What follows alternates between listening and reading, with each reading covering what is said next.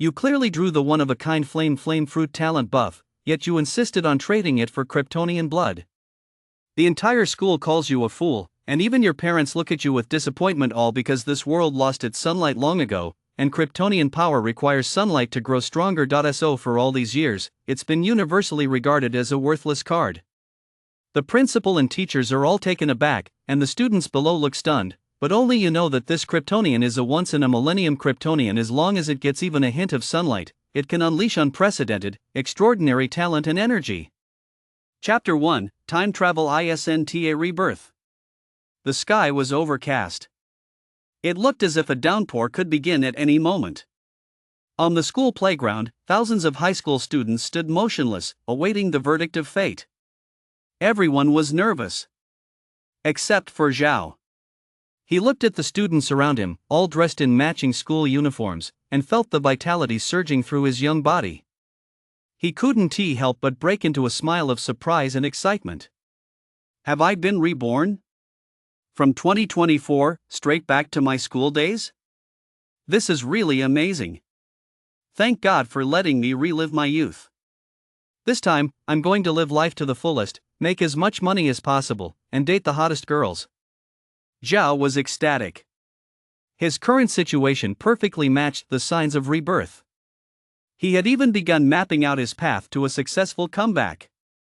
For instance, he could start by plagiarizing popular novels and classic songs from the future to sell, using that to make his first fortune.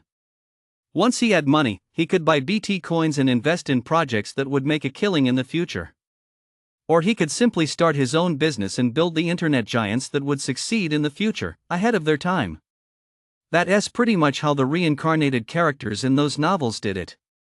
Just as Zhao was lost in his daydreams, a conversation among a few students nearby caught his attention. Have you guys heard?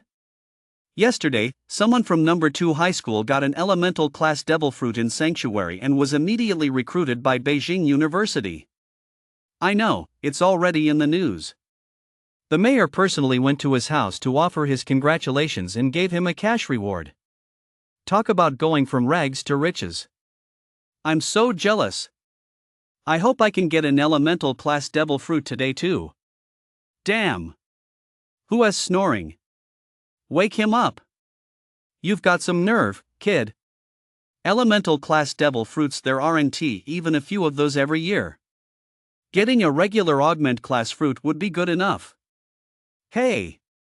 What do you guys think, which is better, devil fruits or supernatural bloodlines? ISNT, that a settled debate? As for supernatural bloodlines, aside from a few top-tier ones that are decent, most of the rest have limited potential. Devil fruits are a different story.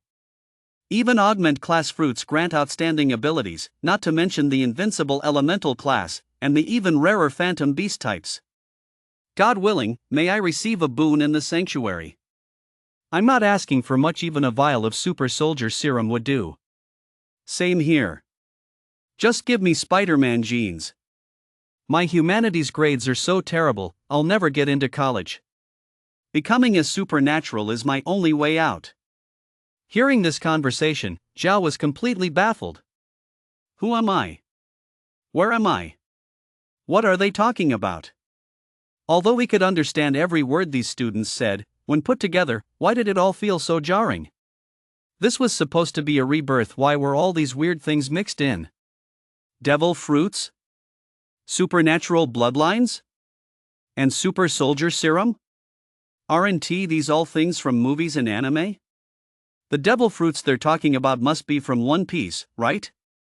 As for supernatural bloodlines, super soldier serum, and Spider-Man genes, could this be American comics? These things are all just fantasy from Earth. How did they end up in the real world? Zhao was completely baffled. Just then, a sharp pain shot through his brain, followed immediately by an intense wave of dizziness that made him groan and collapse to the ground. Fragments of relatively unfamiliar memories began to surface in his mind, flashing by like a slideshow. His unusual behavior also caught the attention of his classmates. Holy shit, someone has passed out. Old Zhao? Old Zhao? It's not even sunny out, how could he pass out? He is way too weak. Stop messing around, let us get him to the infirmary right away. The voices of his classmates brought Zhao slowly back to his senses. He forced himself to sit up and hurriedly said, "I'm fine." A classmate with a face full of acne asked with concern, "Old Zhao, what's wrong? Are you feeling unwell?"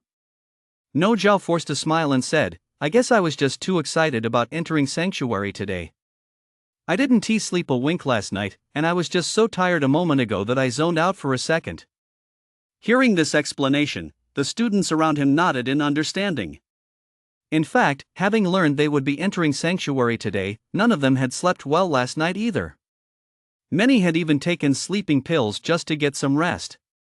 Because everyone only gets one chance in a lifetime to enter sanctuary. If they came away empty-handed, they would be stuck as ordinary people forever, and in a world full of danger, ordinary people truly live from one day to the next.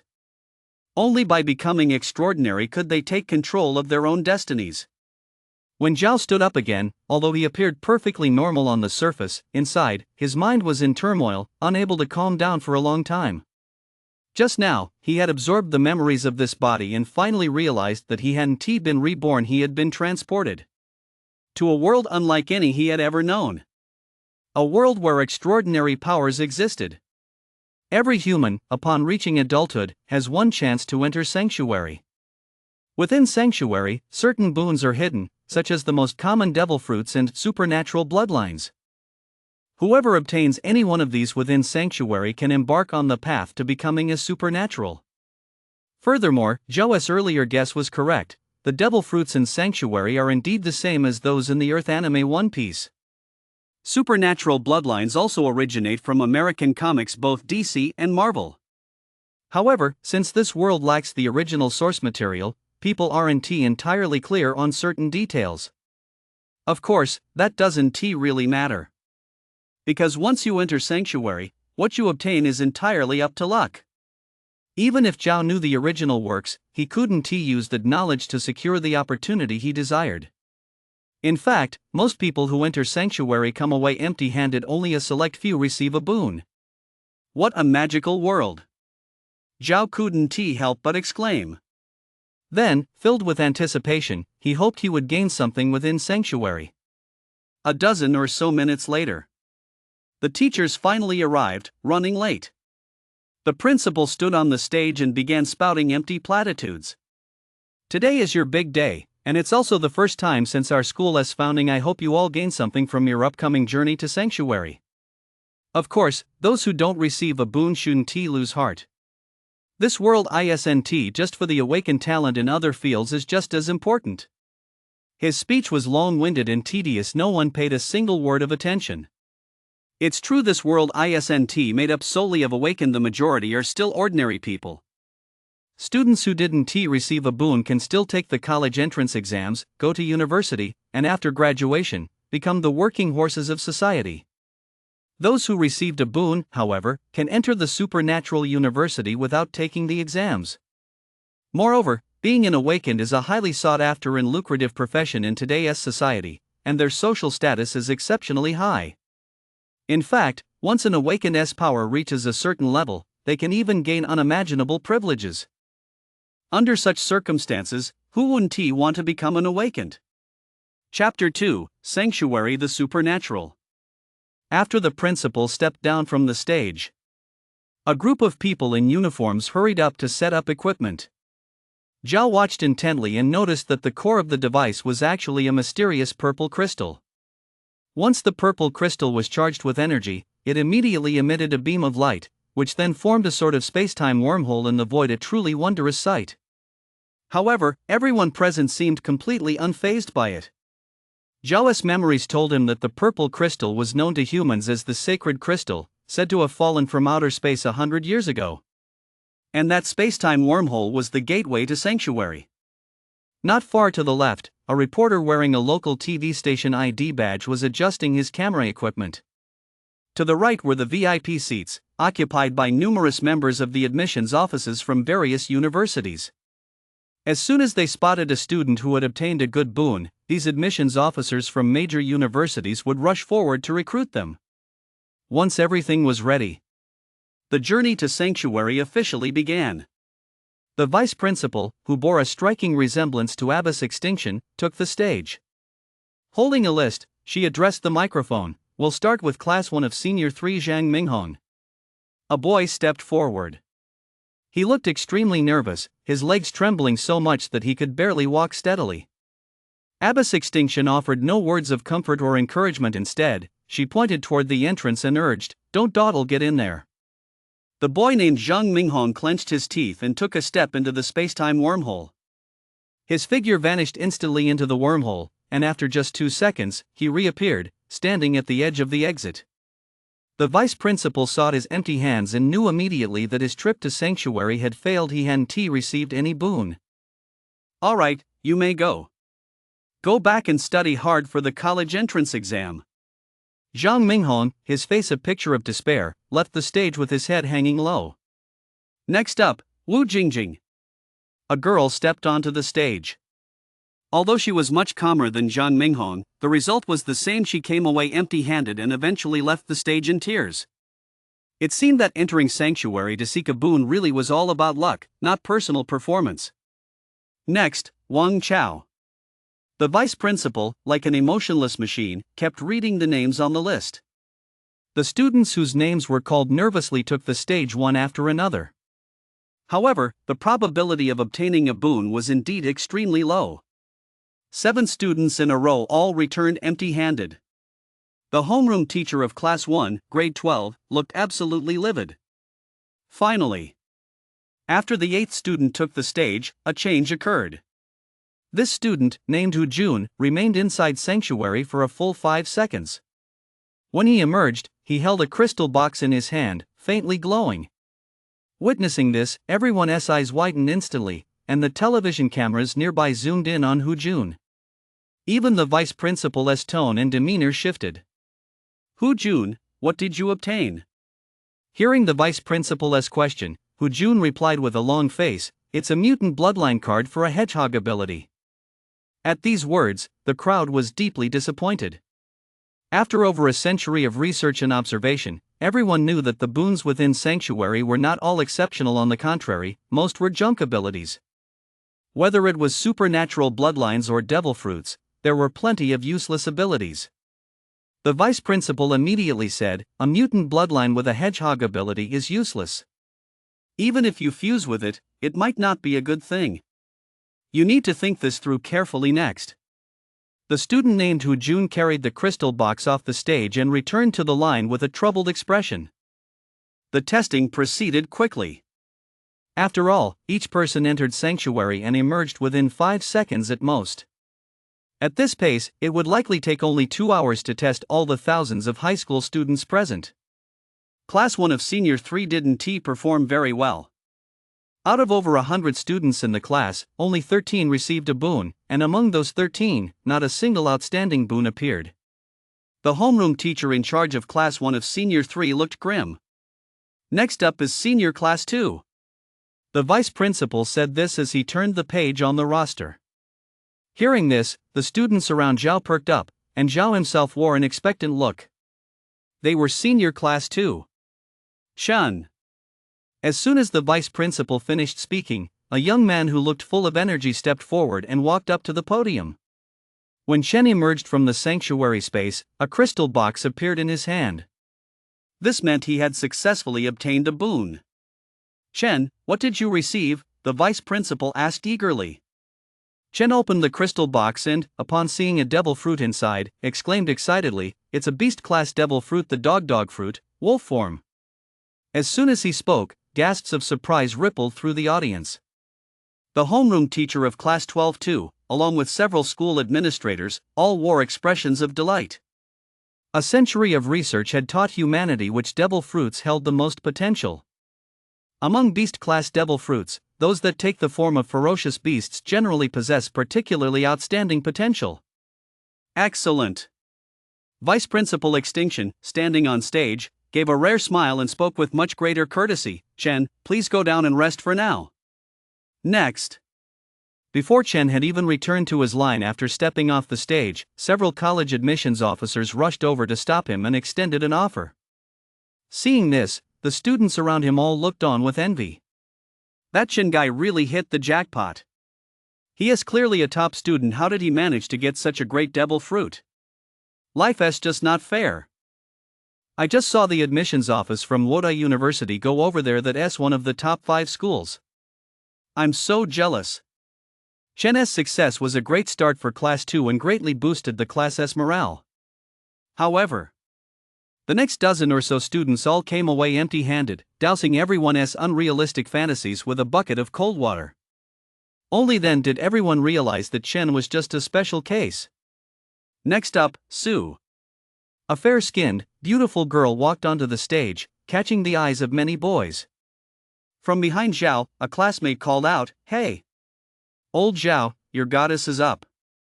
Bet she'll get a boon." Hearing this, Zhao couldn't be bothered to respond. The previous owner of this body had indeed been very fond of this girl named Sue, idolizing her as a goddess and even secretly writing her love letters. But that was all in the past. The Zhao of today merely thought she was very pretty. Soon enough, the results were announced on stage. Sue came away empty-handed. Staring at her empty hands, the girl's pretty face turned pale and her eyes reddened. She seemed unable to accept the outcome. Her pitiful, heartbreaking expression instantly made many of the lapdogs in the audience feel deeply sorry for her. Next, the vice principal seemed as cold as stone, completely indifferent to Sue's tears, and continued reading from the list, Zhao. Hearing his name, Zhao perked up. It was finally his turn. Chapter 3, Flame Fruit? Not even a dog would eat that. As Zhao walked up to the stage, he brushed past the beautiful Sue. However, she didn't even glance at him, treating him as if he were invisible. Of course, Zhao didn't care right now. He was more concerned with whether he could obtain the boon. With a nervous heart, he stepped onto the stage and, without hesitation, stepped into the space-time wormhole. The moment he entered Sanctuary, his consciousness was transported to a bizarre and fantastical world. All around him appeared many familiar figures, countless devil fruits, and various other strange objects. They swam swiftly past Zhao like fish in a river. Zhao knew these were all boons. So he immediately reached out to grab one. To his surprise, he actually managed to catch something. When Zhao's consciousness returned to his body, he found himself back in the real world, standing at the entrance to Sanctuary and holding a crystal box in his hand. "Zhao, what kind of boon are you holding there?" The vice principal's voice snapped Zhao back to his senses. He could sense the information emanating from the crystal box without even opening it. It was truly magical. Still, Zhao opened the box anyway, revealing a crimson devil fruit. "It's the elemental class flame fruit," Zhao said. The moment he spoke, the entire crowd gasped in shock. "Holy shit! It's actually an elemental class devil fruit?" Second High just had one yesterday. It caused a citywide sensation. "I never thought our school would have one today. Are elemental class devil fruits becoming a dime a dozen now? Damn! This guy he is way too lucky, isn't he? I'm so jealous I could cry. Why wasn't he the one to get an elemental class devil fruit? That kid Zhao he is going to be a big shot. The legendary flame fruit. Eat it and you'll master the power of fire. I want one so bad." So far, everyone who has eaten an elemental class devil fruit, as long as they don't die before they grow up, is destined to become a major player. That guy Zhao from Class 2'll probably be in a whole different league from the rest of us from now on. Down below, thousands of students were buzzing with excitement. Every pair of eyes fixed on Zhao was filled with a mix of envy, jealousy, and resentment. They practically wanted to eliminate Zhao and take his place themselves. Up on stage, the school administrators, including the principal, were all thrilled. The teachers in charge of Class 2, in particular, couldn't help but stand up. Having an elemental class student at the school meant that they, as teachers and administrators, would also reap immense credit. Furthermore, thanks to the teacher-student bond, once Zhao became successful, the teachers who had taught him would all benefit as well. That was the reason for their excitement. Meanwhile, admissions officers from various universities had already rushed out of their seats and were waiting nearby. They were just waiting for Zhao to step down from the stage so they could swarm him and compete for his attention. At this very moment, Zhao had become the center of attention for the entire school, the focus of everyone's gaze. Even Vice Principal Extinction, who had always been cold and aloof, now wore a warm, enthusiastic smile, her gaze toward Zhao carrying an inexplicable meaning. "Student Zhao, congratulations on obtaining the elemental class devil fruit. On behalf of the school, I wish you a bright future and hope your journey toward the extraordinary goes smoothly." Such auspicious words might be fine in private, but spoken in public, especially by a vice principal, they came across as a bit over the top. Yet everyone present found it perfectly normal. If they had the chance to curry favor with an elemental class devil fruit user, they would say even more fawning things. After all, an elemental class devil fruit user possesses limitless potential and could even grow into a king class powerhouse in the future. "Zhao, you may go down and rest now." Seeing that Zhao seemed lost in thought, the vice principal gently reminded him. Upon hearing this, Zhao finally picked up the box and walked toward the audience. As for whether not eating the devil fruit in the box immediately might lead to an accident, like having it snatched away? No way. The crystal box isn't just for holding extraordinary items, it's also a protective mechanism provided by Sanctuary. Unless Zhao voluntarily hands it over, if anyone dares to use force and try to snatch the crystal box, they'll face a counterattack from the protection mechanism. It's said that the crystal box's counterattack is a terrifying curse. Furthermore, even if the crystal box were to be forcibly taken against the owner's will, no one could open it, let alone obtain the extraordinary items inside. Not even under duress. The crystal box's protection mechanism possesses its own set of judgment criteria, capable of sensing the hostess' true intentions. If anyone were to use coercive means to force the host to hand over the crystal box, it would self-destruct. This is why no one dares to steal another's boon. If it were possible to simply snatch or threaten one's way into it, the major factions would likely have kidnapped those newly of age children long ago. After Zhao stepped down from the stage, a group of university admissions officers immediately surrounded him. "Student Zhao, I am the Director of Admissions at Magic City Martial Arts University. On behalf of our university, I welcome you. Student Zhao, I'm from Jingda University. If you come to Jingda, not only will your tuition be fully waived, but you'll also receive a generous scholarship. Jinwu University needs a genius like you. As long as you're willing to come, you can name your terms." More than 20 admissions officers surrounded Zhao, all talking at once about their school's benefits, doing their utmost to recruit him. This spectacle left Zhao completely speechless. He was utterly stunned. The other students, seeing Zhao being fought over by all these prestigious universities, were filled with envy. Some of the girls began to look at Zhao with a different gaze. They were amazed to discover that the once ordinary Zhao now shone like gold, and his face was strikingly handsome. "Teachers and administrators, please hear me out first." Zhao spoke up loudly. "I never expected to obtain the flame fruit, let alone decide which school to attend. So, could you please give me some time to think it over? Besides, this is such a big decision, I need to go home and discuss it with my parents." His words made perfect sense. Although the admissions staff were itching to snatch Zhao away on the spot, they knew such a notion was merely wishful thinking, so they all agreed. "Alright, Zhao, take your time to think it over. Here's my business card, my phone number is on it. Once you've made your decision, give me a call, and I'll personally drive out to pick you up. Zhao, here's my business card. The doors of Jinwu University will always be open to you." Everyone handed him their cards before letting Zhao leave. At that moment, Zhao was actually a bit dazed. He hadn't expected that, inside Sanctuary, he simply reached out and snatched the flame fruit. Was his trip to Sanctuary really that easy? Why had so many others come away empty-handed? Could this be a perk reserved for time travelers? Staring at the flame fruit in his hand, Zhao hesitated, unsure whether he should eat it. Back on Earth in his previous life, there was a saying, flame fruit? Not even a dog would touch it. This saying originated because, in the mid to late stages of the One Piece world, even a dog could play with fire at will, and flames had become a commonplace, run-of-the-mill thing. Although this wasn't the One Piece world, Zhao still felt a bit uneasy. Besides, he wasn't particularly satisfied with the flame fruit. Just then, a slender, beautiful figure suddenly appeared in front of Zhao, blocking his path. Zhao looked up and saw a pretty face, tear-streaked and looking at him with a pitiful expression. It was Su. Chapter 4, What?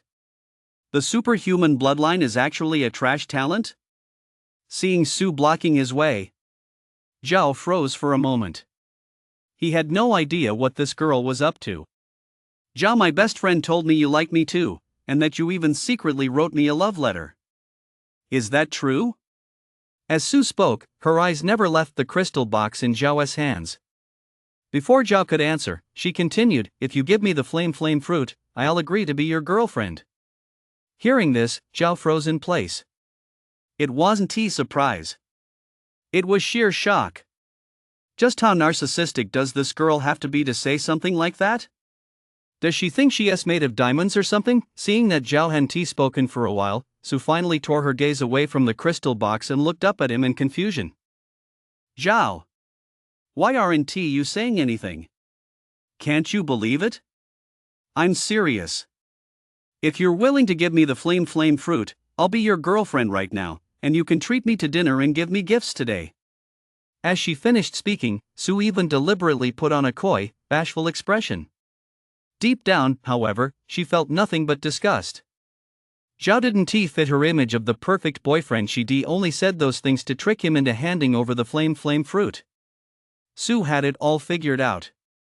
Once she swindled the flame fruit out of him, she play along and put up with Zhao for a few days before finding an excuse to dump him. She was sure no one would have anything to say about it then. After all, she was a little fairy. Hadn't she already wasted several days acting alongside Zhao? Wasn't that enough? As for whether the plan would fail? No way. Su was extremely confident in her looks.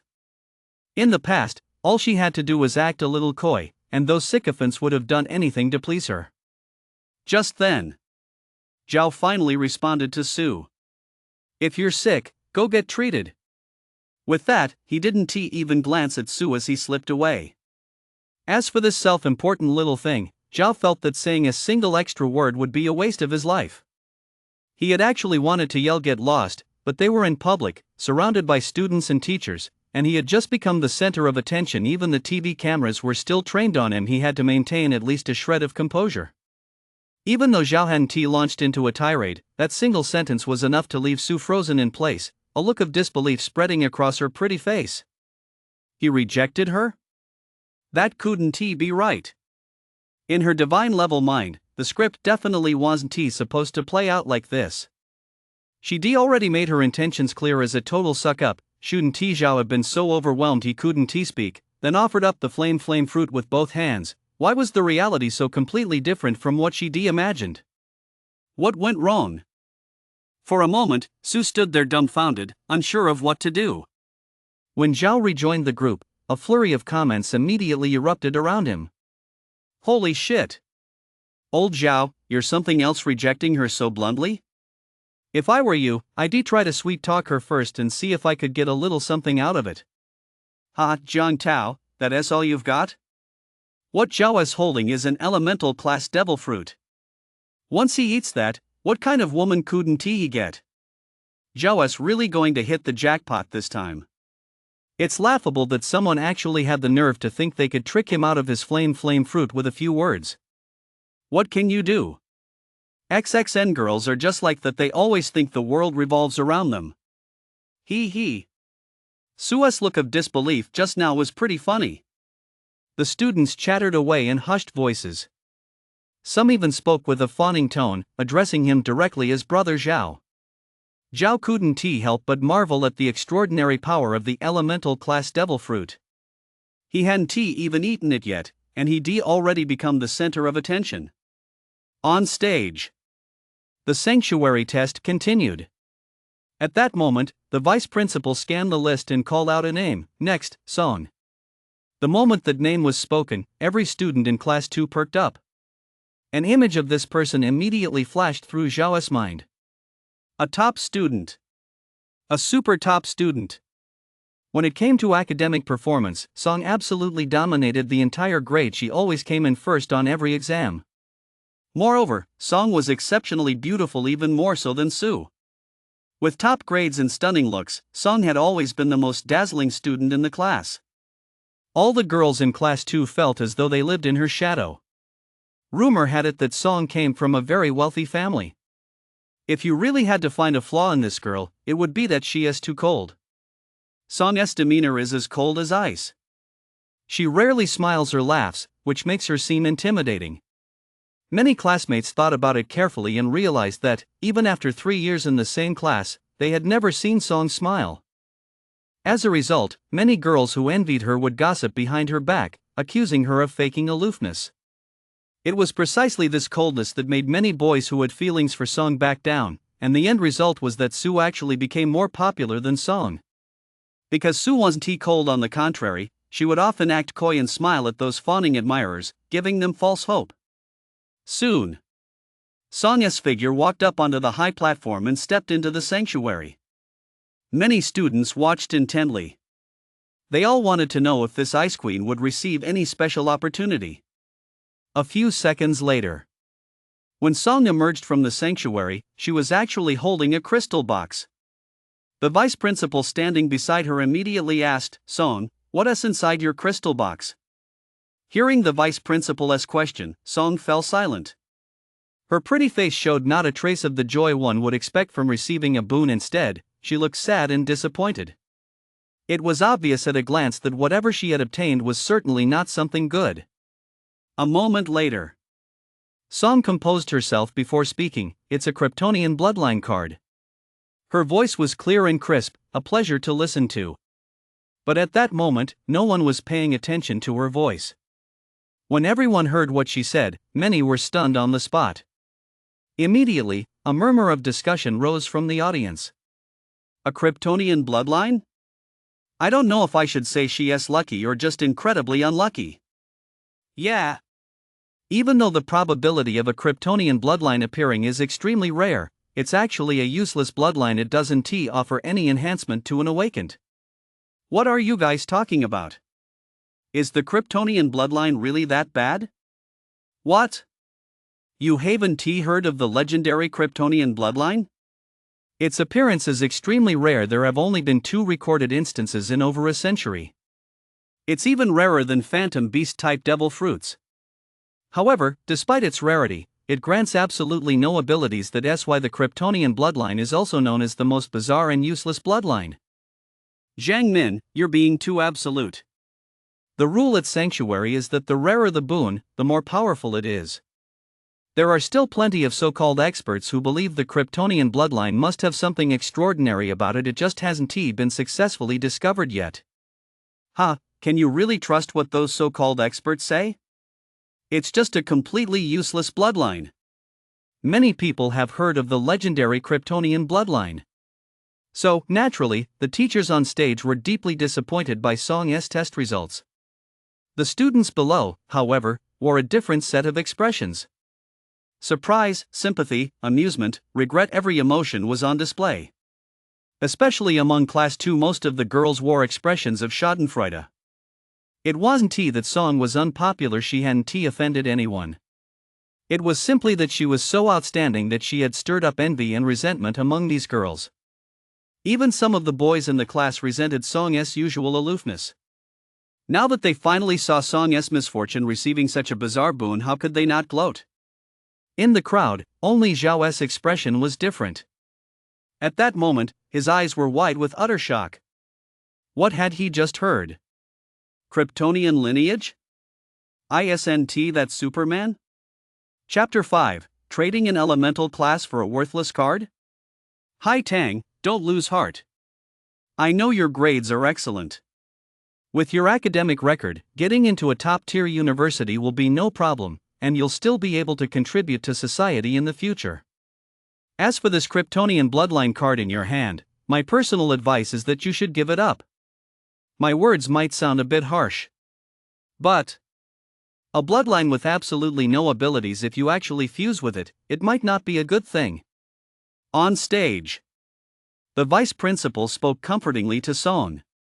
This was the first time the vice principal had spoken at such length since taking the stage. And her advice to Song was indeed given with Song's best interests in mind. Because, whether it's a devil fruit or a supernatural bloodline, once you choose to use it, you're forced onto the path of the extraordinary. The path to the extraordinary is not smooth sailing. On the contrary, it's fraught with deadly dangers. Obtaining such a poor supernatural bloodline and embarking on the path of the extraordinary is practically a death sentence. Upon hearing this, a look of conflict flashed across Song's pretty face. Although she was a top student, deep down, she actually yearned for the extraordinary. Because to fulfill the obsession in her heart, she absolutely had to possess immense power. But this bloodline was truly terrible. She knew the vice principal's words made perfect sense. Just as she was at a loss, a voice suddenly rang out from the audience. Wait! Immediately, a boy stepped forward and ran up to the podium. He looked somewhat agitated, and in his hands, he clutched a crystal box. Song recognized this boy. He had previously been the center of attention, having obtained an extremely rare elemental class devil fruit. But she had no idea why he had suddenly rushed up. What was he planning to do? Student Zhao, is there something you need? The vice principal asked. If any other student had dared to cause a disturbance, she would have chased them away long ago. But with Zhao, she was quite polite. Zhao didn't beat around the bush. He walked straight up to Song and said, Song, I'd like to trade my flame fruit for your kryptonian bloodline card. The moment those words were spoken, the entire hall was stunned. Everyone's eyes widened instantly.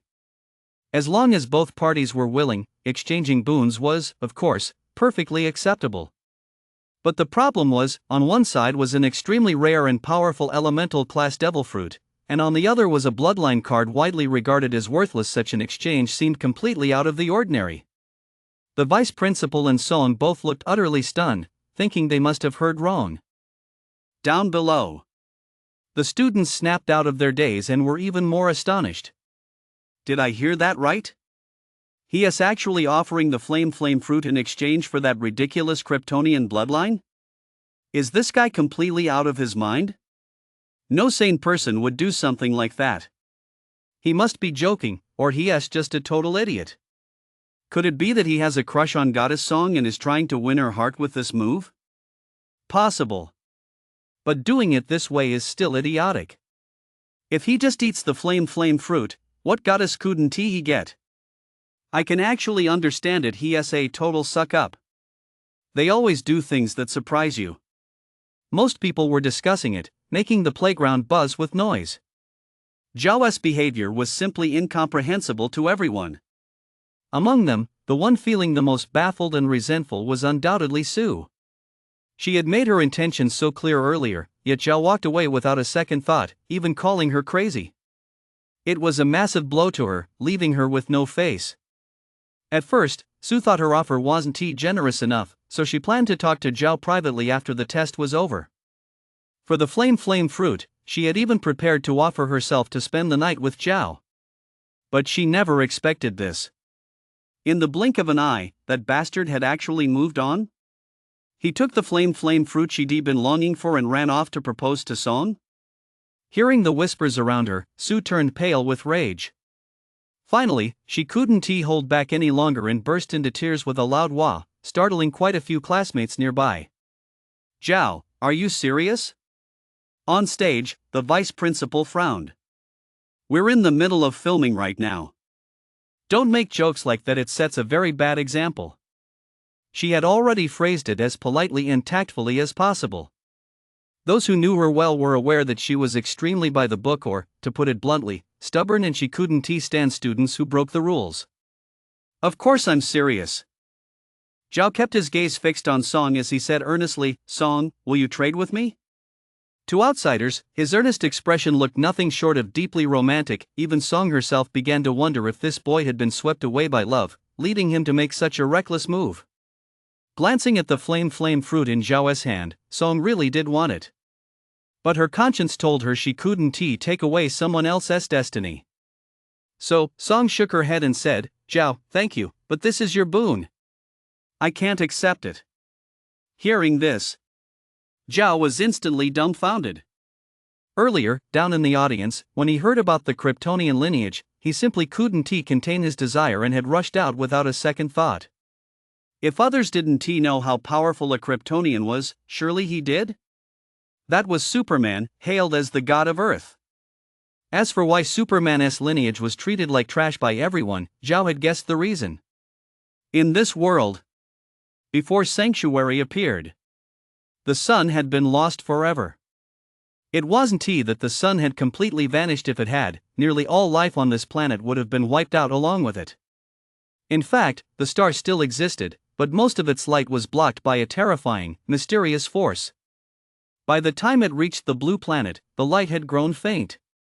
When the sunlight vanished, human society was gripped by massive panic, and major chaos erupted.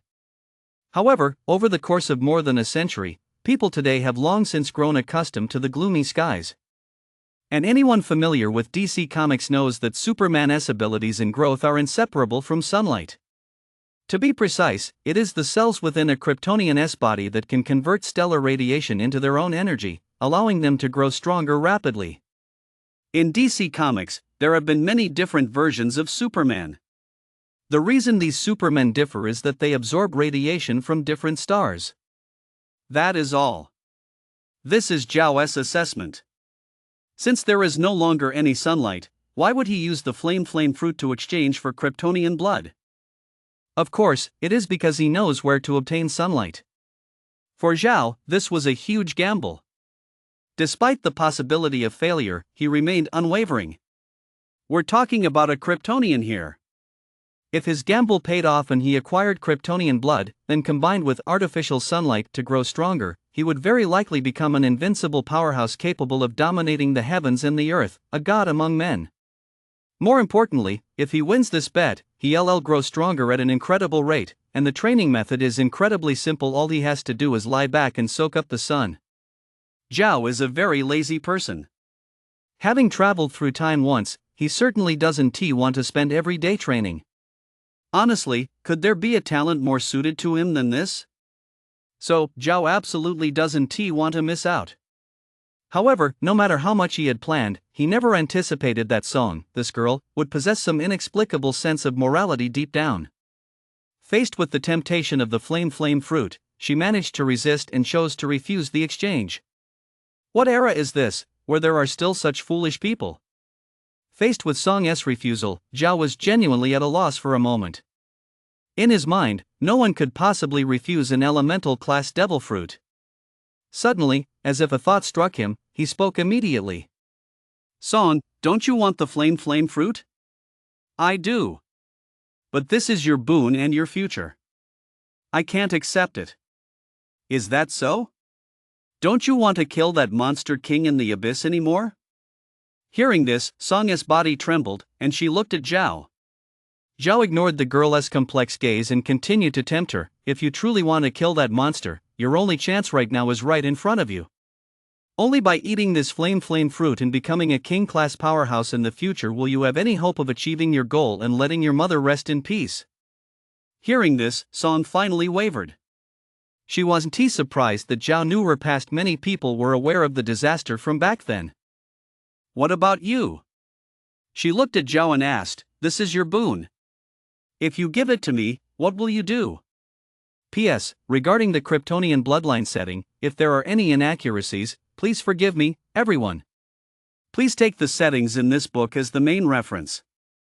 Chapter 6, Sue, the flame fruit is mine. Seeing that Song was beginning to waver, Zhao was overjoyed. However, his face betrayed no sign of unease. He simply smiled calmly and said, I'm a bit of a coward. The path to transcendence is far too dangerous, and I'm not really eager to go down it, so I'll leave this heavy responsibility to you. As long as you become a peerless powerhouse and can give me a helping hand ensuring I live a life of wealth and luxury, I'll be satisfied. Hearing this, Song gave Zhao a deep look. In the end, she chose to accept. Because she understood that Zhao was right, this was her only chance. If she missed out on this flame fruit, she would spend the rest of her life filled with regret. Zhao, I promise you. Once I've killed that monster, whatever you ask of me, I'll grant it. Song spoke these words with the utmost sincerity. Zhao. Nice one, girl, that has some serious commitment. At that moment, Zhao didn't want to dwell on how much of Song's promise was genuine. He just wanted to complete the exchange as quickly as possible. So, with Song's consent, he immediately shoved the crystal box in his hand into hers, then took her box in return. The two successfully completed the trade. It wasn't until that moment that everyone realized Zhao had actually been serious. Wait, that guy was actually serious? He just gave away the flame fruit like that? Holy shit! How stupid is that? I don't get it, but I'm totally blown away. Turns out, bootlickers are truly beyond comprehension. That's fucking terrifying. Ah, the TV cameras are rolling. I filmed what just happened too. I'll post it online later. It's definitely going to go viral. The greatest spendthrift in history, the #1 moron, has finally been born. When it comes to stupidity, I call him the ultimate champion. Witnessing the two exchange such extraordinary items with their own eyes, the audience erupted in an uproar. All the students were in disbelief at Zhao's actions. The boys simply couldn't comprehend it. They had no idea what Zhao was thinking. As for the girls, quite a few of them actually thought Zhao was incredibly devoted.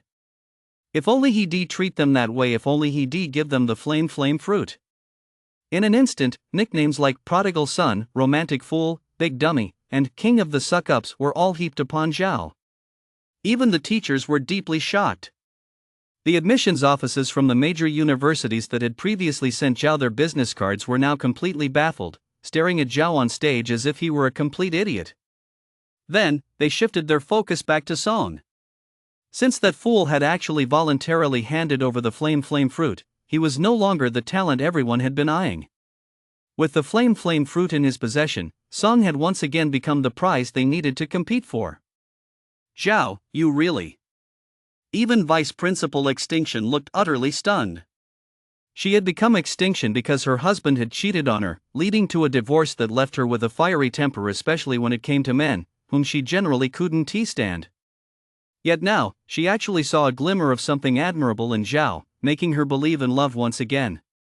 It turned out that the saying "all men are the same" didn't apply to every man after all. As for Zhao, the guy was grinning from ear to ear. Not even AK could suppress the smile playing on his lips.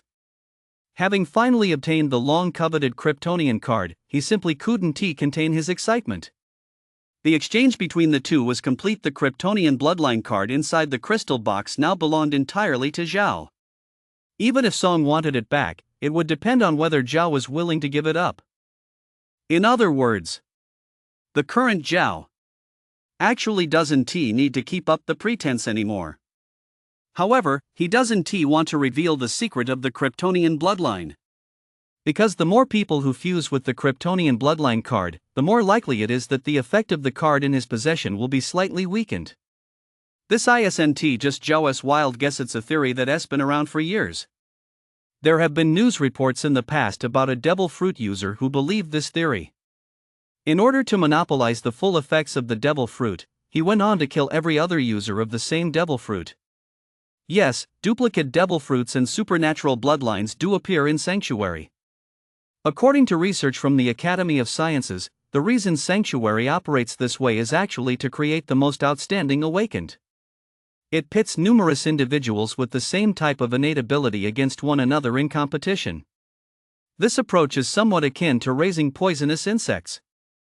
Only when someone manages to fully develop a particular innate ability and reach a certain level of power will Sanctuary completely prevent that ability from appearing again. After that, no similar innate abilities will ever appear in Sanctuary again. Therefore, Zhao must keep the secret of his kryptonian bloodline for now. Once his power reaches a certain level, he can make the kryptonian bloodline ability uniquely his own. At that point, he can openly become a god among men. As for now, if he reveals the secret of the kryptonian bloodline and draws attention to this card, and if before he has fully grown a new kryptonian bloodline card appears and others choose to fuse it, it could affect him. This must not happen under any circumstances. Zhao must keep the secret of the Kryptonian lineage. To avoid unnecessary trouble, he must keep up the charade. So, Zhao looked at Song and urged, Song, since the exchange is complete, don't dawdle, go ahead and eat the flame fruit. The vice principal chimed in, exactly. Since this is a gesture of goodwill from Zhao, you shouldn't let him down.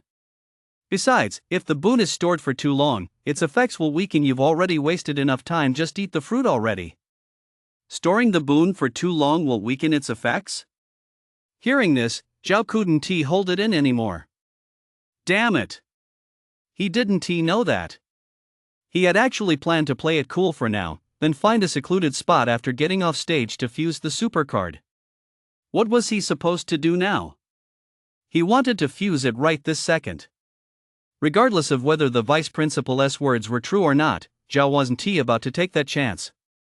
Beside him, persuaded by the vice principal, Song shot Zhao a guilty glance before opening the crystal box, taking out the bright red devil fruit, and taking a bite. Since the exchange was already complete, she certainly wasn't going to hesitate or dither any longer. However, after just one bite, she furrowed her delicate brows slightly. The taste of the devil fruit was truly indescribable. Rumors online claimed that devil fruits tasted worse than shit. It seemed that was no exaggeration. Fortunately, Song had strong willpower. She endured the nausea and discomfort and kept eating. Actually, Song knew that eating just one bite of the devil fruit was enough, but she still chose to finish the whole thing. As for the reason, perhaps she didn't want to let Zhao down. Upon seeing Song finish eating, the vice principal immediately said, Hi Tang, why don't you demonstrate your fire manipulation ability for everyone? Song was currently immersed in the sensation of gaining her extraordinary power, and upon hearing this, she instinctively made a gesture. The girl raised a slender hand and turned her palm upward. The next moment, puff! A ball of flame appeared in the palm of Song's hand, stunning the entire audience.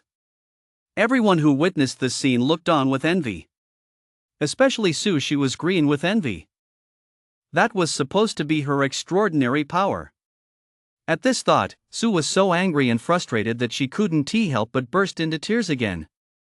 On the other side, Zhao saw that everyone's attention was focused on Song, so he quietly retreated to a corner nearby, then immediately pulled out his supercard and selected fusion.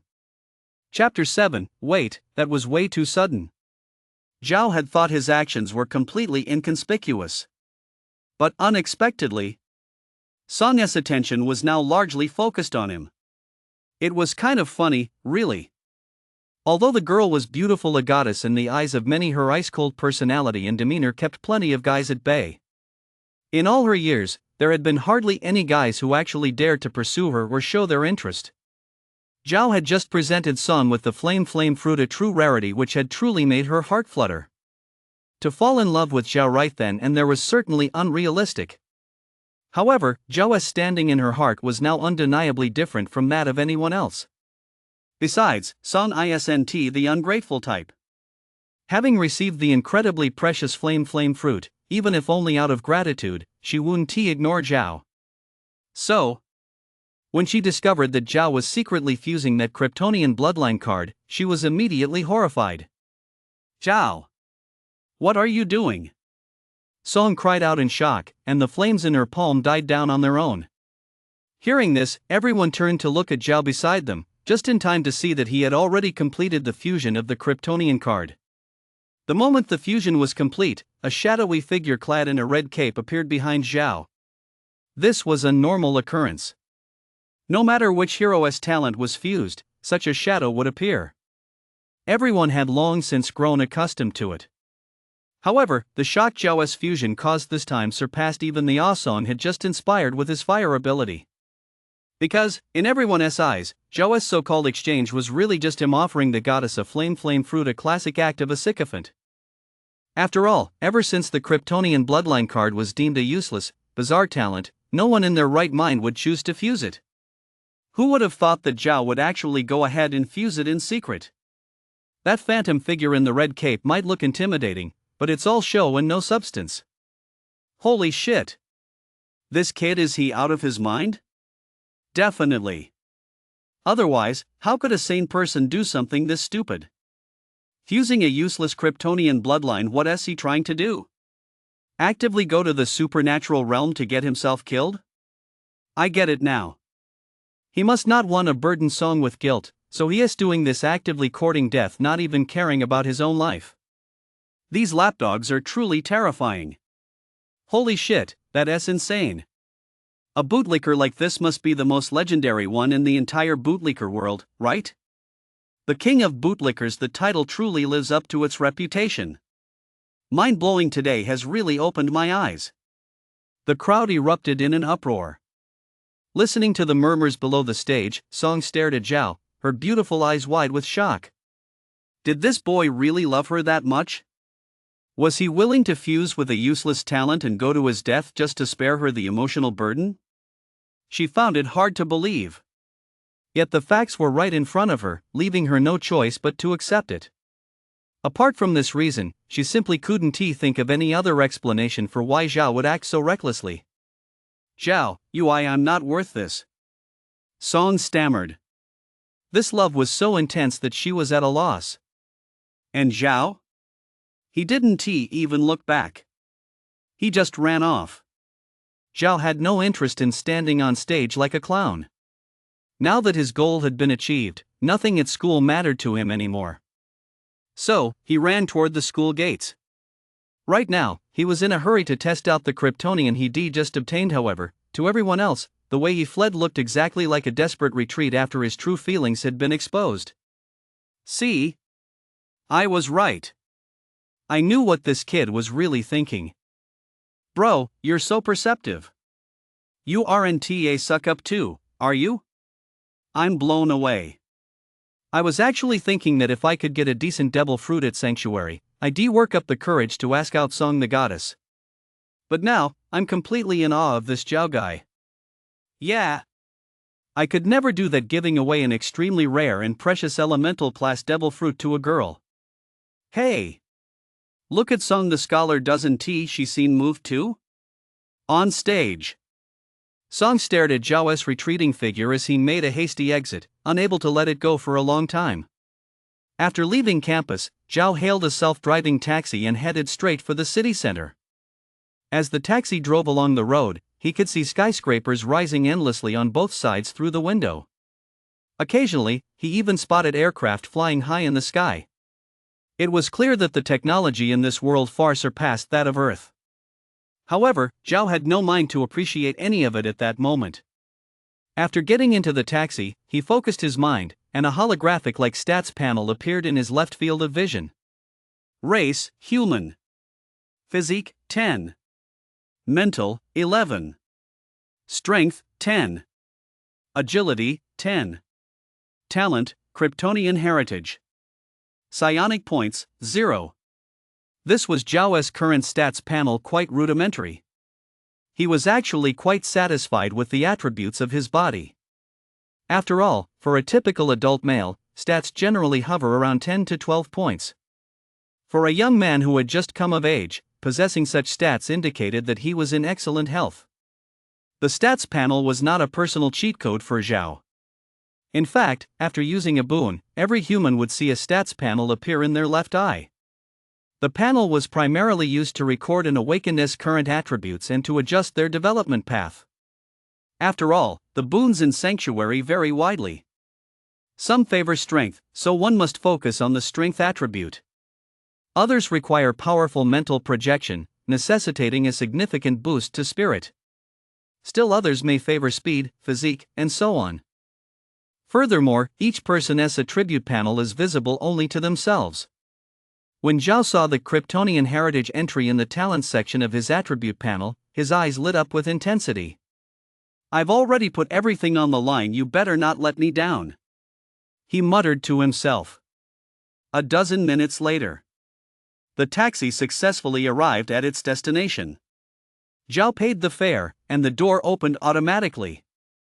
He stepped out and looked up. Before him stood a shop that looked quite upscale. The shop's interior was filled with a futuristic, high-tech style, and its name was quite intriguing, Sunshine Dream. It was actually a sunbathing experience shop. Although modern humans had long since grown accustomed to life without sunlight, the forward-thinking leaders and scientists, fearing that one day the stars might vanish entirely, had been researching light energy all along. Combined with the occasional high-tech innovations from Sanctuary and the spirit realm, this had greatly advanced scientists' research into stellar radiation. Today, human scientists have essentially achieved a 99.99% similarity in simulating solar radiation. However, this technology is still not quite mature enough for large-scale application. Sunbathing experience shops like this one were set up by the government to generate revenue for research projects. It was precisely because Zhao knew all this that he dared to trade the flame fruit for kryptonian blood. Chapter 8, The Right Bet. Too much of a good thing. That's right. Zhao came here specifically to gamble on the idea that this artificial sunlight would also work on kryptonian bloodlines. When he walked into the shop, he found it nearly empty. Apart from a few bored staff members playing on their phones, there wasn't a single customer in sight. Clearly, humans today have long since grown accustomed to life without sunlight and have absolutely no interest in sunbathing. The government's revenue-generating plan is likely doomed to fail. Also, from what I recall, these sunbathing experience centers have only popped up in the last couple of years. I suppose that's why the Kryptonian secret has remained undiscovered all this time. Welcome. Zhao's arrival caught the staff's attention. A female clerk immediately approached him and asked, "Sir, are you here for the sunbathing experience?" She didn't look down on Zhao just because he was wearing a school uniform. Yes. Zhao nodded, then asked, "How much does it cost?" "Our sessions are charged by the hour, 150 per hour. The clerk enthusiastically explained, "If you get a membership card or a monthly plan, you'll get a discount." Zhao frowned at this. 150 per hour? That's way too expensive. No wonder no one wants to come here. He cut off the clerk's enthusiastic sales pitch and said directly, "Give me 2 hours to start with. I'll try it out first." "Sure, sir. Please follow me." Led by the clerk, Zhao was ushered into a private booth with excellent privacy. Inside the booth was a large machine, almost as big as a bed, shaped like a seashell. The attendant opened the lid of this shell-shaped machine, revealing its white interior, and explained, "Sir, once you've undressed, you'll lie down inside here. This is the lid control switch, this is the power switch, this adjusts the light intensity, and this is the emergency switch. Don't press it unless there's an emergency." After the attendant's thorough explanation, Zhao finally understood how to use it. "Enjoy your experience." With that, the attendant stepped out of the private room for a moment. Zhao couldn't wait to start undressing, and soon he was lying naked inside the device. As soon as he lay down, he caught a whiff of disinfectant. It must be cleaned frequently. Following the attendant's instructions, Zhao began operating the device. Soon, the shell-like device's lid closed, sealing him inside. To be honest, Zhao didn't like being in such a cramped space, but for the sake of testing the Kryptonian, he put up with it. He pressed the start button. Instantly, the unknown material of the lid emitted a warm, yellow glow. A look of surprise and delight instantly spread across Zhao's face. The stats panel in his left eye was constantly changing. You absorb sunlight, physique plus 0.01, spirit plus 0.003, strength plus 0.01, agility plus 0.01. Messages like this appeared almost every second. Zhao was overjoyed. He couldn't help but clench his fists. His eyes also betrayed an extremely excited expression. He had won the bet. It was like hitting the jackpot. Race, human. Physique, 20, spirit, 14, strength, 20, agility, 20. Talent, Kryptonian bloodline. Psionic points, 0. In less than half an hour. His physique, strength, and agility, these three attributes had each increased by an average of 10 points. Even his spirit had increased by 3 points. His total attributes had nearly doubled. Just by lying still, he gained 33 total attribute points in over 20 minutes. If word got out, it would absolutely cause a global sensation. That's because base attributes are extremely difficult to increase.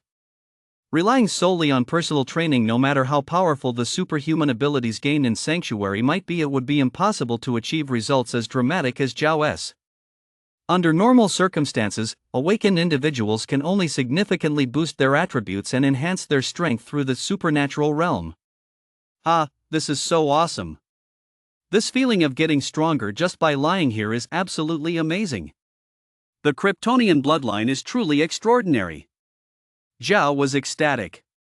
If he hadn't been afraid of disturbing the staff, he would have loved to shout out loud to vent his excitement. Back at school, when he traded the flame fruit for the Kryptonian bloodline card, he'd actually been under immense pressure, otherwise, he wouldn't have rushed here to test it.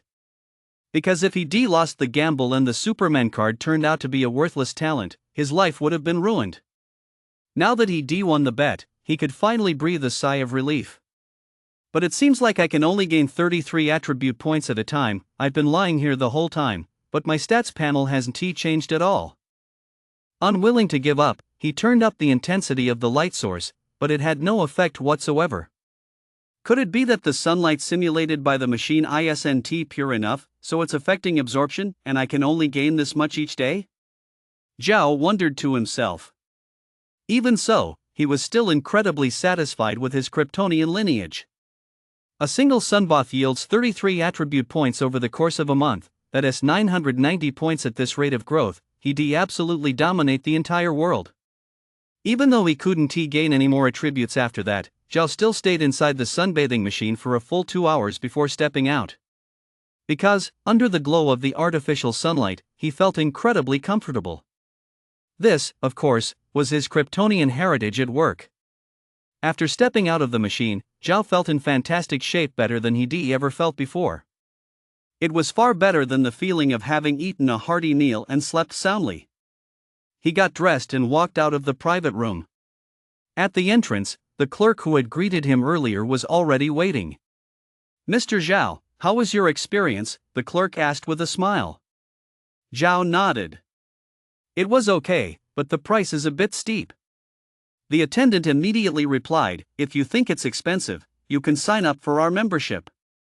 If you come every day, it averages out to just 70 yuan per hour. Our tanning machines use the most advanced technology available.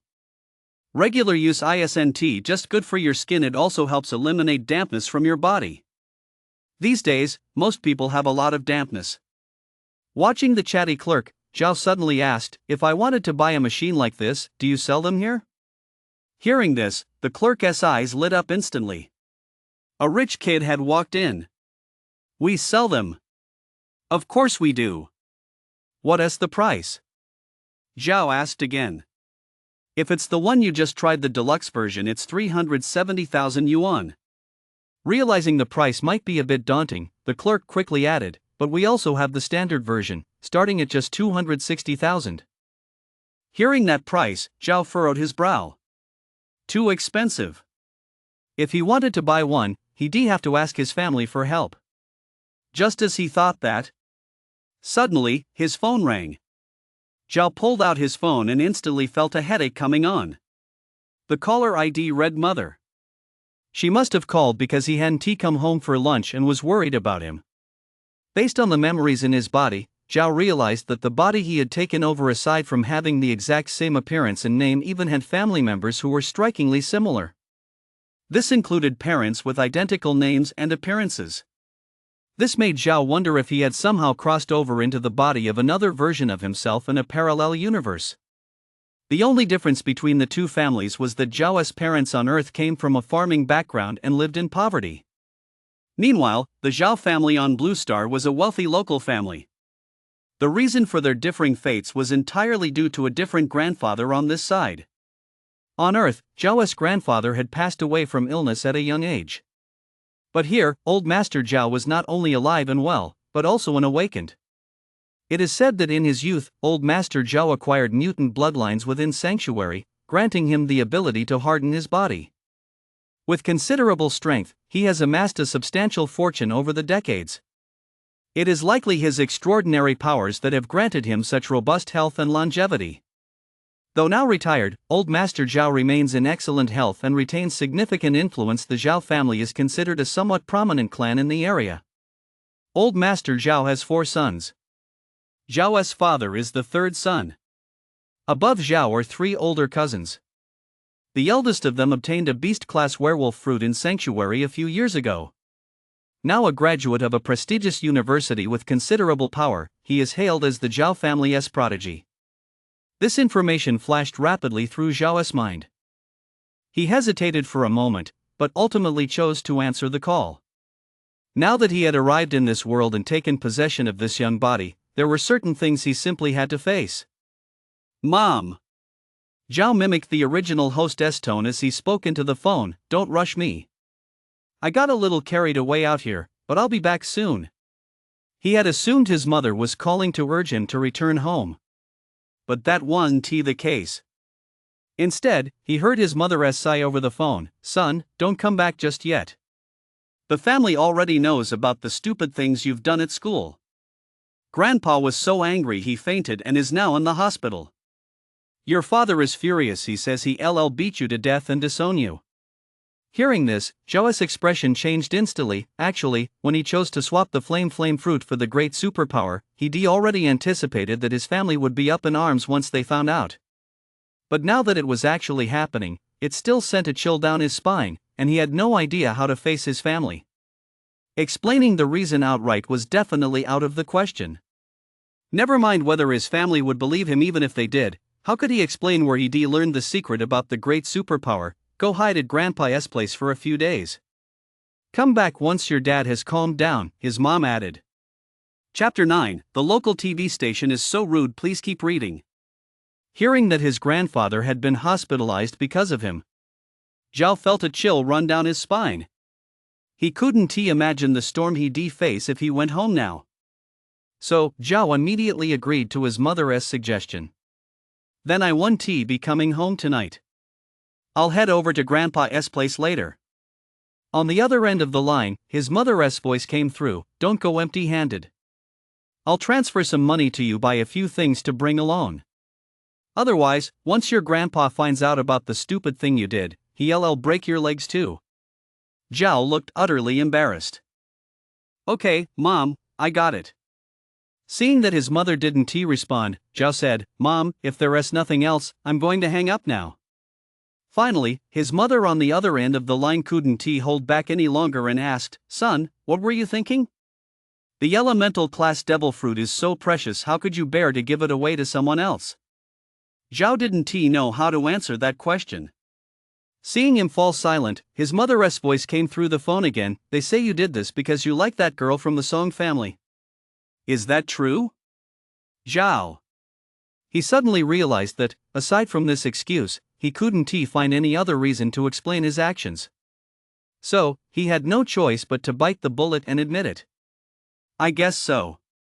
My foolish son. If you truly like her, then you're the one who should have eaten that flame fruit. As if afraid her son wouldn't understand, his mother explained, I've been through it all. I know women are drawn to strength. In a marriage where the husband is stronger than the wife, the family will be harmonious and happy. But when a woman is more accomplished than her husband, the marriage rarely lasts long before it falls apart. Even if that Song family girl feels momentary gratitude for your current actions and truly falls for you, you won't be able to keep her. Because once she cools down and realizes the huge gap between you two, she'll most likely look down on you again unless she is completely love-struck. Hearing these words, Zhao was deeply moved. This mother is truly wise. At least his mother on Earth in his previous life didn't possess such insight. Zhao agreed wholeheartedly with his mother's words. However, he didn't know how to respond. Because in the boon exchange with Song, he was the one who truly came out ahead. Song was actually the one who lost out. Of course, it wouldn't be fair to say he took advantage of Song. After all, only he knew the secret of the kryptonian, and that kryptonian lineage card could only be put to good use in his hands. If he hadn't traded the flame fruit, Song would most likely have given up that card and become an ordinary person. Now Song had the flame fruit, and Zhao had obtained the kryptonian he'd always dreamed of. A win-win. Mom, thanks for telling me all this. I get it. That was all Zhao could say. Unexpectedly, his mother on the other end of the line suddenly exploded, You don't know shit. That was a harsh remark. It startled Zhao. "Mom, what's wrong?" Zhao asked hurriedly. "Your dad just told me that you fused with that useless Kryptonian bloodline card right in front of everyone. Is that true?" You could tell from her voice that his mom was trembling with shock. Zhao broke out in a cold sweat.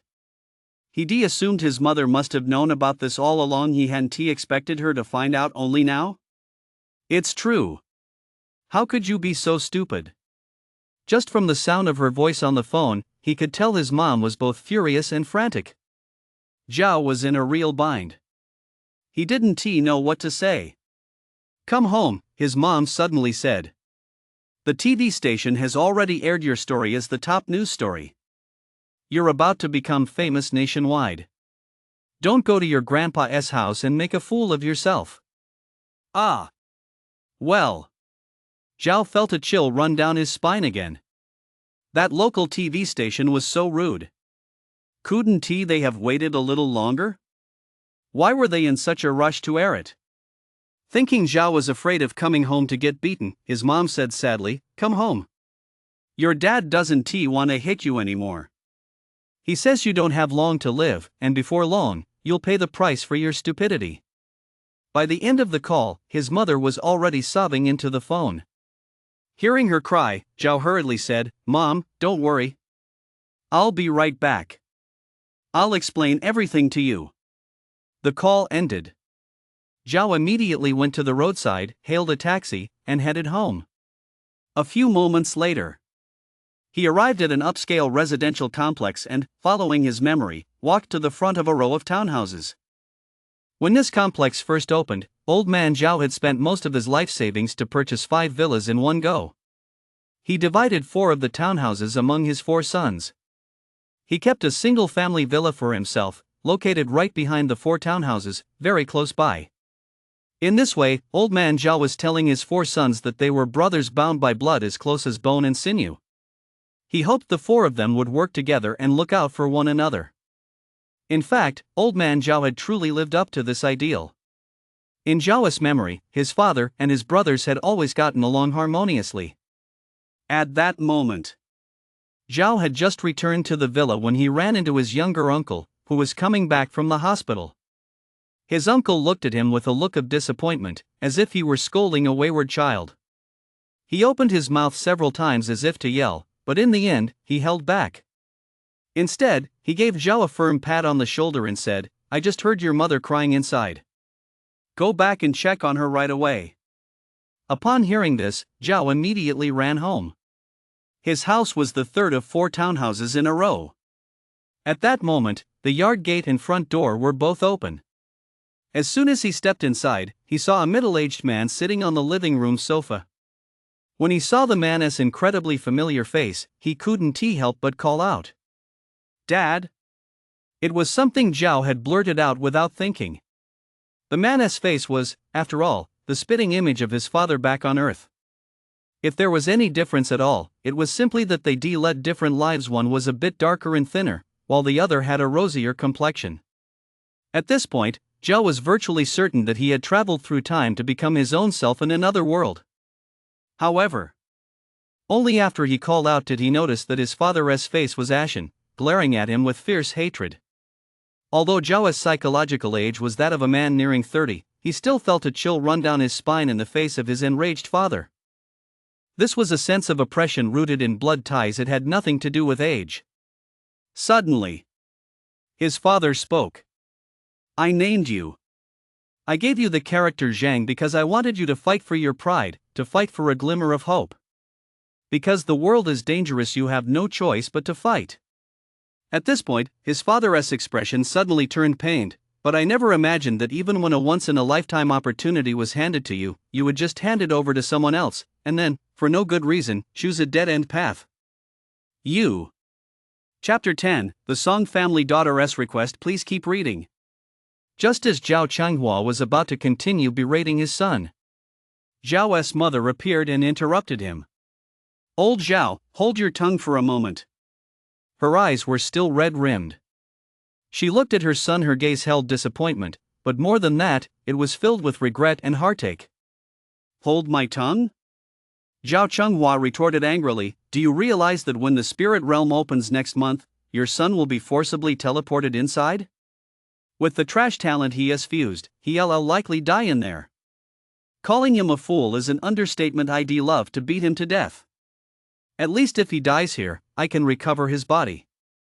But if he dies in the spirit realm, I won't even see his remains." By the end of his speech, Zhao Chenghua's tone was filled with sorrow. And the spirit realm he spoke of was what everyone referred to as the supernatural realm. In truth, the spirit realm is extremely dangerous. It's also known as the land of the unnatural.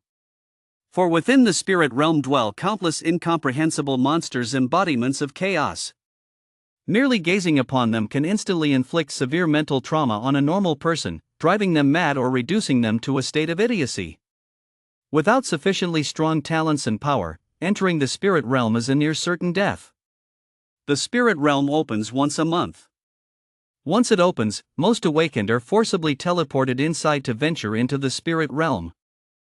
If they manage to return alive, they receive rewards from the spirit realm, allowing them to grow stronger. This is also the primary means by which the vast majority of awakened enhance their strength. Is it possible to retire? Of course. However, you must first survive the first 10 layers of the spirit realm. The first 10 layers of the spirit realm are mandatory. After successfully surviving the first 10 layers, the awakened gain their freedom and can choose for themselves whether to continue participating in the next spirit realm expedition. Zhao Chenghua's words instantly shattered He Wenli's emotional defenses, causing her to break down in tears once more. Zhao was their only son. The son they had raised with such hardship was about to face a life or death situation. How could they not be heartbroken? He Wenli's tears affected Zhao Chunghua as well. Though Zhao Chunghua didn't cry, he closed his eyes and could no longer speak. Looking closely, one could see his hands, hidden within his sleeves, trembling uncontrollably. Seeing this, Zhao knew he had to do something. "Dad, Mom, don't worry just yet." He deliberately flashed a confident smile and said, "Do you really think I, your son, am that foolish? Sonia and I aren't even married. Why would I just give away such a precious and rare elemental class fruit for nothing?" And sure enough, his act actually caught his parents' attention. Seeing Zhao's confident smile, the elderly couple were both a bit bewildered. He Wenli immediately asked, "What do you mean? Son, explain yourself clearly. Could there be more to that thing you did?" Zhao Chunghua also stared intently at his son, waiting for his answer. "Actually, for the past month, I've been having the same dream every night." Zhao began spinning his tale, throwing in everything from foreseeing the future in his dreams to receiving divine guidance from the deities of sanctuary. He had no choice but to spin a yarn. If he chose to tell the truth that he had actually traveled through time, it was anyone's guess how his parents would react or whether they could accept him. Zhao didn't want to test human nature. Spinning a yarn was the best option. All signs point to the fact that this kryptonian lineage is no ordinary thing. Besides, isn't it a rule in sanctuary that the more powerful the opportunity, the rarer it is? That's why I decided to take a gamble. It's definitely not because of some bullshit romance. When Zhao finished speaking, the elderly couple exchanged glances, looking somewhat taken aback. His parents were smart people. They certainly wouldn't be so easily fooled. "So you've already fused with it? Have you noticed anything special yet?" Zhao Chunghua asked, looking skeptical. Zhao replied, "I just fused with it. It doesn't happen that fast. Just wait a few months and see." He didn't want to hide anything from his parents, but the secret that Kryptonians grow stronger by basking in the sun was simply too far-fetched. Most importantly, it was hard to explain. Even if his parents believed him, if they asked how he knew, Zhao wouldn't be able to explain it. It would be better to wait until he actually achieved results and then show them to his parents. That would be more convincing. Besides, in Zhao's experience, his father, Zhao Chunghua, liked to blurt out anything and everything when he was drunk, which had led to many arguments with his mother. Although Zhao Chunghua has made an effort to change and drinks less now, Zhao still has to be on his guard. The secret that Kryptonians grow stronger in the sun is of the utmost importance for now. It's best that he keep this secret to himself. A plan is ruined by a single word. Zhao is well aware of this. The fact that he could tell his parents all this and put their fears to rest shows just how much he trusts them. There is one more crucial point. Zhao had looked it up on his phone earlier. In the history of Sanctuary, there have been only 2 known cases of kryptonian bloodlines. One of them died early on in the spirit realm. The second, however, had incredibly good luck. He managed to survive 10 trips through the spirit realm without dying and is still alive today. Although that person is now in his 80s and long retired, Zhao remains wary of him. He certainly doesn't want a second kryptonian powerhouse to emerge on this planet. At this moment, his mother, He Wenli, had almost been persuaded by Zhao. As a woman, she tended to be more emotional, not to mention that Zhao was her son, a family member she trusted unconditionally. In contrast, Zhao Chenghua was much more rational and not so easily swayed by Zhao. Wait a few months? Wait my ass. Do you have any idea what the spirit realm is? Before he could finish his sentence, the excited voice of the 4th brother suddenly rang out from outside the door. Third brother. Third brother. Come out quick, we got good news. The 3 people inside froze in surprise. Zhao Chenghua shot Zhao a glare, then hurried out. He Wenli and Zhao were also curious about the good news and quickly followed to see what was going on. In the courtyard, Uncle Zhao Chengwu was chatting with a middle-aged man they didn't recognize. Upon seeing third brother come out, he immediately introduced him. Third brother, this is Mr. Zhang, a special admissions officer from Jinwu University. Hello, hello. Welcome, Mr. Zhang. Hearing the name Jinwu University, Zhao Chenghua didn't dare to be rude and immediately stepped forward to shake the man's hand. May I ask what brings you here, Mr. Zhang? Oh, I'm here to deliver an acceptance letter. The middle-aged man surnamed Zhang said, on behalf of Jinwu University, I'm here to inform your son, Zhao, that he has been admitted to our university. Please have Zhao make the necessary preparations as soon as possible and enroll at Jinwu University within 4 days. Upon hearing this, all 3 members of the Zhao family were taken aback. Zhao Chenghua couldn't help but ask, Mr. Zhang, haven't you made a mistake? My son's talent shouldn't meet your university's standards. Jinwu University ranks among the top 10 extraordinary universities. With a strong faculty and a track record of producing many renowned experts, it is a prestigious institution renowned nationwide. Naturally, the admission requirements for such a prestigious university are significantly higher than those of ordinary schools. By any measure, Zhao's fused kryptonian talent falls short of Jinwu University's requirements. There is no mistake.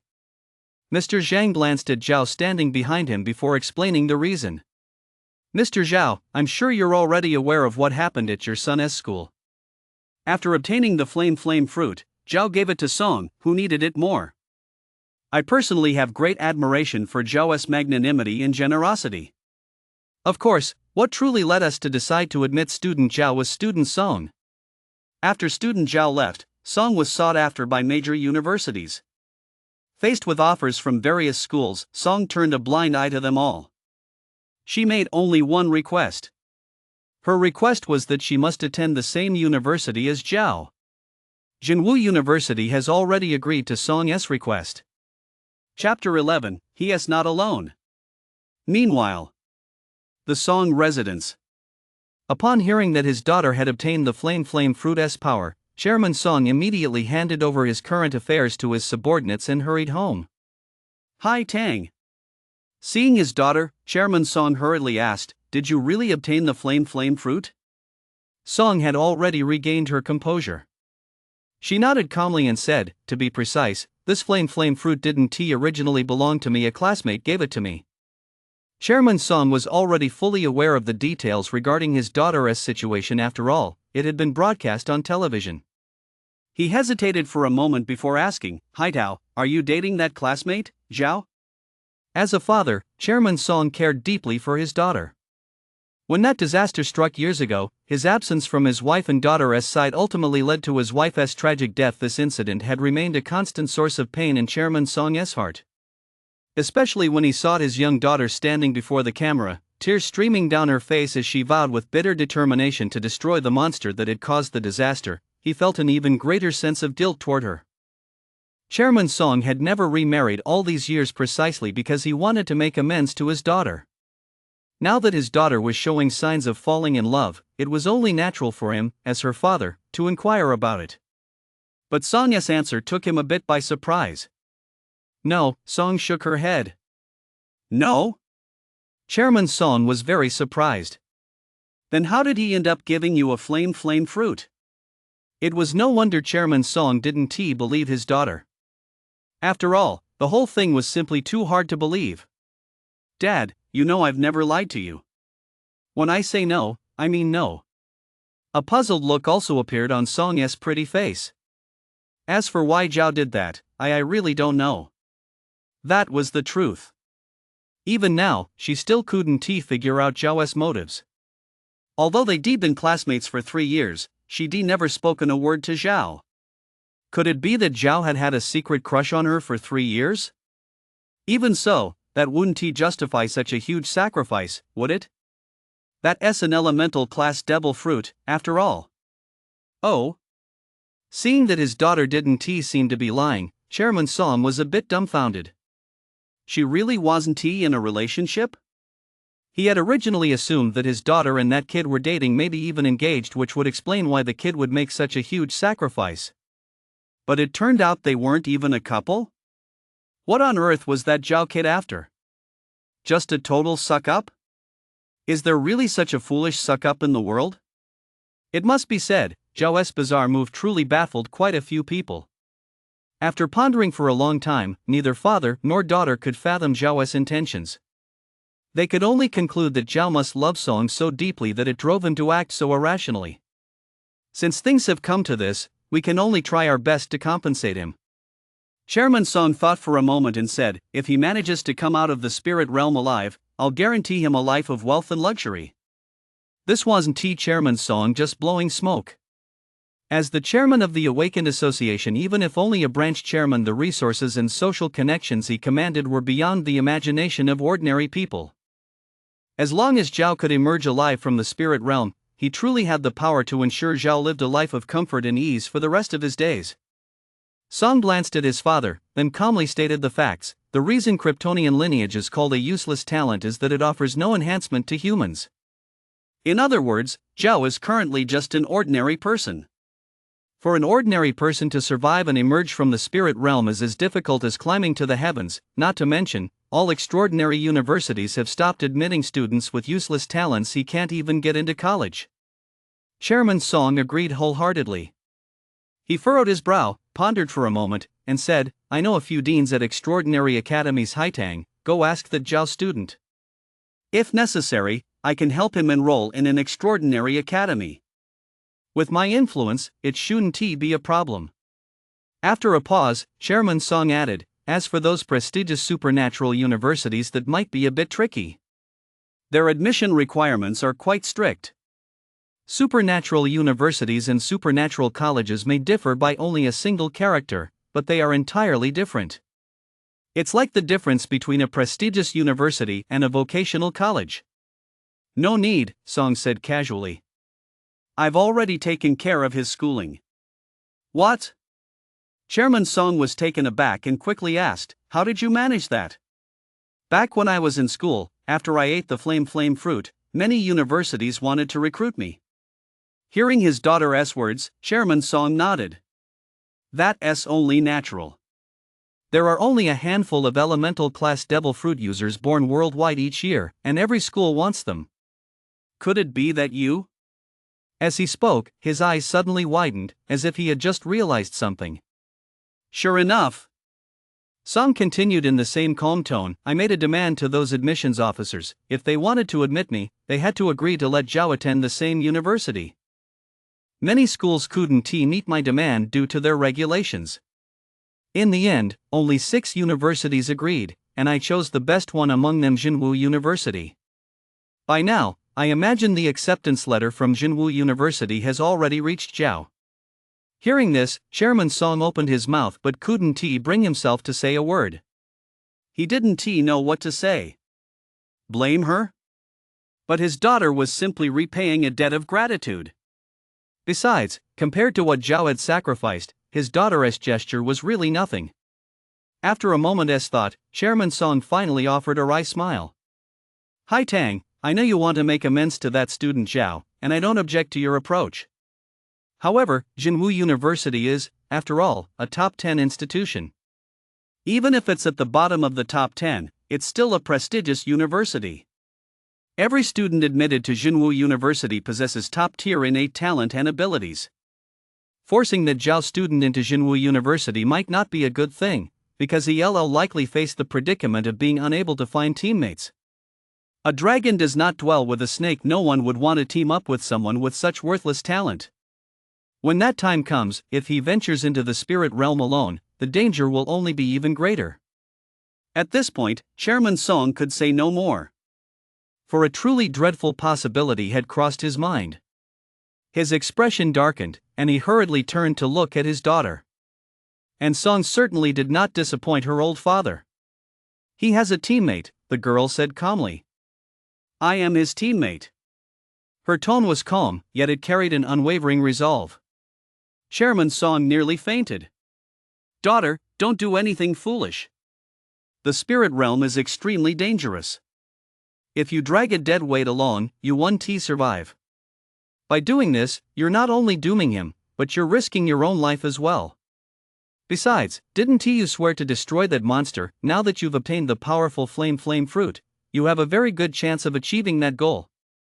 As long as you find a good captain who can help you in the spirit realm, you'll be able to earn more rewards and grow stronger quickly. A journey into the spirit realm allows for no missteps. If you don't lay a solid foundation in the spirit realm from the very beginning, you'll never become a true powerhouse, let alone kill that monster. I know you want to make it up to that student Zhao, but there are plenty of ways to do that. You don't have to risk your own life. To dissuade her daughter from this reckless idea, even the esteemed President Song had to transform into a nagging mother, pleading with her with all her heart. Chapter 12, Packing Up and Fleeing in the Dead of Night. The Zhao Residence. After seeing off the admissions office from Jinwu University, the three members of the Zhao family returned to their room and stared silently at the acceptance letter on the table. A long time passed. It was Mother He Wenli who finally broke the silence. I'll give that girl credit for having a conscience. Father Zhao's expression darkened, however, and he said in a deep voice, she does have a conscience, but she has done more harm than good with her good intentions. What do you mean? He Wenli asked, puzzled. We heard for a long time that all extraordinary academies refuse to admit students with worthless talent. Now that a prestigious school like Jinwu University has accepted our son, isn't that a good thing? Zhao Chenghua's expression had grown grim.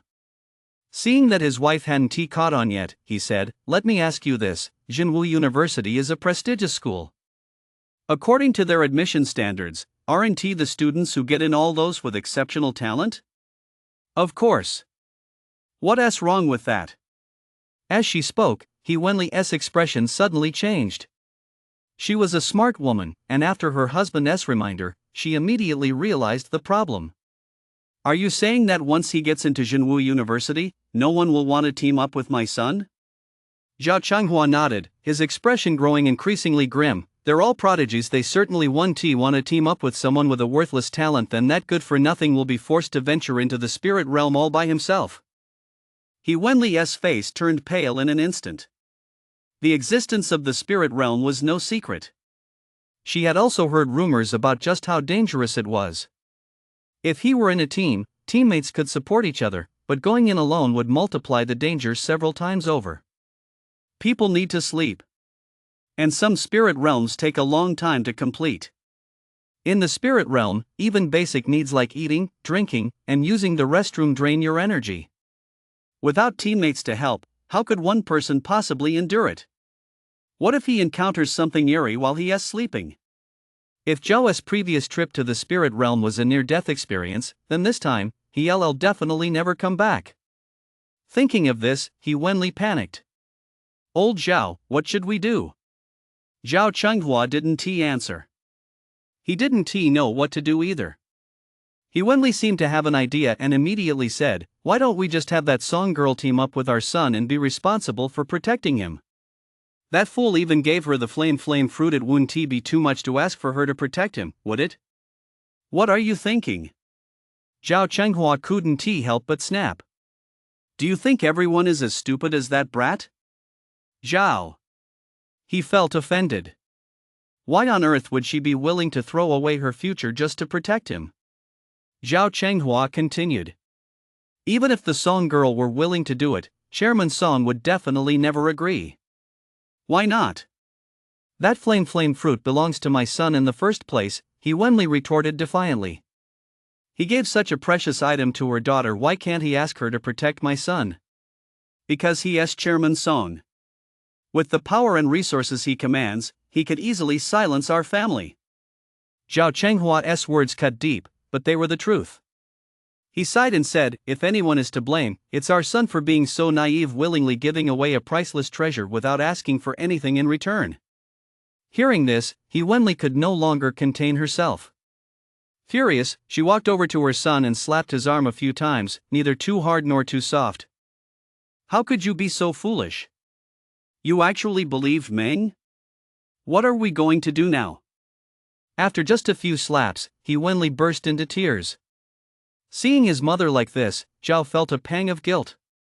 Although he was confident that in a month's time, even if he entered the spirit realm alone, he would be able to wipe out every bizarre monster in there with the stats he'd have by then. But no one would believe him if he said that out loud. His parents might even think he'd lost his mind. Zhao could only remain silent.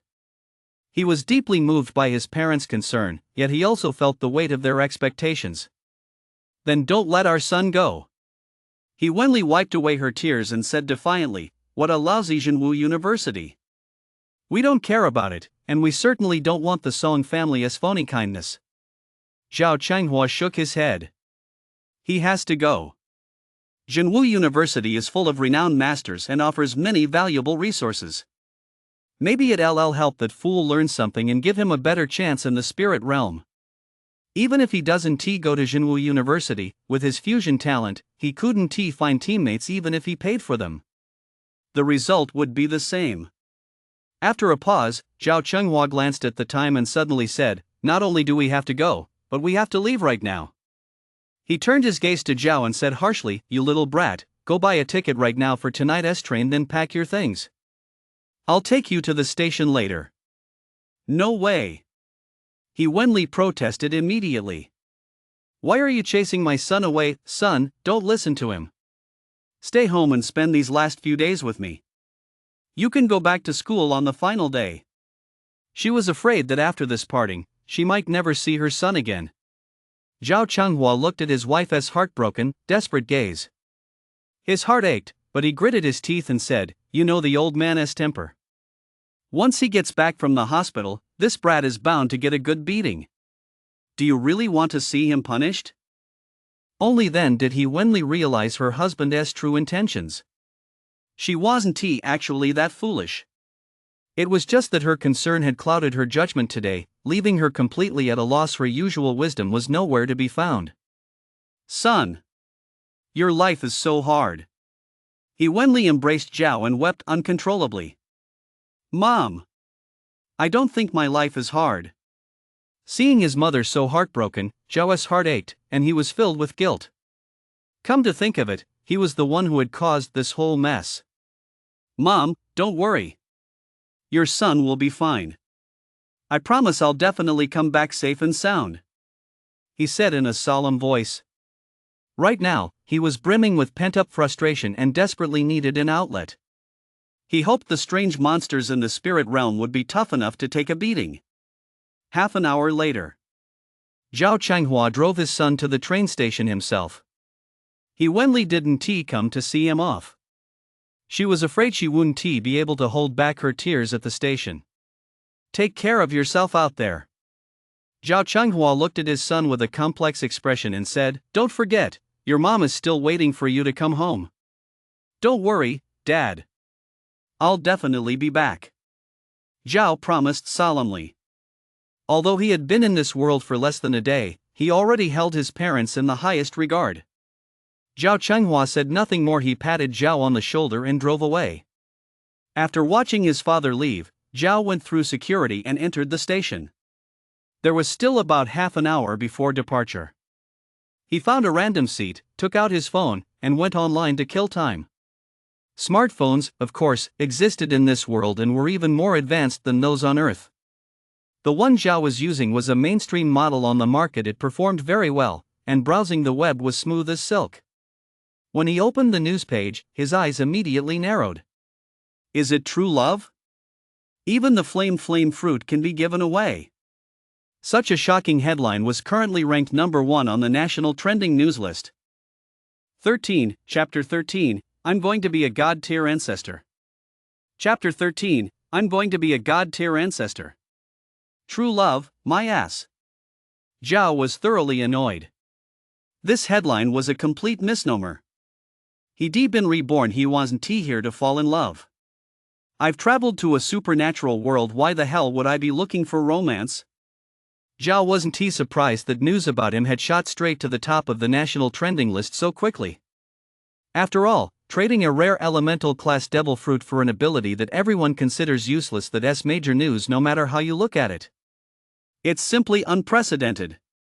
He clicked on the article, and sure enough, it was about him. This morning, at the 20th High School in Luan City, a shocking boon exchange took place.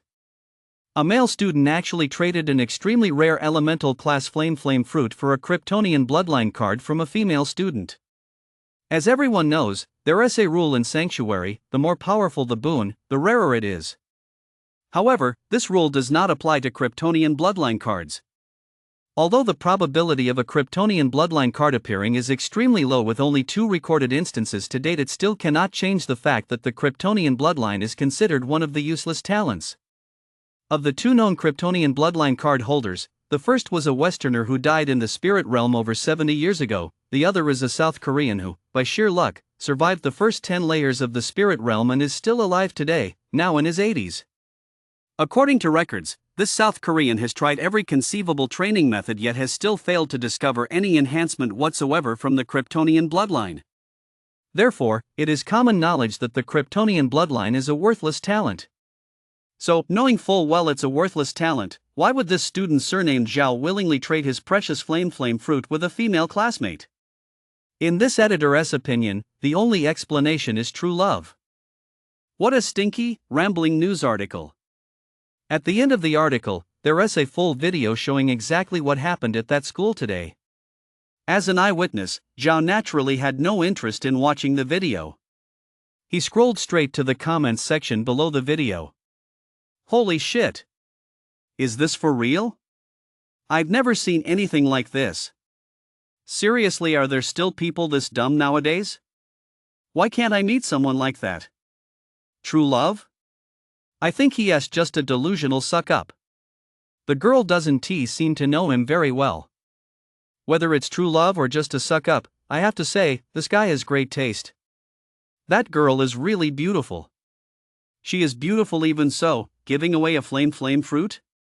This guy is a bit out of his mind. Isn't he afraid of wasting his time? If it's true love, I can't wrap my head around it. But if he is just a suck-up, I can totally get it. I've seen firsthand just how terrifying a lovesick suck-up can be. Haha, this guy really made a name for himself. At this point, Zhao decided to close the tab and stop reading. What the netizens were saying was pretty much the same as what his classmate had said. They all thought he was a suck-up. Actually, that was for the best. It would help him keep his kryptonian secret hidden for now. Zhao knew that once he became powerful enough, the secret of his kryptonian heritage would inevitably be exposed sooner or later. He didn't really plan to hide it forever anyway. That was impossible. His plan was simple: keep it hidden for as long as he could, at least long enough to outlive that South Korean guy. By then, he would be the only Superman on this planet. As for whether others might later obtain kryptonian bloodline cards within Sanctuary, that was beyond his control. However, there was another theory regarding Sanctuary's mechanics. Namely, the more powerful a boon user was, the lower the probability that a similar type would appear in Sanctuary afterward. Take the top-tier powerhouses of the current world, for example. Their abilities are almost all unique. Originally, there was only one recipient of the flame fruit, but the previous user of that ability had already perished in the spirit realm. If this theory about Sanctuary is true, Then Zhao should definitely keep the secret of his Kryptonian heritage hidden until he becomes powerful enough. Attention all passengers, train G7743 is about to depart. Passengers on train G7743, please proceed to. A loud announcement cut through the air, interrupting Zhao's train of thought. He glanced at the ticket in his hand and realized that train G7743 was indeed his ride. He stood up, gathered his luggage, and headed toward the ticket gate. Jinwu University. Located in Luzhou, the provincial capital, it was quite close to the city where Zhao lived. Just half an hour later, he arrived safely at Luzhou station. By then, it was already past 7 in the evening, and darkness had long since fallen. Zhao hailed a taxi at the station and headed to the area near the Jinwu University campus. Instead of entering the campus, he chose to check into a nearby hotel. It was so late that the staff in charge of registration at the university had surely already clocked out or gone home, so he planned to go to the school at first light the next day. After storing his luggage at the hotel, Zhao went out onto the street, first finding a restaurant for dinner, and then, following the directions on the map, took a taxi to the nearby Sunshine Bath Experience Center. This facility was part of the same chain as the one he visited before. And because it was located in the provincial capital, the decor was much more upscale. When Zhao entered, there were still a few customers inside. It seemed that the provincial capital really did have more wealthy people with stronger spending power. Even an expensive facility like this attracted customers.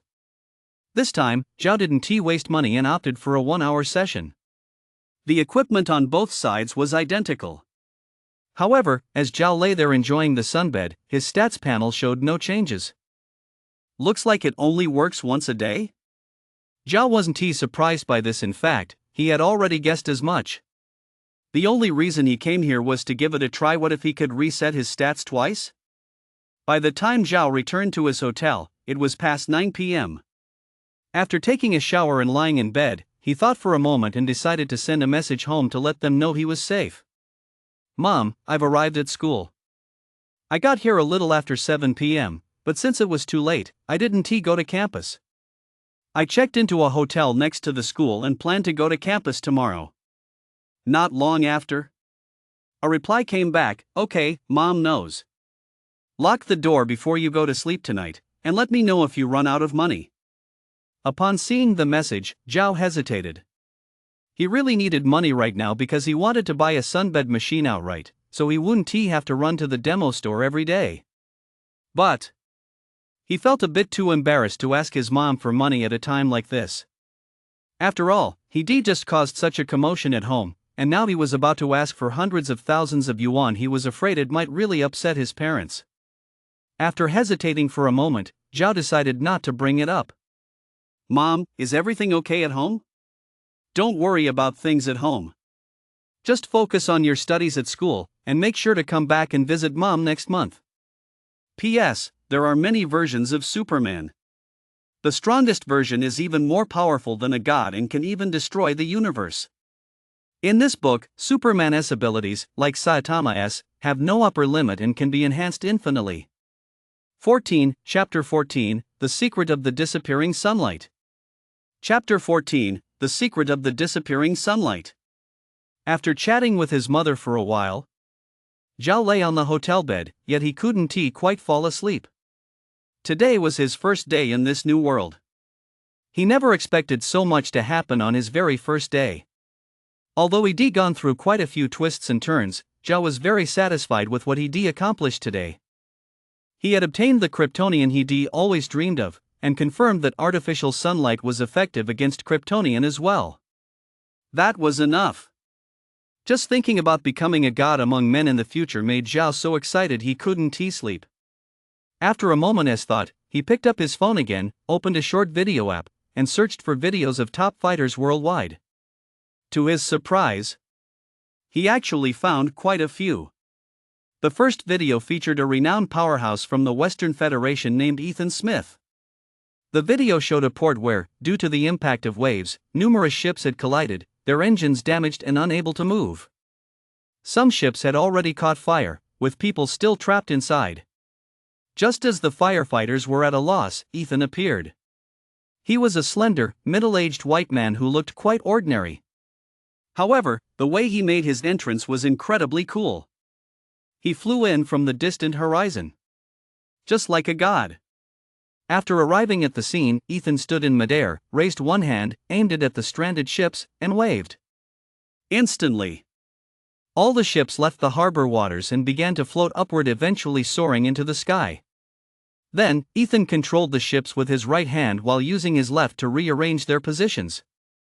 He guided the burning ships right in front of the firefighters, while the undamaged ones were returned to the sea. The scene was nothing short of a miracle. When Zhao saw this, he couldn't help but widen his eyes in astonishment. He recognized Ethan's ability at a glance. It was none other than Magneto from the Marvel X-Men. Moreover, the fact that Ethan could control so many ships simultaneously while looking so effortless meant this guy's power was already on par with Magneto himself. The video went viral. The comments alone had surpassed 1 million. Zhao clicked through the comments and found that netizens were just as amazed as he was. He continued scrolling through the videos. The second video featured a powerful figure from a certain island nation, a middle-aged woman named Tanaka Momohi. The ability Tanaka Momohi possessed was the elemental class frozen fruit ability. That's right. It was the ability of Admiral Akiji from the original manga. The video begins with a disaster striking once again. A massive tsunami, triggered by a devastating earthquake, descends upon the island nation. The tsunami soars 100 meters high, sweeping across the endless ocean and surging toward the coast. When it reaches the shoreline, the scene before everyone's eyes is one of overwhelming power, obscuring the sky and blocking out the sun. Faced with such a natural disaster, anyone would feel hopeless. Most of the people on the coast fled in panic, but quite a few stood their ground, knowing there was no escaping such a catastrophe. Just as the tsunami was about to engulf the inland areas, Tanaka Momoka flew in from a distance like a sharp arrow. Ice Age. A shrill cry erupted from Tanaka Momoka's mouth, accompanied by freezing beams of ice shooting from her palms. When the freezing beams struck the tsunami, a truly breathtaking scene unfolded. The massive tsunami began to freeze into ice at a speed visible to the naked eye. In just a few breaths, the colossal tsunami, standing 100 meters tall and spanning several kilometers in width, was frozen into an ice sculpture. The visual spectacle was absolutely breathtaking. Even Zhao, who had read the original novel, couldn't help but marvel at the sight. Zhao clicked on the comments and only then realized that the events in the video had taken place last April. However, over a year has passed, and reportedly, that frozen tsunami still hasn't completely melted. Next, there are also videos of other powerful figures demonstrating their abilities. For example, in a certain country in the Middle East, the strongest individual is a user of the flash fruit. When an endless tide of monsters attacked and the human army couldn't hold them back, that powerful figure flew in from the horizon, transformed into a massive beam of light in midair, and unleashed an endless barrage of flash cannons to blast the monsters to pieces. In the end, he single-handedly held back the onslaught of monsters. Then there's the third country. They have a famous powerhouse there whose ability stems from the Hulk's bloodline. Once he transforms into the Hulk, he is unstoppable, not even missiles can harm him. Terrifying. Incredible. It seems the top-tier powerhouses in this world are even more numerous and powerful than I imagined. Zhao's expression grew grave as he muttered, although I've obtained kryptonian blood, it's best to keep a low profile until I've fully developed. Fortunately, game-changing powers like those of Professor X, Apocalypse, and the Phoenix Haven T appeared yet. It seems Sanctuary knows these abilities would disrupt the balance too much, so they don't offer them? He scrolled through some more videos and found quite a few foreign powerhouses. Strangely enough, videos of domestic powerhouses were few and far between. Apart from those who voluntarily showcased their abilities, no footage of other renowned powerhouses circulated online. Zhao immediately understood the reason. It must be a deliberate cover-up by the higher-ups. Typical of Xia Nation, it fits our usual low-key style. He muttered under his breath as he searched online for information about Xia Nation's powerhouses. Xia Nation is a populous country with many powerful individuals. Opinions vary widely regarding who is currently the strongest in Xia Nation, with several names mentioned as top-tier powerhouses. However, a middle-aged man named Wei Wuwei is the one mentioned most frequently. It is said that he is a true martial artist whose signature move is a technique called Kamehameha. He once used this move on the battlefield beyond the borders to slay a certain monster king. This was also the first instance in human history of successfully killing a king-class monster. Because of this, Wei Wuwei is regarded as the prime candidate for Xia Nation's strongest warrior. Reading this information gave Zhao a headache. This world is nothing short of a chaotic free for all of elements. What on earth is Sanctuary's background? How could it produce such things? Zhao was deeply puzzled by Sanctuary's origins. Among the general public and online, everyone believed Sanctuary was humanity's savior. Over 100 years ago, monsters first appeared and invaded the human world. At the time, humanity was on the verge of collapse when the sacred crystal fell from the sky, revealing Sanctuary's existence and offering hope in the fight against the monsters. Subsequently, one powerful figure after another emerged, and only then did humanity gain the strength to drive the monsters from their homes. In short, without Sanctuary, the current situation wouldn't exist, and human civilization might have ceased to exist long ago. Also, there is hardly any information online about the disappearance of sunlight. Compared to Sanctuary, the disappearance of sunlight worried Zhao even more. He feared that some terrifying entity was devouring the sun. If such a powerful entity truly existed, no matter how many powerful humans there were, it wouldn't matter. Because once a star is devoured, the blue planet on which humanity depends for survival would, freed from the gravitational pull of its star, drift aimlessly through the cosmos. If we're lucky, it would turn into a frozen wasteland like in the movie The Wandering Earth, and half of humanity would perish. If we're unlucky, we'd be captured by the gravity of another galaxy, collide with it, and ultimately be reduced to nothing. The government has been vigorously developing solar energy technology. They've likely realized that the sun will eventually disappear. At this thought, Zhao furrowed his brow, his expression grave. 15, Chapter 15, Zhao, have you heard my story? Chapter 15, Zhao, have you heard my story? The next day, Zhao woke up early. After washing up, he skipped breakfast and rushed to the Sunbathing Experience Center to soak up some sun. The staff were a bit surprised to see Zhao arrive so early. They had only just opened. Usually, the center had virtually no customers in the morning. People only came for sunbathing in the afternoon or evening. Who would come this early in the morning? Zhao explained, "Oh, I haven't been feeling well lately. The doctor said I have too much dampness in my body and recommended sunbathing as a treatment." Actually, Zhao didn't need to explain. The staff would have served him anyway. After all, when you're open for business, why would you turn away a customer? Plus, the staff's pay structure consists of a base salary plus commission. The more customers they have, the higher their income. The only reason Zhao offered an explanation was to avoid drawing attention to himself. Next, led by the staff member, Zhao entered the private room. This wasn't his first time here. He knew the drill. As soon as the staff member left, he eagerly stripped off his clothes and lay down in the sunbed. You absorb sunlight, physique plus 0.01, spirit plus 0.003, strength plus 0.01, agility plus 0.01. You absorb sunlight, physique plus 0.01, spirit plus 0.003, strength plus 0.01, agility plus 0.01. You absorb sunlight, physique plus 0.01, spirit plus 0.003, strength plus 0.01, agility plus 0.01. The familiar prompt finally appeared again. It appeared almost once every second. Zhao couldn't help but curve the corners of his mouth into a satisfied smile. About 20 minutes later, the prompts finally stopped and ceased to appear. With a thought, Zhao opened his stats panel in his left eye. Race, human. Physique, 30, spirit, 17, strength, 30, agility, 30, talent, kryptonian heritage. Psionic points, 0. These were his stats after a single sunbathing session. Just like yesterday, his physique, strength, and agility had all increased by 10 points, while his spirit had increased by 3 points. Zhao was very satisfied.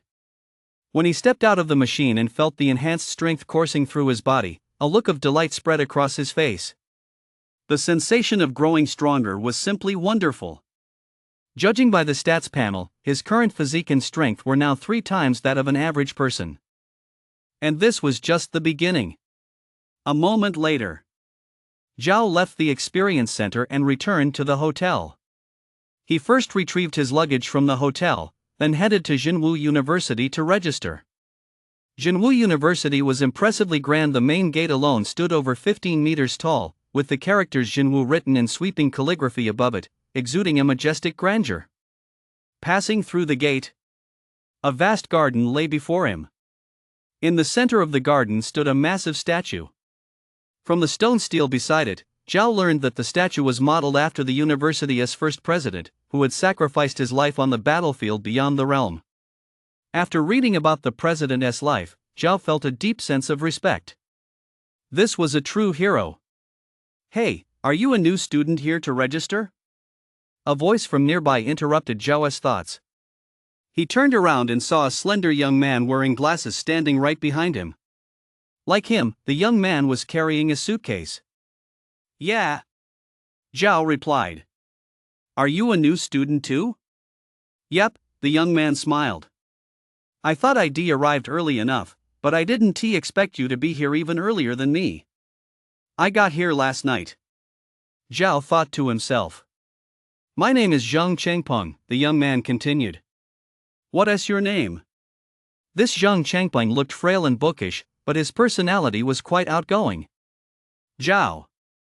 After introducing themselves, the two set off together. They followed the main path, passed through the garden, and arrived at the school's sports field. The field was already crowded with people, and a huge banner hung there reading "Welcome Freshmen." It seems someone had arrived even earlier than they had. As the two walked into the crowd, a senior student immediately approached them. "Hello, you must be the new freshman?" The senior introduced herself. "I'm Chao Jingjing. I'm a year ahead of you, just starting my sophomore year, and I'm one of the student guides in charge of welcoming the new students this year." Though she was of average appearance, she exuded a sharp, commanding presence. What caught everyone's attention, however, was that she had only one arm. Her left arm was empty, there was nothing inside the sleeve. Seeming to notice the two freshmen's stares, Chao Jingjing said matter-of-factly, "I wasn't born with a disability. I cut off this arm myself after being poisoned by a corpse in the 10th layer of the spirit realm." Upon hearing this, Zhao immediately looked at her with admiration. To sever her own arm to survive meant that this senior before them was undoubtedly a person of extraordinary resolve. To put it bluntly, she was a tough customer. Not just anyone could do that. Furthermore, the fact that Chao Jingjing had already passed the 10th layer of the spirit realm indicated that her strength was no joke. With this in mind, neither Zhao nor Zhang Changpeng dared to look down on this one-armed senior in the slightest. "You two, please come over and register your information first." Hearing this, both men nodded. Zhang Changpeng stepped forward first and said, "My name is Zhang Changpeng. I'm from XX City. Here is my admission letter." Upon hearing this, Chao Jingjing glanced at Zhang Changpeng's admission letter and entered his information into her tablet. Then she turned to Zhao. "It's your turn, Junior." Zhao replied, "My name is Zhao.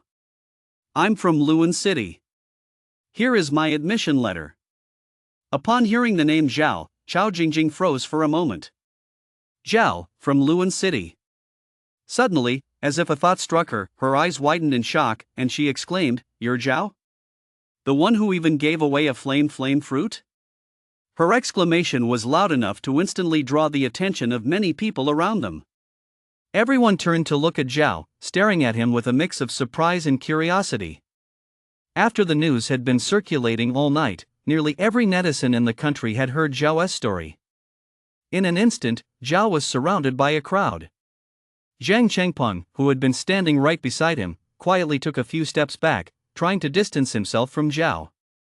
Zhao didn't care what Zhang Changpeng thought of him. With a touch of resignation, he said, "That's right, I'm the strongest idiot everyone has been talking about online, the ultimate suck-up who used the flame fruit just to make a girl smile." In truth, he had long anticipated facing this kind of situation after entering school and had mentally prepared himself for it. That was why he could speak so calmly. After all, compared to a formidable kryptonian, a mere label of useless was nothing at all.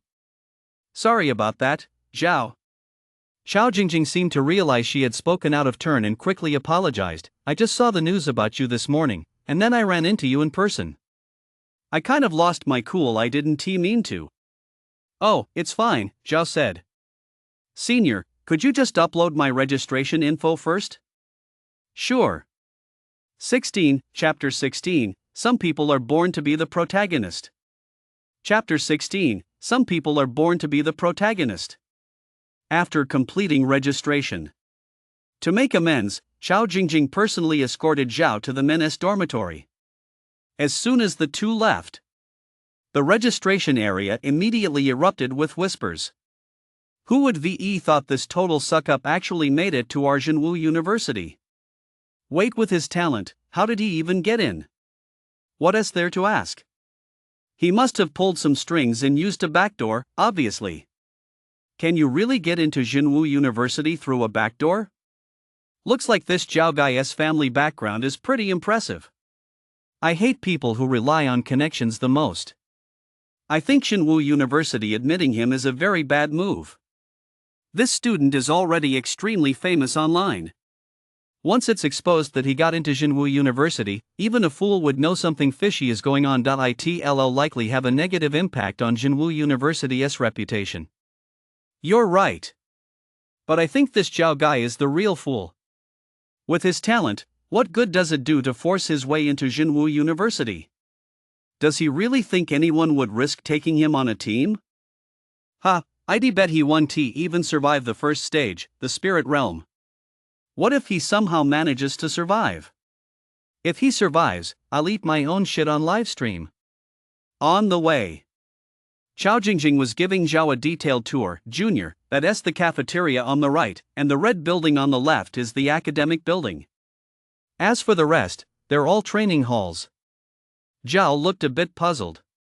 So many training halls? Xiao Jingjing nodded and explained, actually, the curriculum at Supernatural University is quite limited. It mainly covers information related to the spirit realm. What is truly important is boosting the students' combat prowess so they have the strength to survive in the spirit realm. Although Arjunwu University ranks last among the top 10, when it comes to training facilities, we're in no way inferior to other prestigious universities. At this point, Xiao Jingjing pointed to another building and continued, do you see the domed building over there? That's the gravity chamber. It's equipped with the most advanced gravity equipment in the country, capable of generating up to 5 times the gravity of Blue Star. Training in the gravity chamber yields excellent results. Zhao was surprised to hear about the gravity chamber. He remembered that in Dragon Ball, both Vegeta and Goku had trained in a gravity chamber. But that was just an anime. A gravity chamber must be incredibly difficult to build, right? He never expected this world to have one too. It seemed that this world's technology was even more advanced than he had imagined. However, he couldn't shake the feeling that this world's technological development had taken a bit of a wrong turn. They have flying machines, light energy technology, and even gravity chambers, yet some civilian equipment remains backward. Wait a minute. Zhao suddenly realized something. Flying machines, light energy technology, gravity chambers, aren't these all technologies required to build spaceships? Could it be that the higher-ups are afraid Blue Star can't be defended, so they've been researching spaceship construction all along, preparing to flee at any moment with the Seed of Fire plan? This conjecture sent a chill down Zhao's spine. On the current battlefield beyond the domain, the human side was not at a disadvantage. So what was making the higher-ups so desperate? Why were they constantly preparing an escape plan? Could it be? Was his earlier hunch correct? Was there truly a terrifying entity devouring stars? At this thought, cold sweat instantly broke out on Zhao's back. Just how terrifying could an entity capable of devouring stars possibly be? I hope I'm overthinking this. Maybe the higher-ups are just being proactive, preparing an escape route in advance. He silently reassured himself. Junior Zhao? Junior Zhao? Chao Jingjing's call snapped Zhao back to reality. HM? Senior, what's up? Chao Jingjing smiled. We're at the men's dorm. It's right over there. As a girl, I want to walk you all the way.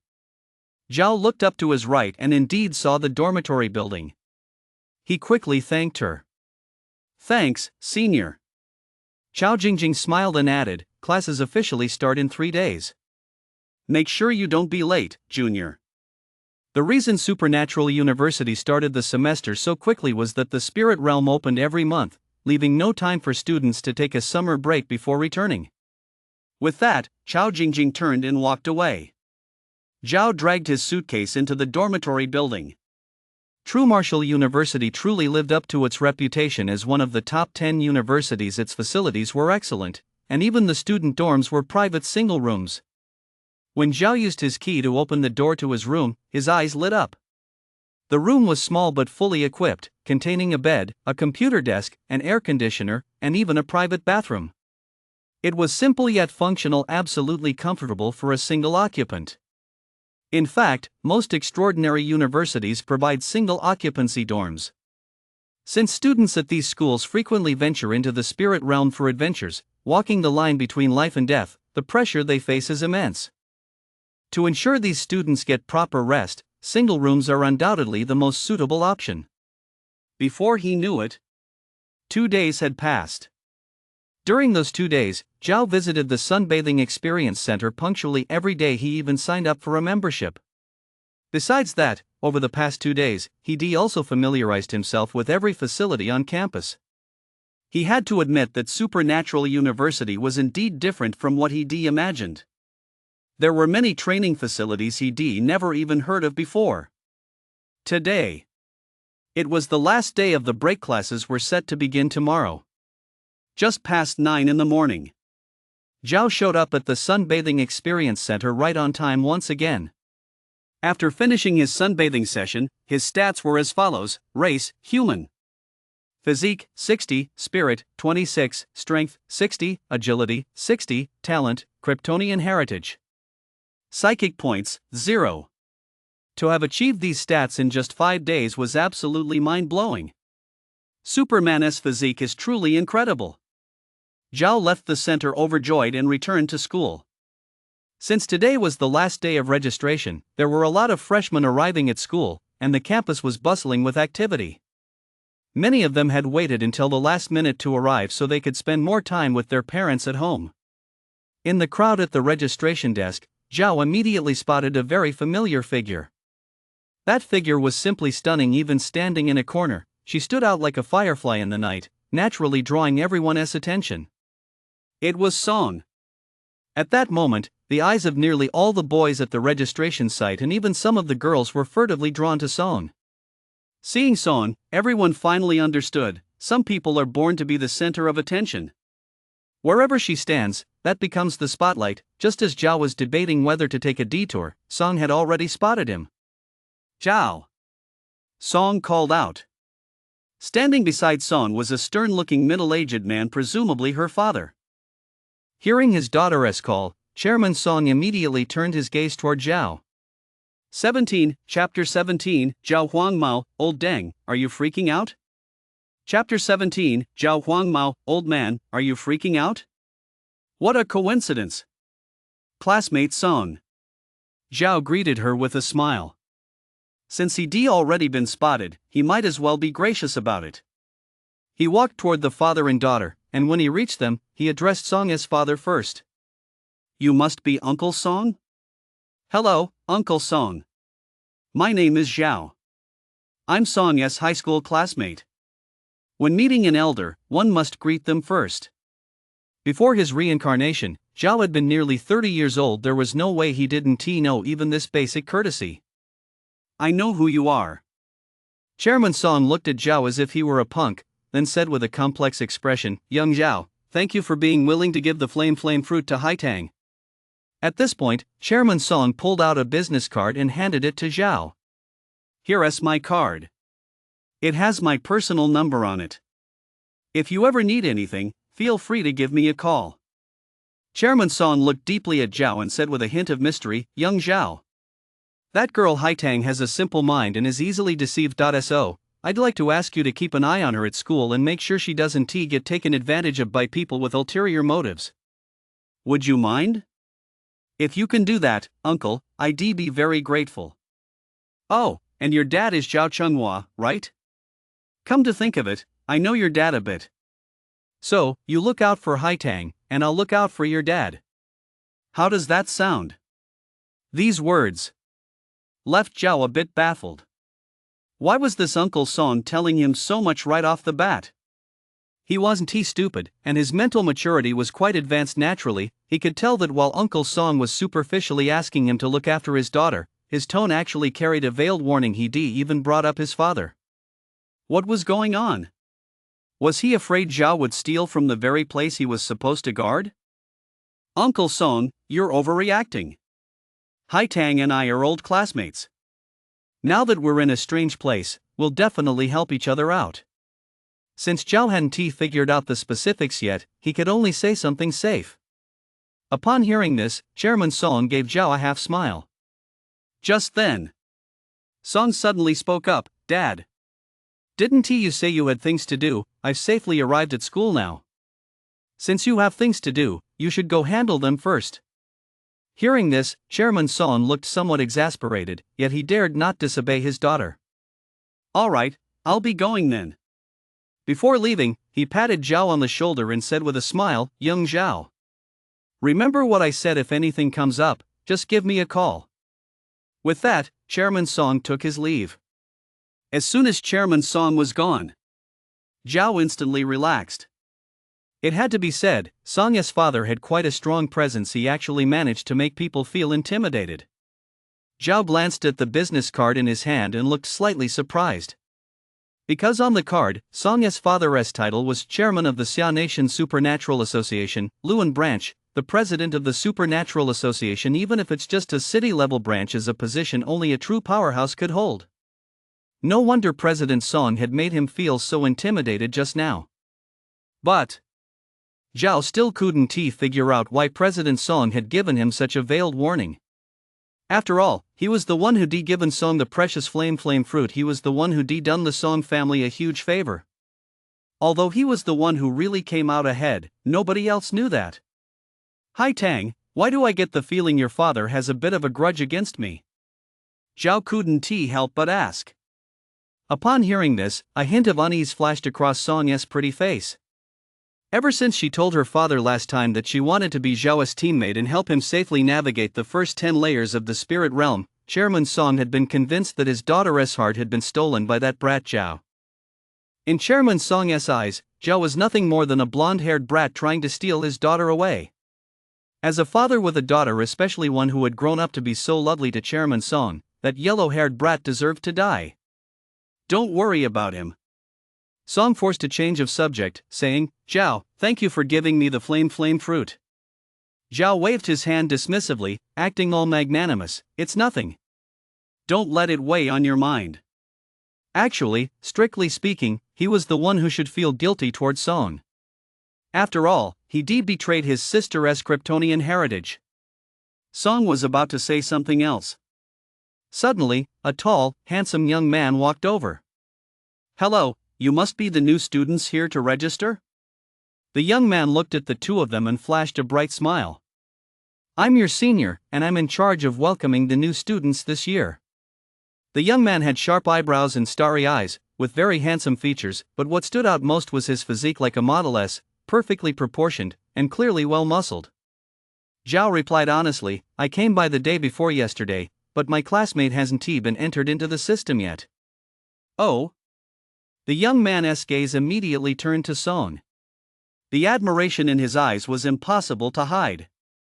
He was actually quite busy, but he walked over just because Song was so strikingly handsome. Just one glance was enough to leave him spellbound. So, freshman, shall I help you register first? Since he meant well, Song naturally had no reason to object, so she nodded. Freshman, the computer station is over there. Follow me, the young man said. Song, however, turned to Zhao. Zhao, wait here for a moment. I need to talk to you.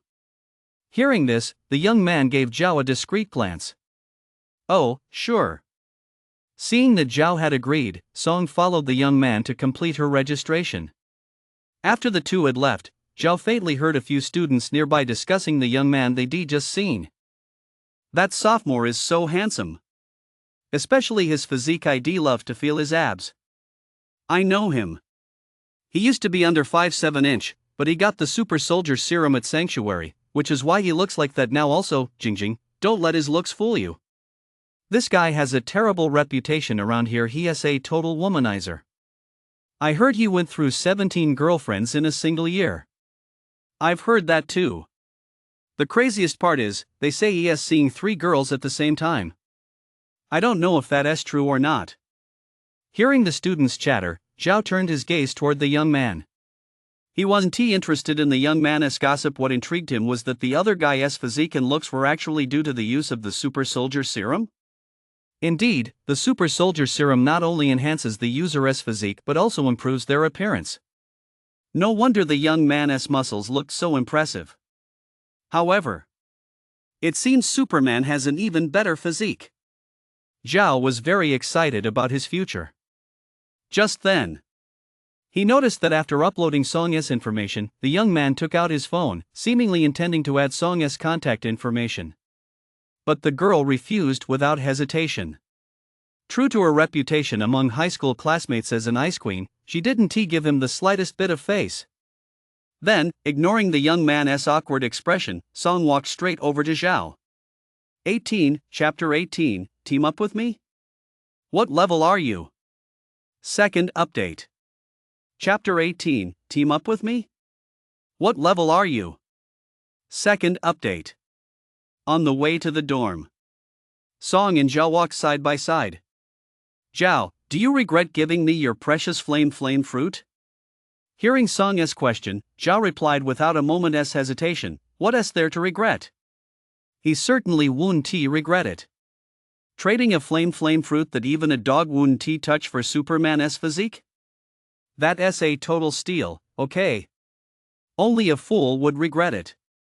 Luckily, he kept those thoughts to himself and didn't say them out loud, otherwise, it would been very rude to Song. Hearing this, Song gave Zhao a deep, penetrating look. Then why did you choose to fuse with kryptonian blood? Is it really just as they say, simply for? The girl didn't finish her sentence, but Zhao knew exactly what she meant.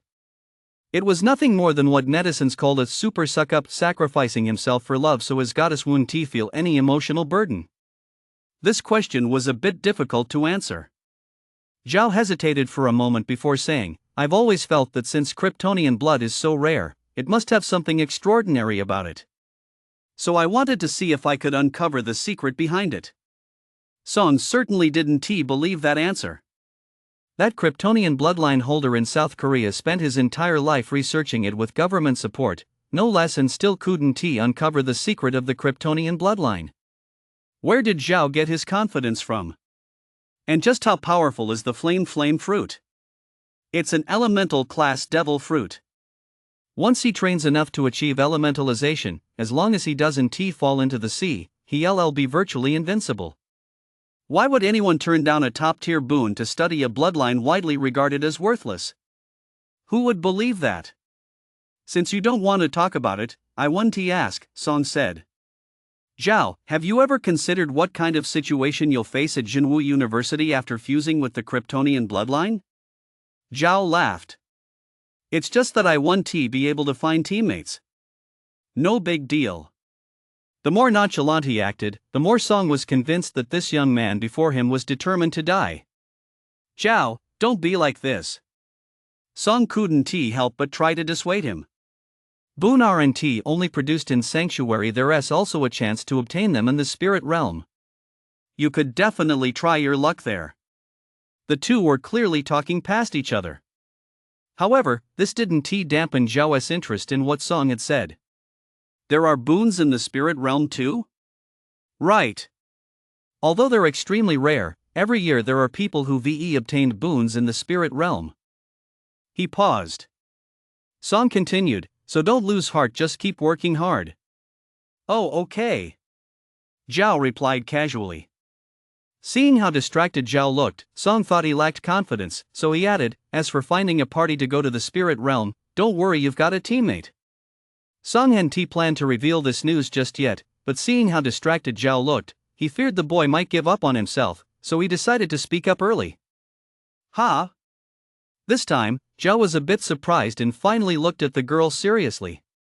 Without even having to think about it, he knew that the so-called teammate she was referring to was definitely the girl herself. Otherwise, who would want to team up with someone with useless talent? You want to team up with me? Yes. Song nodded, her expression calm. The flame fruit was originally yours. Since you gave it to me, I have a duty to protect your safety. Hearing this, Zhao furrowed his brow. He admired the girl's kindness. But he had no interest in playing any team-based games. Clearing the spirit realm all by himself would be way more satisfying.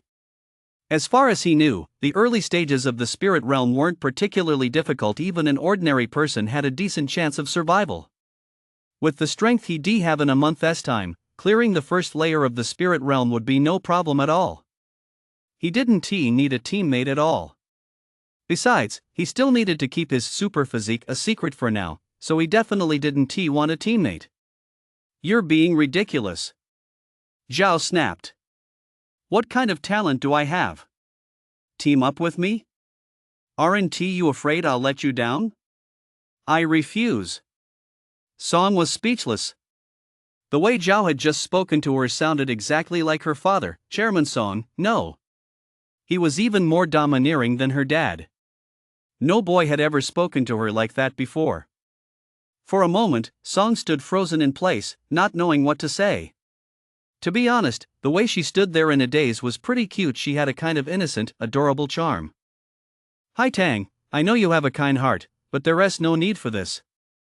Whatever I do is my own choice. Set aside your desire to help others and respect the fate of others. Zhao looked at her and said earnestly, don't forget the vow you once made. If you want to kill that king of monsters, from this moment on, you can't afford to make a single misstep. Do you understand? Song was dumbfounded. She had originally come to persuade Zhao. How did it end up with Zhao persuading her instead? And giving her a lecture on top of that? But the girl was smart. She quickly thought of a rebuttal to Zhao's words.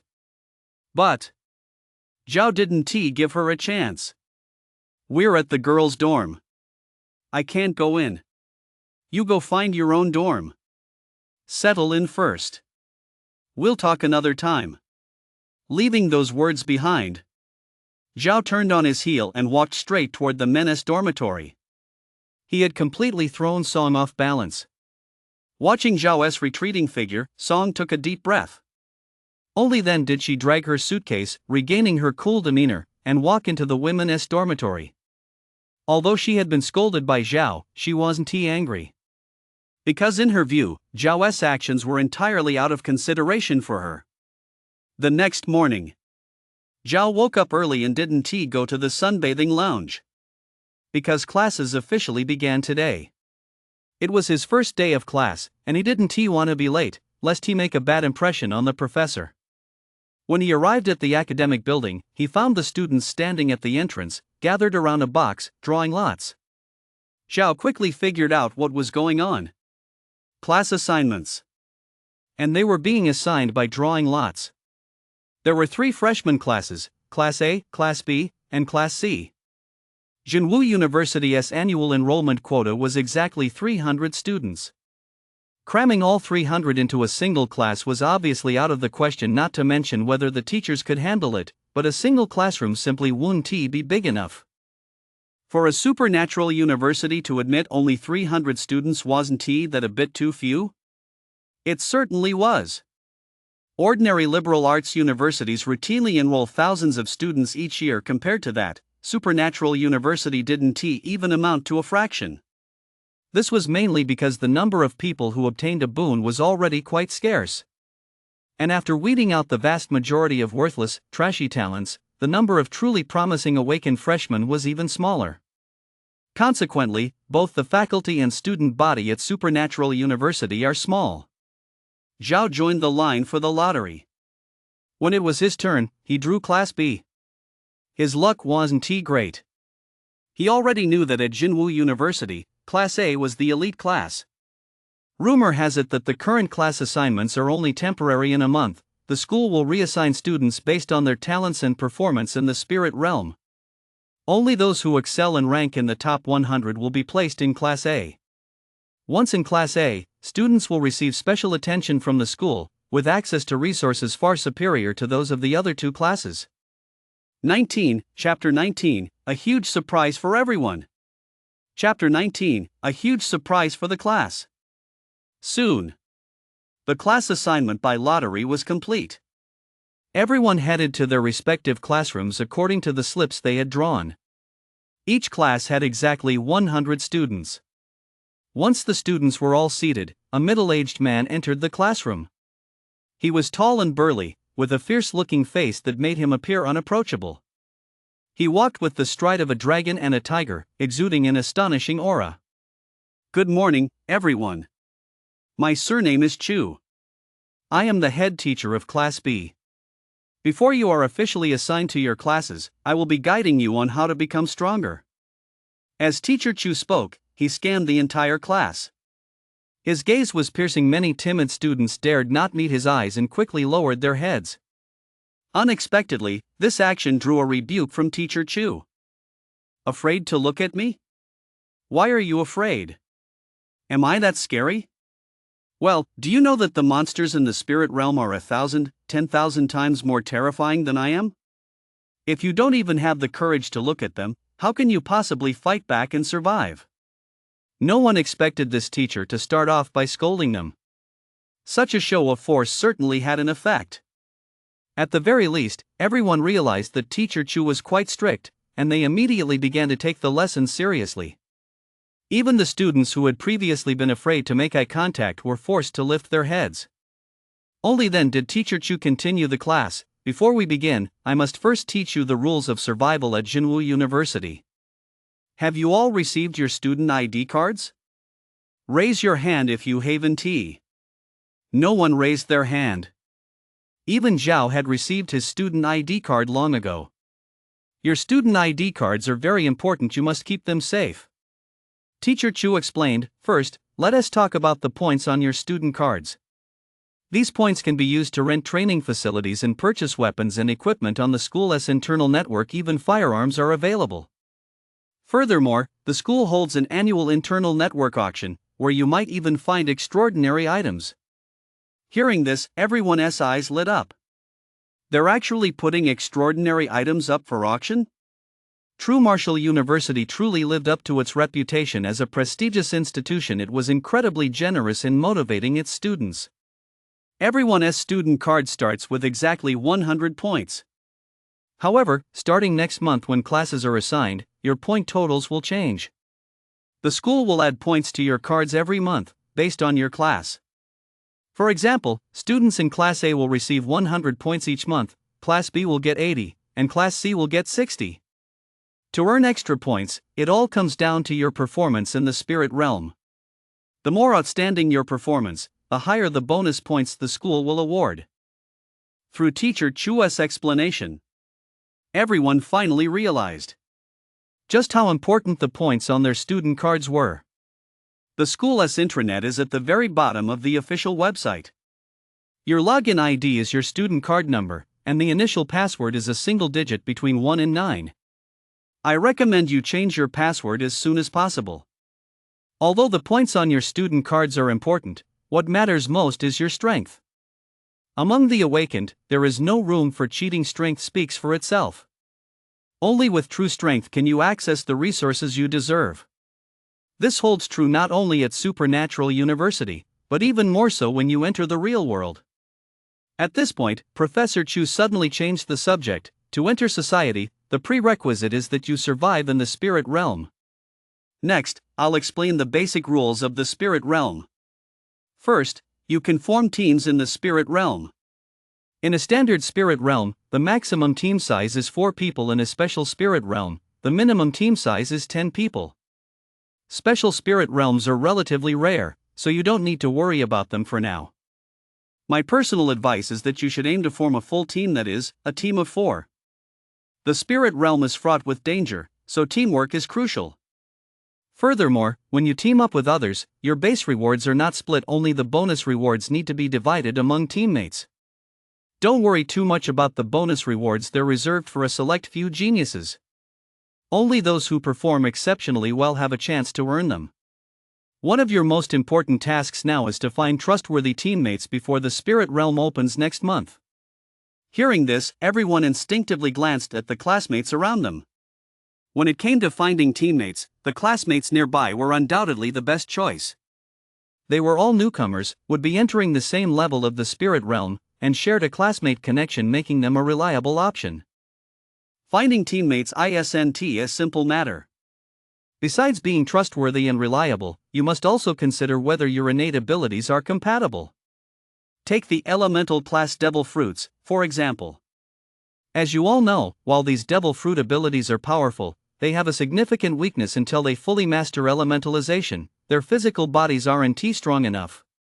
Once an enemy gets close, it becomes extremely dangerous. Therefore, for elemental class devil fruit users looking for compatible teammates, it's best to seek out awakened individuals with the physical enhancement talent. This made perfect sense. The students nodded in agreement. Teacher Chu continued, to help you find teammates who suit you, everyone, please state the innate abilities you obtained in the sanctuary. Hearing this, Zhao immediately felt a headache coming on. He knew this was bound to happen. There was simply no way to avoid it. Does anyone volunteer? Teacher Chu scanned the room and said, if not, we'll go in order. No sooner had the words left his mouth than a student actually stood up and said, Teacher, I'll go first. Hearing this, Teacher Chu's eyes lit up with satisfaction. He loved students who were bold. Because in the spirit realm, what was needed was boldness combined with caution. A lack of courage often became a fatal flaw. However, Teacher Chu's smile quickly faded. The young man continued, my name is Zhao. I'm sure everyone remembers the news that topped the trending list a few days ago. That's right, I'm the idiot who gave away the flame fruit and then fused with kryptonian blood. The moment he finished speaking, the entire class erupted in an uproar. Everyone stared at Zhao in shock, likely never expecting that the super suck-up who had become a national sensation would end up being their classmate.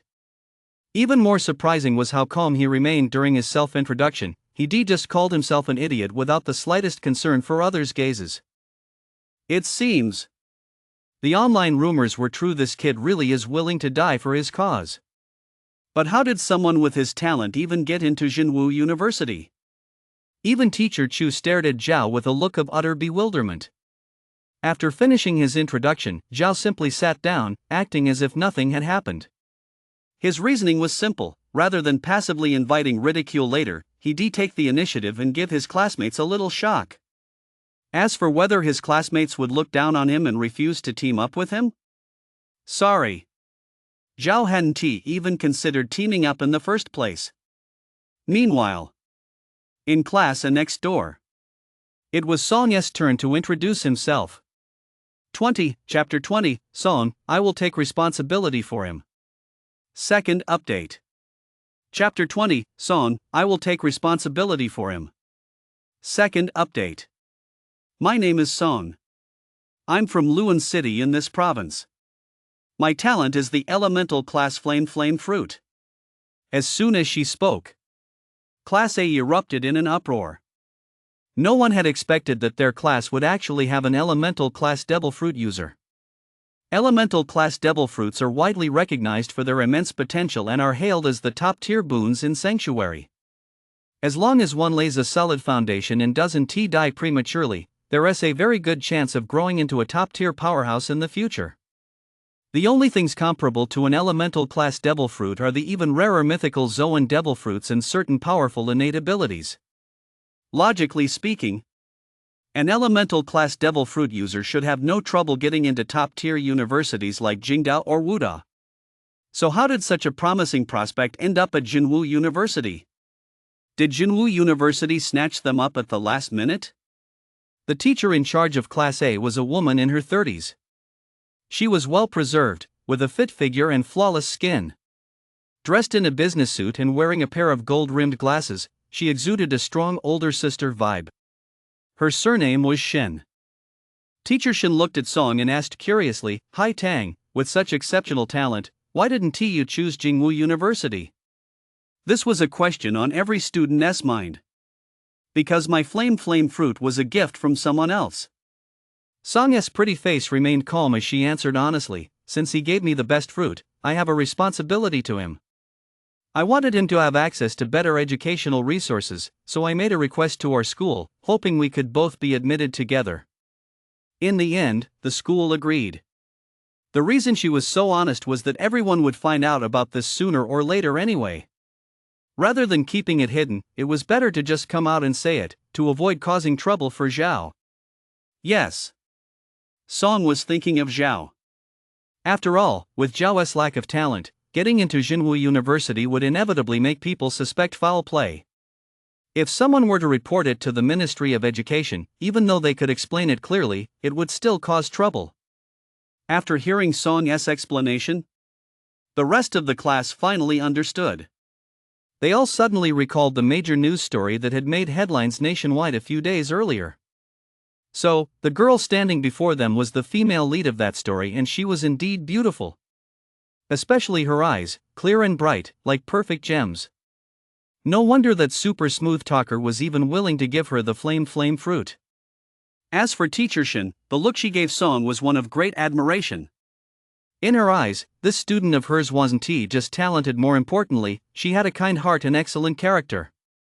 She immediately smiled and said, "Hi Tang, you're so loyal and considerate. If we could be teammates, you'd definitely be very reliable." The moment those words were spoken, the eyes of the students around them lit up instantly. That's right, this girl is so loyal and trustworthy. If she became a teammate, she certainly wouldn't betray anyone. Plus, she as a flame fruit user, being her teammate would clearly be a huge advantage. Many immediately began scheming on how to become Song's teammate. Especially the boys, whose gazes towards Song grew even more eager. After all, Song wasn't just talented and had a great personality, she was also stunningly beautiful. Rumor had it that it was very easy to develop romantic feelings in the spirit realm. More than 70% of male-female awakened pairs ended up sleeping together. In the spirit realm, one had to face countless hardships and dangers. When two people of the opposite sex went through these trials together over time, it was inevitable that special feelings would develop. If they could become teammates with Song, eventually develop a relationship, and conquer such a beauty, just imagining that scene was thrilling. And so, even before the team-based game had begun, the vast majority of the class had already set their sights on Song. As someone who'd been through it all, Teacher Shin knew exactly what these boys were thinking. With just a single glance, she smiled calmly and said to Song, "Hi Tang, rest assured. With your exceptional talent, I certainly won't let it go to waste. I'll definitely find you the 3 best teammates." She was proactively offering to find teammates for Song. This clearly showed that Teacher Shin truly held Song in high regard. Upon hearing Teacher Shin's words, Song replied, "Teacher, I already have a teammate." She spoke without the slightest hesitation. Everyone was taken aback. Some of the sharper minds had already guessed who the teammate Song was referring to. Teacher Shin furrowed her delicate brows and asked, "Is it that Zhao student?" It seemed Teacher Shin had been following the recent news as well. She even knew Zhao's name. Song nodded. Yes.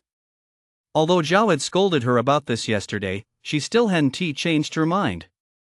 She was determined to help Zhao successfully navigate the first 10 layers of the spirit realm to keep him alive. Seeing Song's admission, Teacher Shin's delicate brows furrowed even deeper. "Hi Tang, you must be well aware that Zhao has integrated kryptonian blood. He is practically no different from an ordinary person." Teacher Shin said, "To put it bluntly, bringing him along is a burden. It will have a major negative impact on you. Although you possess exceptional talent with the flame fruit, if your foundation isn't solid, your future growth will be severely limited." Teacher Shin wasn't just speaking off the cuff or trying to scare Song.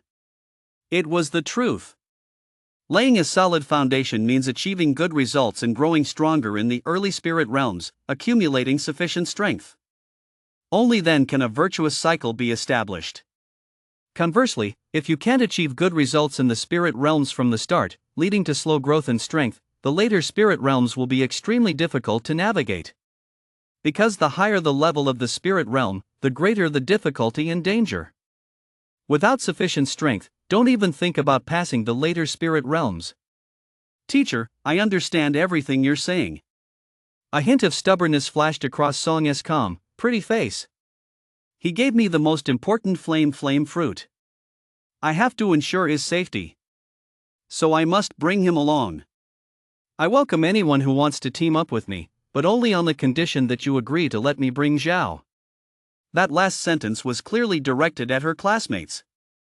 Hearing this, everyone looked at Song in surprise. Many who had originally considered Song a potential partner were now having second thoughts. After all, bringing along a liability who would slow them down was simply too dangerous.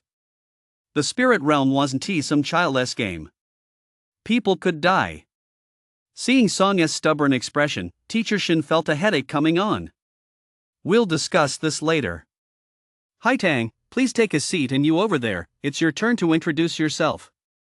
Class B. The self-introductions were drawing to a close. During the students' introductions, Zhao had heard quite a few familiar abilities and talents. Various augment class and beast class devil fruits, as well as many mutant abilities, and they were all quite impressive. Among the more powerful ones was an augment class user of the lily fruit, currently capable of boosting strength by 200%. There was also a beast class user of the cat fruit in its leopard form, who possessed cheetah-like agility from the start. And a mutant with saber-toothed tiger lineage, equipped with sharp claws and a certain degree of self-healing ability. The moment these individuals appeared, they instantly drew the attention of many classmates and became the darlings of the class. 21, Chapter 21, The Mysterious Spirit Realm Bonus Chapter for Donations. Chapter 21, The Mysterious Spirit Realm Bonus Chapter for Donations. In the blink of an eye. A week had passed. During this week, Teacher Chu led everyone to the training hall every day to participate in various training sessions.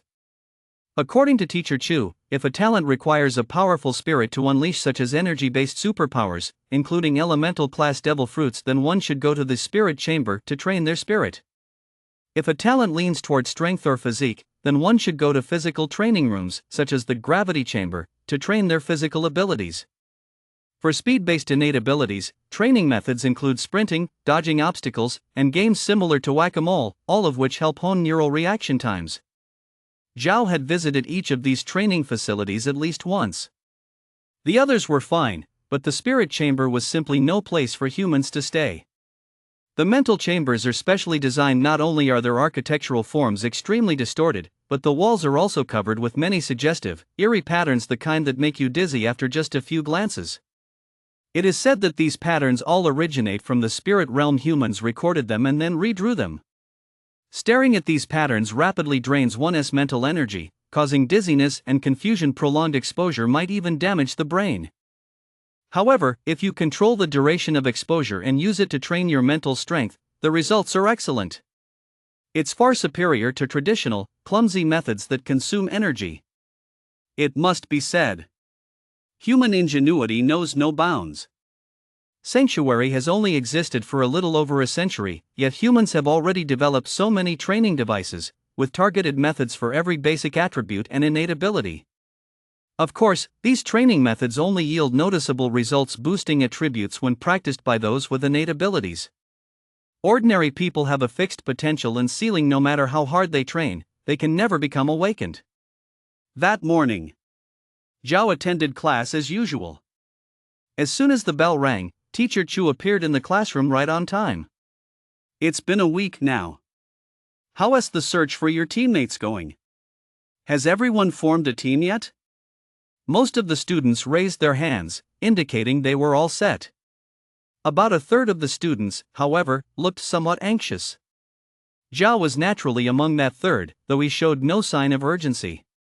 Teacher Chu was fairly satisfied with the students' progress and said, "Now that you've found your teammates, it's best to train together." In addition to honing your attributes, you must also practice your teamwork. When fighting monsters in the spirit realm, seamless coordination can often yield remarkable results. Hearing this, the students nodded in unison. After getting to know him over the past week, everyone had realized that Teacher Chu, despite his intimidating appearance, was actually a warm-hearted person who took his responsibilities toward his students very seriously. At that moment, a student raised his hand to ask, "Teacher, it's been a whole week. Why have you only taught us how to train, without sharing any knowledge about the spirit realm?" Hearing this, Teacher Chu asked in return, "What aspect of the spirit realm do you want to learn about?" The student replied, "Knowledge related to the first layer of the spirit realm. For example, what do the monsters in the first layer look like? What are their attack methods? And what are their weaknesses?" Teacher Chu shook his head upon hearing this. "I can't teach you that, because the first layer of the spirit realm is the amnesia spirit realm." The amnesia spirit realm? Many students gasped in surprise. Some students, however, remained calm, clearly having learned this information beforehand. Information regarding the spirit realm is strictly prohibited from being disclosed by the high-ranking officials of every nation. Only upon entering university can one gain access to certain guides about the spirit realm. Artificial intelligence is highly advanced in this world. If anyone spreads information related to the spirit realm online, it will be detected immediately, their account will be banned and deleted, and they'll likely have a visit from the authorities. Of course, if information is shared privately among family members, no one will pursue the matter as long as no one reports it. Students who remained so calm likely had elders or relatives in their families who were awakened. The authorities restrict the dissemination of spirit realm information for one reason: to recruit talent. Once you enter university, your information, including your gains and cultivation progress within the spirit realm, becomes transparent to the higher-ups. If you demonstrate exceptional potential, people will naturally come to recruit you. No need to make a big deal out of it. Teacher Chu said, "Amnesia in the spirit realm is quite common. Even just in the first 10 layers, there are several cases." The so-called amnesia in the spirit realm refers to the fact that after an awakened successfully returns, they will forget everything that happened in the spirit realm. Simply put, your memories of the first layer of the spirit realm will be erased upon your return. So, to this day, no one knows what lies within the first layer of the spirit realm. Upon hearing this, a student immediately stood up and asked, "Since the memories will be erased, why not write down the relevant information from the spirit realm on paper? Or write it on our clothes, that way, we could bring the information back with us, couldn't we?" Upon hearing this, Teacher Chu smiled. "People have thought of that long ago. In fact, to obtain information about the first layer of the spirit realm, researchers abroad even conducted an experiment. They had people enter the spirit realm and directly etch the information onto their skin, but it still didn't work. Because in the amnesia-inducing spirit realm, as long as you return alive, you'll come back exactly as you were when you went in, without a single change. Even if you carve words into your skin or go so far as to self-harm, once you come out, everything will be restored to its original state. Even torn clothes will be mended. Don't think the spirit realm is that simple. The spirit realm won't leave any loopholes for you to exploit." Hearing this, many students looked astonished. Even Zhao felt surprised. Is the amnesia spirit realm really that miraculous? Wouldn't that be the perfect opportunity for him to show off his skills? Even if others saw him, it wouldn't matter. After all, he'd lose his memory as soon as he came out. Thinking of this, Zhao smiled. "Oh, right." Teacher Chu seemed to have just remembered something and added, "Although the amnesia spirit realm erases all memories of what happened inside, however, your kill counts within the spirit realm can still be looked up. So, once you emerge from the spirit realm, don't you dare lie about your rewards and gains just to get into Class A." These words brought smiles to the students' faces. Only Zhao's expression turned pale. What the hell? You can actually check the scores in the spirit realm? Is there no privacy left at all? Most importantly, he had planned to go on a rampage in the spirit realm to claim the highest rewards and bonus rewards. Now that results are trackable, how is he supposed to play the game? As soon as others see his results, they'll surely suspect him. How could someone with such a worthless talent possibly earn the highest rewards in the spirit realm? It might even trigger an investigation by those with ulterior motives. After all, some individuals had acquired mind-reading abilities within Sanctuary, and all of them eventually joined official special departments. If that happens, wouldn't the secret of his Kryptonian heritage be completely exposed? Or, perhaps Zhao should just give up on the top reward, enter the spirit realm and play dead, and simply lie low until the very end. That would certainly work. But Zhao refuses to just give up a reward that's practically within his grasp. The top reward is one thing, it's just a hefty amount of spirit points. The bonus rewards, on the other hand, have a chance to drop top-tier items. 22, Chapter 22, You Train, I Chill. Chapter 22, You Train, I Chill. After class. While the other students were heading to the training hall, Zhao was planning to slip away. Over the past 7 days, he had gone to the training hall and participated in drills, but for some reason, despite his Kryptonian heritage, no amount of training seemed to work. Not a single stat had increased. It had to be said, Kryptonian heritage was truly bizarre. Only sunlight worked on it. No wonder everyone thought it was a useless talent. Since training was pointless, Zhao certainly saw no reason to put himself through the agony. Starting the day before yesterday, whenever his classmates went to train, he'd slip away to the dorm to sleep soundly. Except this time. Old Chu caught him red-handed. Zhao. Everyone's off to training, where are you headed? Old Chu's voice drew the attention of quite a few people. Caught red-handed, Zhao felt a headache coming on, so he made up an excuse, my stomach's a little upset. I'm going to the bathroom. Old Chu seemed furious. He pulled Zhao aside and asked, Zhao, are you planning to give up on yourself? Huh? Well. Zhao didn't know what to say. Training was useless to him. Just by soaking up the sun every day, his stats would skyrocket, so why should he put in all that hard work?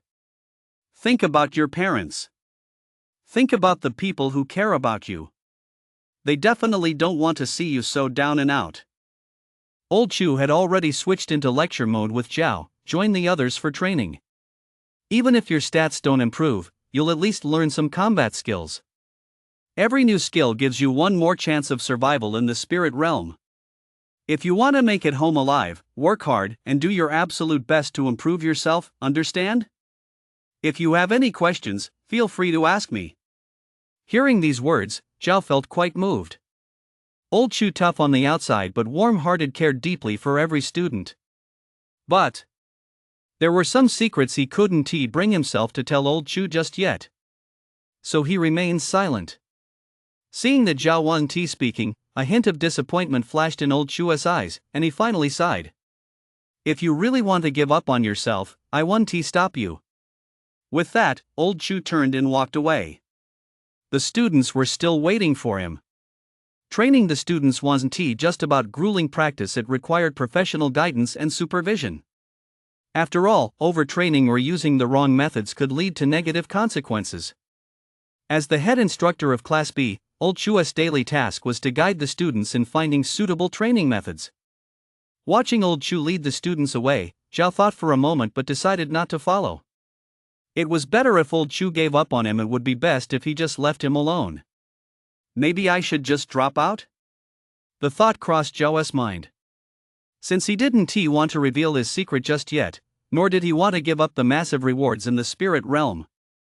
However, dropping out was no small matter, so he was still weighing his options. Seeing that Zhao hadn't caught up, Old Chu could only sigh in resignation. Zhao had already decided to give up on his own as his teacher, there was no point in saying anything more. Just then, a voice rang out from the side. Teacher Chu. Hearing this, Old Chu turned his head and saw Teacher Shen from Class A, leading a group of students on their way to the training hall as well. Teacher Shen. He called out immediately. Judging by Old Chu's expression, he seemed to hold a certain amount of respect and awe for Teacher Shen. Teacher Chu, what is going on with that student? Why didn't he come with us? The student Teacher Shen was referring to was, of course, Zhao, who was still standing motionless where he was. Old Chu sighed and said, "That kid has given up on himself." Hearing this, Teacher Shen's heart skipped a beat, and he immediately asked, "Is his name Zhao?" "Yes." Old Chu nodded, glancing at the students of Class A, and finally spotted the strikingly handsome Song in the crowd. "Come to think of it, the fact that my student has given up on himself has quite a bit to do with Song from your class." A week's time. That was enough for many rumors to spread throughout the campus. It was no secret on campus that the male and female protagonists of that incident that had once caused a nationwide sensation had both become freshmen at Jinwu University. Even online, many netizens were already aware of it. "Is that so?" Teacher Shen smiled, clearly not taking Old Chu's words to heart. The two exchanged only a few brief words before going their separate ways. Elsewhere, Zhao, seeing that Old Chu had walked away, also left the spot and headed toward the school gates. A little over an hour later, he emerged from the Sunbathing Experience Center, a satisfied smile on his face. Many men on the street noticed his appearance, glanced in the direction of the spa in surprise, and then looked puzzled. "No way? Do they offer special services here too? I might have to try it next time." Zhao had no idea that his smile had already led passers-by to misunderstand. He hailed a self-driving taxi by the roadside. After getting in, he opened his stats panel. Race, human. Physique, 130. Mental, 47. Strength, 130. Agility, 130. Talent, kryptonian heritage. Psionic points, 0. These were Zhao's current stats. It had been 12 days since he acquired Superman's physique. To have achieved such sky-high stats in just 12 days was absolutely mind-blowing.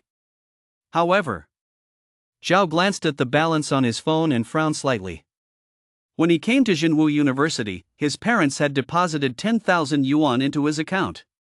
It had only been 12 days, and he had already spent 4,000 yuan. Of that 4,000 yuan, aside from a few hundred spent on meals at the cafeteria, the remaining 3,000 plus had all gone toward the Sunbathing Experience Center and daily commuting expenses. He really needed to find a way to make some money. Ideally, he could just buy a sunbed machine outright. Running back and forth like this every day wasn't just expensive, it was a hassle. A moment later, the car had pulled up at the entrance to Jinwu University. Zhao paid the fare and got out. As soon as he stepped through the gate, he ran into someone he knew. It was Song. The girl seemed to have been waiting for him here on purpose. "Ha? Hi Tang, what are you doing here?" Zhao asked, feigning ignorance. The girl was straightforward. "I'm waiting for you." "Oh? Do you need something?" "Zhao, I heard you haven't even been attending training sessions?" As soon as he heard that, Zhao knew exactly why she was here. He said with a hint of resignation, "Yes." He expected her to lecture him. But to his surprise, Song simply said softly, "I'm not here to talk you out of it. I want you to promise me you'll team up with me to go to the spirit realm." She felt deeply regretful, thinking that if she hadn't accepted Zhao's flame fruit back then, he wouldn't have given up on himself like this. Zhao was taken aback, not quite sure what she was thinking. He was about to refuse again when a sudden idea struck him, causing him to change his mind. "You really want to team up with me? Aren't you afraid I'll screw you over?" Zhao asked. Song nodded firmly. "Yes. Even if you do screw me over, I'll accept it willingly. I owe you that." Hearing this, Zhao immediately retorted, "Don't keep thinking you owe me.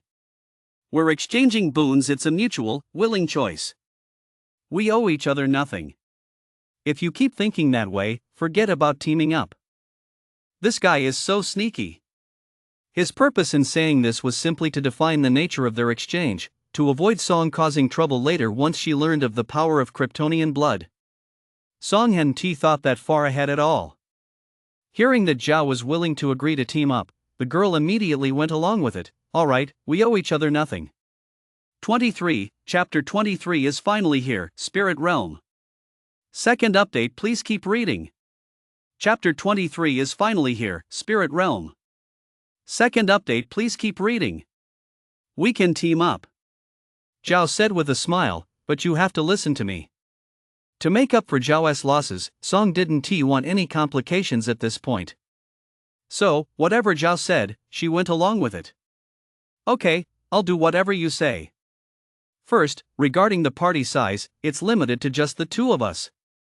Zhao asked with a smile, can you agree to that? It wasn't that Zhao didn't want to help out other classmates. It was just that he had his own reasons. Besides, Zhao's goal was the extra rewards. These rewards had to be shared with teammates, so having two more people would reduce Zhao's share. Hearing Zhao's words, a look of hesitation flashed across Song's pretty face. However, she didn't hesitate for long before nodding in agreement. Alright, just the two of us then. The main reason was that after she previously announced in class that she absolutely had to bring Zhao along, the number of students willing to team up with her had dwindled significantly.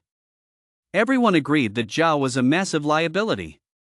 Although Song's flame fruit was powerful, that power would only become evident later on. For now, the gap between them wasn't that great, and relying on Song alone wouldn't provide much of an advantage. So, after weighing the pros and cons, many stopped considering Song as a potential teammate. The few boys left who were willing to team up almost all had ulterior motives. They were after Song herself. The girl figured that, rather than deal with that, she'd be better off without those teammates. Alright, that settles the team matter. Zhao smiled. His sudden agreement to Song's team request was a spur-of-the-moment decision.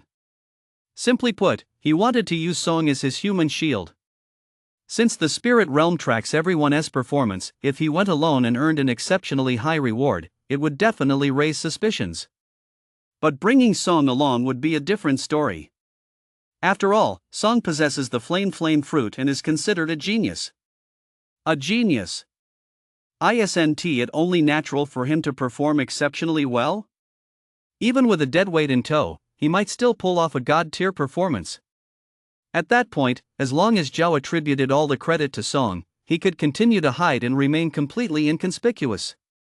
As for fame, once he became invincible, both fame and fortune would come his way. Oh, right. Seeing that Song was about to leave, Zhao suddenly remembered something important. He asked, "Hi Tang, do you have any money?" The question caught Song off guard, but she honestly nodded. Yes. Her father was also an awakened, and the president of the Supernatural Association, so her family's financial situation was undoubtedly quite good. At least much better than the Zhao family's. How much do you have in your bank account right now? I don't know the exact amount. Before I came to school, my dad gave me some money, plus my New Year's red envelope savings from when I was little altogether. It's probably over $1 million. Whoa. Wow. A little rich girl. Over $1 million isn't a huge sum, but for a student to have that much is still quite rare. It just goes to show how well off this student's family is. Can you lend me 50,000? Zhao spoke up, then added, "Don't worry, I'll write you an IOU. I'll definitely pay you back. No need for an IOU. I trust you," Song said nonchalantly, then asked, "Will 500,000 be enough? If not, I'll transfer you $1 million. It's just sitting in my account anyway, and I don't need it."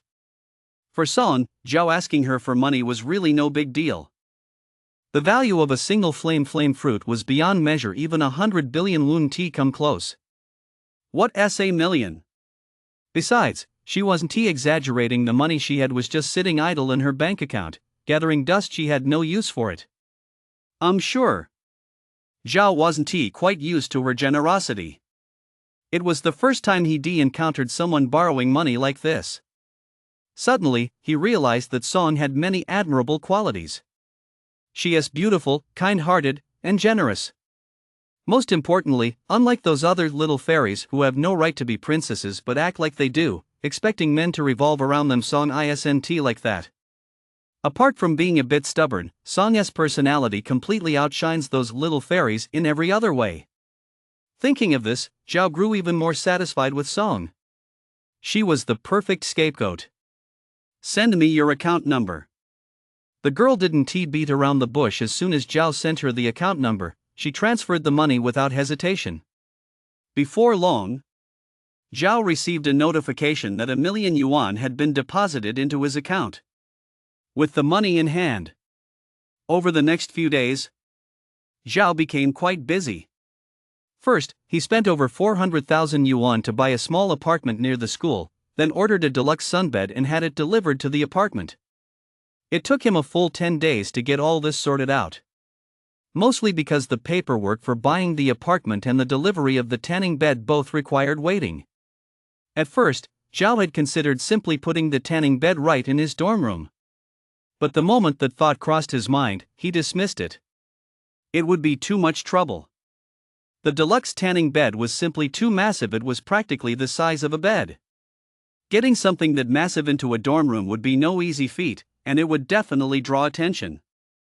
Not to mention, the deluxe sunbed consumed a significant amount of electricity. Zhao had no desire to be grilled by the dorm supervisor every day over his electricity bill.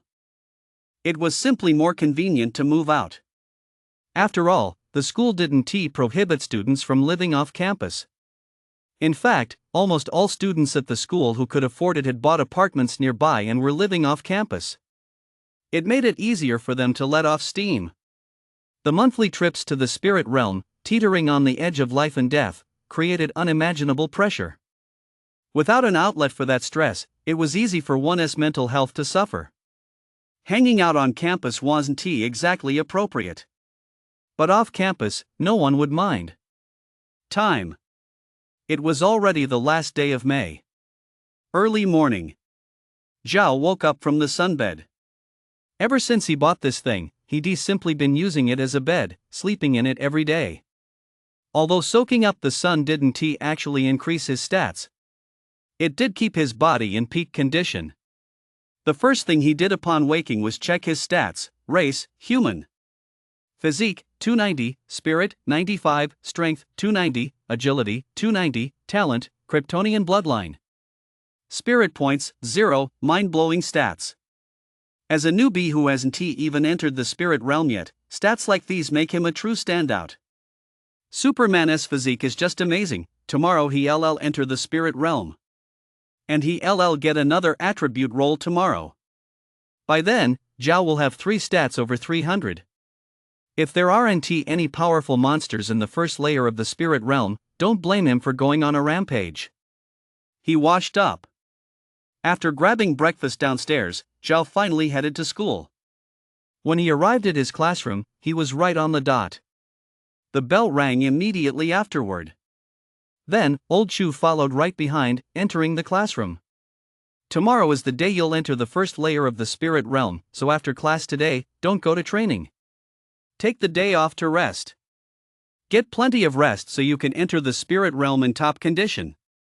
Hearing they could rest, the students didn't look particularly thrilled. On the contrary, many of them looked nervous. Just the thought of entering the spirit realm tomorrow and facing a life or death trial made it impossible for anyone to relax. Old Chua's expression was grave as he asked, "Have you all found your teammates yet?" The students nodded in unison. Then, instinctively, everyone turned their gaze toward Zhao. 24, Chapter 24, Final Preparations. Please keep reading. Chapter 24, Final Preparations. Please keep reading. Why was everyone looking at Zhao? Because they were all curious, had Zhao managed to find a teammate? And even if he had, which poor soul would be willing to team up with him? Noticing everyone's gaze, old Chu on the podium was also concerned about Zhao's situation. After a moment's thought, he spoke up. "Zhao, have you found a teammate yet? If not, I know some teachers at the academy. Would you like me to ask around for you?" An academy isn't a university. It's more like a vocational school. Students admitted to the academy are generally those with below average talent. Old Chu didn't mean to humiliate Zhao by saying this. After all, Zhao's talent was plain to see. He genuinely just wanted to help Zhao.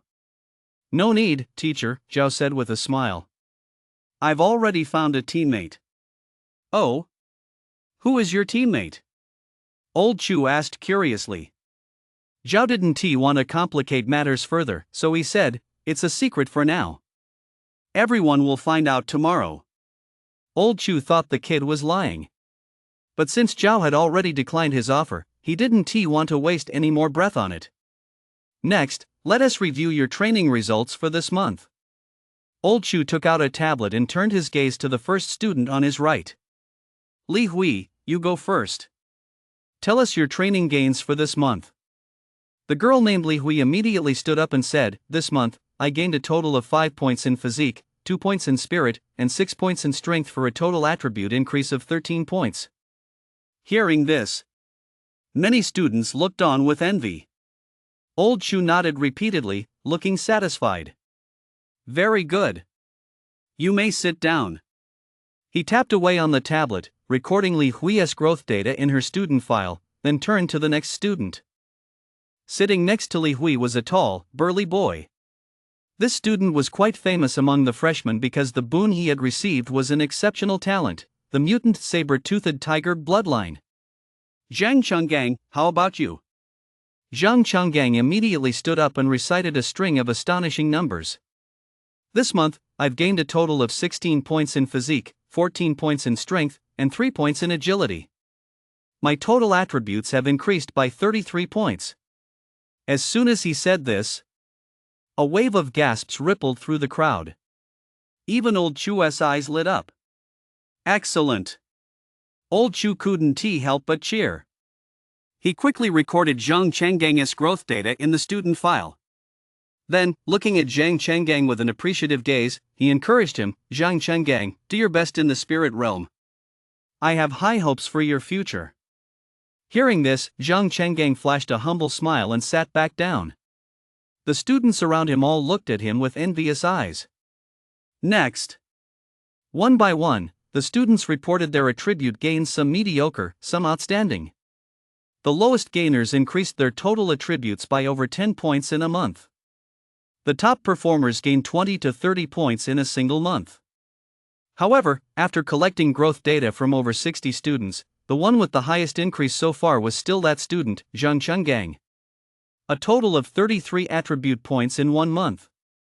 That was exactly the amount Zhao gained in a single day. "Teacher, how much do the truly gifted students increase their attributes in a month?" A student couldn't help but ask. Upon hearing this, Old Chu smiled and replied, "Generally speaking, the better the talent, the more attribute points one can gain through training.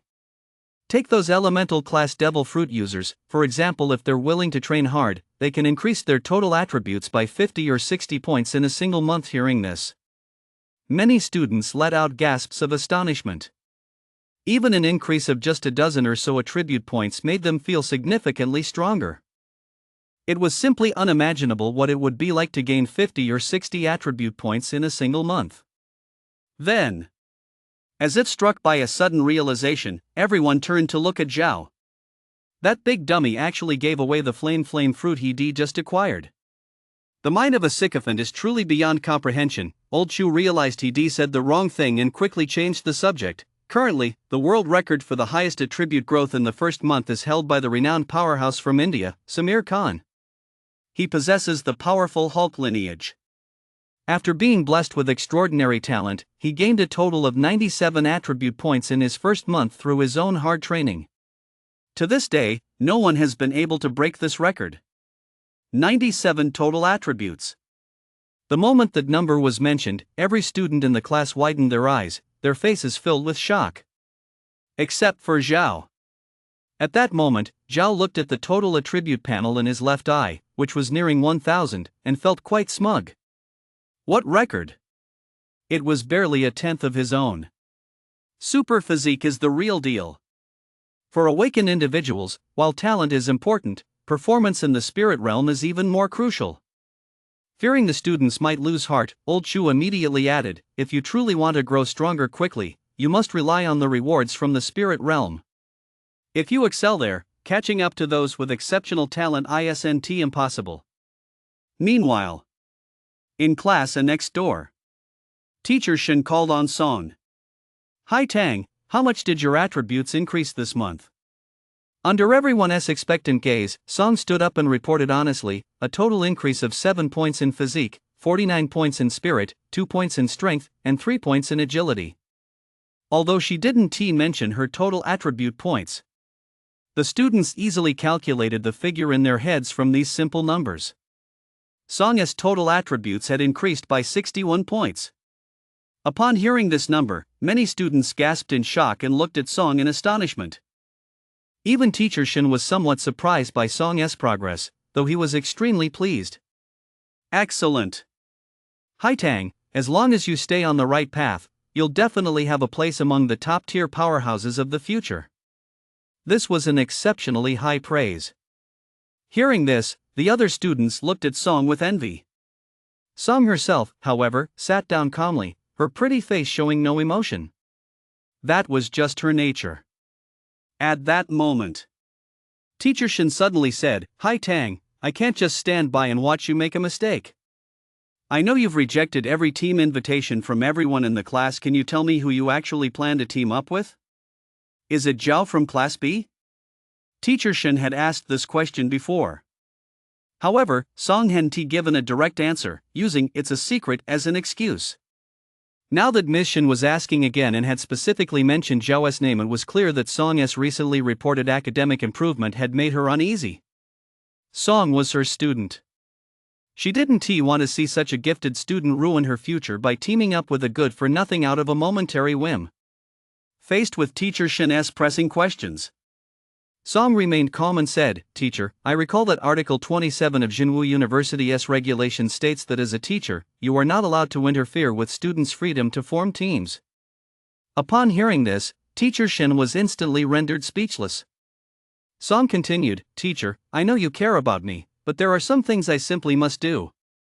Otherwise, I won't be able to eat or sleep in peace." This was effectively an admission that her teammate was none other than Zhao.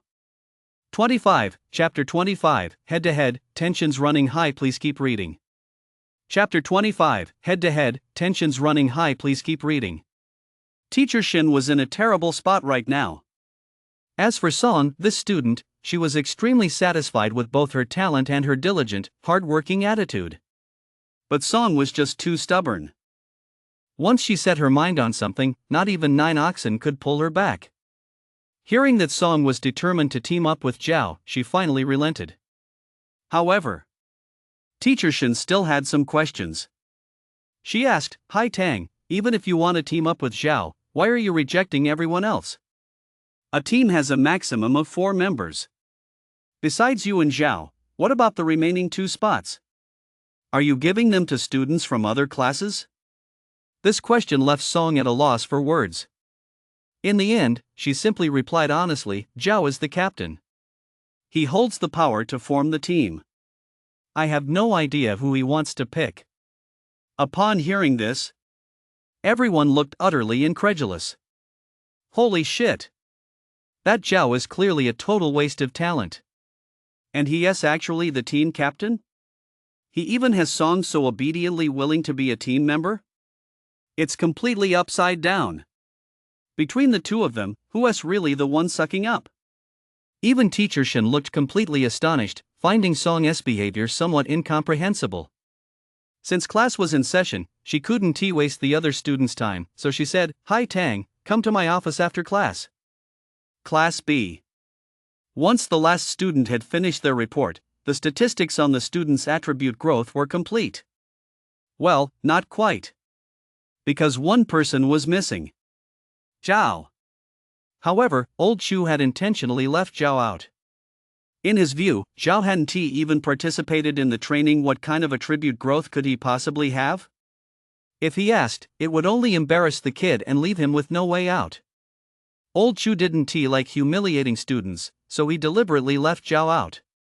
As for old Chu leaving him out, Zhao himself was absolutely delighted. If anyone actually asked him, he'd have no choice but to lie. Because he was afraid that if he revealed his stats, it would scare the living daylights out of everyone. No. More likely, they'd think he was crazy and wouldn't believe a word he said. Overall, I'm quite satisfied with your performance this month. However, my satisfaction alone isn't enough. The real test awaiting you is the spirit realm. Tomorrow is June 1st, the day the spirit realm opens. You'll be embarking on your very first journey into the spirit realm. I wish each and every one of you a successful start and a bountiful return. The first of every month marks the opening of the spirit realm. Having said this, Old Chu suddenly began calling out everyone's names. Li Hui, Zheng Chenggang, Yang Xiaomei. He read out the names of all 100 students in the class, not omitting even Zhao's name. After finishing in one breath, Old Chu continued, "All of you whose names I've just called must return safely tomorrow. Not a single one of you is to be missing. Do you understand?" Old Chu shouted the last sentence in a deep, commanding voice. Over 100 students immediately responded in unison. Understood. The moment that shout rang out, the atmosphere in the classroom shifted. Many of the more emotional students immediately began to shed tears. Old Chu didn't stop them. His gaze swept across their faces, as if trying to commit each student's features to memory, before he said, "Assemble on the school playground by 11 a.m. tomorrow. Dismissed." With that, Old Chu gathered his things and turned to leave the classroom. The students fell silent, then began to file out one by one, gathering in small groups with their teammates to discuss tomorrow's trip to the spirit realm. At that moment, Zhao found himself completely alone. No one paid him any attention. But he didn't mind. To begin with, because he wasn't participating in the training, he already seemed a bit out of place in this class. Zhao didn't stick around. Shortly after Old Chu left, he left school and headed back to his apartment for a good night's sleep. It was afternoon. Old Chu, having just finished his meal, was sitting in his office reviewing the students' statistics. Suddenly, there was a knock on the door. Old Chu stood up to open the door and was surprised to see Teacher Shen standing there. "Teacher Shen? What brings you here?" Teacher Shen replied with a smile, "I have something I'd like to discuss with you, Teacher Cho." Hearing this, Old Cho quickly stepped aside. "Please come in, Teacher Shen." After Teacher Shen entered the office, Old Cho didn't close the door. Instead, he left it wide open. This showed that Old Cho was a thoughtful man. If he had closed the door, a man and a woman alone in a room, even if it were just a normal work discussion, could easily give rise to unfavorable rumors. Teacher Shen was very pleased with Old Chu's subtle gesture. "Teacher Shen, would you like something to drink? I have tea leaves and hot water here." Old Chu was very courteous. He was well aware of how formidable the woman before him was. Otherwise, she wouldn't have defeated him and become the head teacher of Class A. "No need to trouble yourself, Teacher Chu. I'll just say a few words and be on my way," Teacher Shen said. "Oh?" Old Chu took the opportunity to sit across from Teacher Shen. "I wonder what Teacher Shen would like to discuss." "I'm all ears." "What I want to talk about is that student in your class named Zhao." At the mention of Zhao, Teacher Shen's expression changed. "Zhao?" Old Chu asked in confusion. "What's wrong with him?" Teacher Shen replied irritably, "He's poached the most gifted student from my class." Old Chu froze. Teacher Shen then gave a rough account of what had happened. "Teacher Chu, do you know what Song's training results were this month?" "A full 61 points, and that's for attributes that haven't even reached their full potential yet. How could such a genius be held back by a good-for-nothing by Zhao?" "Teacher Chu, you've been teaching for many years. You should know just how much potential this child, Haitang, has. If a genius like this takes the wrong path and it affects their future, that would be such a waste." Hearing Teacher Shen's lengthy speech, Old Chu furrowed his brow. He already understood why Teacher Shen had come to see him. Still, he asked, "Teacher Shen, what are you getting at?" "I believe that as teachers, we must put a stop to this kind of thing." Teacher Shen spoke with righteous conviction, "So I hope, Teacher Chu, that you'll cooperate with me to stop Haitang and Zhao from teaming up. I'll persuade my student, Haitang, and you handle your student, Zhao." Actually, if she could have persuaded Song, she wouldn't have needed to come to Old Chu in the first place. It was precisely because Song was so stubborn she'd been trying to persuade him for hours with no success that she'd been forced to come to Old Chu's office. Without a moment's hesitation, Old Chu rejected Teacher Shen's proposal. Teacher Shin, I understand your reasoning, but our school has rules. Teachers aren't allowed to interfere with student teaming. So, regarding your request, I'm afraid I can't comply. As Zhao's teacher, he naturally had to consider things from Zhao's perspective. He'd been worried about Zhao's team-up situation before, so now that a genius was willing to mentor Zhao, it was definitely a good thing for old Shu. Oh? Is that so? Seeing that old Shu was unwilling to cooperate, Teacher Shin immediately narrowed her eyes, exuding a dangerous aura. Old Shu took a deep breath, then looked at her with a resolute expression, refusing to back down. The atmosphere in the office instantly became tense and charged with hostility. A moment later, Teacher Shin suddenly reined in her aura, a smile returning to her face as she regained her amiable demeanor. She stood up. In that case, I'll take my leave. Goodbye, Teacher Shin. Old Shu rose to see her out. But deep down, he knew full well. This time, he had offended this dangerous woman. 26, Chapter 26, The Beginning of the Spirit Realm, an Unknown World bonus chapter. Please keep reading. Chapter 26, The Beginning of the Spirit Realm, an Unknown World bonus chapter. Please keep reading. The first of every month. That is when the spirit realm begins. Globally synchronized. Due to time zone differences, Western countries enter the spirit realm in the evening, while here in Xia, the time is around 11:11 a.m. Early morning. When Zhao rose from the sunbed, his stats had changed once again. Race, human. Physique, 300. Spirit, 98. Strength, 300. Agility, 300.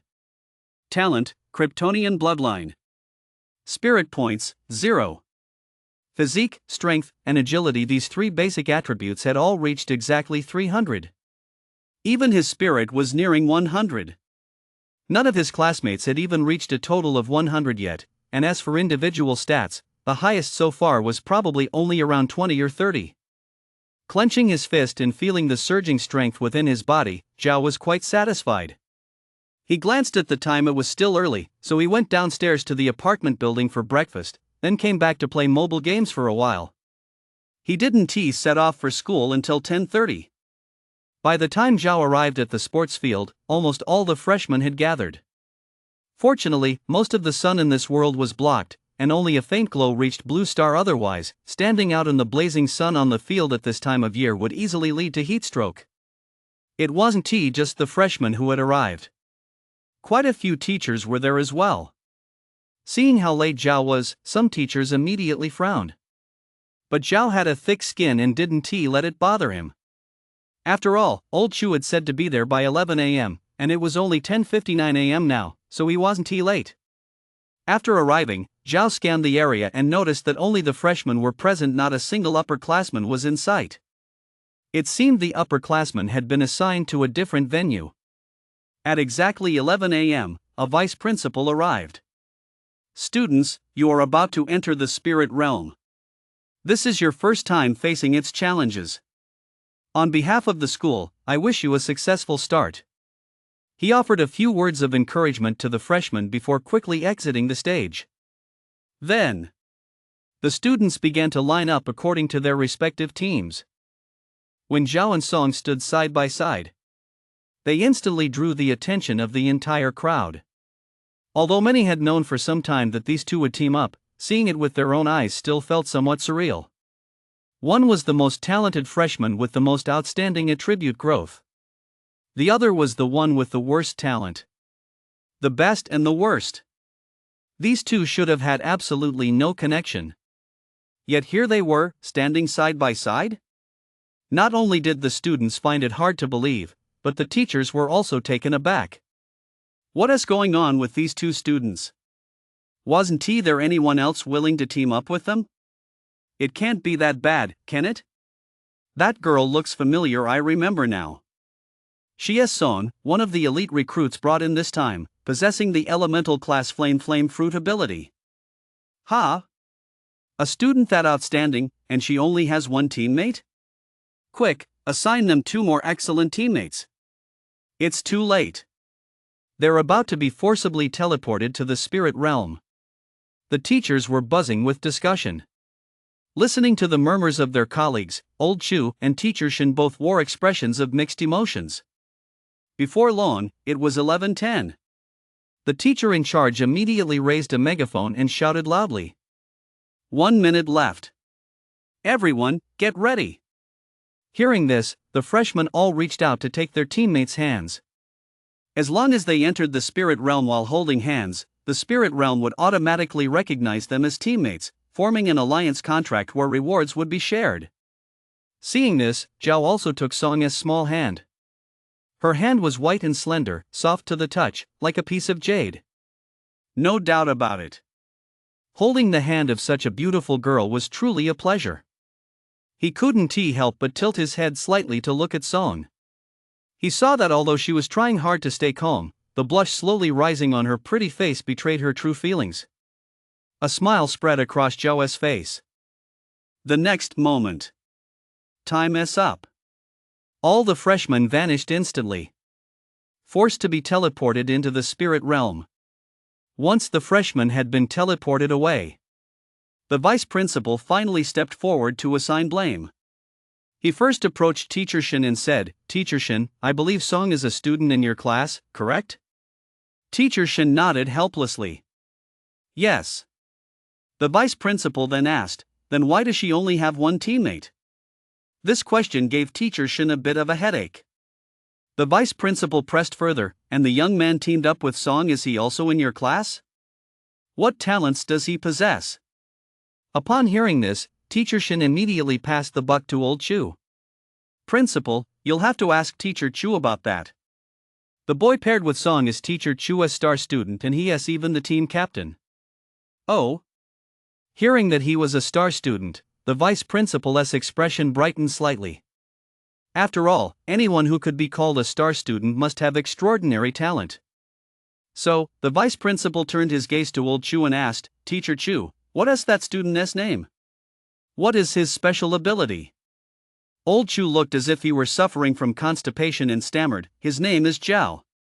As for his special ability, kryptonian lineage." Kryptonian lineage? The vice principal's voice instantly rose several octaves. A flash of white light. When Zhao regained his vision, he found himself in a completely unfamiliar place. There was no sunlight here either. The sky was dark and gloomy, creating an oppressive atmosphere. He seemed to be in the middle of nowhere. Aside from the other freshmen who had been teleported here with him, there was nothing but barren mountains. Only in the distance to the east did a city wall stand tall. Is this the first layer of the spirit realm? It didn't look like much at all. Just as Zhao was looking around, Song whispered from beside him, How long do you plan to hold my hand?" Only then did Zhao realize he was still holding the girl's small hand. Sorry, it feels so good, I didn't react in time." With that, he let go of her hand. Hearing this, Song's pretty face flushed slightly. She probably hadn't expected Zhao to say something like that. Just then, the other freshmen who had been teleported here with them began to speak up. "Is this the first layer of the spirit realm? It looks like a completely different world. It's truly amazing. Didn't the teacher say that every layer of the spirit realm is its own independent world? This place feels a bit spooky. I wonder what we're going to face next. Why are there so many foreign freshmen here?" Among the students who had been teleported here with them, there were quite a few fair-haired, blue-eyed Westerners, as well as black students. Zhao knew the reason, though. Old Chu had mentioned that teleportation within the spirit realm was full of uncertainties. Apart from having fixed teammates, everything else was random. He scanned the freshmen who had arrived with him and silently counted them. There were roughly 30 of them. And among those 30, the only one he recognized was Song. 27, Chapter 27, The Eerie Isolated City. Chapter 27, The Eerie Isolated City. Song. A voice suddenly rang out from the crowd. Zhao and Song both turned toward the sound and saw 4 young men staring at them. 2 of them wore smirks, their expressions full of hidden meaning. What a coincidence! I never expected to run into you here in the spirit realm. Hearing this, Song glanced at them and nodded. It really is a coincidence. Zhao immediately leaned in and whispered, "Do you know them?" He was leaning a bit too close. Song could even feel the warmth of Zhao's breath on her ear, making her feel a little uncomfortable. "Class A students," she whispered. "Oh." Zhao looked at the four of them but didn't recognize any of them. Never mind Class A. Over the past month, he hadn't even managed to recognize all the students in his own Class B. "Why do I feel like their tone is a bit sarcastic?" Zhao asked. "Any history between you?" Song thought for a moment, then explained in a low voice, "The two up front asked me to team up with them before, but I'd already promised you I'd follow your lead on everything, so I turned them down." Hearing this, Zhao immediately glanced at the two guys up ahead again. Could these two be holding a grudge against Song for not teaming up with them? Whether they were or not, he didn't care. Anyway, they were already in the spirit realm, and since they lose their memories, there was no need for him to keep up appearances anymore. He might as well lay his cards on the table. If they dared to mess with him, they'd better watch out. He might just turn into the Northwest Hammer King. Just then, Song suddenly said earnestly, "Don't worry about them, Zhao. Now that we've entered the spirit realm, we don't know what monsters we'll encounter. For our safety's sake, I hope you'll follow my lead from here on out." It was only natural for a girl to make such a suggestion. After all, Zhao had the useless talent. Plus, for nearly a month now, Zhao hadn't trained at all, looking like he'd given up on himself. Now that they've entered the spirit realm, they certainly can't let someone who has given up hope run wild. Hearing Song's suggestion, Zhao was about to object. But then he reconsidered. Since he still had no idea what this spirit realm held and was currently clueless, he might as well give the girl some face and listen first. He could always correct her if she made a wrong decision later. With that in mind, Zhao smiled and said, "All right. We'll do as you say." Hearing this, Song quietly let out a sigh of relief. She truly feared Zhao would be set on giving up on himself and refused to listen to her even in the spirit realm. That would have been a real problem. There's a city wall over there. Let us go check it out first. All right. The two set off toward the city wall. The others made the same choice. After all, this was the middle of nowhere with nothing around. If they wanted to find any clues, they had no choice but to check out the city wall. So, the group set off in a long procession toward the city wall. However, everyone stayed only with their own teammates, keeping a safe distance from the others. The instructors had long warned them that the threats they would face in the spirit realm weren't limited to monsters. There were also fellow travelers. Because in the vast majority of spirit realms, there are no restrictions on awakened individuals killing one another, and within the spirit realm, awakened individuals are essentially competitors. Therefore, it wasn't uncommon for awakened individuals to slaughter one another in the spirit realm. The only ones you can trust are your own teammates. At this moment, no mission had appeared, nor were there any monsters in sight. Since there were no immediate conflicts of interest among the group, everyone was currently keeping to themselves, maintaining a certain degree of order. Additionally, everyone had come empty-handed. Apart from the clothes on their backs, they carried almost nothing else. This was because the amnesia spirit realm prohibited the carrying of any items other than clothing. The group moved forward at a brisk pace. It took them only a few minutes to reach the city walls. They then stopped in their tracks. This was a town with a distinctly old-world charm. The city walls stood over 10 meters high, enclosing the entire town within. Through the city gates, one could faintly make out the buildings inside, which bore a striking resemblance to the architectural style of medieval northern Europe. On the main thoroughfare, numerous pedestrians in robes and horse-drawn carriages passed by, giving the place a rather prosperous air. On the surface, there seemed to be nothing out of the ordinary about this place. However, everyone present maintained serious expressions as they observed their surroundings with caution.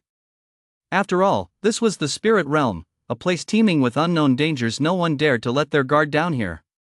Something's off. Song suddenly issued a warning. Zhao looked at the girl and saw her delicate brows furrowed, a grave expression on her pretty face. "What's wrong?" he asked. "The whole town is off," Song explained in a low voice. The surrounding area is completely barren, there are no villages in sight, just this isolated town that's the biggest anomaly. Oh? Zhao's eyes lit up, then he feigned ignorance. Why do you say that? Supply issues. Song explained patiently, there are no villages around this town, nor any crops in sight. That means maintaining its operations requires a massive influx of resources from elsewhere. On the surface, this appears to be a town from the feudal era, with no signs of industrialization. Transportation during the feudal period was extremely inconvenient, so supplying a town's population would have been an enormous challenge. Generally speaking, in ancient times, only major military strongholds would be like this. But this town before us doesn't look like a military stronghold at all. Most of the people inside are civilians. The surrounding terrain is also flat plains, which doesn't meet the criteria for a strategic military location. So, I think it's highly unusual for a town like this to exist here. Of course, these are just my judgments based on what I've learned from history, and since this is the spirit realm, there might be some inaccuracies. In any case, we need to be careful. This was the first time Zhao had ever heard Song speak so much since they met, including the 3 years they'd been classmates in high school. I have to admit, her analysis makes a lot of sense. Most importantly, the fact that Song could deduce so much just from the appearance of a small town shows that she is highly intelligent. No wonder she was the top student who outshone her high school classmates for 3 straight years. Zhao was very pleased with Song's performance. He then asked, so what do we do now? Should we go in? Let us go in. Song said. There is nothing here. We have no choice but to enter this town. Zhao nodded. The two then approached the town. As they neared the city gate, suddenly, Zhao felt a warmth in his left eye. With a thought, a holographic panel immediately popped up in his left eye. At that moment, the panel was already filled with crimson text. Those were his missions for this spirit realm journey. P.S. I have to run some errands during the day, so the next chapter will likely be updated tonight. 28, Chapter 28, Don't Go Out After Dark. Chapter 28, Don't Go Out After Dark. Basic mission, survive for 12 hours. Main mission, eliminate aberrations. Hint, the more aberrations you eliminate within 12 hours, the greater the reward. These missions were displayed on the holographic panel. All the text was in crimson font, looking rather jarring. The awakened who were about to enter the city immediately stopped in their tracks, furrowing their brows. However, there was no look of surprise or confusion on their faces, because their instructor had told them that the spirit realm always had clear mission objectives. Zhao also stopped in his tracks and looked at Song. Hi Tang. Song paid no mind to Zhao's affectionate greeting at that moment. She furrowed her delicate brows, her thoughts entirely focused on the mission that had just appeared. The basic mission requires us to survive in this world for 12 hours, but it doesn't specify a location, so should we go into town now? Zhao asked.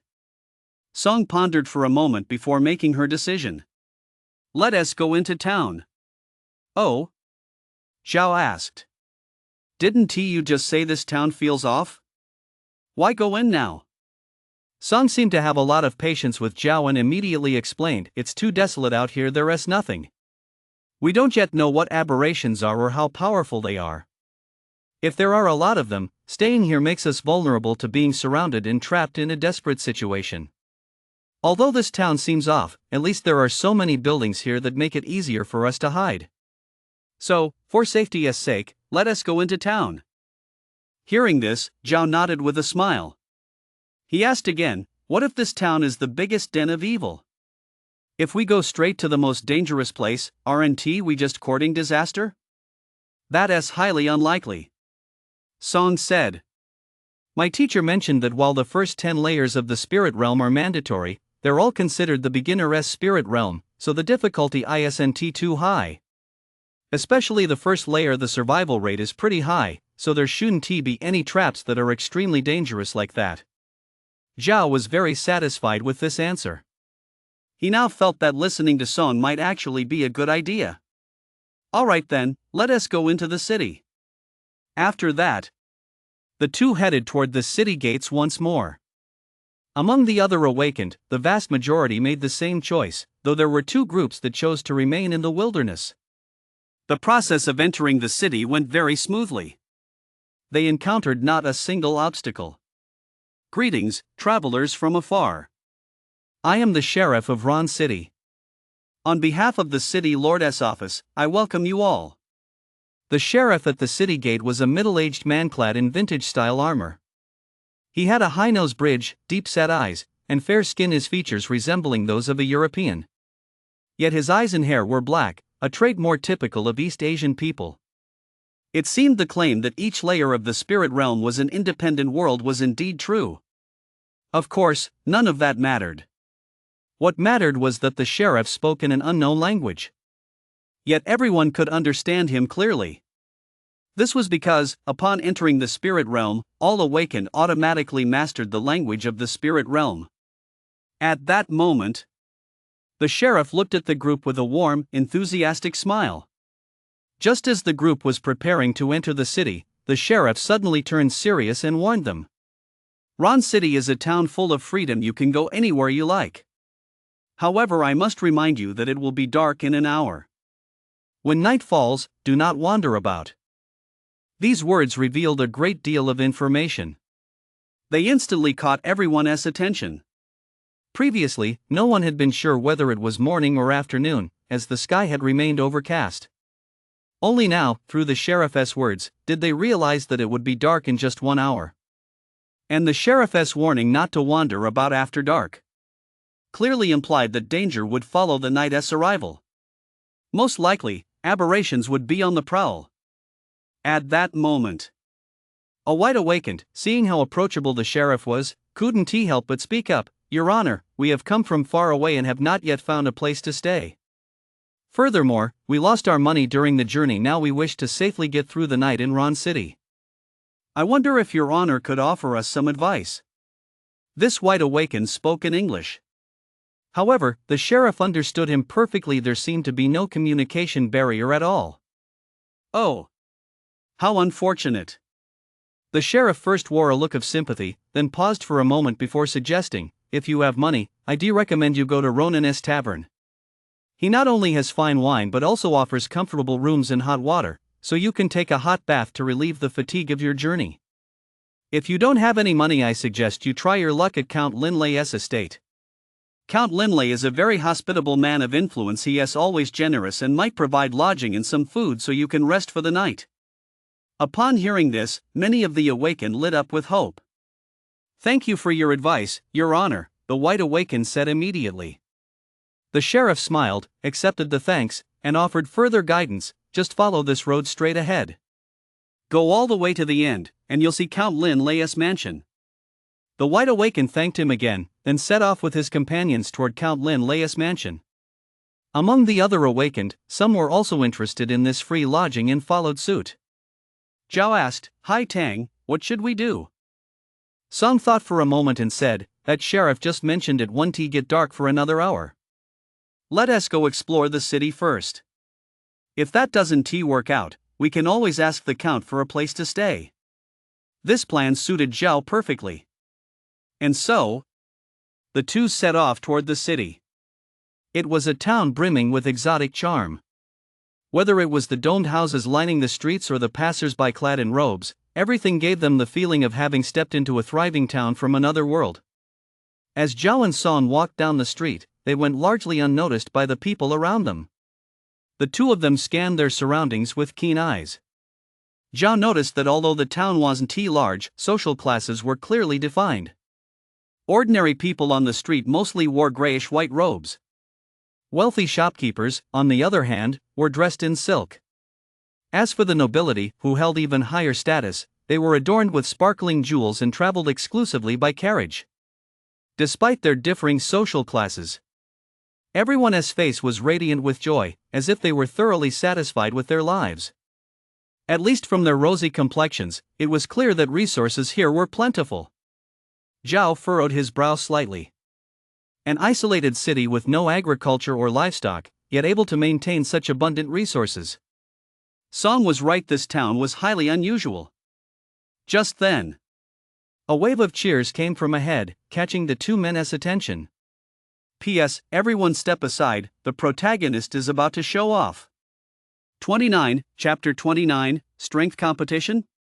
Zhao, I'm familiar with this. Chapter 29, Strength Competition? Zhao, I'm familiar with this. Peter, go for it. You're about to win. Jason, you bastard, hang in there, damn it. I bet all my silver coins on you. Jason, if you lose, your wife Maggie is mine. At the edge of the massive arena, hundreds of townspeople had gathered around to watch the spectacle. Many gamblers cheered on the contestants they bet on, shouting loudly, some with excited expressions, but most with grim, fierce looks on their faces. And on the arena floor, two burly, muscular men stood with their right hands clasped tightly together, locked in a test of strength. They were arm wrestling. This was the town's annual strongman competition. The ultimate winner would be decided through this arm wrestling contest. The winner would not only hold the title of strongman for a year but also receive a reward of silver coins. By the time Zhao and Song arrived, the two men on the ring were locked in a fierce, white-knuckle struggle. However, the heavy-set man on the left remained composed, even sporting a smug smile. As for the muscular man on the right, judging by his desperate struggle and the crimson flush on his face, it was clear he had reached his limit. The outcome was obvious. Just then, the heavy-set competitor on the left, seemingly tired of playing around, suddenly exerted all his strength. Thud! Not only did he instantly knock his opponent to the ground, but he also slammed the back of his opponent's hand hard onto the thick wooden table, producing a dull thud. Ah! The muscular man let out an agonized scream and immediately clutched his right hand. Blood was gushing from his right hand. It must have been fractured from the impact. It was clear that the fat man had been toying with his opponent the whole time. As for the burly man's crushing defeat, the gamblers couldn't care less about whether he had a fractured bone. They were only concerned with their bets. Now that they lost their wagers, many gamblers shouted curses in anger, hurling insults at Jason's entire family. Some of the more agitated ones even threw rotten vegetables onto the stage to vent their frustration. The host of the strongman competition hurried onto the stage. And the winner is Peter. As the host raised Peter's hand, a wave of cheers erupted from the crowd below. The gamblers who had bet on the fat man, Peter, were ecstatic. Even the ordinary onlookers showed their support, clapping enthusiastically. For a moment, the cheers were deafening. That guy Peter really is incredibly strong. He has already defeated 7 challengers, hasn't he? Looks like this fat guy is going to snatch the strongman title again this year. If only that hefty championship prize were mine. Want the prize money? You can go up and challenge Fat Peter if you can beat him. Forget it. I need my right hand to caress a beauty's skin. I don't want to ruin it here. Amid the crowd, many residents were chatting. Zhao listened to their chatter, and an idea struck him. He pulled Song aside and whispered, "Hi Tang, if we can beat that fat guy on the stage, we'll get a hefty prize. With that money, we'll have a place to stay tonight." For now, no one knew exactly what an aberration was. So, finding a place to stay was the top priority. With a house, they could at least fend off the aberration's attacks and avoid being instantly ambushed and surrounded. Hearing Zhao's words, a look of hesitation flashed across Song's pretty face. "Zhao, my training last month focused mainly on mental aspects. My gains were mostly in spirit, and my strength attribute only increased a little. If it comes down to a strength contest, I can't beat that fat guy." Those words left Zhao speechless. He immediately realized that the girl had misunderstood. Song probably thought Zhao wanted her to step up and arm wrestle the fat guy. You couldn't really blame Song for thinking that. After all, last month at school, Zhao had been notorious for giving up on himself and hadn't participated in any training. Who would count on a good-for-nothing who'd given up on himself? "I wasn't asking you to go up." Just as Zhao was about to set the record straight, a voice suddenly rang out from the side. "Song, what a coincidence. We meet again." 4 young men approached in a group. These 4 were none other than Song's classmates from Class A. Seeing the four approach, Song's pretty face returned to its usual aloof expression. "What do you want?" The young man leading the group was a bit annoyed by Song's attitude, but considering his own interests, he still spoke up and invited her. "Song, we're classmates. Since fate has brought us here together, I think we should form an alliance." "Aren't your teammates already full?"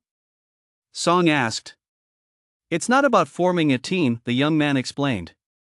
"It's just a temporary alliance to fight the aberrations that are coming." Upon hearing this, Song was about to object without a second thought. She wasn't stupid. Her side consisted of only her and Zhao, while the other side had 4 people twice as many. Their combined strength was also unequal. In such a temporary alliance, her side would definitely be at a disadvantage. Who knows? If danger struck, they might even be treated as sacrificial pawns and thrown to the wolves. Classmates? In a matter of life and death, that kind of relationship was completely unreliable. The young man across from her seemed to have anticipated Song's objection. Before she could speak, he cut in. "Don't be so quick to refuse. If you agree to ally with us, I can provide you with lodging." Song furrowed her delicate brows. "What kind of lodging can you offer? A tavern, or an inn? Do you have the money?" Not yet, the young man flashed a confident smile. "But I will have it very soon." Just then, the announcer on the stage shouted loudly, "Our strongman competition has only 15 minutes left. The current winner is still Big Guy Peter. Is there anyone else who wants to challenge Peter? If you succeed, you'll be the champion." As soon as those words were spoken, countless people in the audience began to stir restlessly. However, upon seeing the fierce glare from the fat Peter on stage, the crowd was instantly cowed into retreat, too afraid to step up. The young man standing in front of Song immediately said to an extremely muscular teammate, "Chen Kai, it's your turn." The burly young man named Chen Kai said nothing, simply striding directly toward the stage. "Song, as a classmate, you must remember Chen Kai, right?" The leader of the group kept his eyes on Chen Kai as he ascended the stage while addressing Song. Teacher Shen said Chen Kai's natural talent ranks in the top 5 of the entire class. His talent stems from the mutant steel fist lineage. Although he can currently only turn his fists into metal, his strength is truly astonishing. During last month's training, Chen Kai's strength stat increased by a full 29 points. Combined with his original base stats, his strength is now over 40. "Song, do you think Chen Kai can take down that fat guy and win the prize money?" As he finished speaking, the guy flashed a smug grin. "Vote for me." 30, Chapter 30, bro. Stop showing off already. Chapter 30, bro. Stop showing off already. I've already observed the situation. The residents here are all ordinary people. Even if that fat guy on stage is a true strongman, his strength can't possibly surpass Chen Kai as he is an awakened. Zhang Hebin spoke these words with a confident smile on his face. The reason he wanted to win Song over was because he had his eye on her flame fruit ability. Although this girl was dragging a dead weight along, she was, after all, the top student in Class A. Not just in talent, but in actual strength as well. As for Zhao?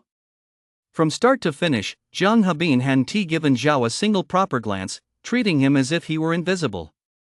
As for that, Zhao didn't care. He simply watched these people put on their show in silence. Even if Song ultimately decided to form a temporary alliance with them, Zhao wouldn't mind. After all, a so-called temporary alliance wouldn't cut into a share of the spoils. At that moment, the burly young man named Chen Kai had already stepped onto the stage. Seeing this, the host immediately shouted, "Wow, it looks like it's going to be quite a challenge for our Mr. Peter to win this year's championship. Another new challenger has taken the stage. Let us give a big cheer for the new challenger. We hope he puts on a spectacular show." As soon as he finished speaking, the crowd below obliged with a round of applause.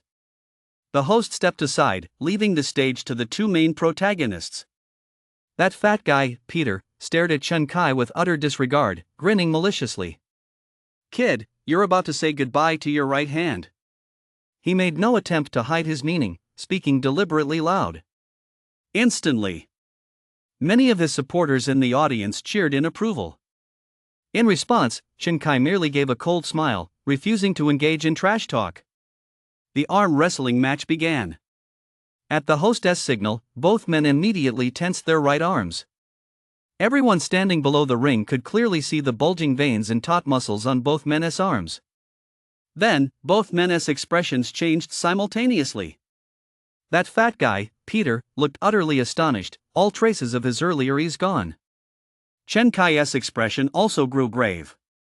Judging by the situation, it seemed they had each found a worthy opponent in terms of strength. After a brief struggle, neither side could gain the upper hand. Just as the standoff continued, the fat guy named Peter suddenly spoke up. "Kid, I have to say, you've really surprised me. But if that's all the strength you've got, you're definitely going to lose." A savage grin spread across his face. At the same moment, Chen Kai's expression shifted. He could clearly feel another surge of strength erupting from the fat guy's hands. The emergence of this strength finally broke the balance between them, leaving Chen Kai unable to keep up, and he was quickly defeated. Thud! The back of Chen Kai's hand slammed heavily onto the wooden table. Fortunately, this kid was of steel-bodied lineage. His fists had already hardened, giving him astonishing defensive capabilities, so he wasn't injured. However, Chen Kai was furious with the fat man, Peter, and seemed eager to charge forward and take him down. But in the end, Chen Kai held back, shot Peter a cold glance, and walked off the stage without a word. The mission came first. It would be extremely unwise to get into a conflict with the townspeople right now. Chen Kai knew this. Off stage, seeing that Chen Kai had actually lost, Zhang Habin's expression shifted slightly. He couldn't believe it. Then, he was speechless. Earlier, he'd been bragging so loudly, acting as if victory was guaranteed, but the result was a resounding slap in the face. How could anyone bear such humiliation? Zhang Habin was, after all, a young man who valued his pride at that moment. He was so embarrassed he didn't dare look at Song. Fortunately, Song wasn't interested in rubbing it in. He didn't mock him, but simply said to Zhao, "Zhao, let us go. Don't rush." Zhao didn't move. He smiled and said, "Wait a moment. Let me go up there and reclaim the prize money." At those words, everyone was taken aback. If this had happened earlier, Zhang Habin and the others would surely have mocked Zhao for overestimating himself. Even Chen Kai, whose strength stat had broken 40, was no match for the fat guy. Where did Zhao, a total loser, get the confidence? But now, having just been humiliated, they felt too embarrassed to say such things. Still, the looks Zhang Habin and the others gave Zhao were filled with disdain and mockery. Even Song's pretty face was filled with confusion. "How do you plan to get the prize money?" "With my strength, of course. Do you think I cheat?" "Zhao, we've already wasted a lot of time here. We don't have much left." "Precisely because we've wasted so much time here, we have no more time to spare. This is a good opportunity, let us not miss it." "But, trust me, there's no but about it." Zhao smiled as he cut Song off, saying as he walked away, "Stay right here, don't move. I'm going to buy a few tangerines, I'll be right back." Song's pretty face darkened. This world also has that classic essay, The Back View. When Zhao stepped onto the stage, what greeted him wasn't a warm welcome from the host, but a chorus of boos from the crowd. It was simply that Zhao's build was well proportioned. He had the physique of an entirely average person. No matter how you looked at him, he didn't look like a strongman. With someone like this stepping onto the stage, no one would bet on him. Even the host looked at Zhao with a skeptical expression. "Sir, are you here to compete in the arm wrestling tournament?" "If I'm not here to compete, why else would I be up here?" Zhao retorted. "I'm sorry, but your appearance is so different from what everyone imagines a strongman to be, so..." "Cut the crap," Zhao said coolly. "Let us get this started." "All right. Well then, good luck, sir." The host exchanged a few words with Peter and stepped aside. He didn't even seem interested in hyping up the crowd. However, Peter the Fatso was actually quite pleased to see Zhao take the stage. The competition was about to end, and the final opponent was a weakling. This meant he was virtually guaranteed to win this year's strongman title and the hefty prize money. "Kid, to celebrate my victory, I'm going to crush your hand in an instant, ha ha." Fat Peter roared with laughter, drawing cheers from the crowd.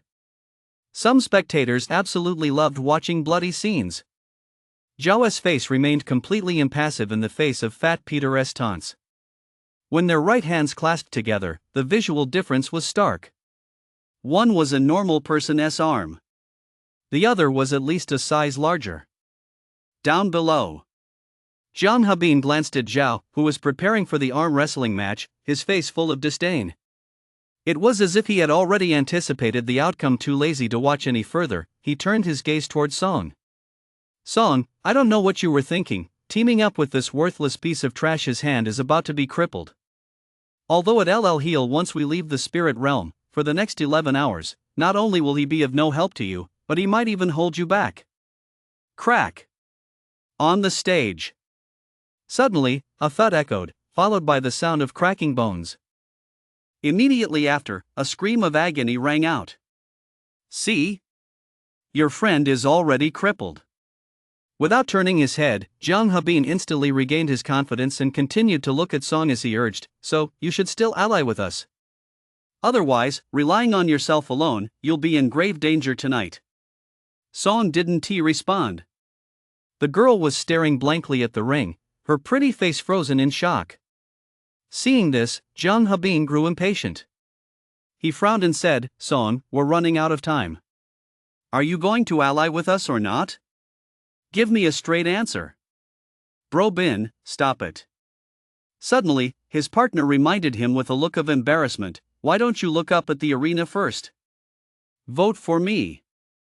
31, Chapter 31, Extraordinary Items, The Glory of the Strongman.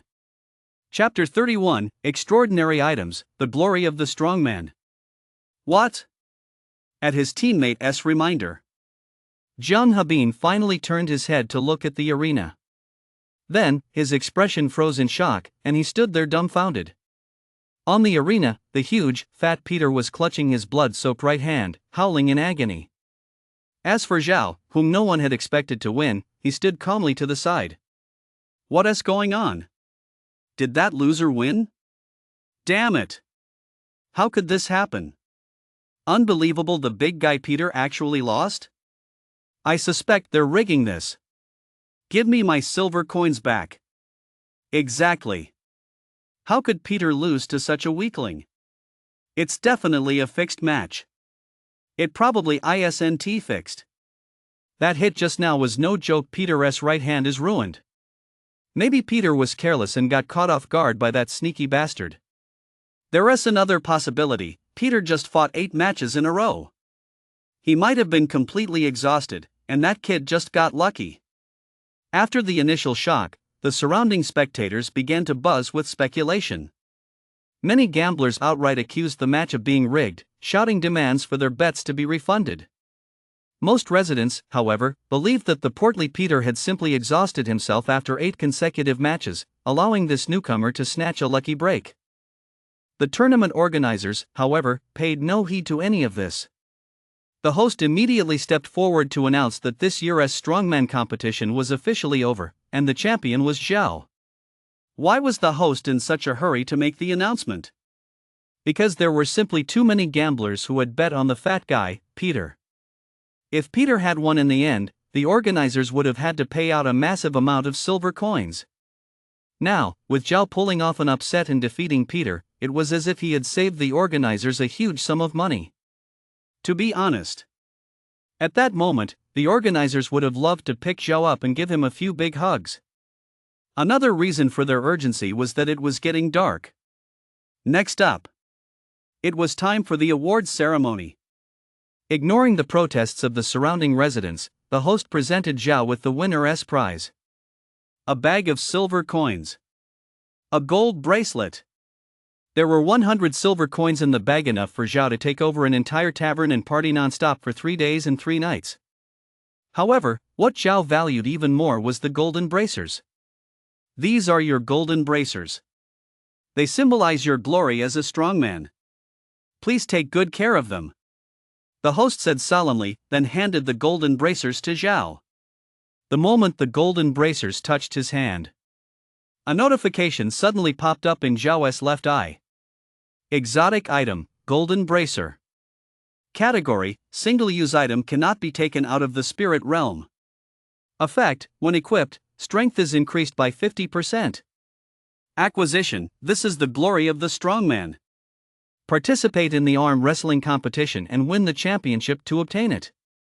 Upon seeing the notification, Zhao froze in place.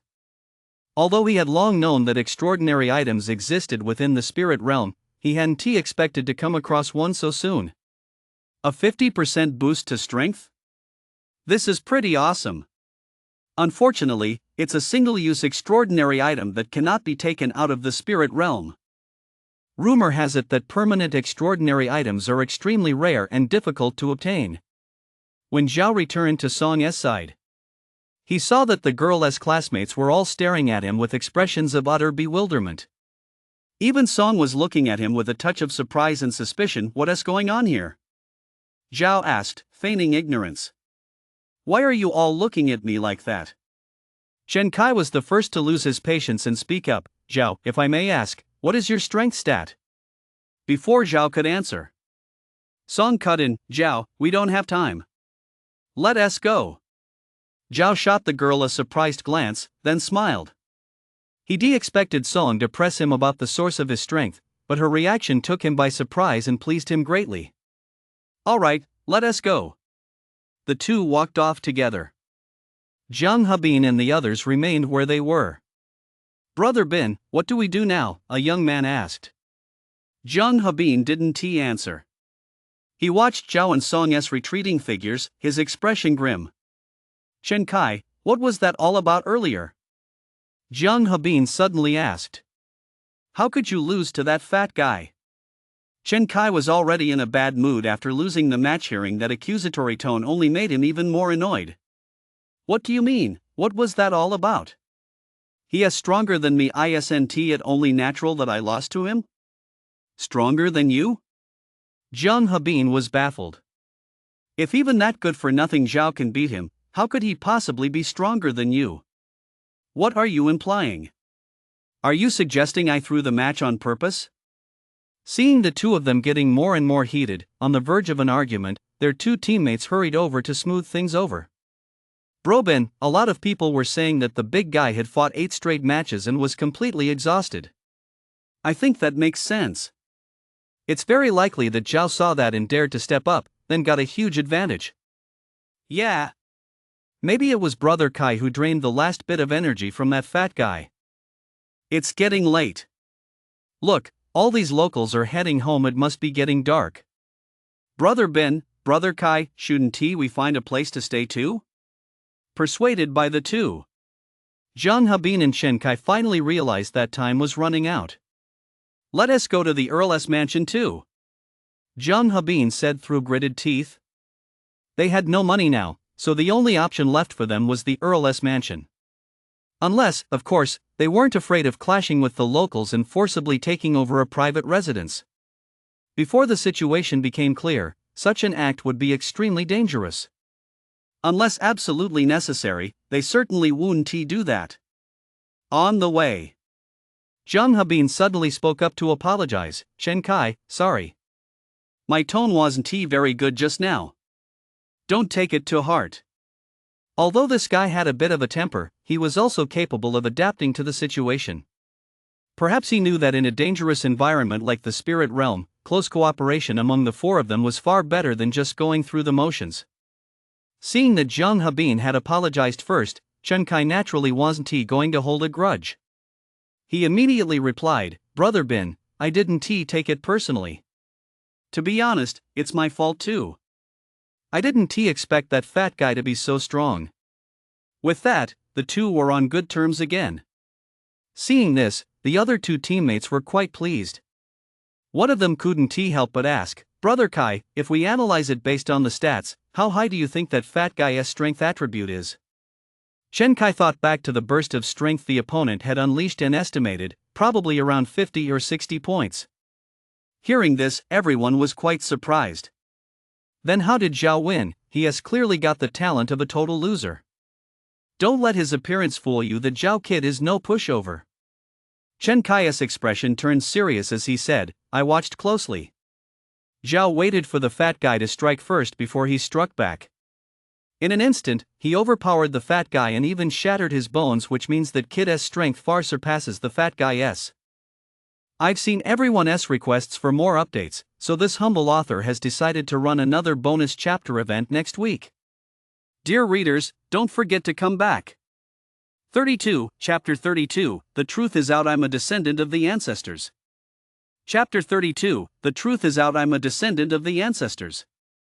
Meanwhile, Zhao and Song chose a small tavern near the city gate and paid to stay there. They chose this location after careful observation. The tavern was right on the main road, with an open area around it and no dead-end alleys, making it easy to escape. Plus, their room was on the second floor, giving them a higher vantage point to observe the situation outside. Another advantage was its proximity to the city gate. If anything went wrong, or if the city became too dangerous, they could quickly escape. As they settled into the inn, the sky grew darker and darker. Song stood by the window of their second-floor room, looking down at the street below. As night fell, residents on the street hurried home, shops on both sides were closing, and even the soldiers guarding the city gate had vanished. Everyone seemed in a hurry. However, the city gates remained open, left wide open. It was unclear whether the soldiers had forgotten to close them in their rush to leave, or if it was intentional. Seeing this, Song furrowed her delicate brows. She always had a sense of unease. Hai Tang, you were right. This godforsaken place really is off. Zhao's voice came from behind her. Don't get the wrong idea. Both of them were fully clothed. The reason they debooked just one room wasn't to save money, but so they could look out for each other. Besides, neither of them would have time to sleep tonight anyway. It's getting dark, Song said. Whatever's going on, we'll find out soon enough. Seeing the unease in her friend's eyes, Zhao immediately said, Don't worry. Team up with me, I'll make sure you hit the big time this time. Hearing this, Song gave Zhao a deep look and said, So it seems Kryptonian heritage isn't the useless trait everyone says it is? Just like a top student.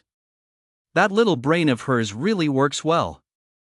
Since they'd come this far, Zhao saw no need to keep hiding the truth. He immediately nodded with a smile.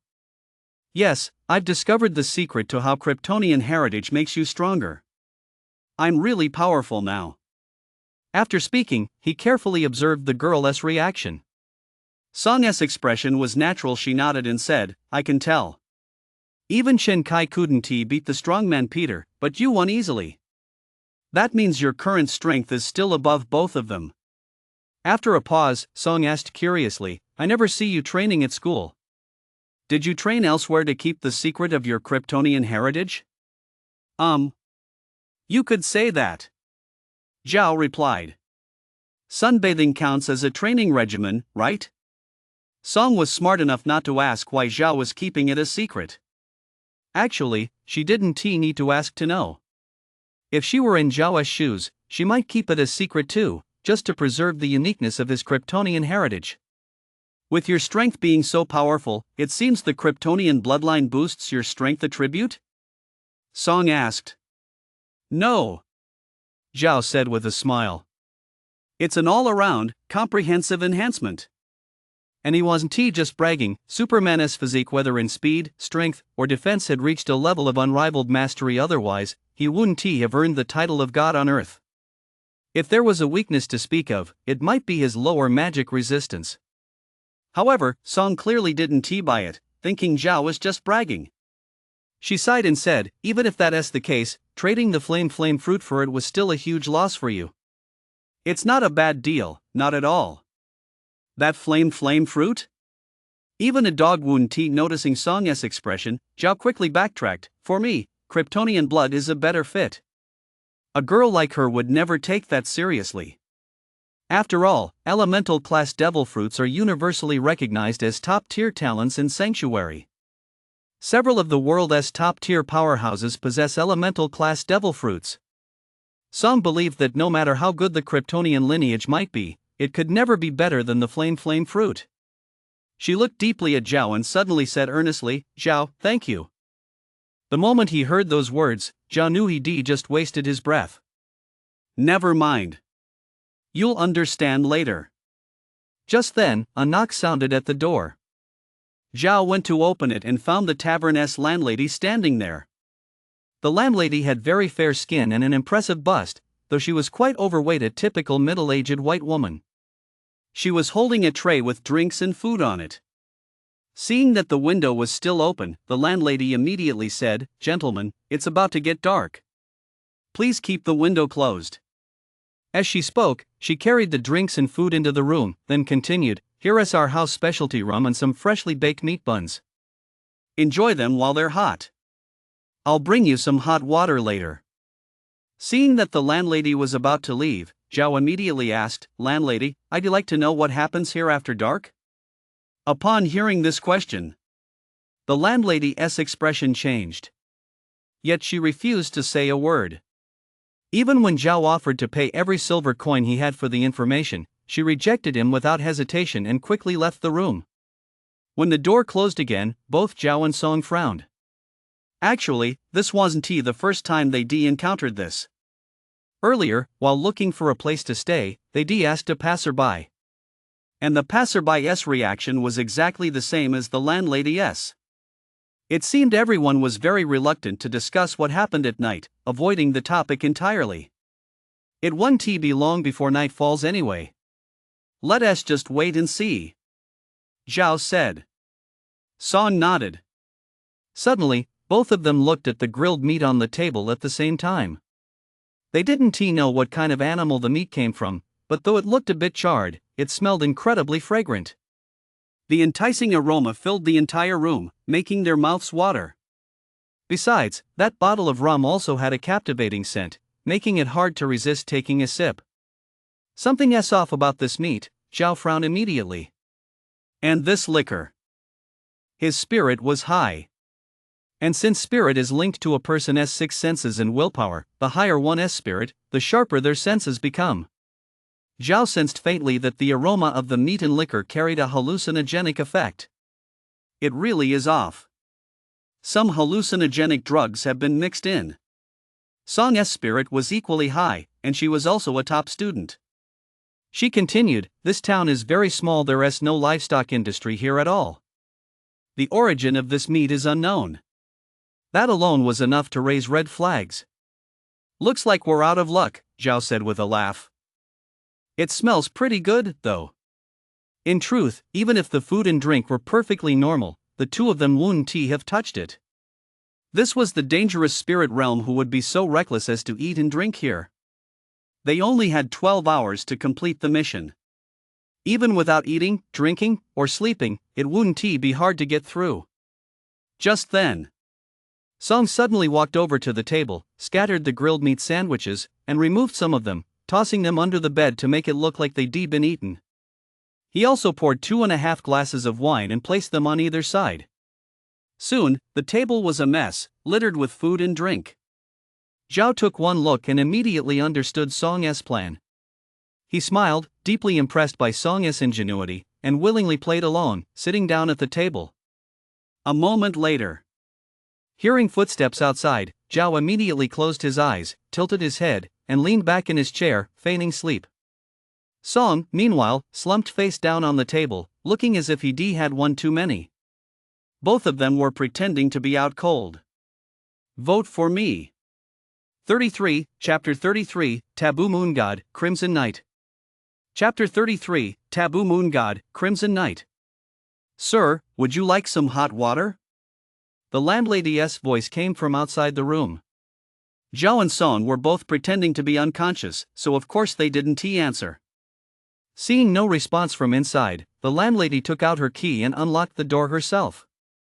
As the door swung open, Zhao's keen hearing picked up 3 distinct sets of footsteps entering the room. That meant there were at least 3 people coming in. Guests.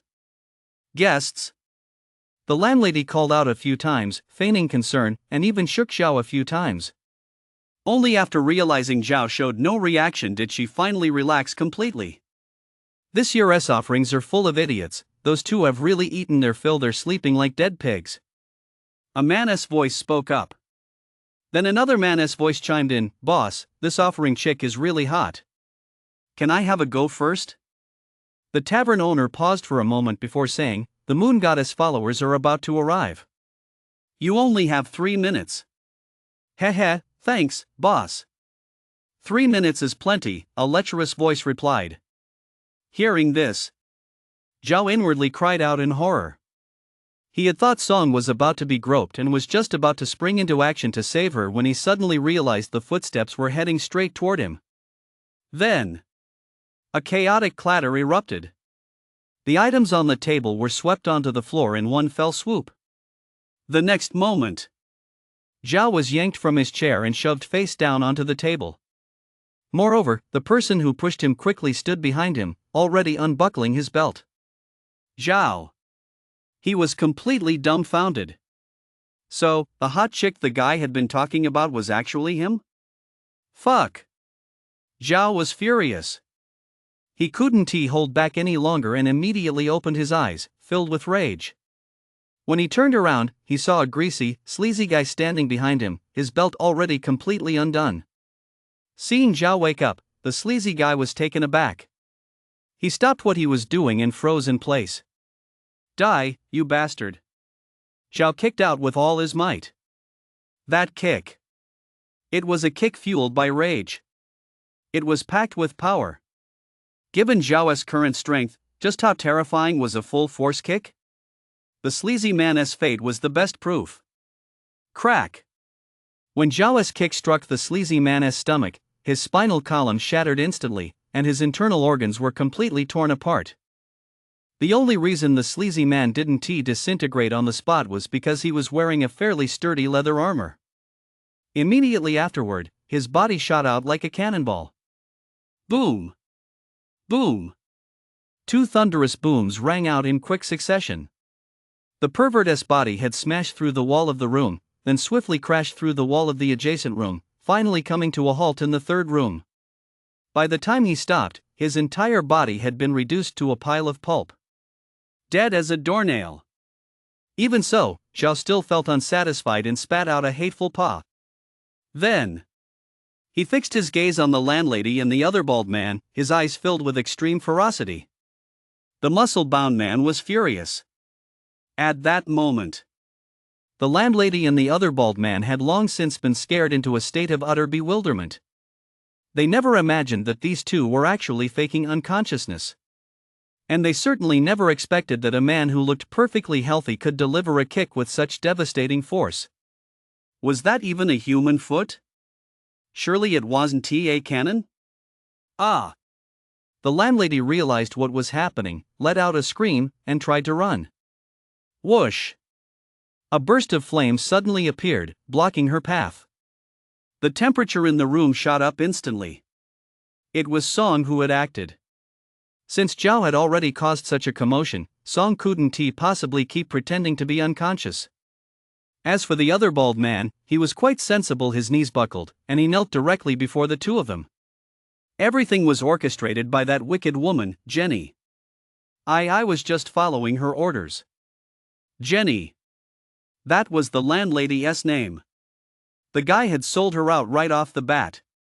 Zhao looked at the two of them, still seething with anger, but he knew that extracting information was more important right now. So, he suppressed the urge to slap both of them to death and glared coldly at the bald man. "Spill everything you know about Moon God." The moment he heard the name Moon God, the bald man actually grew even more terrified. He prostrated himself on the ground, opening his mouth several times but unable to utter a single word. Suddenly, the bald man's entire body began to shake violently, and blood spurted incessantly from his mouth and nose. Before long, the man bled to death from all 7 orifices. A gruesome death. This scene left Zhao and Song utterly stunned. Just a single name caused such a violent reaction? leading to an instant death? Who exactly is this moon god? Moon god? Could it be a god from the moon? Zhao turned his gaze back to the landlady. What on earth is this moon god? Don't ask me. I don't know anything. Don't ask me, the landlady screamed in terror. You want tea talk? Then you'll die. Zhao threatened.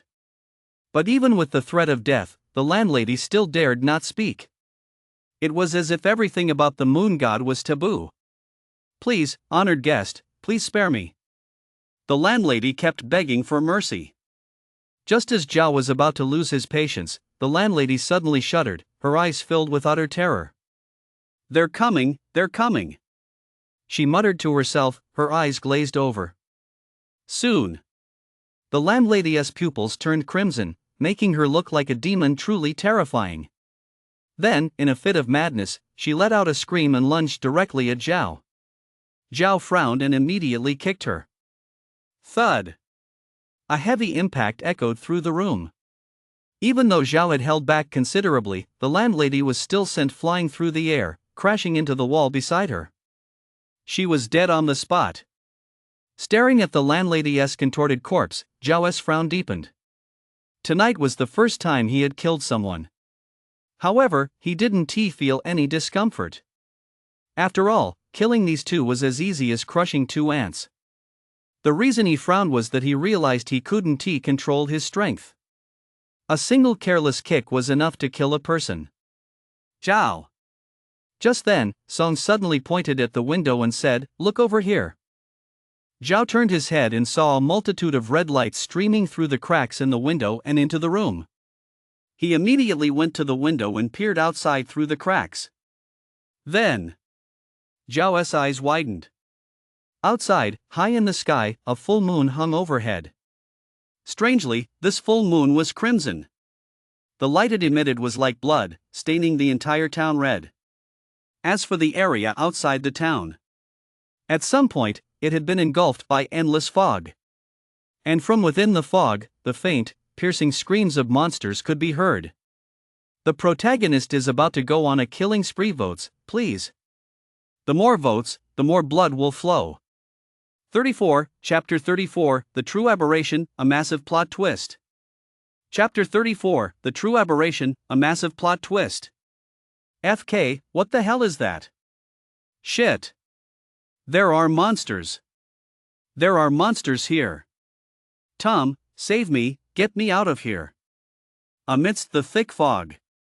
Suddenly, various screams and the roars of monsters echoed through the air. Song and Zhao both had high spirit, giving them exceptional hearing. Plus, since they were now relatively close to the city gates, they could hear everything clearly. Only then did Zhao remember that two teams had chosen to stay outside earlier and hadn't entered the city.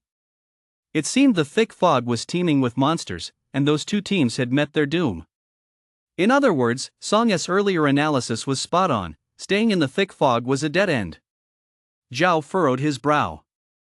The monsters in the thick fog seemed endless, and even just the sound of their roars was suffocating. This meant those monsters were incredibly powerful. With his current strength, venturing into such a thick fog might not guarantee a safe return. There are terrifying monsters in the thick fog. Song whispered, her pretty face etched with grave concern. Could the aberration be in that thick fog? Zhao frowned and couldn't help but complain, didn't they say the early stages of the spirit realm were relatively easy?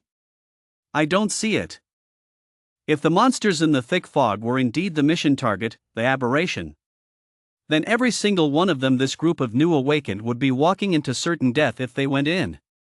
Hearing Zhao's complaint, Song furrowed her delicate brows and fell into deep thought. That can't be right. The difficulty of the first layer of the spirit realm shouldn't be this extreme. The young woman spoke as she walked to the window, peering through a crack to look outside the city walls.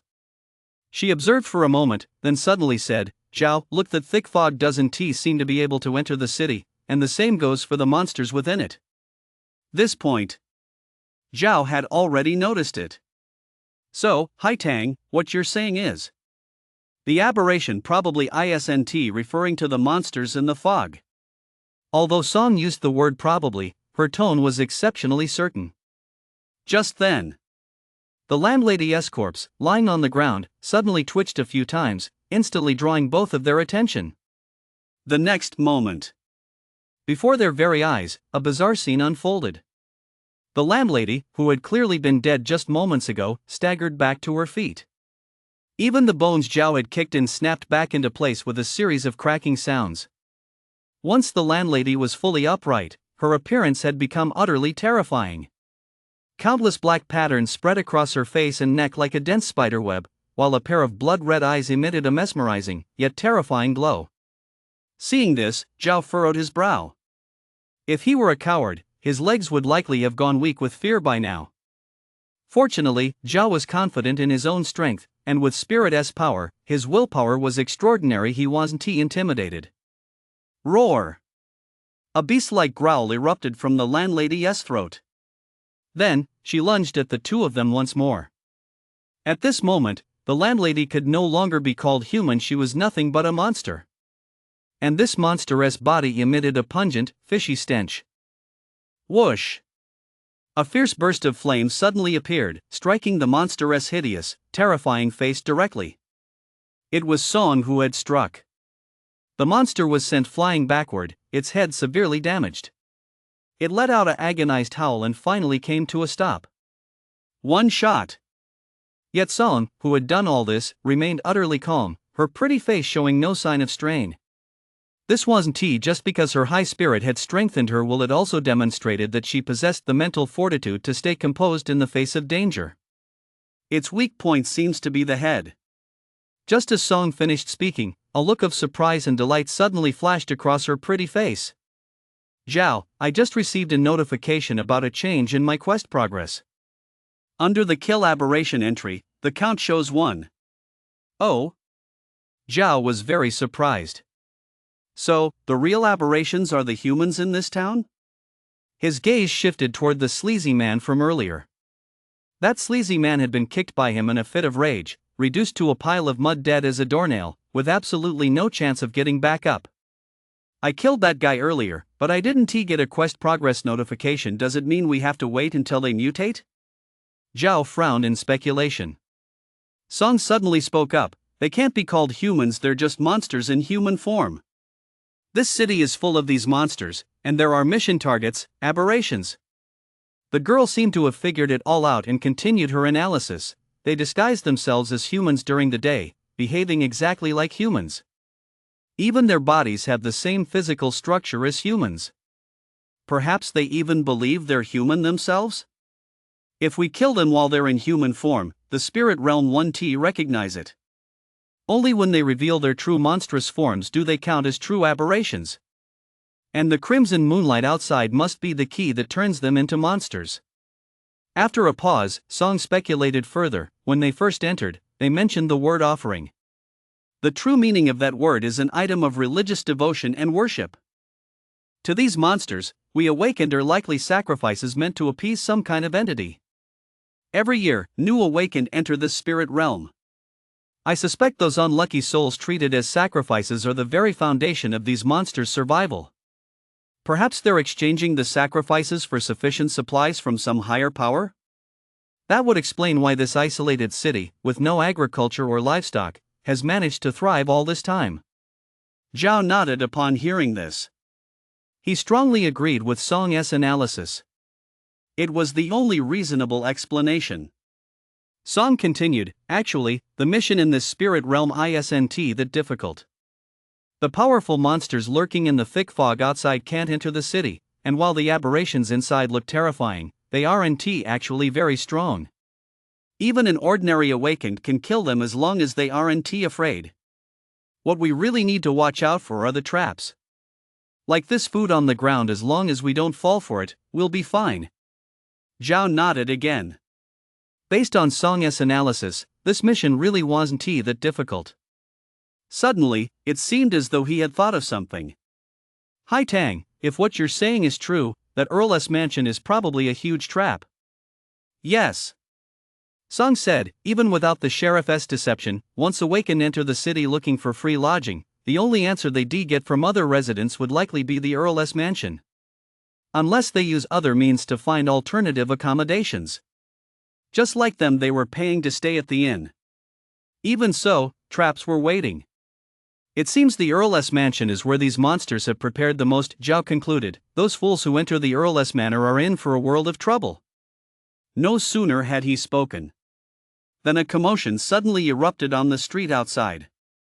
The climax of the first tier of the spirit realm is coming soon. Votes please. Any kind of vote will do. I'm begging on my knees.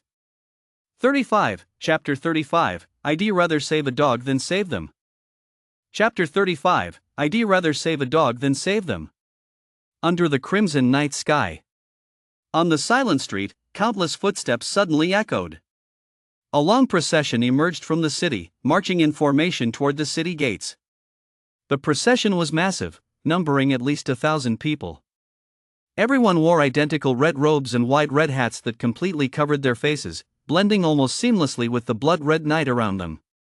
As they walked, they chanted convoluted ritual incantations.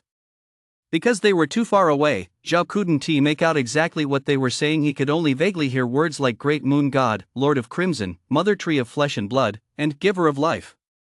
In the center of the procession, 3 large iron cages were mounted on wooden carts, being pushed by the aberrations as they made their way toward the city gates. And inside those iron cages were humans. There were 4 people in each cage, 12 in total.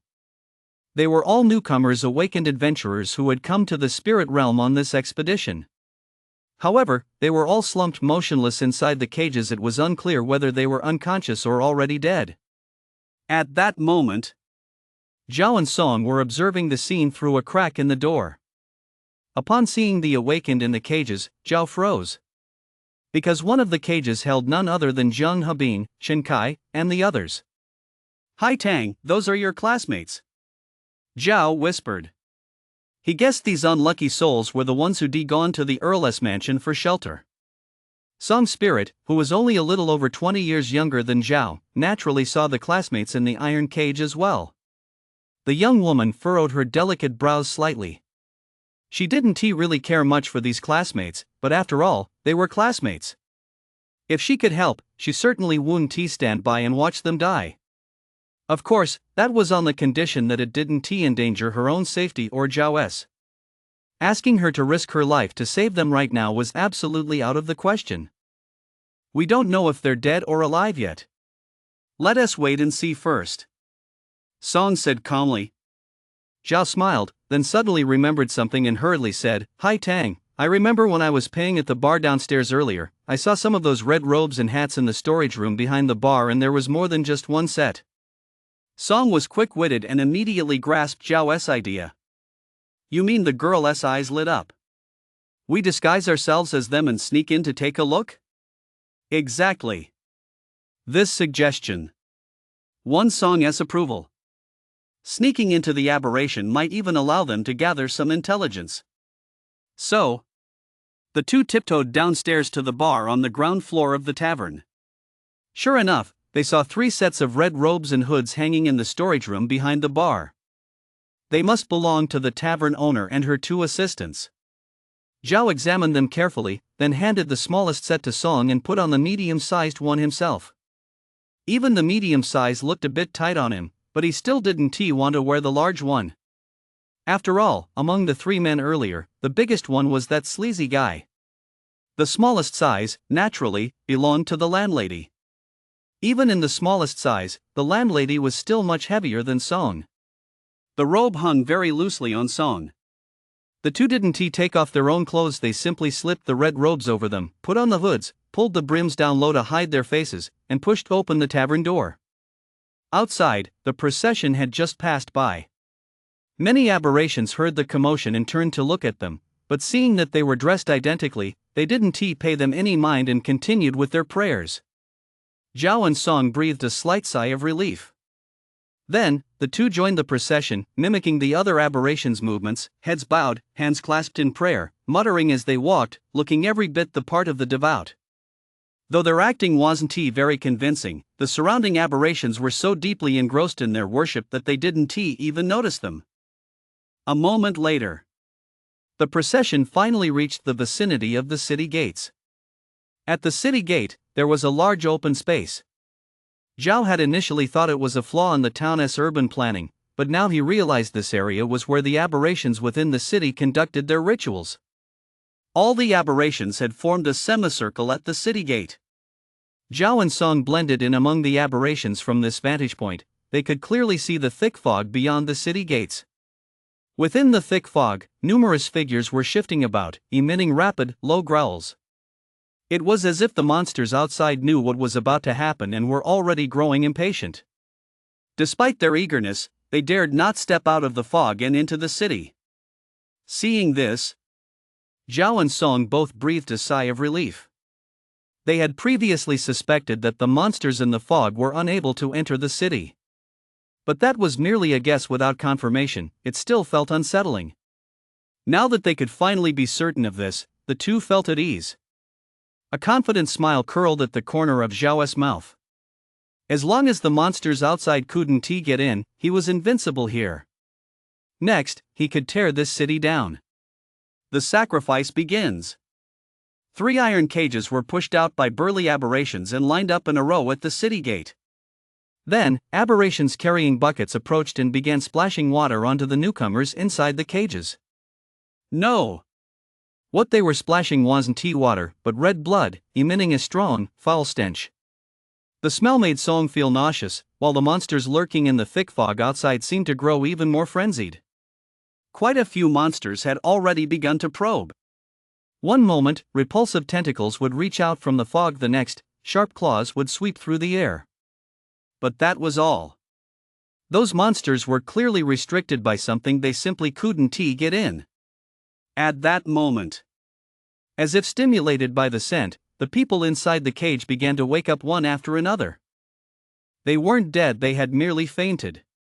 Realizing they were trapped inside the cage, with an unknown liquid oozing from their bodies and emitting a fishy stench, several of the more fragile souls broke down on the spot. They screamed and shouted, some weeping and begging for mercy, others struggling frantically. The aberrations were used to this. Every year, the sacrificial offerings reacted exactly like this upon waking. Now that these offerings had awakened, it was time for the sacrifice. The aberrations began pushing the iron cages, sending them one by one into the thick fog. Seeing this, a cruel word suddenly came to Zhao's mind. Live sacrifice. Zhao, should we act? Song asked in a hushed voice. It seemed the girl still harbored a shred of kindness she couldn't bear to watch these people being fed to monsters as sacrifices, even if the first cage being sent into the fog didn't contain her classmates. Just as Zhao was about to nod, he suddenly heard a young man inside one of the cages about to be pushed to the edge of the thick fog shouting obscenities. Although this young man was of Asian descent, he had relatively short legs and spoke in a garbled, gibberish-like language. He was clearly not from Xia. Zhao couldn't understand the content of the young man's curses. However, there were a few specific words he did catch. Like that phrase, "Bakaya are you?" The moment he heard that familiar gibberish, Zhao's expression darkened. The thought of stepping in to rescue them vanished instantly. He'd save a dog before he'd save these things. Not even in a parallel world would he do it. Hold on.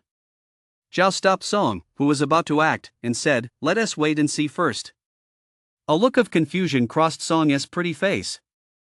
She could tell that Zhao had clearly been ready to agree to help just a moment ago, so why had he suddenly changed his mind? Out of trust in Zhao, she didn't ask any further. There will be an extra update after midnight tonight, early Monday morning. I'll be posting 2 chapters back to back then, so everyone be sure to check it out. 36, Chapter 36, Zhao, I'll protect your life. Chapter 36, Zhao, I'll protect your life. The cage holding little Baga was pushed to the edge of the thick fog. Then, the aberrations quickly scattered. They were terrified that if they ran too slowly, they'd be sacrificed to the monsters lurking in the thick fog. This shows that these aberrations hadn't lost their minds. At the very least, they knew fear. Furthermore, this also suggests that the monsters in the fog outside are not the same species as the aberrations within the city. In terms of both power and status, they are likely far superior. Otherwise, the aberrations wouldn't be so terrified. Zhao surmised that the monsters in the thick fog outside were likely the moon goddess followers. As for the aberrations, they were merely the lowest-ranking believers. Suddenly, a tentacle as thick as a water bucket emerged from the fog, wrapped around the iron cage, and swiftly dragged it away. The cage was pulled into the thick fog, and before long, Zaya Bega's desperate screams echoed out. The aberrations remained unmoved and moved on to push the second iron cage. And inside that second cage were Zheng Hebin, Shinkai, and the others. This time, Zhao didn't hesitate. She exchanged a glance with Song, and the two pushed their way forward, quickly reaching the front to prepare to act. Song's plan was to rescue the people first.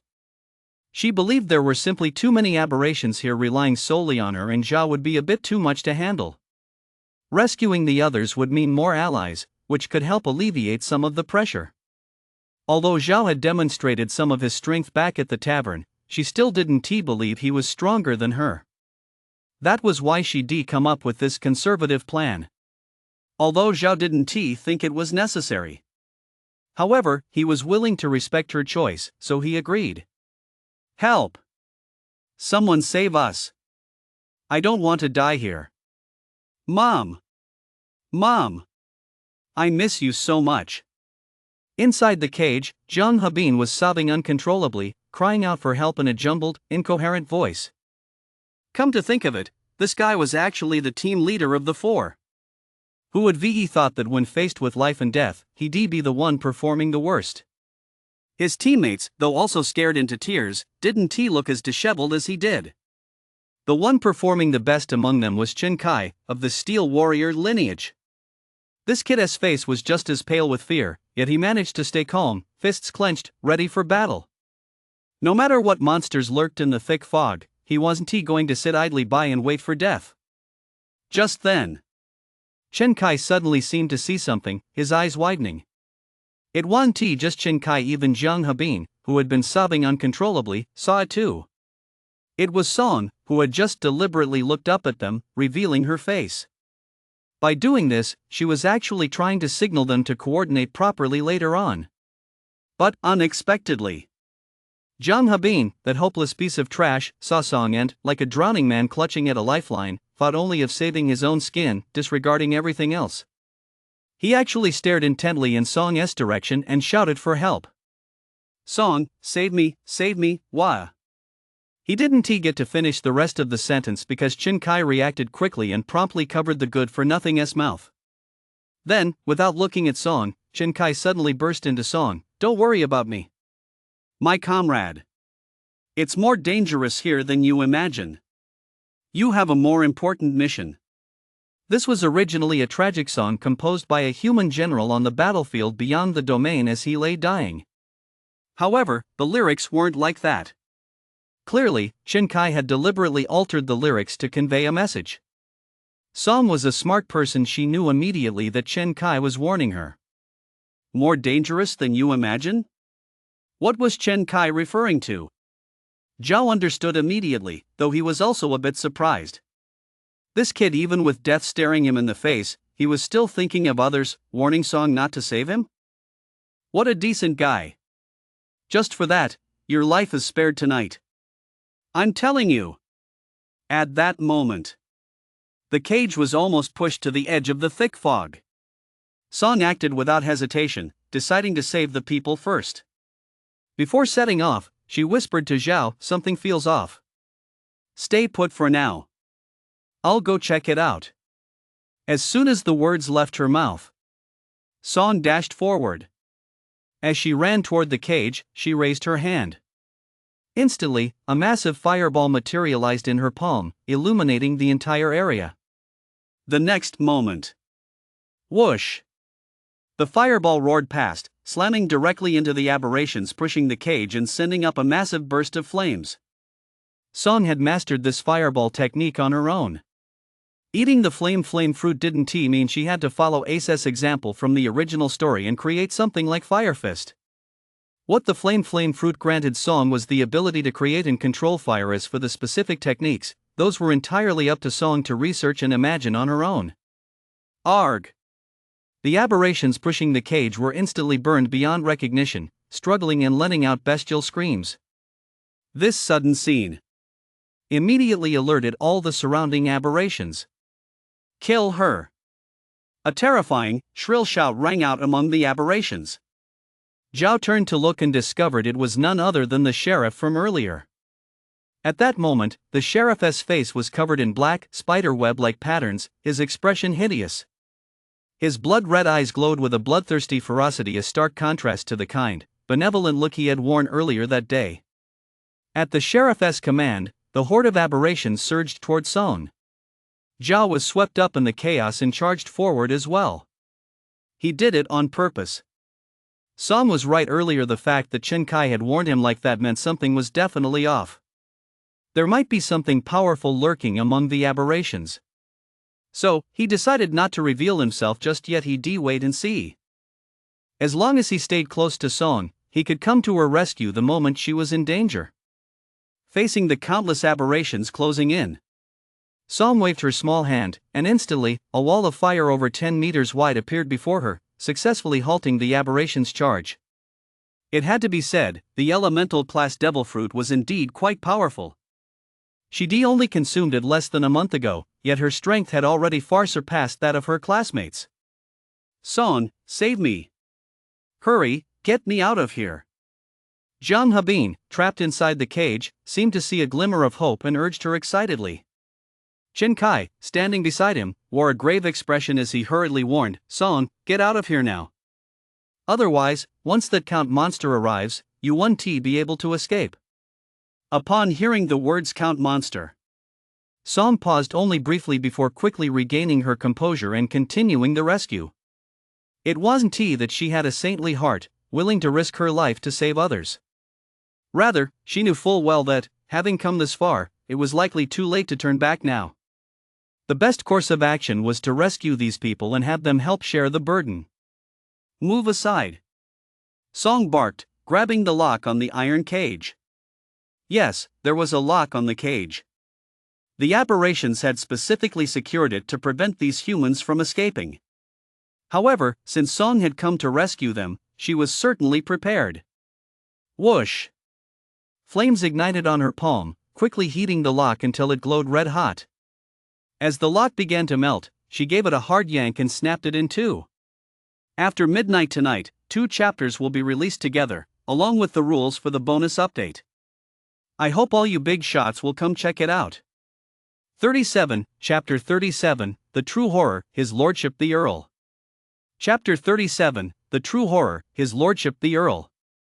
As the cage swung open, Zhang Hebin, Chen Kai, and the others immediately scrambled out in a rush.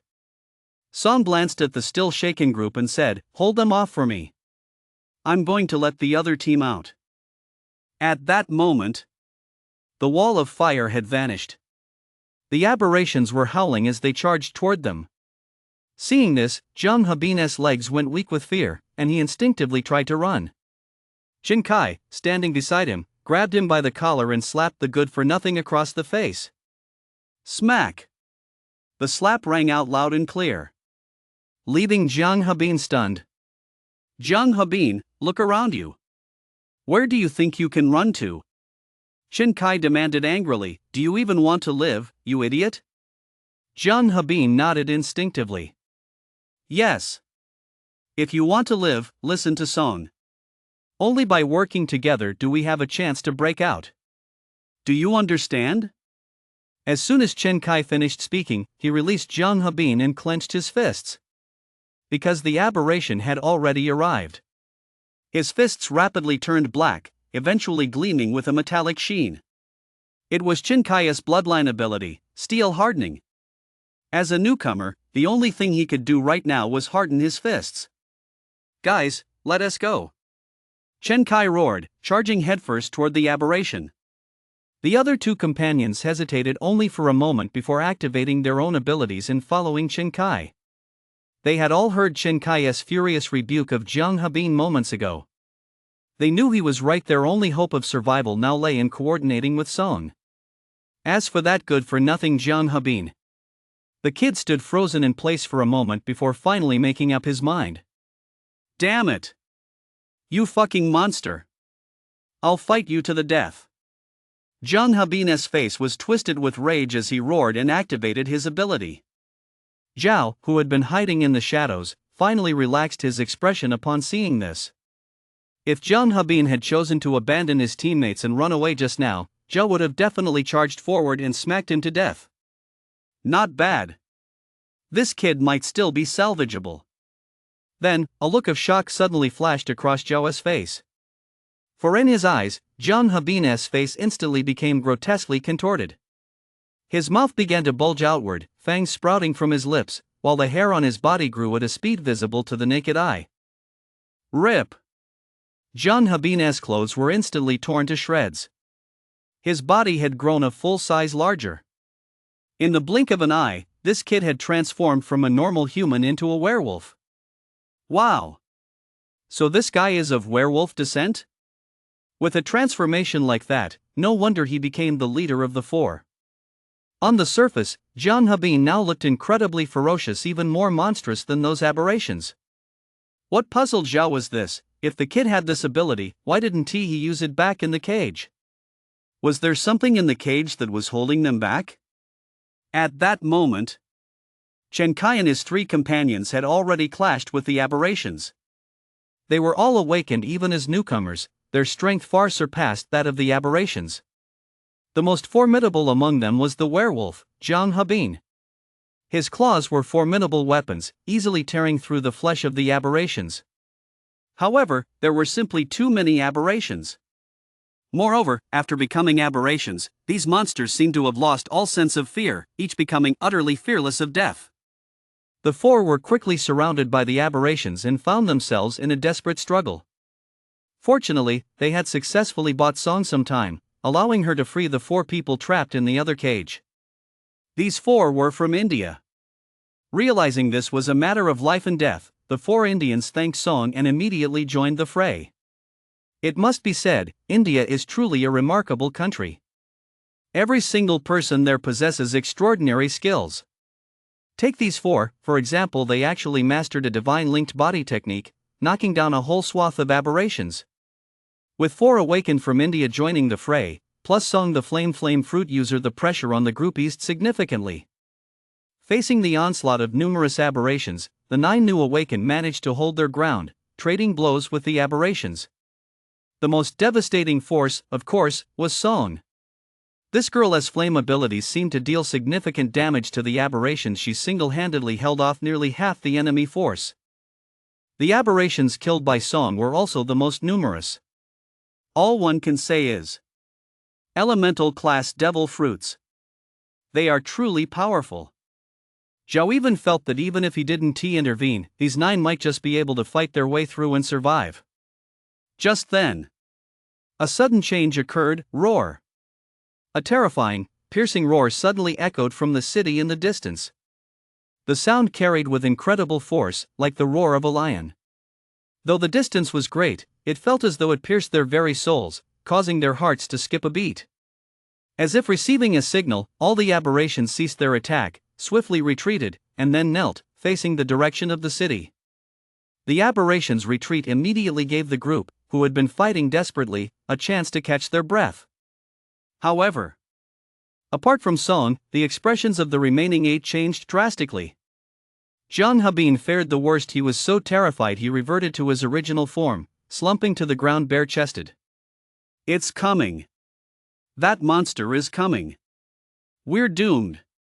The others weren't much better off. Despair was etched on every face. Even Chen Kai's face had turned pale. The 4 awakened from the 3 kingdoms tried to flee, but they were surrounded by aberrations watching them like hawks, blocking their path and leaving them with no escape. With looks of resentment and despair, they could only stand there, waiting for their fate to be decided. You guys. Song was quite surprised. She hadn't expected that a single fierce roar could terrify these people so much. What kind of being was the owner of that voice? Was it really that terrifying? Song, thank you for stepping in to help. Chen Kai suddenly whispered, I'll cover for you later. When you get the chance, run. Your spirit is powerful, maybe you can escape. Song furrowed her delicate brows, as if she'd thought of something, and asked, "Is it that Count Linley?" This girl truly lived up to her reputation as a top student. She had an excellent memory and still remembered the name. Chen Kai nodded and said, "Actually, after we entered the Countess' mansion, we sensed something was off. At first, we all banded together to escape, and those monsters couldn't stop us. But then the Count appeared. He is the real monster. In a single exchange, all 12 of us were defeated. We were completely powerless against that monster." Hearing this, Song was instantly stunned. How could that be? She hadn't expected such a powerful monster to be hiding in the town. The strength Chen Kai and Zhang Habin had just displayed was formidable. They killed quite a few aberrations. And those 4 men were no pushovers either. With so many skilled fighters, could they really not even hold out for a single exchange? Song was about to ask more questions when suddenly, the sound of hooves growing louder as it approached came clearly through the air. Clop, clop, clop. Song immediately looked up. He saw a heavily armored knight riding a gigantic, monstrous horse, galloping toward them through the blood-red night. P.S. There is a slight issue with the next chapter. I'm currently revising it and will update within about 20 minutes. 38, Chapter 38, Desperate Situation. Zhao steps in. Please vote for monthly tickets. Chapter 38, Desperate Situation. Zhao steps in. Please vote for monthly tickets. The heavily armored knight. It was none other than the Earl of Linley, the hospitable figure mentioned by the sheriff. This was Song's first time seeing this monstrous earl, and she couldn't help but stare at him. "Don't look into his eyes," Chen Kai hurriedly warned her. Unfortunately, it was already too late.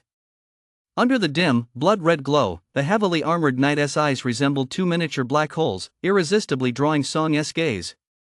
The moment Song's gaze met his, she let out a muffled groan, her slender frame swaying slightly as she nearly stumbled. She felt as though her brain had been struck by an unknown force, causing intense negative effects. Fortunately, the girl's spirit was powerful, and her willpower far surpassed that of Chen Kai and the others, allowing her to endure it. However, she did experience some negative reactions, such as restlessness, dizziness, nausea, and the urge to vomit. Song forced herself to endure it all. Then, she was utterly astonished. This monster. Could it really be this powerful? Just a single glance at it had subjected her to a mental shock? She suddenly recalled her father's warning from back home. In the spirit realm, there are some extremely sinister and terrifying entities possessing a power so formidable that they must not be looked at directly. If one's willpower is insufficient, even a single glance can trigger negative emotions at best, rendering one incapable of fighting at worst, driving one mad and turning them into a monster that recognizes no kin.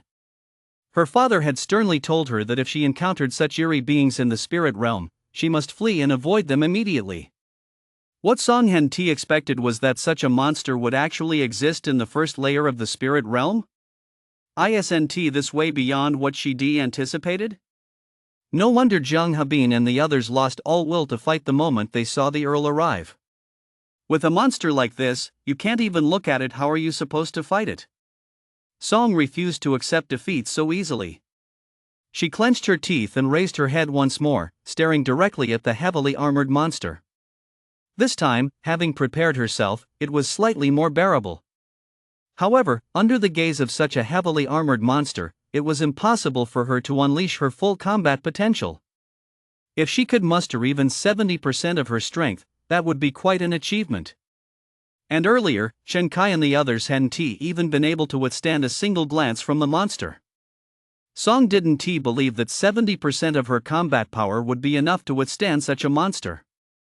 In other words, this time, their chances of survival were slim. At this thought, the color drained even further from the girl's already pale, delicate face. How could there be such a monster in the first layer of the spirit realm? Song muttered to herself. This wasn't a miscalculation on her part, it was something she hadn't even considered. Song, thank you for stepping in to save us. Chen Kai dared not look at the Count.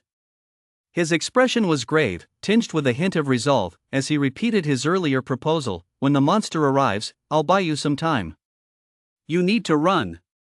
Unexpectedly, Jung Habin, who had been reduced to his true, frightened self, also spoke up. That's right. Song, these monsters are particularly afraid of your fire. Among us, you're the only one who stands a chance of escaping. I'll buy you some time too if you manage to get away. Can I ask you for a favor? Song sighed. What is it? Originally, she had held no regard for a coward like Jung Habin. Now, however, her opinion of him had changed considerably. If you make it back alive, I hope you'll take a message to my father, tell him his son has long since forgiven him. Song. One of their teammates couldn't help but interject, Brother Bin, this is the spirit realm of amnesia. Even if Sister Haitang manages to get out, she'll lose her memory too. Hearing this, Jung Habin froze for a moment, then broke down in a wailing fit of tears. Just then, the sound of hooves suddenly stopped. Song looked up and saw that the heavily armored monster had already arrived right in front of them, less than 50 meters away. Jung Habin's crying stopped abruptly. Despair and fear once again washed over his face. The three men were so terrified they kept backing away, yet dared not look at the heavily armored monster. The only one in the entire group who could stand and meet the monster's gaze was Song. Whoosh! Flames reignited in the girl's hands. Her pretty face was set with determination. It seemed she intended to fight the monster to the bitter end. Seeing this, the heavily armored monster immediately leaped down from its horse. Its horse was no ordinary beast. It was extremely strong and tall, and like its master, it was clad in heavy armor. Upon closer inspection, one could see that beneath the armor, the horse had no skin at all, only crimson flesh and blood. Clearly, it was a monster as well. As the heavily armored monster made its way forward, every aberration along the path bowed their heads deeply, prostrating themselves completely on the ground. Its majesty was overwhelming. A moment later, the heavily armored monster halted once more. At this point, it was less than 20 meters away from Song. It stared at Song and suddenly spoke in human language. Kneel. As those two words were shouted, they radiated outward like a shockwave. Jung Habin, Chen Kai, and the others were struck as if by lightning, all tumbling to the ground. Song's slender frame also swayed slightly. But the girl was strong. She pressed her lips together, her pretty face icy, and remained standing tall. At that moment, Song had already spotted Zhao hiding in the crowd. Yet she pretended not to see him, standing her ground against the heavily armored monster. Her slender frame radiated sheer stubbornness. Right now, she didn't want Zhao to reveal himself at all. The monster before her was indeed overwhelmingly powerful. Just then, the heavily armored monster across from her, seeing that Song had disobeyed its command, seemed to be enraged. It suddenly drew the short spear from its waist and flung it casually at Song. Whoosh! A piercing whistling sound cut through the air. The short spear flew like a large caliber bullet, instantly tearing through the void and hurtling toward Song. The girl's eyes widened instantly.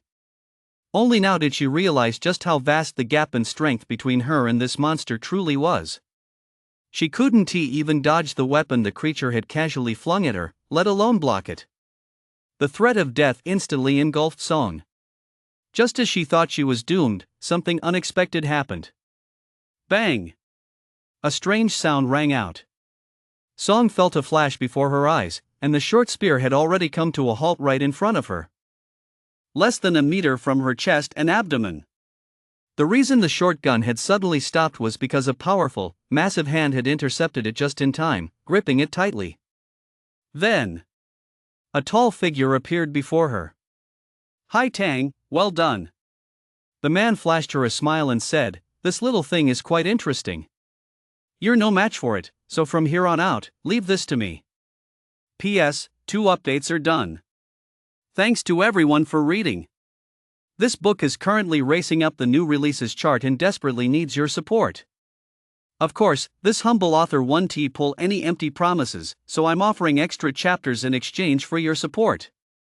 Starting now until midnight tonight, if we gain 1,000 recommendation votes during this period, I'll post an extra chapter.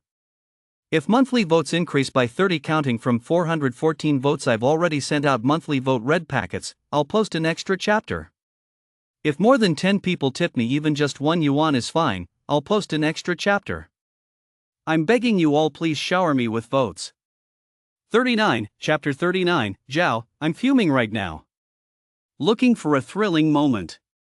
Chapter 39, Zhao, I'm fuming right now. Looking for a thrilling moment to keep you reading. The one who suddenly appeared to save the day was, of course, Zhao. The moment the heavily armored monster drew its short gun, he was already prepared. With his current agility stat at 300, he could even catch bullets with his bare hands. Catching that short gun was a piece of cake. The agility attribute represents not only speed but also reflexes. Combined with the visual enhancement provided by Spirit, Zhao's ability to read movement now far surpasses that of ordinary people. His reactions are even faster than a tabby cat's. If he weren't confident, he wouldn't dare to play this game. If he messed up and let Song die here, he'd be losing big time. After all, a human shield this good isn't easy to come by. Fiddling with the short gun in his hand, Zhao stared at the Count and said calmly, "Little brother, what's your deal? You want my people to kneel before you? You even want to kill her? Getting so cocky? Do you think you're the big shot of the spirit realm?" Judging by Zhao's composed demeanor, it seemed as though he wasn't affected at all by the Countess' eerie eyes. In fact, he was affected, after all. After all, his spirit was only about 30 points higher than Song's. Of course, Zhao could easily withstand this minor influence. I hate show-offs the most, especially those who are even better at it than I am. Zhao glared at the Count with malice, his tone hostile. "I'm really pissed off right now. Little brother, you'd better be able to take a beating so I can blow off some steam." It wasn't that he enjoyed trash talking. Rather, he wanted to use this method to deliberately provoke the Count. Usually, when sentient beings get angry, their rationality is affected, and they might end up making mistakes. Zhao didn't know the Countess' true strength yet, but from Song and Chen Kai's conversation, he deduced the Count must be quite powerful. When you don't know your opponent's strength, provoking them is undoubtedly a good strategy. As for whether the Count possessed intelligence? From the moment it ordered Song to kneel, it was clear this thing had a brain. It could even speak. Just as Zhao was about to provoke the Count, the others were already stunned. Zhang Hebin, Chen Kai, and those three men all stared in disbelief, speechless. What had they just witnessed? They'd seen the Countess' monstrous fatal strike effortlessly parried by Zhao, that so-called useless talent. And that useless guy could even look the Count straight in the eye and speak eloquently, completely unfazed? What on earth was going on? Even Song's delicate little face was etched with shock. Her dark, lustrous eyes were wide open, making her look a bit adorably dazed. She had originally thought Zhao was just a little stronger in strength. Now she realized he was actually a billion times stronger. When Zhao had just rushed over to catch the javelin, she hadn't even been able to make out his movements. In a flash, he appeared right in front of her. That kind of speed was beyond her imagination. Looking at Zhao's broad back, Song suddenly felt a strong sense of security. This intense sense of security. Naturally, it came from Zhao. At that moment, two Indians approached Zhang Hebin and the others, asking in hushed tones, "Is this one your companion too?" "Unbelievable, he is incredibly powerful." Another added, "Yeah. With him here, we might actually survive. May I ask, what is his innate ability?" Although the Indians were speaking their native language, the spirit realm's built-in translation ability allowed everyone to communicate freely. Faced with the Indians' question, Zhang Hebin was also eager to know. "Chen Kai isn't his innate ability kryptonian? How could?" "You're asking me? Who should I ask?" Chen Kai's expression grew grave as he stared at Zhao's back. "I've always felt he wasn't ordinary, but I never expected him to be hiding his true abilities this deeply." At that, Chen Kai suddenly laughed. "Never mind all that for now. Whether we make it through tonight depends entirely on him." That was the truth. Everyone turned to look at Zhao. No one offered to help Zhao. It wasn't that they were afraid, it was that they knew their half-baked abilities weren't enough to get involved in a high-stakes situation like this. At that moment, the Count standing before Zhao seemed somewhat enraged by Zhao's words. His eyes, like black holes, radiated an even greater aura of intimidation, and even his breathing grew much heavier. No sacrifice had ever dared to provoke him like this. Seeing this, Zhao decided to pour fuel on the fire and test this monster's strength while he was at it. "Here's your crappy thing back." As soon as the words left his mouth, Zhao clenched the short spear in his hand and hurled it with all his might. Before his transmigration, Zhao had dabbled in javelin throwing for a while during college out of personal interest. He wouldn't claim to have been particularly skilled, but he at least knew how to generate power and had decent aim.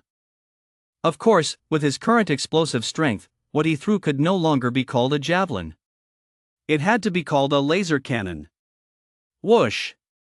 A piercing whistle cut through the air.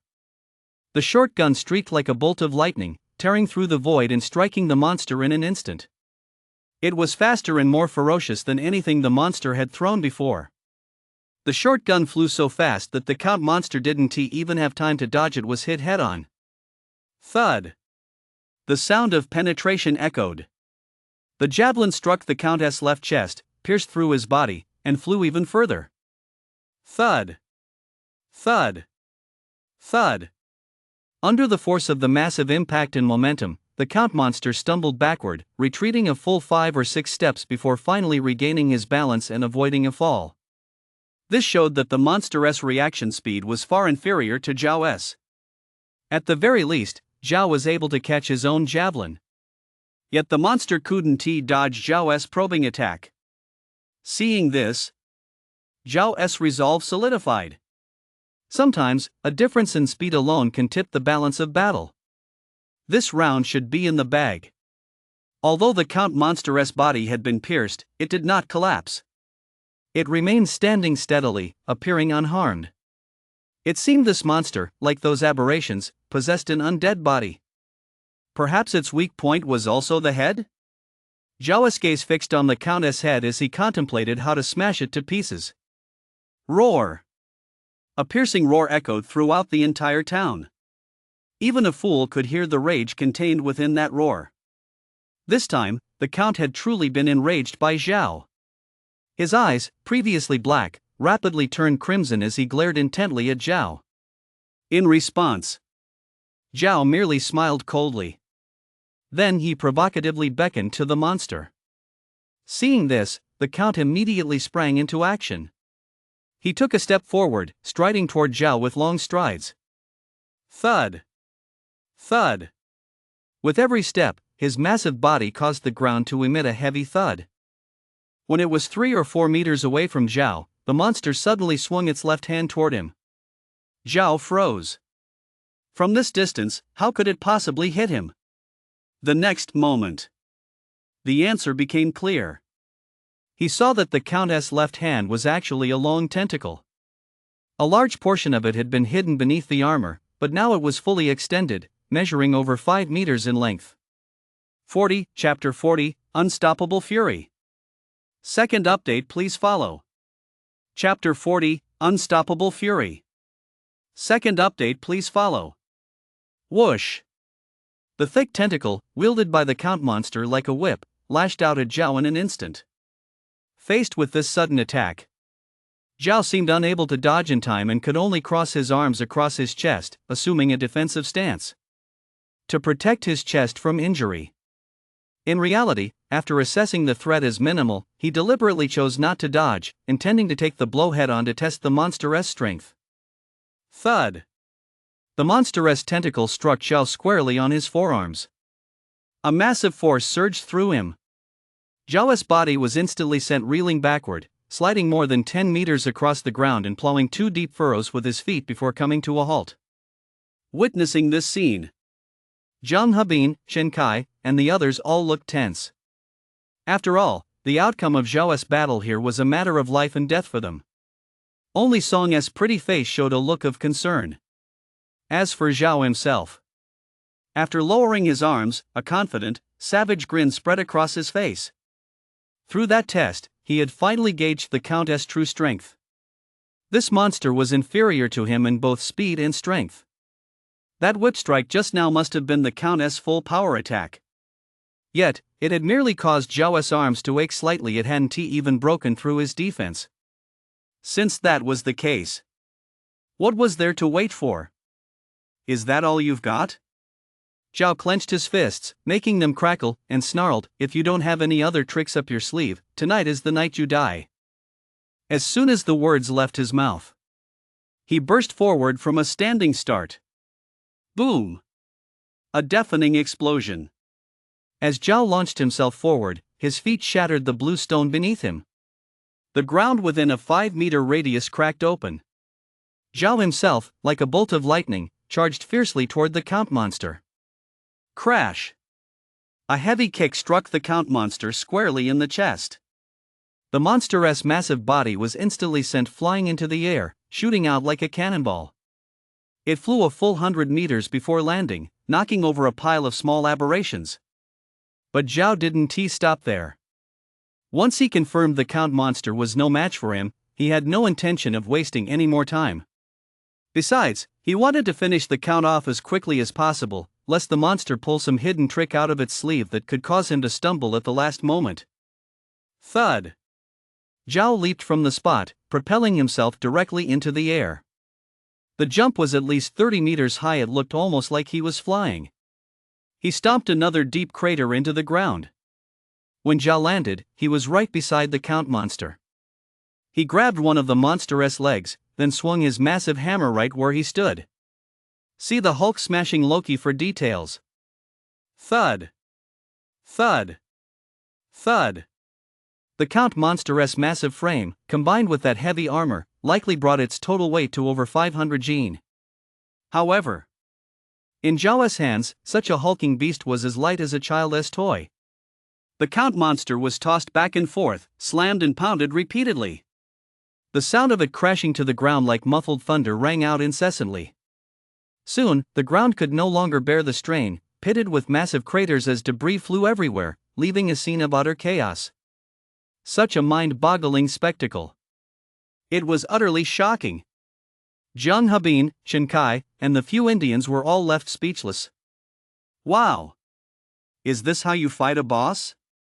Just moments ago, everyone had believed they were at a dead end, certain to die tonight. How did things suddenly turn in their favor?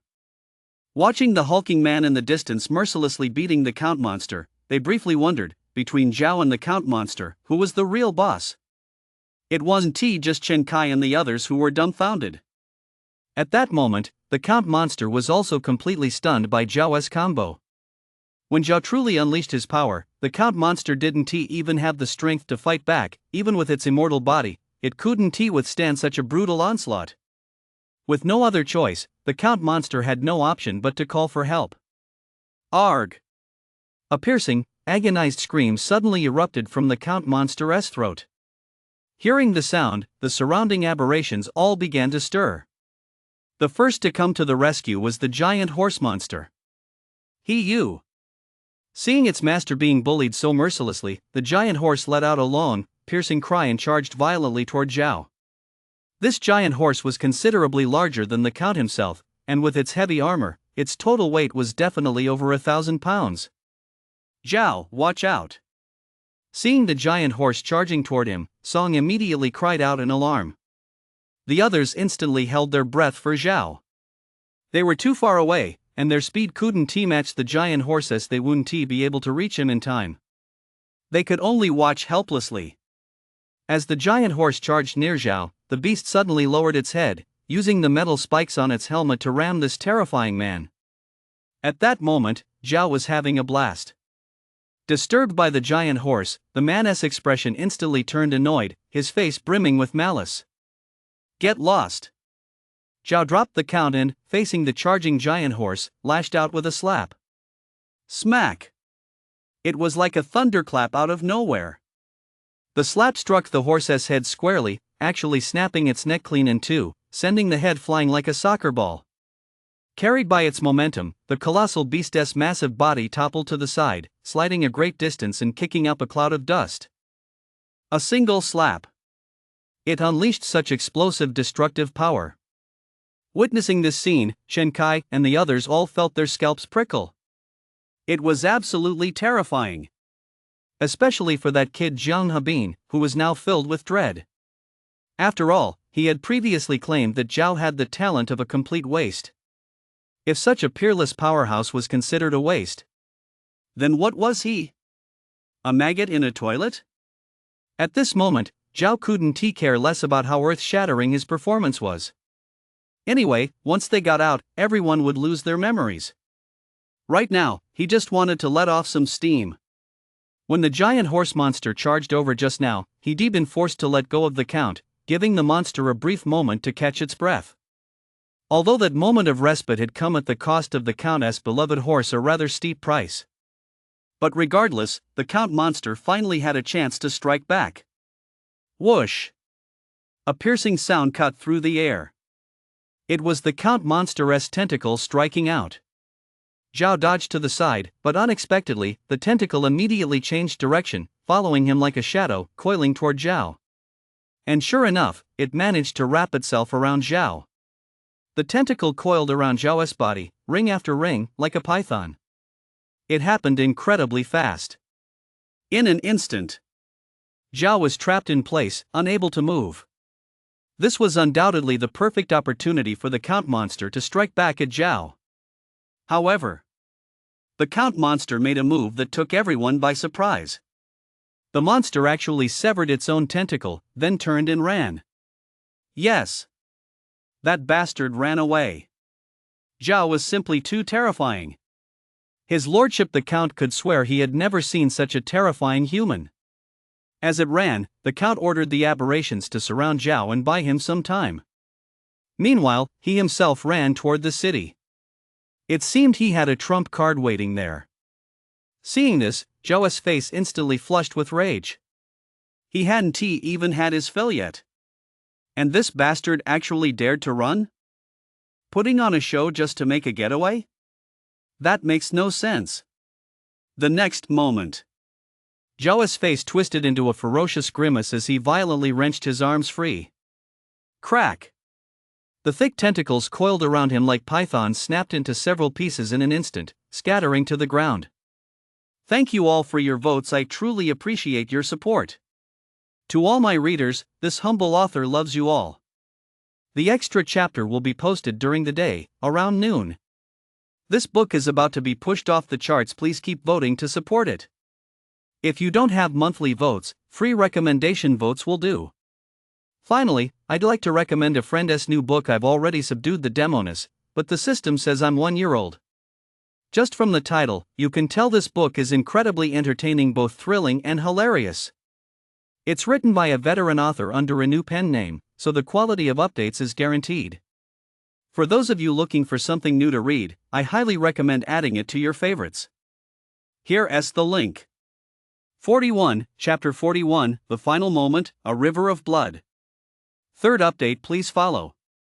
Chapter 41, The Final Moment, A River of Blood. Third update, please follow. Countless aberrations. They swarmed toward Zhao, determined to block his path. Leading the charge was none other than the sheriff. Fed up with these pesky flies, Zhao was furious and showed no mercy. He brought his palm down hard, smashing it right onto the sheriff's head. Smack! The air itself crackled with the impact. The sheriff's head, along with the upper half of his body, instantly exploded into a cloud of blood mist, with debris flying everywhere. Only his legs remained. What's this nonsense about an undead body or vulnerabilities only in the head? To Zhao, it's all the same. His strength stat was now 300 points, 30 times that of a normal person. What did that mean? It meant that ordinary flesh and blood were no different from paper in his hands. Zhao could obliterate an aberration with a single casual strike. However, there were simply too many aberrations in front of him, and they were all charging straight at Zhao. For every sheriff he blew to pieces, more aberrations rushed in. Zhao has no interest in tangling with these aberrations right now. He just wants to kill the count as quickly as possible. Better to strike while the iron is hot, before the countess monster gets any chance to turn the tables. Once the Count is dead, he can come back and deal with these worthless aberrations later. Boom! The ground collapses. Zhao pushes off with all his might, propelling himself high into the air. He leaped right out of the encirclement. It had to be said. This move was incredibly effective. By the time he landed again, he had left those aberrations far behind. Then, without looking back, Zhao transformed into a bolt of lightning and gave chase in the direction the Count had fled. His running speed was equally mind-boggling. He was practically a supercharged cheetah. In the blink of an eye, he was gone, leaving Jiang Hebin, Chen Kai, and the others staring in stunned silence. Having lost Zhao as their target, the aberrations turned their crimson gazes toward Song and the others. The ritual wasn't over yet. If they couldn't offer a sacrifice soon and angered the moon goddess followers, they were as good as dead. Seeing this, Chen Kai immediately roared, "Prepare for battle!" Song acted decisively, calling out loudly, "Hold on a little longer, Zhao will be back any minute." The moment those words were spoken, the group's spirits soared. Earlier, everyone had been filled with despair and anguish.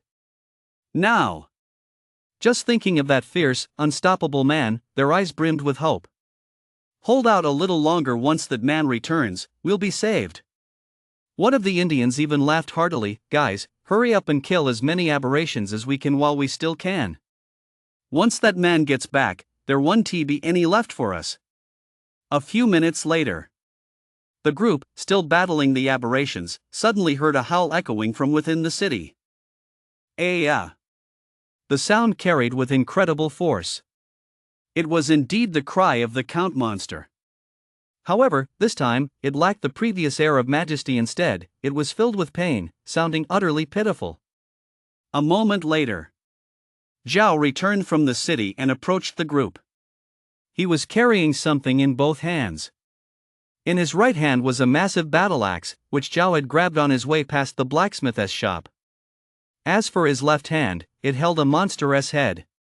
It was none other than His Excellency the Count himself. Even with only its head remaining, the Count monster was still alive. Those eyes, still possessing that unnerving quality that made them impossible to look directly at, were fixed intently on Zhao. It seemed as though it wanted to say something. But Zhao didn't give it the chance. He casually tossed the head onto the ground and stomped on it with his foot. Thud! The monstrous head instantly shattered into pieces, looking like a smashed watermelon, with black brain matter spilling all over the floor. This time, the Count monster was finally dead. Zhao also received a quest progress notification. However, he wasn't happy. Instead, he looked disgusted.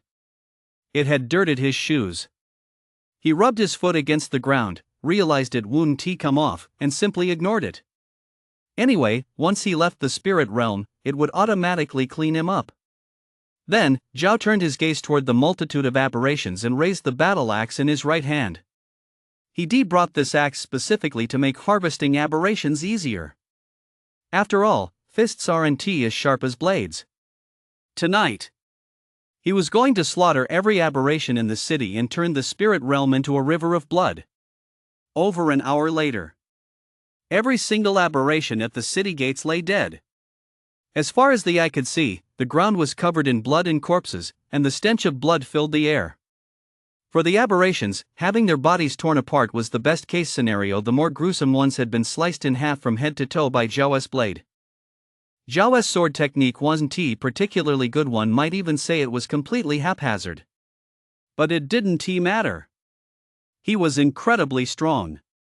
With every swing of his blade, he cut down anything that stood in his way. That Indian guy had been absolutely right. Once Zhao set his sights on the aberrations, there was no room left for anyone else. It took him just over an hour. Every single one of the thousands of aberrations at the city gates had been slaughtered by Zhao. And after slaying over 1,000 aberrations, Zhao was radiating an intense aura of murderous intent. He looked like a god of death. Jiang Hebin, Chen Kai, and the others couldn't help but swallow hard, fearing that the man might get carried away in his bloodlust and start hacking at them too.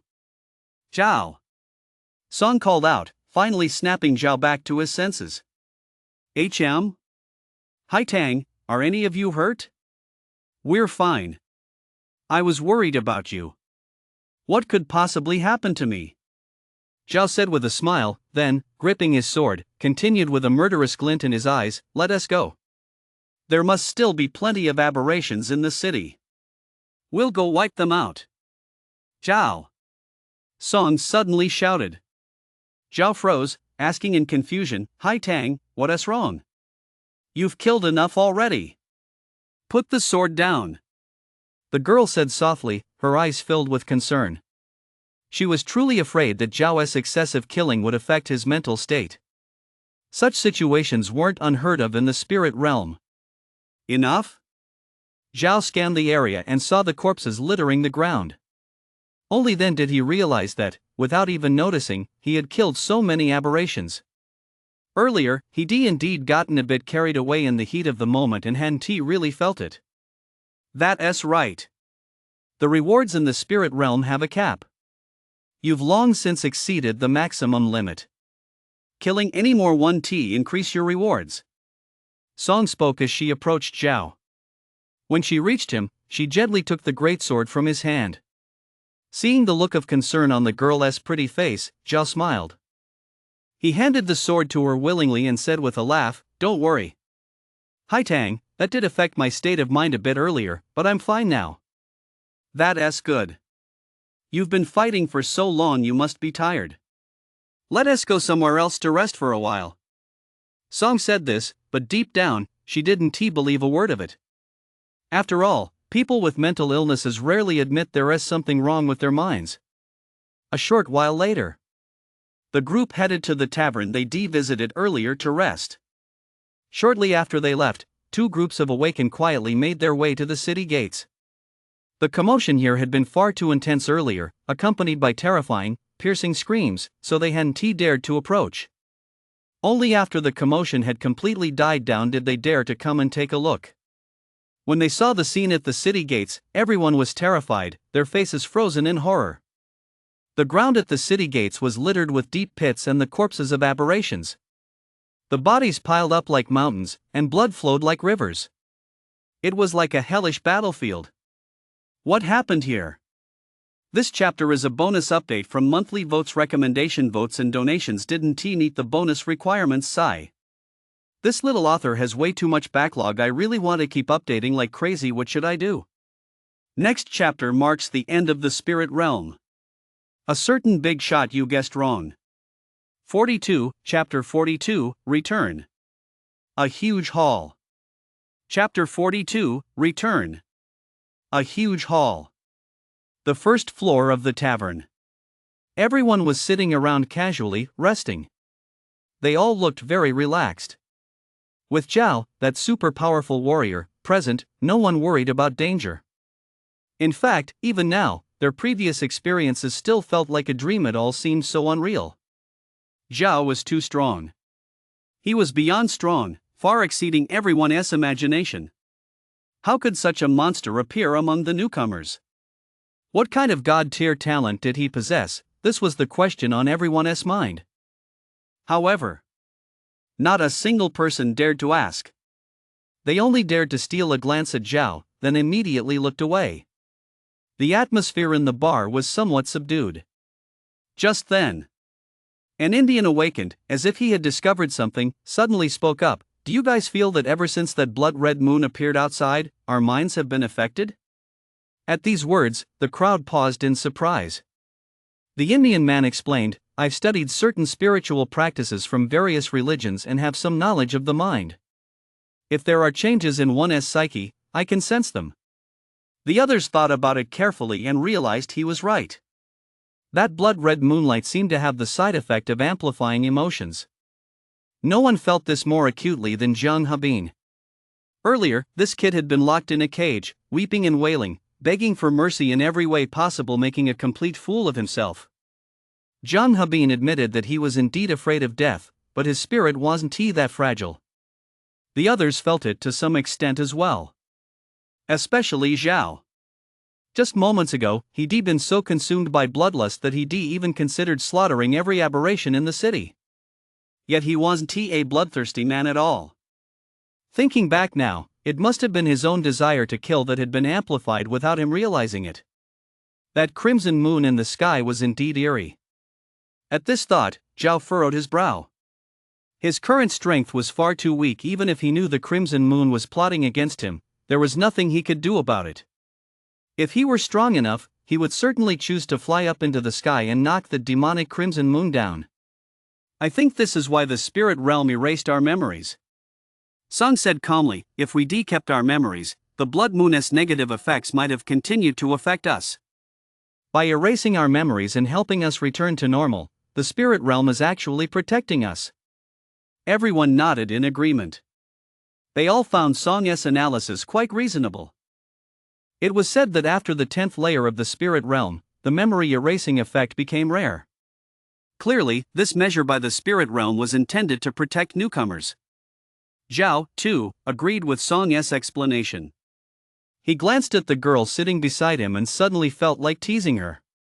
Leaning closer, he chuckled softly, "Hi Tang, no wonder I thought you looked especially beautiful tonight." The moment those words left his mouth, Song's face flushed crimson. At the same time, the girl also looked a bit flustered. If the blood moon really does amplify desires, could Zhao be thinking of that with her? She quickly glanced at Zhao and saw the mischievous grin on his face, instantly realizing she'd been teased. She shot Zhao a disapproving look, then quickly regained her composure. But what was this faint sense of disappointment she felt? "By the way, hi Tang," Zhao asked again, "aren't you curious why I have such incredible strength?" "I'm not curious. Anyway, I'll lose my memory once I leave here, so knowing now is pointless." As Song said this, a faint smile suddenly appeared on her face, and she continued, "I just feel very lucky." She knew full well that Zhao's current power must stem from his kryptonian heritage. Everyone had seriously underestimated this innate ability. Even knowing this, she was still grateful to Zhao for trading the flame fruit with her. After all, just because Zhao had discovered the secret of her kryptonian heritage didn't mean she could have. Hearing Song's reply, Zhao looked a bit taken aback, then smiled. This girl was indeed smart and knew her place. He loved people like that. "How long have we been in the spirit realm?" Zhao asked. He didn't whisper, everyone could hear him. They all thought for a moment before speaking up. "It must be over 5 hours. Probably close to 6 hours. So, we've got half the time left?" Zhao furrowed his brow. "Are we just going to sit here doing nothing?" Jin Kai said, "Isn't that fine, that battle just now completely drained my stamina, I really need some rest." The others nodded in agreement. Zhang Habin, seeing the bored look on Zhao's face, couldn't help but ask, Zhao, you killed that terrifying count monster and at least 1,000 aberrations, don't you feel tired at all?" Zhao was taken aback. It seemed he really didn't feel tired. At least not yet. He even felt like he could keep fighting at that intense level for another day. Truly, the super physique title was well deserved. It was incredible. He was simply powerful in every way. Seeing Zhao's demeanor, everyone realized that this powerhouse was still full of energy after slaying so many enemies. Everyone was stunned by Zhao's stamina. At the same time, they envied Zhao's achievements tonight. Killing so many aberrations and taking down the big boss, the Count Monster. His mission completion rate was absolutely maxed out. That meant once they left here, Zhao and Song were guaranteed to receive the highest rewards, plus bonus rewards. No one could compete with them. Just then, Zhang Habin suddenly stood up, walked over to Zhao, and said earnestly, "Brother Zhao, I have to thank you. If you and Sister Haitang hadn't stepped in, I'd be dead for sure, not even a corpse left. Also, I want to formally apologize to you. I used to think you were a loser. I looked down on you a bit. I'm sorry, Brother Zhao. I judged you by your appearance." Zhao immediately smiled and said, "We're all classmates. Helping each other is only natural, there's no need for all this formalities." With Zhang Habin setting the tone, the others stepped forward one after another to thank Zhao. Even those Indian guys were no exception. As Chen Kai put it, once they were out of here, everyone would forget all this. The only time they could express their gratitude for Zhao's life-saving favor was right now. Zhao could only accept it with a helpless shrug. A moment later, once everyone had finished thanking him, Zhao suddenly suggested, "Sitting here like this is too boring. Let us play a game." Hearing this, everyone's faces fell. "Dude, this is the dangerous spirit realm, not a resort." As time passed, dawn finally arrived. The blood night slowly faded away. The group finally received the notification that the mission was complete. Please note, teleportation back will occur in 30 seconds. 29, 28, 27. Seeing the countdown in their left eyes, everyone felt a huge weight lifted off their shoulders. "We can finally go back," Zhang Habin exclaimed. One Indian man looked at the group and laughed loudly. "Dear friends, I hope we can fight side by side again in the future." As soon as he finished speaking, everyone vanished from where they stood. Next chapter update, 12 p.m. 43, Chapter 43, Announcing the Results in Public. Chapter 43, Announcing the Results in Public. Blue Star. On the playground of Jinwu University. The teachers from earlier were still gathered here. They hadn't left. This was because the passage of time in the spirit realm was completely out of sync with that on Blue Star. No matter how much time passed in the spirit realm, on Blue Star, only 1 hour would have passed. At this moment, the vice principal, standing on the field, wore a grim expression as he glared menacingly at teachers Chu and Shen.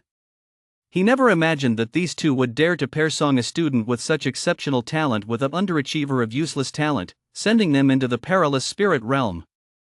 And they went in as a duo. They didn't even assemble a full team. This was sheer nonsense.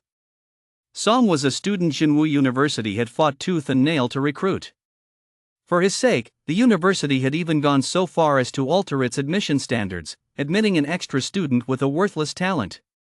The negative repercussions of this move were far from good. Now that the news had spread online, many uninformed netizens were making snide remarks, claiming that Jinwu University had lax management and allowed backdoor admissions at will. Such comments have already tarnished Jinwu University's reputation. Even so, Jinwu University has never regretted its decision regarding Song. After all, if they can cultivate a top-tier powerhouse, the benefits for the school will far outweigh the costs. That is why, before leaving on a business trip, the president had repeatedly urged the vice president to keep a close eye on Song. However, what the vice president didn't expect was that, in the brief moment he dozed off, such an outrageous incident had already occurred. In truth, this was also the vice president's oversight. Perhaps he himself hadn't anticipated that Song would be so reckless.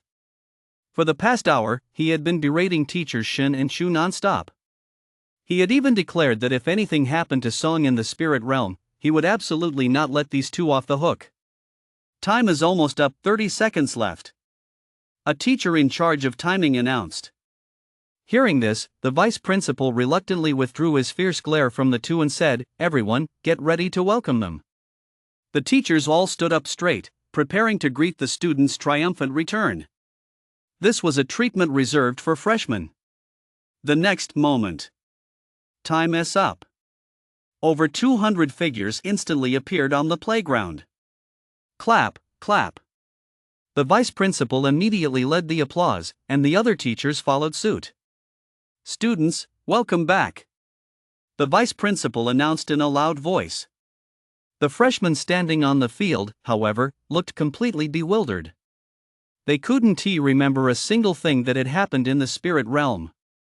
At that moment, there were no wounds on their bodies, their clothes were completely intact, and even their hairstyles hadn't changed.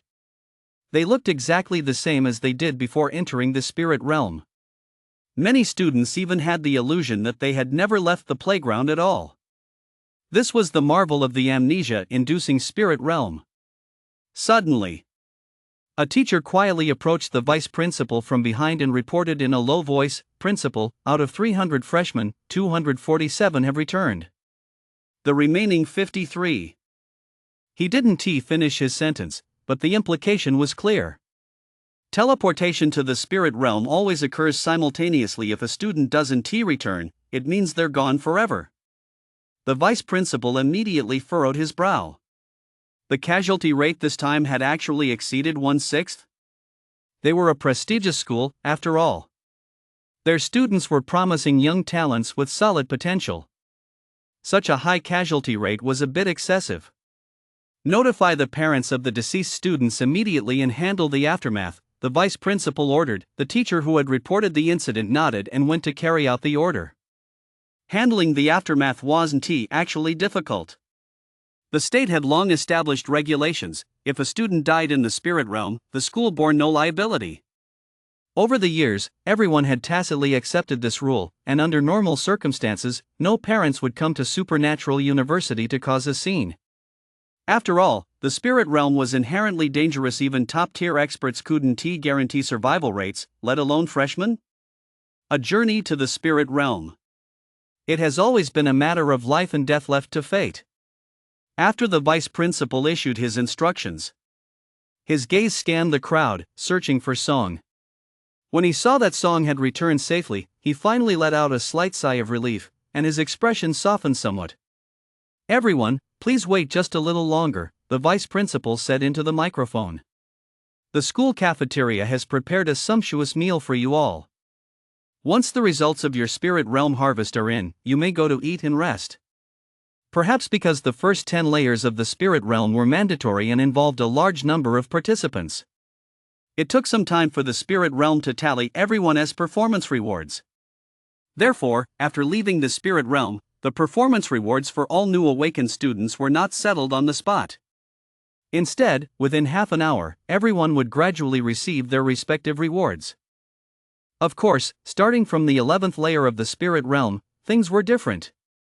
Upon mission completion, rewards are distributed immediately. The vice principal spoke again. "Students who have received their rewards, please report to your teachers immediately. This is because the school needs to record the students' performance. Subsequently, class assignments will be determined based on their performance, as well as the allocation of resources for further training and development." Before long, 4 students raised their hands simultaneously to report, "Teacher, we have received our mission rewards from the spirit realm." The 4 of them were part of the same team, so they received their mission rewards simultaneously. Everyone turned to look at these 4 students. They were from Class A, and Teacher Shin immediately stepped forward. "Display your reward panels in your left eyes," Teacher Shin said. The attribute panels in the left eyes of awakened individuals are considered personal privacy and cannot be viewed by others. The reward panels, however, are different. Others can access it through other means. Provided, of course, that one is willing to display it to others. Hearing Teacher Shin's words, the 4 of them focused their minds and summoned the reward settlement panel they had just received in their left eyes. At this moment, others still could not see it. Teacher Shin selected one of the 4. A girl raised her finger and gently tapped the girl's forehead. Instantly, the girl's reward settlement panel appeared in Teacher Shin's left eye, just like a card reader capable of transmitting data. It was truly amazing. The spirit realm and sanctuary were simply superdimensional entities beyond human comprehension. Of course, Teacher Shin was also an awakened. Only an awakened could read another awakened's spirit realm reward panel. Ordinary people couldn't do it. Sun Xiaojun, Li Jia, Wang Feng, Gong Xinhui. Teacher Shin read out the 4 names, then announced, "Enemy slain in this spirit realm, 37. Overall rating, grade B. Overall ranking, 179th. Basic reward, 97 spirit points." Since the 4 were on the same team, their rewards were identical. Therefore, Teacher Shin only needed to view one person's reward panel to know the results for all 4. When Teacher Shin announced their results, many students immediately looked on with envy. A 179th place overall ranking among all freshmen worldwide was proof enough that the 4 had performed exceptionally well. A teacher standing nearby promptly entered their scores into the computer. Teacher Shin withdrew her finger and smiled at the 4, "Well done. Sorry for the delay. I attended a friend's child's full moon celebration and forgot to set the timer. Next update, after midnight, 2 chapters at once. 44, Chapter 44, A Great Evaluation. The Arrogant Jiang Habin. Chapter 44, A Great Evaluation. The Arrogant Jiang Habin. On the playground shortly after. Students kept receiving their settlement rewards from the first tier of the spirit realm. Most received a C or B in their overall evaluation, while those who performed poorly were given a D. For example, there was a group from Class C whose kill count was a mere 1, earning them a D rating for the mission. Naturally, their final rewards were pitifully meager. Each member of the team received only 10 spirit points. With results like that, they were practically useless. Spirit points are a valuable resource. Not only can they directly boost the 4 basic attributes, but they can also be saved to enhance certain innate abilities. In short, if you want to grow stronger, spirit points are indispensable. This is the main reason why, even though the spirit realm is completely open beyond the 10th layer, so many awakened still venture there to seek adventure. As time passed, more and more students received their settlement rewards. 10 minutes later, most of the students on the playground had already been accounted for. However, the vice principal and the other school administrators were frowning, their faces betraying a hint of disappointment. This year's freshmen didn't perform very well. A female teacher couldn't help but mutter, "Not a single one with an overall A grade evaluation?" Another female teacher standing beside her immediately replied to the most promising student, who had the best chance of getting an A grade evaluation, ended up with a teammate with the worst talent. What a waste! Their conversation easily reached the vice principal's ears, making his already grim expression grow even darker. They did this on purpose. Many teachers were coveting the position of homeroom teacher for the freshman class. It wasn't just because of the better benefits. There were long-term benefits as well. By building a teacher-student bond with these gifted students, once they become powerful figures in the future, the teacher would also benefit from their success. Take this vice principal, for example. His rise to the position of vice principal was inextricably linked to the fact that he had once mentored a certain powerhouse. Just as the vice principal was considering whether to replace the homeroom teachers of Class A and Class B, a new development unfolded on the playground. "Teacher, we received our mission rewards from the spirit realm settlement," Jiang Habin from Class A suddenly announced in a loud voice. As he spoke, a confident smile spread across Jiang Habin's face. His teammates, too, wore expressions of joy. It was clear at a glance that their results must have been excellent. Teacher Shen also held high hopes for these exceptionally talented students. He immediately walked over to view Jiang Habin's mission reward panel. In just a moment, a look of surprise and delight spread across Teacher Shen's face, and he announced loudly, "Jiang Habin, Shinkai, Yuchon, Zhou Junjie. Enemy slain in the spirit realm this time, 173. Overall rating, Grade A. Overall ranking, 14th. Basic reward, 159 spirit points." As soon as he finished speaking, a chorus of gasps erupted throughout the room. Holy shit! 14th place overall? That's the global freshman ranking. With results like that, they hold their own even at Beijing University or Wuhan University. Damn! Are they really that good? Whoa! Each of them got 159 spirit energy points? That's like getting stronger in one go. I'm so jealous. Their gains from a single run are more than what I've earned in over half a year of training. It wasn't just the students who were filled with envy and resentment. The teachers and school administrators were all beaming with delight. As for Jiang Habin himself, a look of proud self-satisfaction spread across his face. It was as if he were telling everyone, achieving results like this was a piece of cake. After losing his memories of the spirit realm, this kid had reverted to his former rebellious self. Right now, he couldn't possibly imagine that their current success was merely a windfall from tagging along behind a super powerful figure. Excellent! Jiang Habin, Shinkai, you've performed exceptionally well. As your teacher, I'm truly delighted. Teacher Shin beamed. As the head instructor of Class A, the pressure on her shoulders was no small matter. Jinwu University is a prestigious institution that admits only the most talented students. If she fails to produce high-achieving students, everyone will simply assume there is something wrong with her abilities. Hearing Teacher Shin's words, Zhang Habin's expression grew even more smug. Then, for reasons unknown, the young man suddenly turned his gaze toward Song and declared arrogantly, "How laughable that someone would actually refuse my invitation.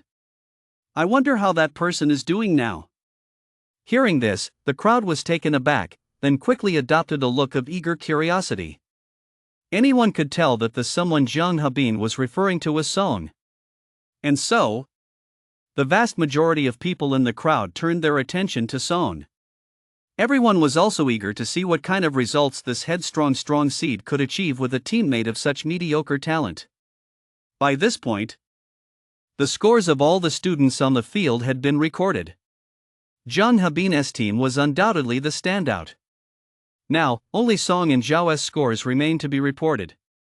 Teacher Shin was a bit exasperated by Zhang Habin's sarcastic remarks. She probably hadn't expected Zhang Habin to be so petty. Just because Song had refused his invitation, he actually had to make snide comments in a setting like this. Wasn't he that deliberately trying to embarrass him? However, since Teacher Shin had just praised Zhang Habin, she couldn't say much now. Besides, Teacher Shin actually felt a bit dissatisfied with Song as well. She had advised Song so many times, trying every possible approach, yet Song remained stubborn and did as she pleased. No teacher likes a student who won't listen. After a moment's hesitation, Teacher Shin walked up to Song and asked, "Hi Tang, haven't your spirit realm mission rewards been settled yet?" All the other students had already finished their settlements, only Song and Zhao remained. She couldn't very well have everyone waiting here forever. Hearing Teacher Shin's question, Song looked troubled. She was a smart girl and knew exactly what Teacher Shin meant. But she really hadn't received her spirit realm settlement rewards yet. Zhao was also puzzled by this. In his view, with his current strength, he should be able to easily outclass the other freshmen. Combined with Song's flame fruit ability, even if they didn't achieve outstanding results, they certainly shouldn't be any worse than the others. Could it be that the first layer of the spirit realm isn't about combat power? Not only had he failed to help Song excel, but he actually crashed and burned? Not yet. No sooner had Song finished speaking than Zhang Habin, standing nearby, let out a cold laugh. "Is it really not there? Or are you too ashamed to show it?" With a smug grin on his face, Zhang Habin deliberately spoke up loudly, "Let me guess, it's a D-rank mission evaluation, isn't it? You think it's unworthy of someone like you, a flame fruit user, so you're planning to What?" As he spoke, Zhang Habin's expression suddenly turned to sheer terror. 45, Chapter 45, SSS Rank. An unprecedented record. Chapter 45, SSS Rank. An unprecedented record. At the same time, all new students worldwide who had participated in the first layer of the spirit realm simultaneously received a message in their left eyes. Announcement. The awakened teams Zhao and Song have slain 2,155 monsters and successfully defeated the monster boss in the first layer of the spirit realm. Their performance was exceptional, earning them a perfect mission rating, SSS rank. This was a super announcement from the spirit realm. Such announcements had appeared a few times before, but those were for different spirit realms and marked the first time an S-rank mission rating had been issued. SSS. This is the first time it has ever appeared since the spirit realm's inception. Not even an SS had ever appeared before. Unprecedented. Newcomers all over the world froze in their tracks upon seeing this announcement appear in their left eyes. Then, on the playgrounds of major universities, a deafening commotion erupted. Damn it! Who are these two? Killed 2,155 monsters, they're the monsters here. Why did I only kill 13 monsters? How did they do that? Perfect mission rating? SSS rank? I don't think a notification like this has ever appeared before. An unprecedented achievement. Without this notification, I would VE thought an S rank rating was the highest possible. Oh my god. This is insane. Song? Zhao. No matter who these two are, they're going to be huge now. Across various countries. In major universities. All the freshmen who had just returned from the first layer of the spirit realm were buzzing with excitement. This left many of the teachers present completely baffled. After asking for details, the teachers and school administrators were filled with shock, and they hurriedly reported the news. In the blink of an eye. The names Song and Zhao sent shockwaves across the globe. As for the university administrators who had once tried to recruit Song, every single one of them was filled with regret upon hearing the news. If only they had been more resolute back then, such a prized catch wouldn't have been snatched away by that shameless Xinwu University. At that moment, if one were to speak of the most eerie atmosphere, it was undoubtedly at Xinwu University. On the sports field, the freshmen all stared wide-eyed, gazing at Song and Zhao in shock. Especially Jiang Habin, his face etched with disbelief as he fixed his gaze on Song. The student's unusual behavior caught the attention of the surrounding administrators and teachers. "What's wrong with you all?" Teacher Shen hurriedly asked, "What's going on?" A female student standing beside Teacher Shen couldn't help but say, "Teacher, we just all received a notice from the spirit realm saying that Song and Zhao have set a brand new record." "Never mind, teacher, I'll send it to you. You should just come over and see for yourself." Upon hearing that Song and Zhao had set a new record, a look of astonishment immediately spread across Teacher Shen's lovely face. Then, she immediately walked over to the student who had spoken, raised her finger, and tapped the girl's forehead. In the blink of an eye, Teacher Shen's lovely face was now just as filled with shock as the student's. "Teacher Shen, what's going on?" the vice principal asked urgently. Miss Shen took a deep breath and replied loudly, "It's an announcement from the spirit realm.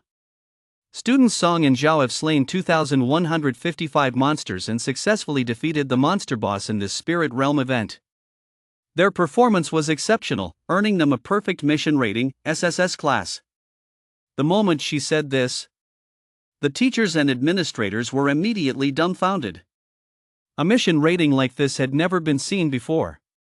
"Is that true?" the vice principal said in disbelief. "Did those two set a new record?" "Yes, principal.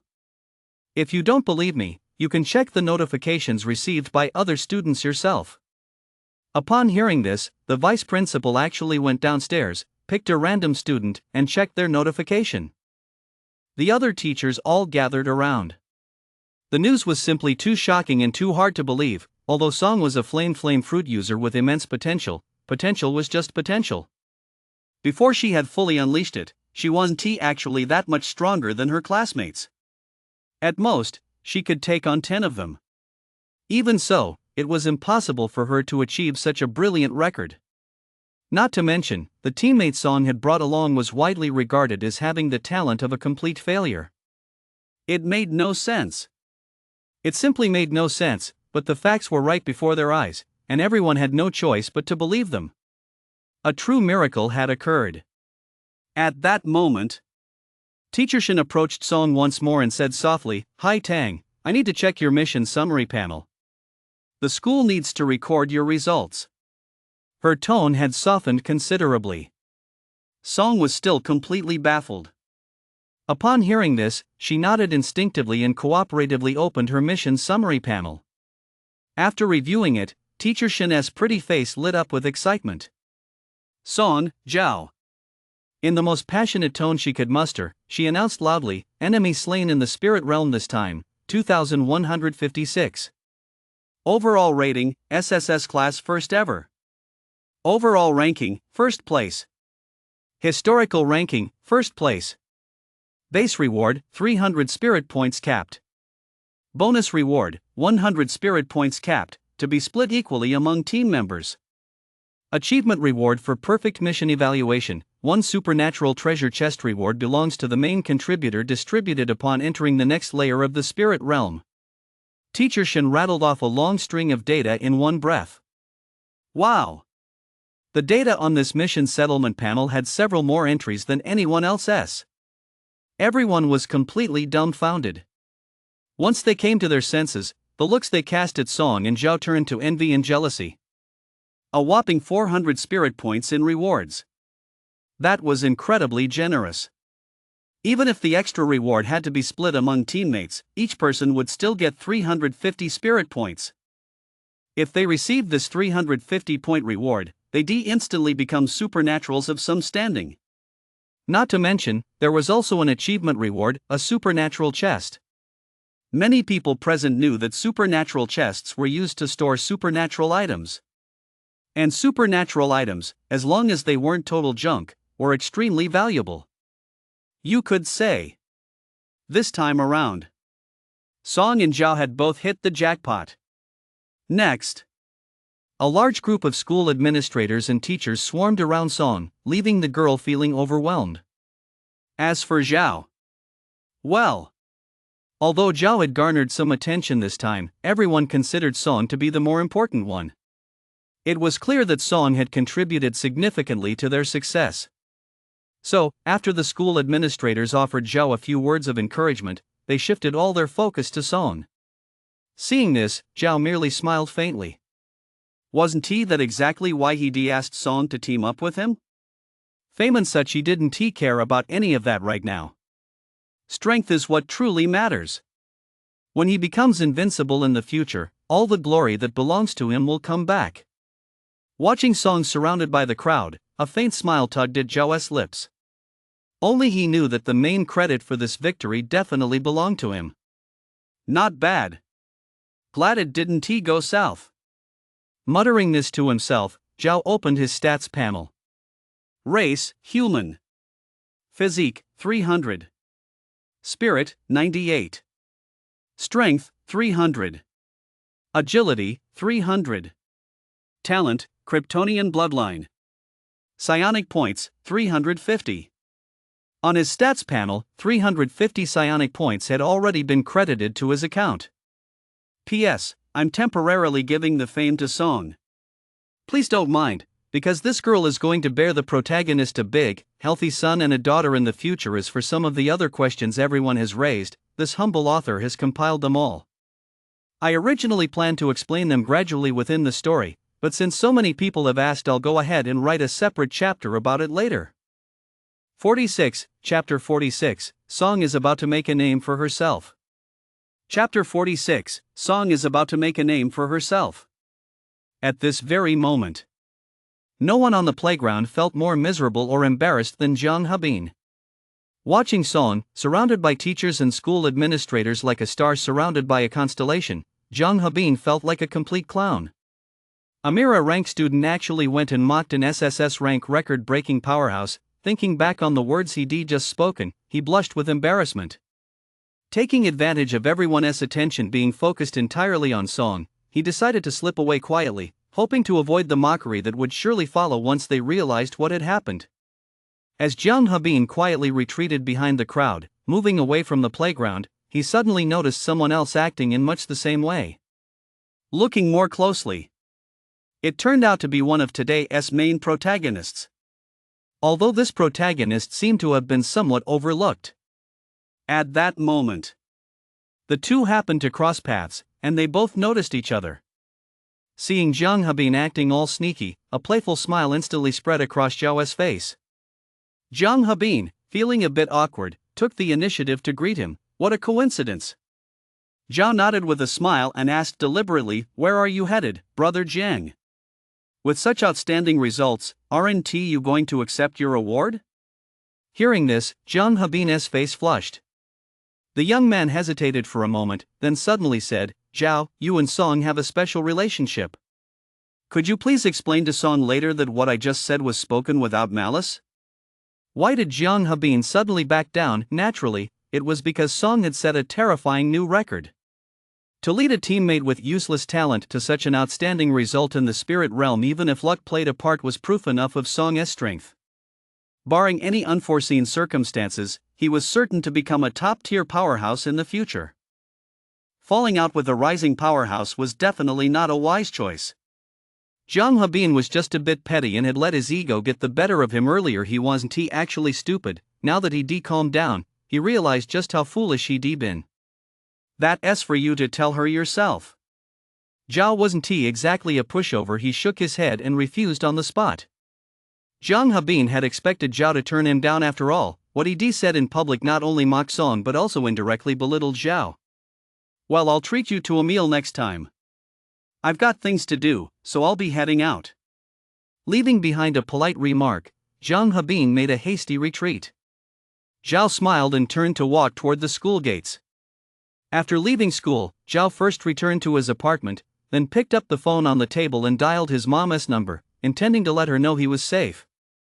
Earlier, when they went to the first spirit realm, they weren't allowed to bring any personal belongings.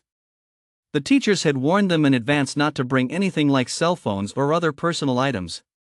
The moment he dialed, the call was picked up instantly. It seemed his mom, Wenli, had been waiting for this call the whole time. Son? Mom? It's me, Zhao said with a smile. I'm back safe and sound. Good. Her voice choked with emotion on the other end. As long as you're back. Mom, not only am I back, but I've also made quite a discovery, Zhao said. Wenli replied, Mom just wants to see you back safe and sound. I don't care about anything else. Is that so? Well, don't be surprised when you see the news later. Zhao was certain that tomorrow's headlines would be all about his and Song's journey to the spirit realm. That report had been sent to all new awakened students who had participated in the first layer of the spirit realm. The news had spread worldwide, making it impossible to keep it under wraps. What's more, they had set a brand new, terrifying record. This was definitely breaking news that would shake the world. After calling his mom to let her know he was safe, Zhao grabbed his phone and went downstairs to eat. As for whatever lavish lunch the school cafeteria had prepared, he couldn't be bothered to eat it. By the afternoon, a group of beaming school administrators gathered in the conference room for a meeting. During the meeting, the vice president emphasized, Student Song has set a brand new world record. This is a joyous occasion for Jinwu University and a remarkable achievement worthy of extensive coverage.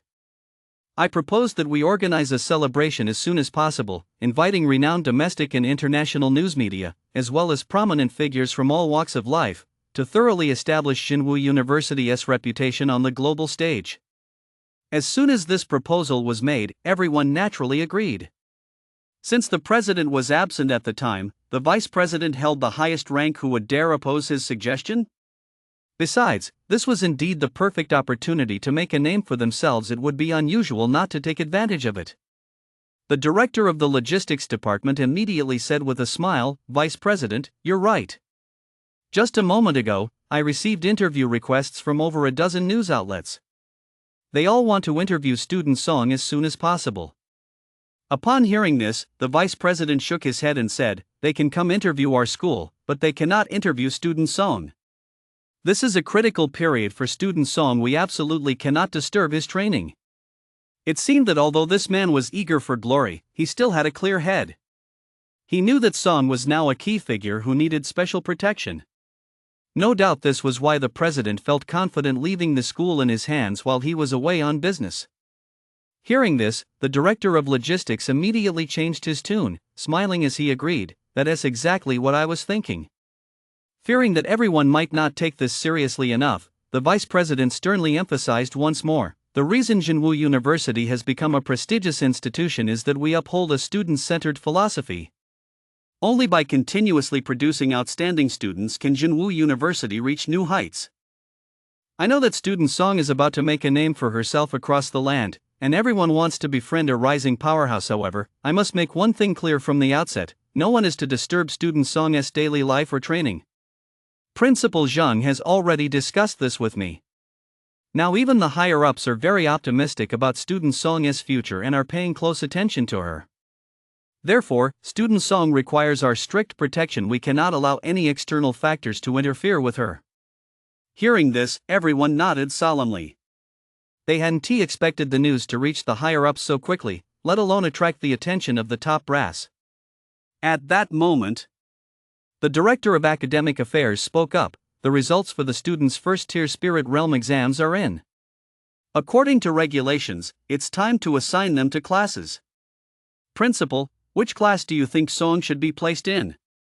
What is there to ask? The vice principal replied without hesitation. Class A, of course.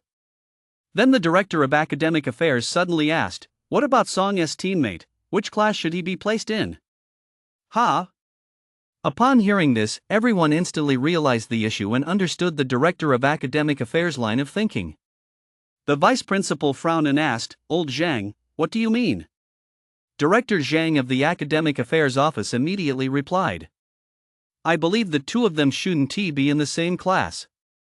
The next chapter will be updated around noon. 47, Chapter 47, The Class Placement Controversy. Chapter 47, The Class Placement Controversy. Old Zhang, tell us your thoughts. The vice principal lit a cigarette, his tone inscrutable. Why can't those two be in the same class? Director Zhang organized his thoughts in his mind before explaining his reasoning. Regarding Song's outstanding mission evaluation in the first layer of the spirit realm, I personally believe that while her strength certainly played a major role, the primary reason was likely her extraordinary luck. Since the spirit realm's inception, how many heroes have emerged? Some powerhouses possess even greater natural talent than Song, yet even with the assistance of outstanding teammates, the highest they've ever achieved is an S-rank mission evaluation.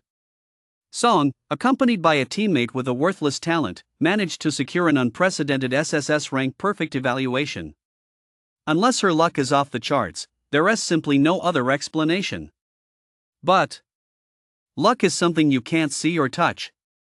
Just because it happened once doesn't mean it will happen every time. Now that Song has laid such a solid foundation, we should pay even closer attention to her upcoming spirit realm journey. We can't let her make even the slightest mistake. My suggestion is that, starting from the second layer of the spirit realm, we should pair Song with the most outstanding teammates among the freshmen. As for that young man named Zhao, he can no longer be teamed up with Song. If Song doesn't have that kind of luck next time, it'll be his fault. We've finally found a genius like this, we can't let her fall now. Of course, I know that kid has a special relationship with Song. Young people, after all, tend to have some immature ideas. To prevent Song from acting impulsively, my suggestion is that not only should they not be in the same class, but it would be best to transfer the Zhao kid to another school. As long as we separate them, I believe that over time, she'll come to understand the school's well-intentioned concerns. Hearing Director Zhang's words, quite a few people in the conference room looked taken aback. He actually wants to expel that student named Zhao? Isn't Director Zhang being a bit too harsh? But, harsh as it may be, what Director Zhang said isn't without merit. Everyone agreed that Song's unprecedented mission evaluation in the spirit realm was down to her incredible luck.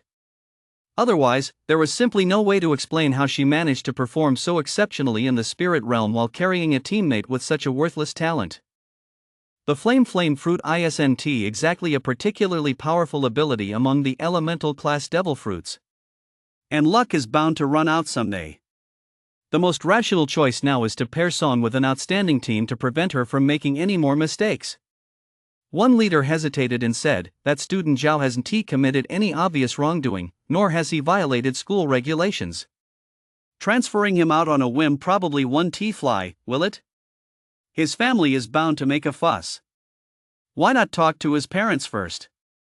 Director Zhang said calmly, I've heard that this Zhao barely trained at school last month.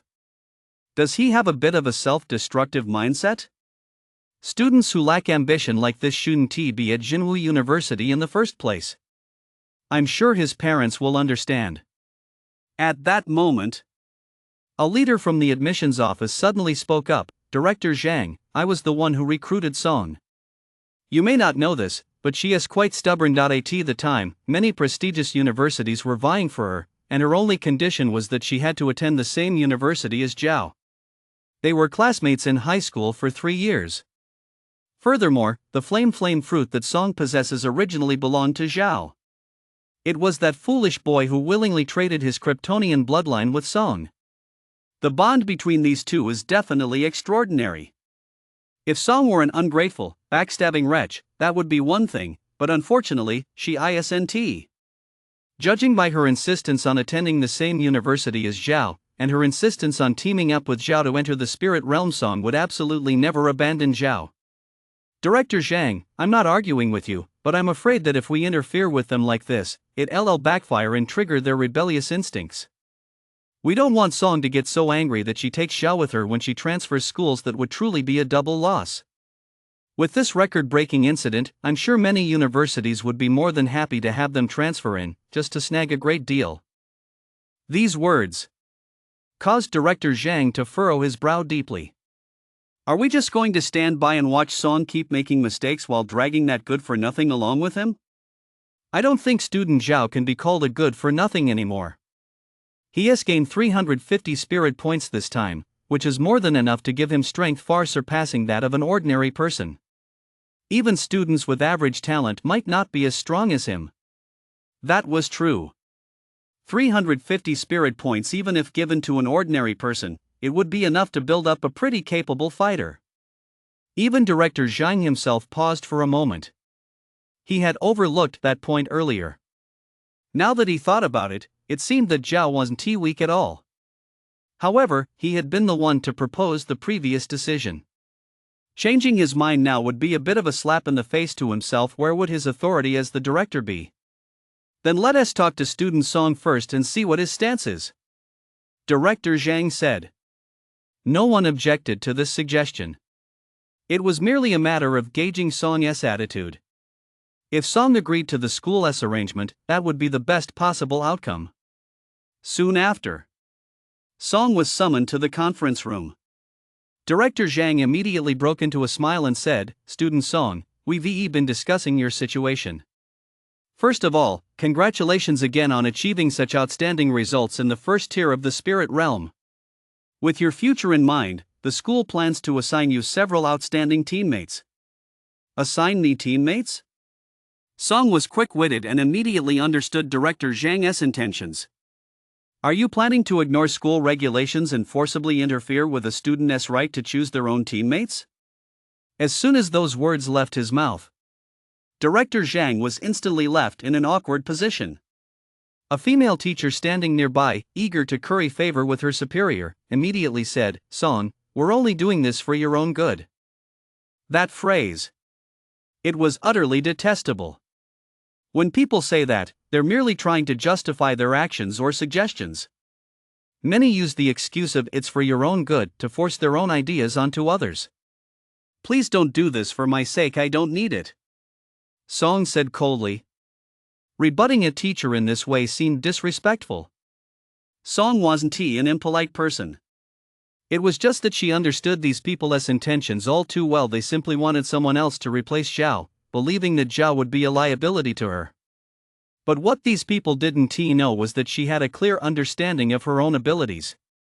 She didn't believe she could have earned such a mission evaluation in the spirit realm on her own. Not even with the luck of a saint. The reason for all this likely lay with Zhao. Of course, she wouldn't voice that thought. Since Zhao had chosen to keep a low profile, he must have his reasons, and Song didn't want to disrupt his plans.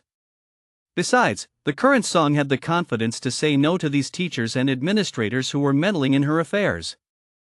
48, Chapter 48, praised by state media, viral across the web. Chapter 48, praised by state media, viral across the web.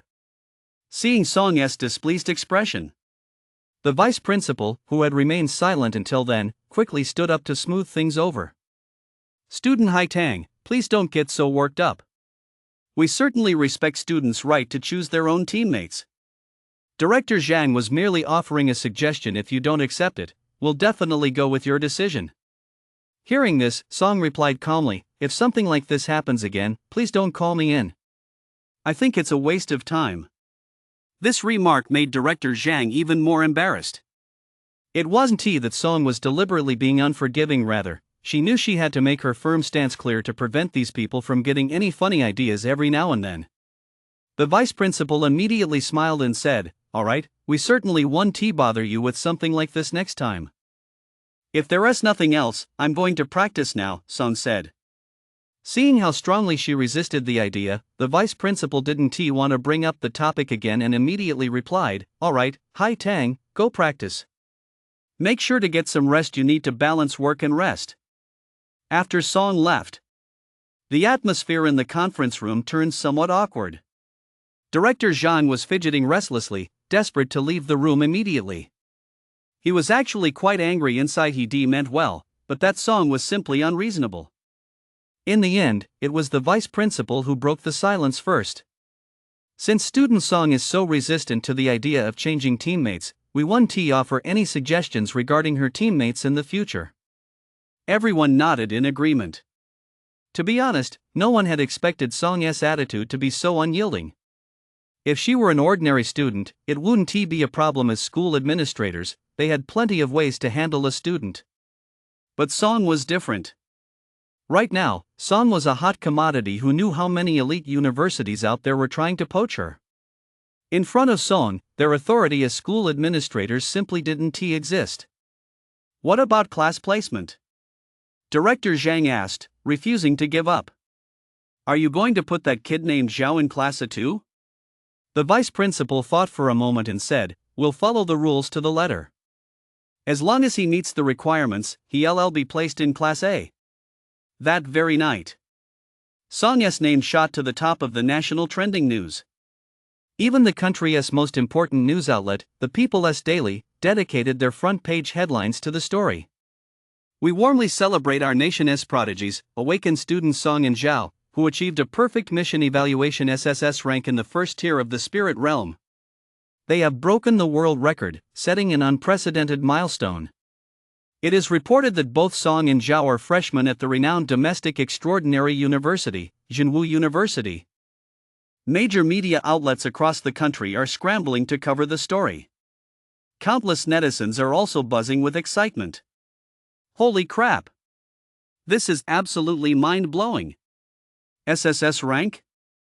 Damn! This is the first time I've heard that mission evaluations in the spirit realm even have a perfect tier like this. Who hasn't heard of it for the first time? I used to think the highest mission evaluation was S rank.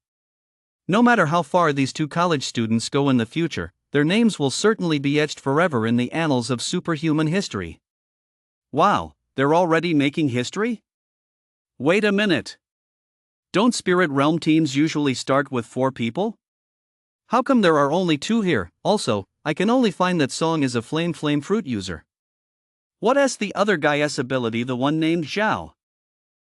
These two have been all over the news for a month now. Have you guys forgotten the story from last month about some super devoted guy who gave away a flame fruit just to make a beauty smile? Holy crap! So it was them. That's impressive. In the blink of an eye, the names Song and Zhao went viral across the country. Even overseas media picked up the story. The two had truly made a global sensation. Soon after, the all-knowing netizens dug up their past.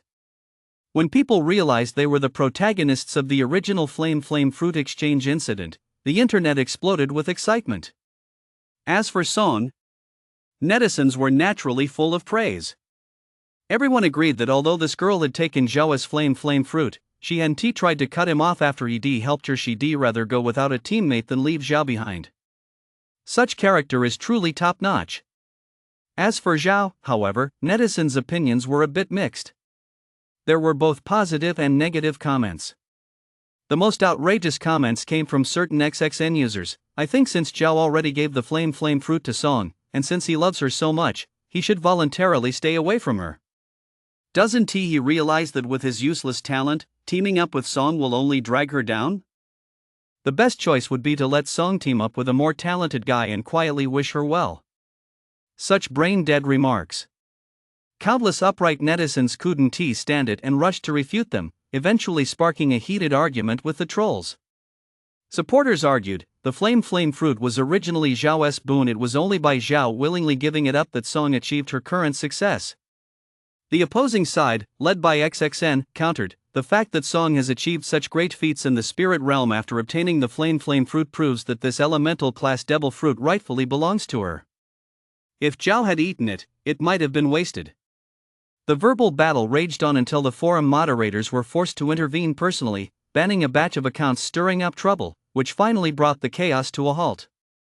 As for the protagonists of this feud, Song and Zhao, they couldn't care less. The next day, Zhao set an alarm and woke up early from the sunbed chamber. The first thing he did upon opening his eyes was to open his stats panel: race, human. Physique, 310, spirit, 101, strength, 310, agility, 310, talent, kryptonian heritage. Psychic points, 350.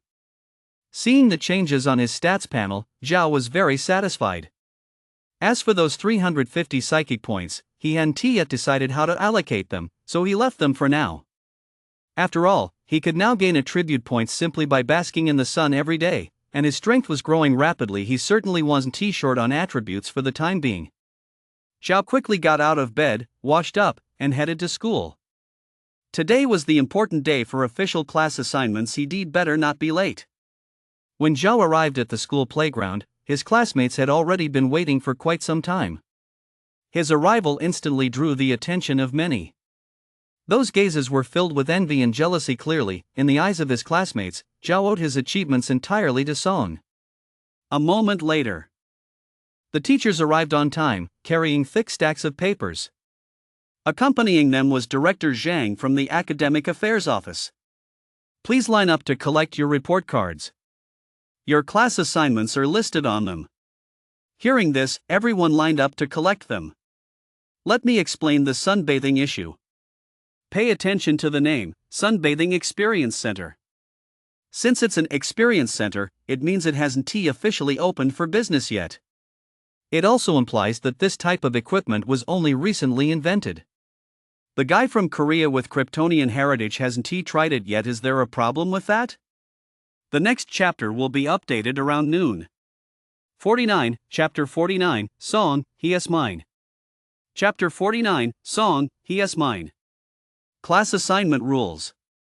Assignments are determined based on newcomers' scores in the first layer of the spirit realm.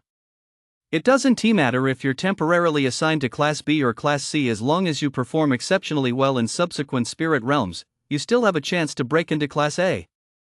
At the same time, don't get too cocky if you're assigned to Class A. If you perform poorly in the next 3 levels of the spirit realm, you'll be demoted to Class B or even Class C. The school uses these rules to motivate students, hoping they'll maintain their fighting spirit at all times.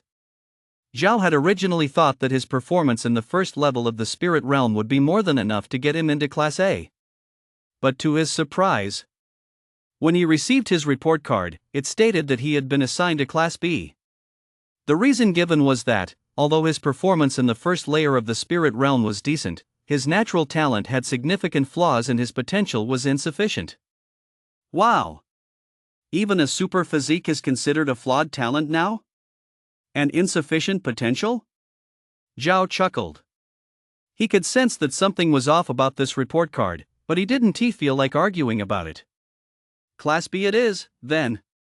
To be honest, he actually quite liked being in Class B. Old Chu was a decent guy, cold on the outside but warm-hearted, and he never forced students to do things they didn't want to do, which suited Zhao perfectly.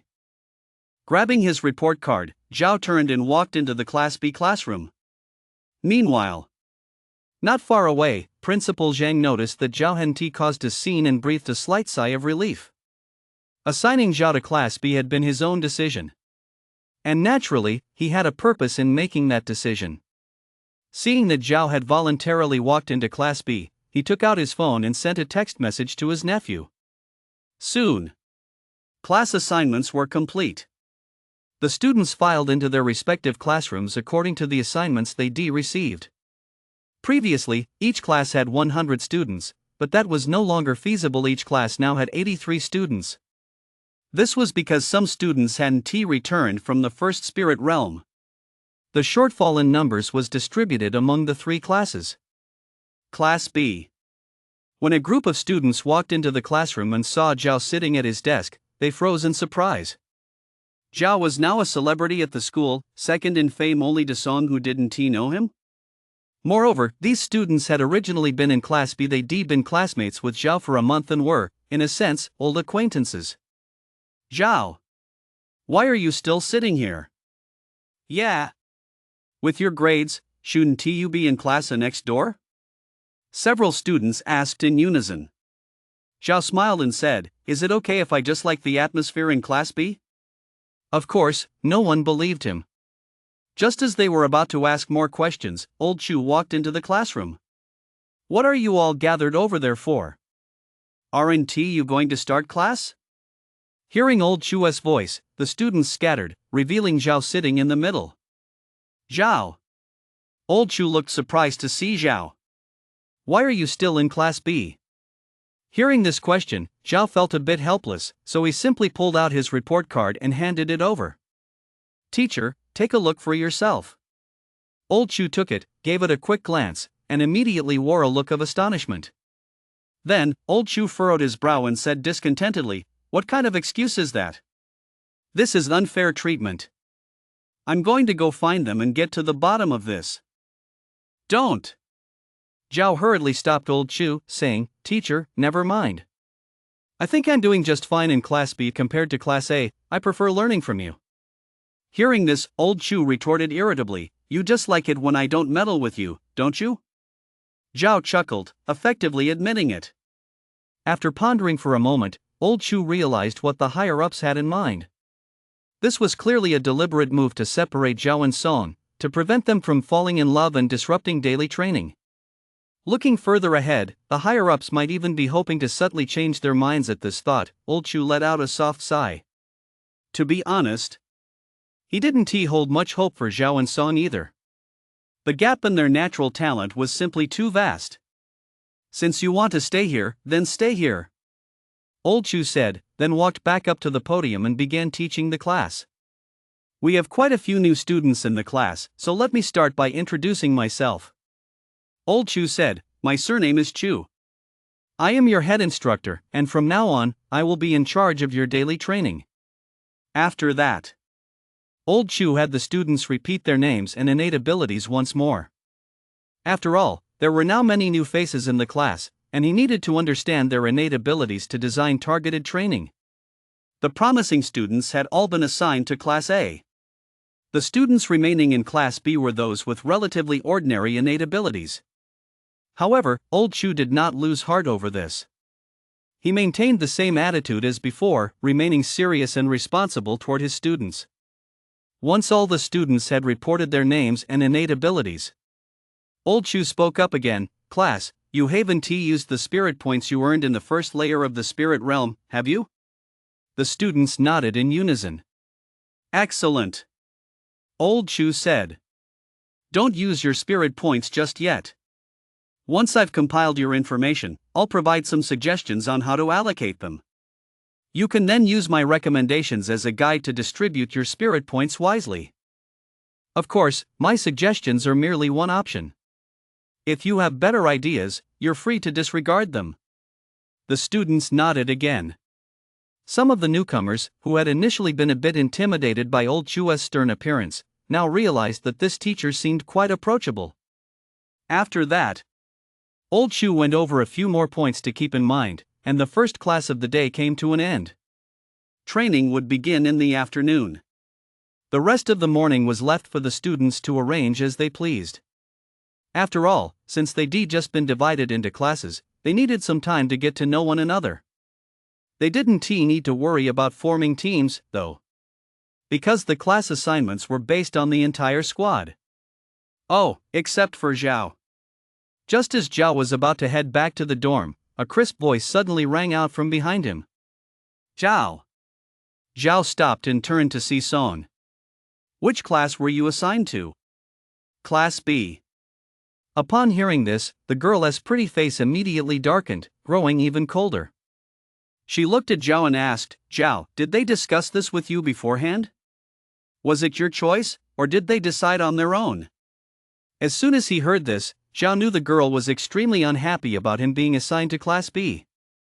Just like old Chu, she believed he had been treated unfairly. Zhao thought for a moment and replied honestly, They didn't discuss it with me, but it's actually for the best. I heard that your class's teacher Shin is very strict and controlling. If I'd really been sent to Class A, I'm afraid I wouldn't have felt comfortable. That's beside the point. Sonya's pretty face turned icy, her eyes flashing with anger. I'm the one who brought you in here. You can go to Class B if you want, but you can't just let them push you around. With that, Song turned and walked away. Judging by the direction she was heading, she seemed to be heading toward the administration building. Zhao looked completely dumbfounded. Does this mean Song is looking out for me? Then what am I? Her kept man?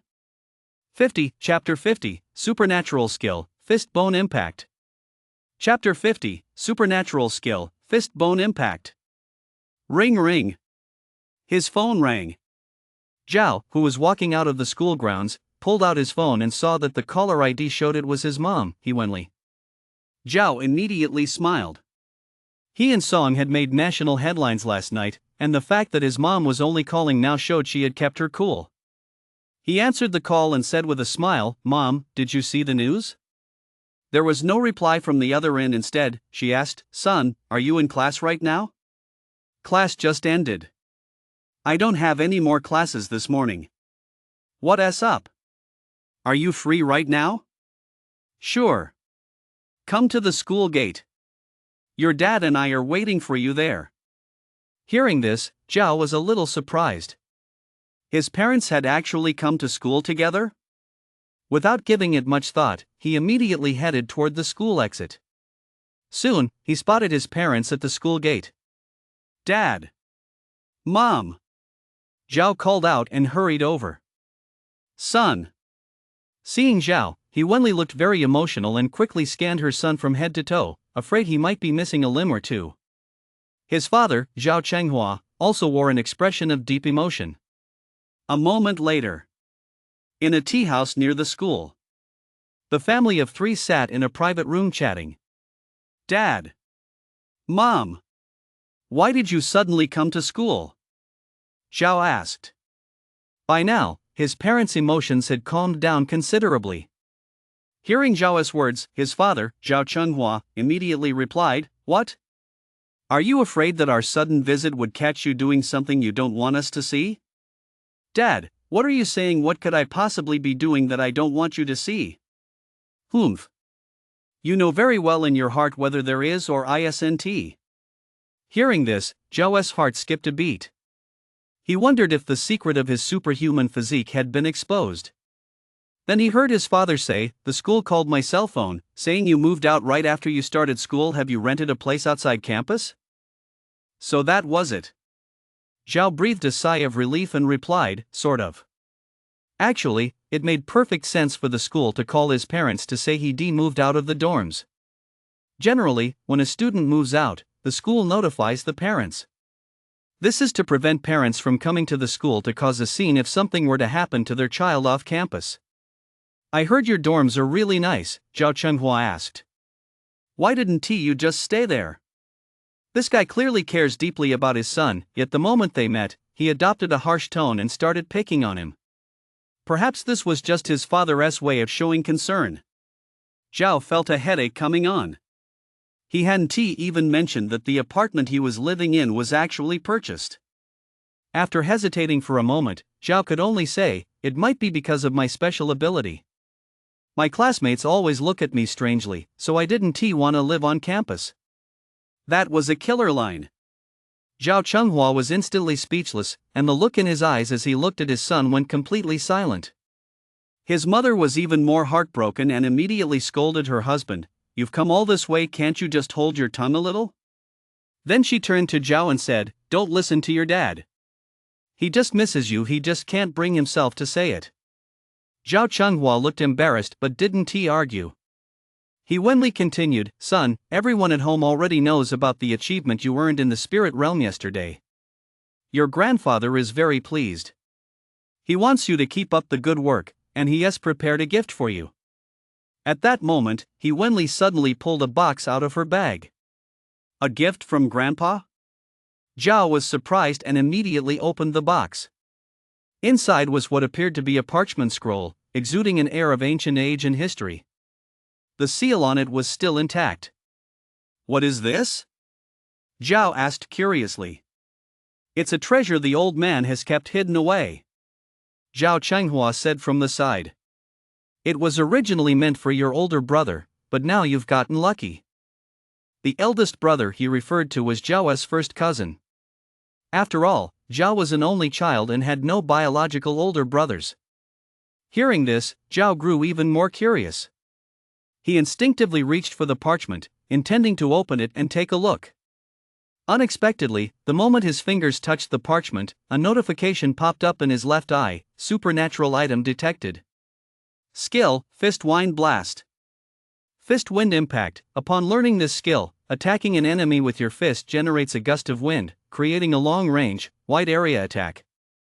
Note, the destructive power of Fist Wind Impact is proportional to the strength attribute.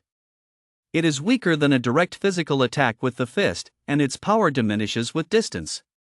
Tip: Fist Wind Impact can be combined with Armament Hockey to upgrade into Fist Bone Impact, which possesses astonishing destructive power. Seeing the hint in his left eye, Zhao froze in shock. This parchment scroll is actually a superhuman skill? And this skill, when combined with Armament Hockey, can even be upgraded into Fist Bone Impact? ISNT Fist Bone Impact Kappa's ultimate move from the One Piece anime? I've heard Kappa had used this move. A single punch had completely destroyed an entire town. Such a transcendent skill has immense potential. Besides, this move is actually quite suitable for Zhao. He was currently lacking a wide area attack skill, so this one came at just the right time. The old man said you can't keep relying on some little girl. As Zhao stood there in a daze, his father's voice rang out from beside him: you need to prove yourself and not let the old man down. Back then, the reason he retired early was because he sustained a hidden injury while battling and awakened from abroad over this very skill. Zhao snapped back to reality, his expression a mix of emotions. According to the memories stored within his body, the old master had always favored his eldest grandson and was very strict with the others. He never expected that this time, such a precious supernatural skill would be given to him. I saw online that you earned a total of 350 spirit points during your time in the spirit realm?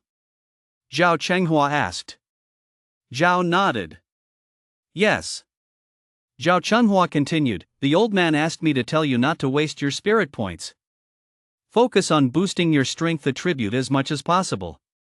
Combined with this move, it'll at least give you a way to take down enemies in the spirit realm. His father wasn't awakened, so he didn't really understand these things. Zhao fell silent for a moment, then decided to accept this well-intentioned advice. The old man was getting on in years and no longer suited for combat. This skill would indeed be useless in his hands. Once he grew stronger, he would find a way to repay the old man. Dad, how do I learn this skill from the parchment? The old man said to just unseal it. Upon hearing this, Zhao untied the sealing cord and opened the parchment. The parchment was covered in strange golden characters. The moment Zhao opened it, the golden characters all transformed into specks of light and entered his body. Instantly, Zhao felt a mysterious strength surge through his body. Was that it? Was it really that simple? Zhao was quite surprised. He was becoming increasingly interested in extraordinary artifacts. Dad, please thank the old master for me. Zhao said earnestly, please tell the old master that I won't let him down. In 3 years at the latest, I will become a powerhouse of this generation and ensure the Zhao family's prosperity for generations to come. He set the time frame at 3 years because all extraordinary universities followed a 3-year curriculum. Furthermore, with 3 years of quiet cultivation, Zhao was confident that by then, his strength would be truly formidable. By then, he would no longer need to hide the secret of his kryptonian heritage. Because, in Sanctuary, every boon is, in fact, unique. Once an awakened individual reaches a certain level of power and fully masters a particular ability, that same ability will never appear again in Sanctuary. This was a conclusion reached by humans after over a century of in-depth research. Suppose. What if that old Korean is still alive 3 years from now? In that case, Zhao will have no choice but to make a personal visit and send the old man on his way a little early. After all, the old man is over 80 years old. Rumor has it he comes from a wealthy family and had his share of beautiful women in his youth. He has enjoyed all the pleasures life has to offer. It's about time he moved on. Next chapter update, 12 p.m. sharp. 51, Chapter 51, Steel Body Activated. Chapter 51, Steel Body Activated. His parents didn't stay long. They left right after bestowing the extraordinary skill. Zhao tried to persuade them to stay for lunch, but they declined. It seemed they had taken time off work on short notice and were in a hurry to return. After seeing his parents off at the train station, Zhao didn't go back to his apartment. Instead, he hailed a taxi and headed to the sparsely populated outskirts. Sitting in the car, he focused his mind, and his stats panel popped up in his left eye. Race, human. Physique, 310. Mental, 101. Strength, 310. Agility, 310. Talent, Kryptonian heritage. Skill, fist wind impact. Psionic points, 350.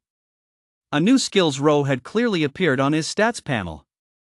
Looking at punch wind impact listed under that section, a look of anticipation spread across Zhao's face. Several dozen minutes later, the self-driving taxi came to a stop at the foot of a mountain. This was the destination Zhao had set. He paid the fare without hesitation, and before getting out, he instructed the taxi to wait for him there for 20 minutes. This was another feature of the self-driving taxi. It could wait in place for up to half an hour, a very user-friendly feature designed to make it convenient for passengers to hail the vehicle again. Of course, this wouldn't work in congested urban areas. A moment later, Zhao made his way into a grove of trees, not far from the mountainside. This area was rarely visited by people, so no one was likely to show up. Zhao wasted no time. Spotting a large tree, he prepared to strike. That's right. He was here to test his extraordinary skill, punch wind impact. Zhao took a deep breath, clenched his fist, and then unleashed a powerful punch. Bang! The air exploded with a loud crack. The moment Zhao threw his punch, a powerful, visible whirlwind formed on his fist, sweeping through everything in its path like an air cannon. Boom, boom. The flowers and grass along the path were instantly shredded, leaving a trail of chaos and eventually carving out a wide path. It looked as if a meteorite had struck the ground. As for the tree further away, there was a loud crack, and a fissure instantly appeared in the middle of its trunk. As for the bark on the surface, most of it was pitted and shattered. From a distance, it looked as if a herd of wild boars had been frantically rooting through the area. Only then did the shockwave from Zhao's punch come to a complete halt and vanish. Seeing the destruction wrought by this single punch, even though it hadn't snapped the tree in two, Zhao still wore a satisfied smile. Because the spot where he was standing was a full dozen meters away from the tree. At such a distance, a single punch's wind could split the trunk. What more could one ask for? Seeing just how powerful the punch wind impact was, Zhao even felt the urge to pour all 350 of his spirit points into his strength attribute. But he was a rational man and didn't do anything so foolish. The attribute gains he received from sunbathing every day were already more than enough. There was absolutely no need to use spirit points to boost his attributes. Besides increasing attributes, spirit points could also enhance certain innate abilities. It could be said that saving them would serve a greater purpose. If he ever ran into trouble in the spirit realm, he could use spirit points to instantly boost his attributes and stage a comeback. Unlike other students, whose attribute growth from training is slow and who rely solely on the spirit points provided by the spirit realm to grow stronger, Zhao can get stronger just by lying around. Leaving the woods, Zhao got into his car with a sense of satisfaction and headed back to the city. In the afternoon, Zhao, who had just finished lunch, was about to take a nap. But old Chu suddenly called him, asking him to come to the vice principal's office. Hearing this, Zhao guessed that Song's complaint must have yielded results. When he arrived at school, he saw the notice posted on the bulletin board. Recently, our school has received reports from members of the public regarding Zhang Che of the Academic Affairs Office. Upon investigation, the allegations were found to be largely true. During his tenure as director of the Academic Affairs Office, Zhang Che engaged in multiple instances of misconduct and under-the-table dealings. Following deliberation by the President's Executive Committee, it has been decided to suspend Zhang Che from his duties. Wow! They actually suspended him outright? Although the notice didn't state it explicitly, Zhao knew that it was definitely Director Zhang who had transferred him to Class B. Song really came through. I wonder what exactly she said to make the school take such decisive action. However, this means Song must have offended quite a few people. If things went smoothly for her, that would be one thing, but if she underperformed in the next spirit realm, all the people she has offended will surely come out of the woodwork to kick her while she is down. To prevent that from happening, Zhao has made up his mind, he must lead Song to keep dominating.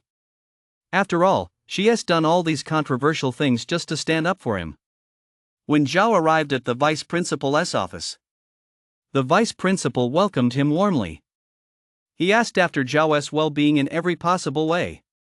Although Zhao knew all this was for Song's sake, he still felt completely uncomfortable. Finally, the vice principal asked Zhao if he'd be willing to transfer to Class A, but Zhao refused. He felt perfectly content staying in Class B. After all, it wouldn't affect his partnership with Song. After that, Zhao returned to his usual routine. Every day was just eating, attending classes, and sunbathing. Compared to his classmates who trained themselves to exhaustion every day, his life was incredibly comfortable. Old Chu knew that Zhao's training didn't boost his stats, so he didn't say much. He just occasionally taught him some fighting techniques and left the rest to him. That was exactly why Zhao liked being in Class B. Online, the buzz surrounding the new record he and Song had set in the spirit realm gradually faded with time. By the time 2 weeks had passed, there was hardly any discussion among netizens. Today, it is June 21st. 20 days have passed since the first layer of the spirit realm. Early morning. Zhao woke up from the sunbathing machine, and the first thing he did was check his stats panel: race, human. Physique, 500, spirit, 158, strength, 500, agility, 500. Talent, kryptonian bloodline. Skill, fist wind impact. Spirit points, 350. This was his current stats panel. His physique, strength, and agility stats had all reached exactly 500. According to the panel, his current strength was 50 times that of a normal adult. Zhao smiled with satisfaction. Just then, a new notification suddenly appeared in his left eye. Physique attribute has reached 500, successfully activating the hidden talent of the kryptonian bloodline, Body of Steel. Body of Steel, one of the innate abilities of the kryptonian bloodline. Once activated, you possess a body of steel, impervious to blades and bullets, greatly enhancing your defensive capabilities. Note, Body of Steel is influenced by the physique attribute. It currently boosts your base defense by 3 times. As your physique attribute increases, the enhancement provided by Body of Steel will grow even greater. Seeing this prompt, Zhao's eyes lit up instantly. P.S. You guys are so enthusiastic, I'm updating early. By the way, please vote for me if you don't have monthly votes, please give me recommendation votes. I'll post 2 chapters back to back after midnight tonight. 52, Chapter 52, Boys, take care of yourselves when you're out and about. Chapter 52, Boys, take care of yourselves when you're out and about. Race, human. Physique, 500 spirit, 158 strength, 500 agility, 500 talent, kryptonian bloodline, Body of Steel activated. Skill, fist wind impact. Psionic points, 350. Seeing Body of Steel activated in the talent section, Zhao's face lit up with delight. Then, he immediately sensed that his body seemed to have changed. His skin remained soft to the touch, yet it was filled with resilience tougher than cowhide. The muscles beneath had become incredibly firm and well-defined. As for the bones deep inside, though he couldn't test them, Zhao had a feeling his bones might now be harder than rebar. Zhao quickly made his way to the bathroom and stood in front of the mirror. When he saw his reflection, a look of astonishment immediately spread across his face. In the mirror, he had thick eyebrows and large eyes. With sharply defined features, he looked incredibly handsome. Most importantly, his physique had transformed. In fact, ever since acquiring Kryptonian blood, Zhao's physique had been improving steadily, but today's changes were the most dramatic. The most striking change was his abs. Previously, he had a 4-pack, but now it had transformed into a 6-pack. His pecs and biceps all showed distinct definition. They weren't as exaggerated as those of Westerners, but they looked great. Even his height seems to have increased slightly by eye. He is already 1.85 meters tall. To put it without exaggeration, the current Zhao could easily win a modeling competition. If he worked as a host at a nightclub, he'd definitely have those wealthy women screaming with excitement. His physique is just too perfect. Perfect. Looking at himself in the mirror, Zhao flashed a deeply satisfied smile. No wonder it's the Superman physique. This is just too hot. Once I activate my super flight ability, I'll get myself a spandex suit, throw on a cape, and try standing mid-air as a god on Earth. As he spoke, he fantasized about that scene. Finally, he couldn't help but laugh out loud. Suddenly, he thought of Song. Originally, the Kryptonian bloodline card belonged to Song. If he hadn't traded it for the flame fruit, turning Song into Supergirl and having her wear that spandex suit with her looks and figure, it would been pretty impressive, right? Maybe he could try to sweet-talk her into it later. He glanced at the time. It was already getting late. Today's class was important. Old Chu was going to cover information about the second layer of the spirit realm, so he couldn't be late or miss it. So, Zhao washed up, put on some casual clothes, and hurried out the door. He went downstairs. Zhao first stopped by the steamed bun shop he frequented. "Ma'am, give me 10 neat buns to go." As his strength grew, his appetite increased daily. He'd become quite the big eater. Actually, he was doing pretty well. After all, he could recharge his energy by soaking up the sun every day. Those awakened with powerful physique and strength were all supersized eaters. Sure thing. The shop owner kept glancing at Zhao as she packed the buns. She felt this young man was getting more and more handsome, especially today. He was incredibly attractive. And that physique, wow, it was really something. If her husband weren't right there, she'd have given Zhao a free meal. And added him on WeChat while she was at it. "Here, your buns." Zhao took them, scanned the QR code to pay, and started eating as he walked away.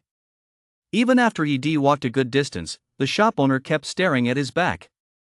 To be precise, her gaze was fixed on Zhao's butt. "Nice, huh?" Suddenly, the shop owner's voice rang out softly from beside her. It startled the shop owner's wife. "Are you trying to kill me? You gave me a heart attack." The shop owner's wife didn't even give her husband a chance to speak, launching right into a tirade. "Are you done with your work? Can't you see we're running out of buns? Hurry up and start kneading the dough." The shop owner opened his mouth, but in the end, he just sighed helplessly and went off to knead the dough, feeling wronged. All along the way, Zhao could clearly feel that wherever he went, he attracted people's attention. Especially from the girls. The shy ones would only sneak glances, while the bolder ones would stare right at him. Some cheeky girls even whistled at him. Just as expected. The netizens were right. Boys need to protect themselves when they're out and about. Now, Zhao could fully relate to Henry Cavill's struggles. When he arrived at school, his classmates kept glancing his way. A classmate sitting next to him couldn't help but ask, "Old Zhao, you skip practice every day. Are you secretly hitting the gym to work on your physique?" Another classmate asked directly, "Zhao, how did you get that body?" Zhao hadn't said a word yet. Suddenly, a sarcastic voice rang out from nearby. "Now I get why Song is so dead set on taking you to farm the spirit realm." That remark clearly implied that Zhao was a kept man. Hearing this, Zhao gave a faint smile. "Don't like it? You can try it yourself." "Oh, you're too ugly to even try. To be mocked as a kept man?" To that, Zhao could only say thanks for acknowledging his good looks. Hearing Zhao's words, the sarcastic classmate was instantly filled with rage. because his appearance was indeed a cause for concern. Zhao's remark had struck a nerve. Ding dong! Just then, the class bell rang. Old Chu walked into the classroom right on time. This time, he was carrying a laptop and a projector. Is everyone here? Old Chu scanned the room. Seeing no one was missing, he said, let us begin the lesson. In 10 days, you'll be entering the second layer of the spirit realm. As for the second layer of the spirit realm, there isn't actually much to explain. It mainly depends on your own strength. The setting of the second layer of the spirit realm is a world similar to ancient China, though it's desolate, with no signs of life except for monsters. As Old Chu spoke, he turned on the projector and aimed the lens at the blackboard. Then he connected his laptop to the projector and displayed several photos for everyone to see. The photos depicted ancient towns and villages, all imbued with the style of the Xia dynasty. You're not allowed to bring any items into the second layer of the spirit realm. These photos were drawn from memory by some of our predecessors who were skilled artists. The teleportation location is random, but you'll usually appear in a town. When you enter the spirit realm, it will be late afternoon. It will get dark in about half an hour. And as soon as it gets dark, monsters will appear. So, you'd better find a reliable weapon and a place to hide within the next half hour before it gets dark. As for weapons, I suggest you look in blacksmith shops or the homes of wealthy families. We'll talk about the monsters in the second layer of the spirit realm later. What you should be most wary of in the spirit realm is people. By people, I mean your fellow awakened. Because the second layer of the spirit realm is also known as the plunder spirit realm. P.S. In the movies, Superman also unlocked his powers gradually, like his ability to fly, and didn't fully master them until adulthood. This book definitely won weight that long. I hope everyone will stop criticizing me for holding the protagonist back. 53, Chapter 53, The Second Layer, the Plunder Spirit Realm. Chapter 53, The Second Layer, the Plunder Spirit Realm. What is the Plunder Spirit Realm? As the name suggests, it's a spirit realm where you can seize other awakened's quest progress. As long as you can kill another awakened, half of the quest progress they've painstakingly earned risking their lives to slay monsters will become yours. Hearing Old Chu's words, most of the students in the classroom were utterly shocked. They probably never imagined there was such a rule in the spirit realm. Zhao, too, looked completely astonished. You can plunder half of someone else's quest progress? What is the spirit realm trying to do? Foster a culture of exploitation? Do you find this rule of plundering in the spirit realm cruel? Old Chu said calmly, the spirit realm is no safe greenhouse. Peace is not what it seeks, only slaughter. That is its eternal theme. The spirit realm exists solely to cultivate the strong. Such plundering rules will appear in many future spirit realms. You must be mentally prepared. If you can't accept it, then do your utmost to survive the first 10 layers, then retire immediately and never enter the spirit realm again. These words left many students speechless. Regardless of what the students were thinking, Old Chu continued his lecture. He tapped away at the computer, and the projector displayed a new image on the blackboard. In the image was a monstrous creature with a hideous face, covered in hard armor, resembling a mantis. This is the monster of the second layer of the spirit realm, and it is your primary objective upon entering the spirit realm. Old Chu said, this monster is extremely powerful. According to years of official statistical research, its strength and agility attributes are both around 100 points. It's a monster that is both fast and incredibly strong. Although its vitality isn't particularly high, its entire exoskeleton is incredibly hard. It's practically impervious to blades and bullets. If you encounter this monster, be especially wary of its 2 front limbs. They're sharper than scythes. With these monsters' speed and strength, a single swipe is enough to split your body in 2 from head to toe. Many of the timid students turned pale with fear. The others wore solemn expressions, their eyes fixed intently on the monstrous image on the blackboard. Only Zhao looked eager to give it a try. He was dying to know if this monster could break through his defenses. The spirit realm 1T push people to the brink. This monster has weaknesses too. Old Chu switched to a different monster image on the computer, then pointed at it and said, "The weakness is right here, the monster's abdomen. The monster's entire body is protected by a hard shell, but only this part of the abdomen is relatively soft. A sharp blade can pierce it and kill it." Now that I mention it, haven't you all thought of a special move, the sliding tackle? Seeing many students nod, Old Chu immediately added, "I advise you not to do that, unless you want to feed the monster until it bursts." Hearing this, Zhao almost burst out laughing. This Old Chu is actually pretty funny.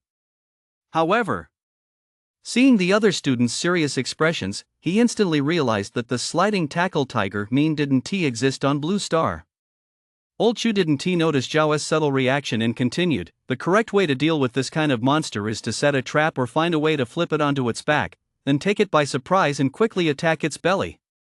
Of course, if you're capable of breaking through the monster's shell and killing it outright, there's no need to go through all that trouble. However, achieving that is extremely difficult. Even if your strength is sufficient, this monster won't just stand there and let you hit it. Don't forget, they're also very fast." At that moment, a student raised his hand to ask, "Teacher, are we hunting this monster at night? Will that affect our visibility?" Good question. Old Chu smiled and said, "These monsters hide underground during the day and only emerge after dark. You will indeed have to fight them at night, so limited visibility is inevitable.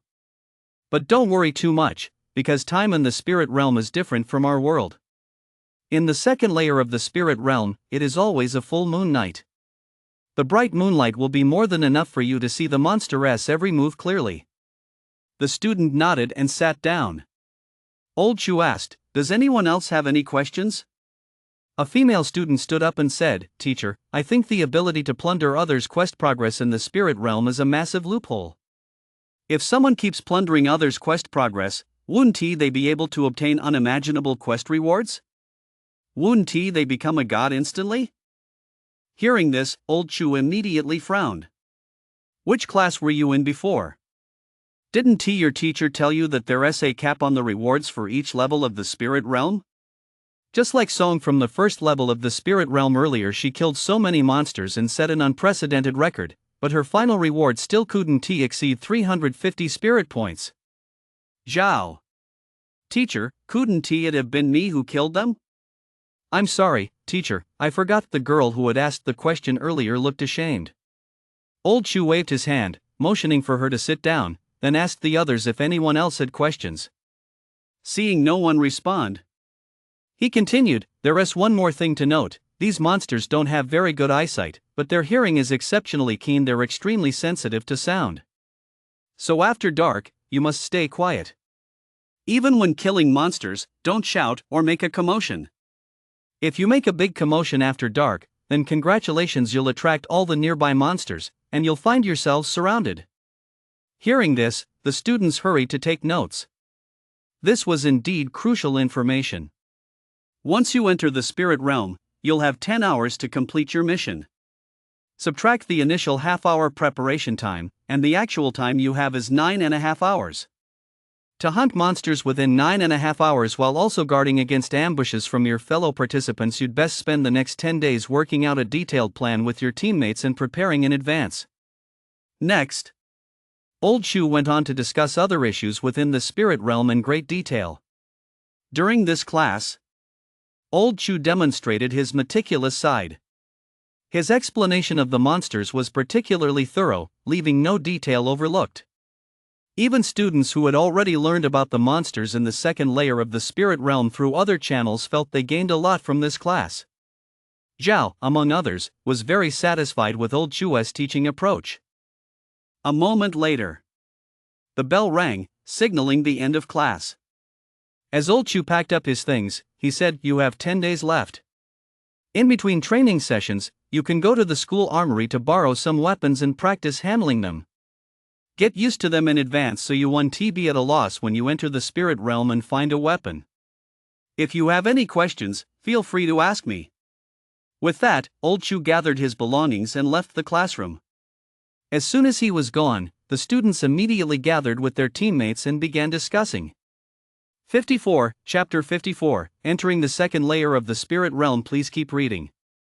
Chapter 54, Entering the Second Layer of the Spirit Realm. Please keep reading. After class, Zhao left the classroom and went straight back to the dorm to catch up on some sleep. Meanwhile, after class in class next door, Song was called to the office by Teacher Shen. Hi Tang, the second layer of the spirit realm is still very dangerous. Teacher Shen chose her words carefully, speaking gently. Are you planning to go into the spirit realm with just Zhao again this time? The reason she was being so polite was, on the one hand, that she genuinely believed in Song's future. On the other hand, she had already heard that Director Zhang from the Academic Affairs Office had been removed from his position and transferred to the warehouse department for merely pulling a few strings. And the main reason for that was the beautiful girl standing before her. Seeing Song's delicate brows furrow, Teacher Shen quickly added, I don't mean to interfere with your team selection. I'm just suggesting you add 2 more teammates this time to fill out the roster. That way, you'll at least have some backup in the spirit realm. Hearing this, Song knew Teacher Shen meant well. She replied calmly, Teacher, I can't make decisions about the team on my own. I need to ask Zhao first. Teacher Shen. Hi Tang, are you doing this to make it up to Zhao?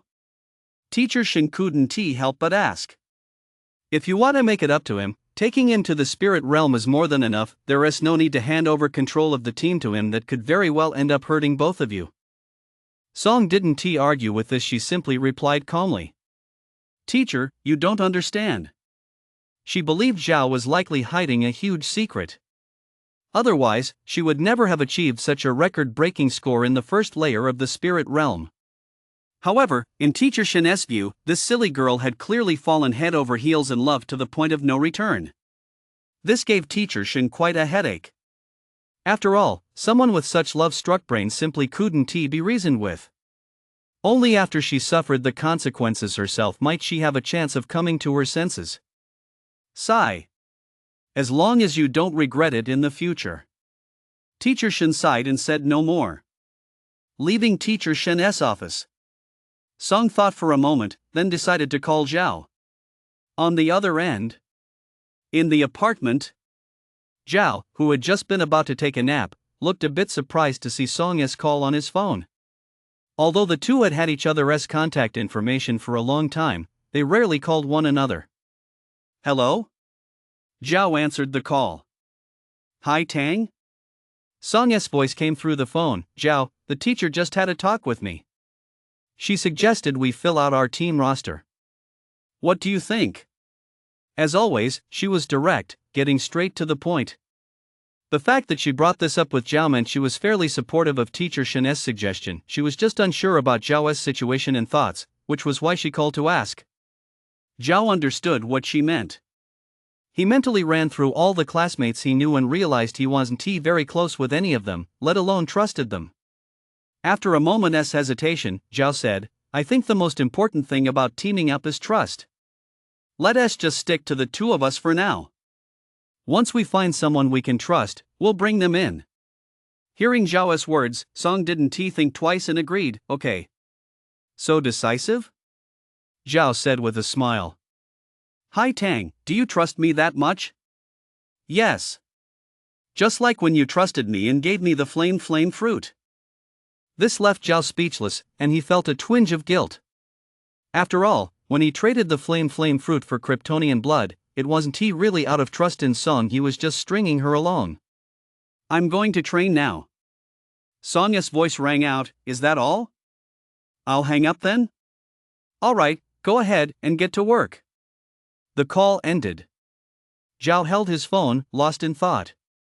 Song was working so hard, and he was planning to take a nap. Wasn't that a bit too much?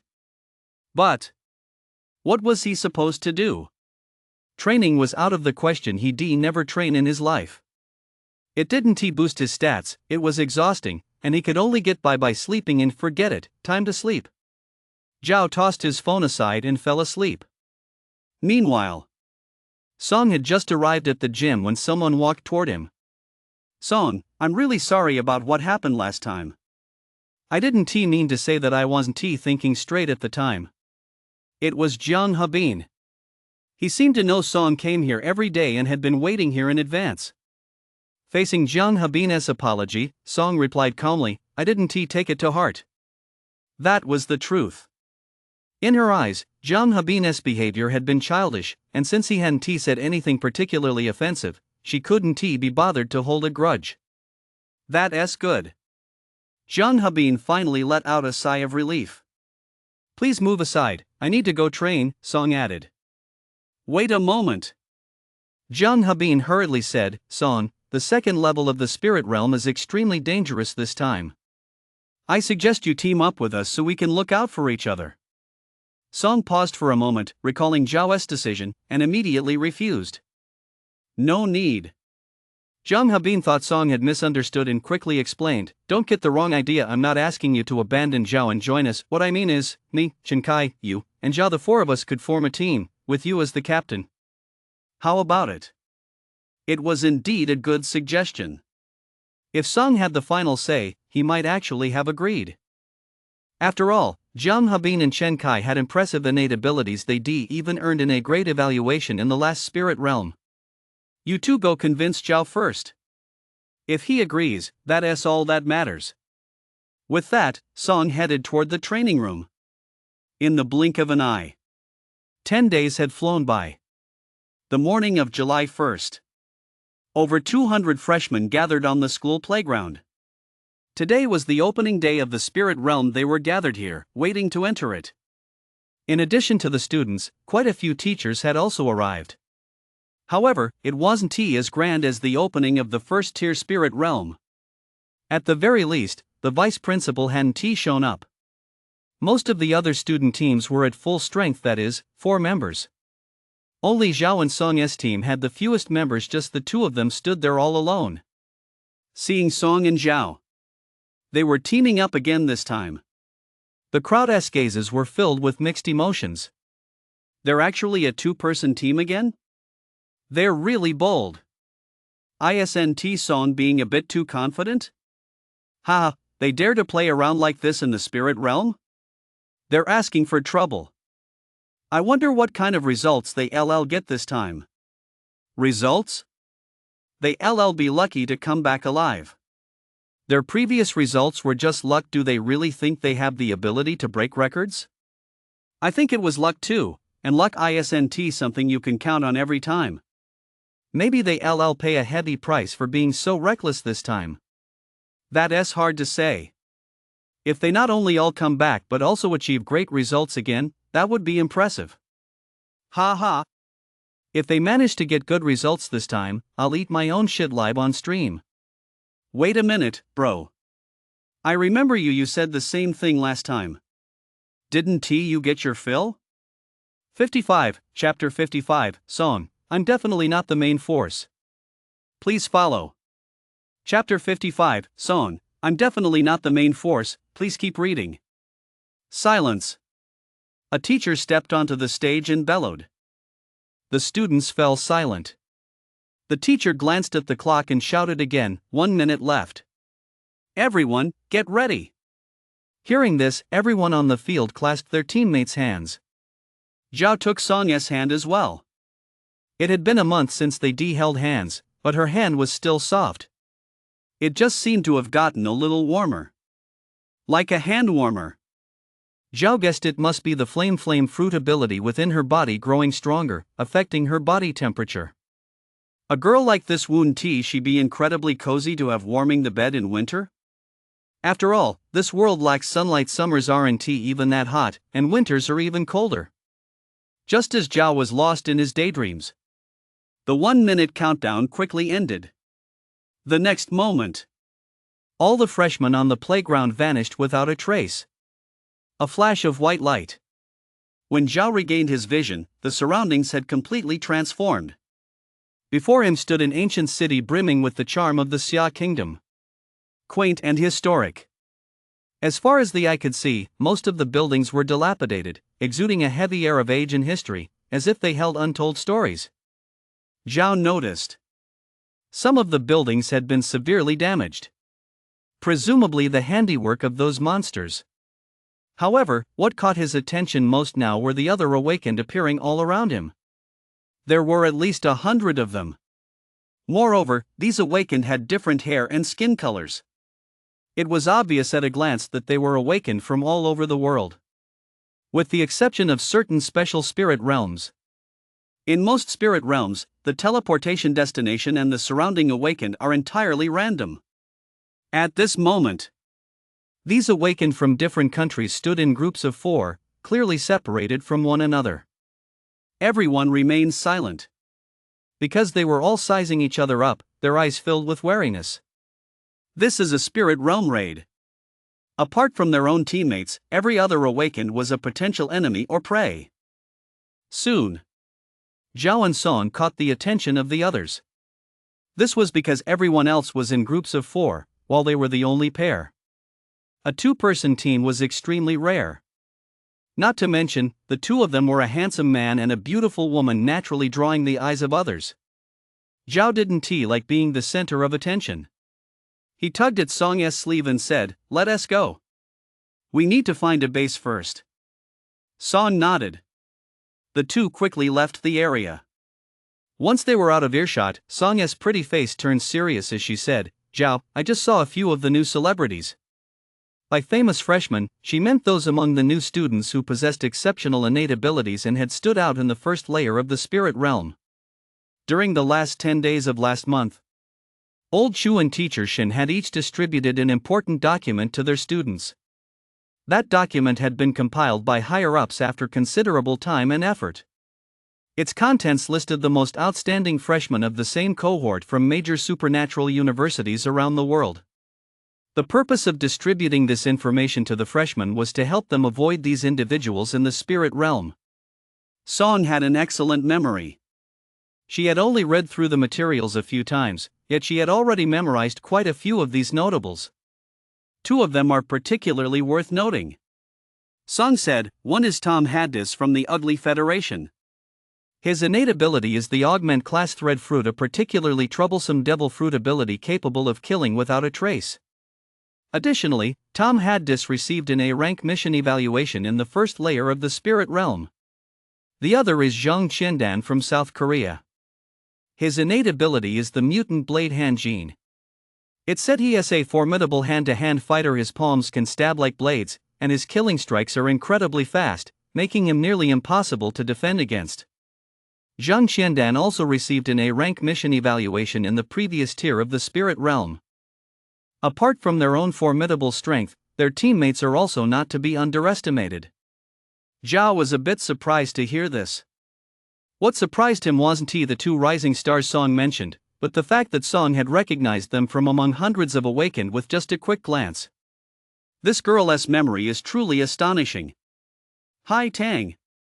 You really have an amazing memory. Zhao couldn't help but marvel. He had actually looked over the materials Old Chu had distributed. But he only managed to remember a few of the stronger ones, the rest were completely beyond his recall. That's not the point. Song corrected him.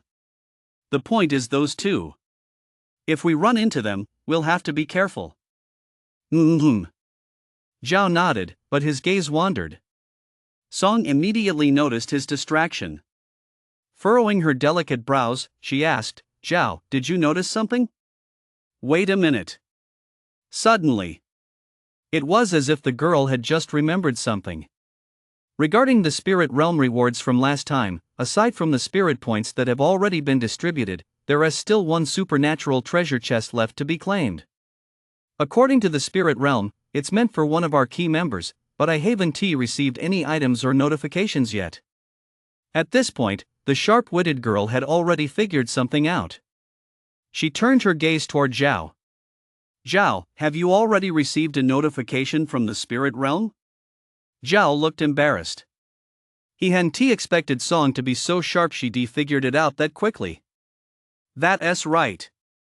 He had just received a notification from the spirit realm, advising him to claim the supernatural treasure chest at any time once he confirmed the area was safe. Yes.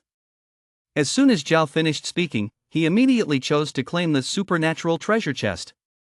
Instantly, the void before him flickered, and a golden chest appeared out of thin air, enveloped in a glow as it floated in front of Zhao. Seeing the supernatural treasure chest, Song's expression grew complex as she turned her gaze to Zhao. So, the reason we were able to break the record on the first level of the spirit realm, you were actually the driving force behind it. She muttered to herself, I knew it. With my abilities, there is no way I could have set a record like that. Zhao took the transcendent treasure chest in his hands and said, Hai Tang, actually, Kryptonian bloodlines are no ordinary thing. At this point, he had no choice but to come clean with her. Fortunately, Song was a decent person, she should be trustworthy. Hearing Zhao's words, Song nodded. I can tell. To break the record in the first layer of the spirit realm, it must be an extraordinary innate ability. She paused. Song suddenly lowered her head and asked softly, so, when you traded the flame fruit for it back then, it wasn't actually for my sake you had already discovered the secret of the Kryptonian bloodline? That question made Zhao break out in a cold sweat instantly. P.S. Thanks to all my awesome patrons for your tremendous support. You guys are amazing, you've propelled this book to 7th place on the new releases chart. This is the second update, the bonus chapter 3 will be released around noon. Please keep voting, don't let me drop down the rankings. I'll check with the editor later to see if we can keep adding extra chapters. Also, please take a moment to invest in this book, it's free. The book is performing well right now, so it definitely won't be abandoned. You'll definitely make a profit on your investment. 56, Chapter 56, Treating Song as Prey. Third update, votes requested. Chapter 56, Treating Song as Prey. Third update, votes requested. Zhao wasn't a fool. He knew there were some things he absolutely must not say. And certain truths must never be admitted. Hai Tang, you're wrong about that. Zhao's expression turned serious as he said earnestly, how could you doubt my sincerity toward you? Kryptonian bloodlines have long been deemed useless abilities, how could I have known that in advance? It's just that I felt Kryptonian bloodlines were so rare, they must have something special, so I wanted to try and see if I could uncover its secrets. And it turns out I really did discover something. Hearing Zhao's words, Song immediately looked up, her eyes brightening once more. Then, the girl smiled radiantly, okay, I understand. Huh? Was that it? Zhao was a bit taken aback. Actually, women are sometimes like that, all they need is the right attitude. In Song's view, even if Zhao was lying to her, it at least showed that she was important to him, and that he was lying because he didn't want to disappoint her. That was enough. Not to mention, what Zhao said actually made a lot of sense. Kryptonian bloodlines had previously been widely regarded as a worthless trait. Not only did they lack any innate abilities, but training didn't even boost their stats. Unless Zhao could predict the future. Otherwise, no sane person would trade the flame fruit for it. Zhao, let us go. We need to find a base. Song said. Zhao couldn't help but ask, Hai Tang, aren't you curious about how I discovered the secret of Kryptonian lineage? Song shook her head. The fact that you discovered the secret of Kryptonian lineage is a testament to your ability and your good fortune. It means this talent is destined for you, and only in your hands can it truly flourish. After a pause, the girl suddenly flashed a smile. Zhao, I'm really happy right now. Happy about what?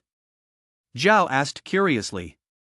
Song just smiled, but didn't answer why she was happy. Her smile was truly beautiful.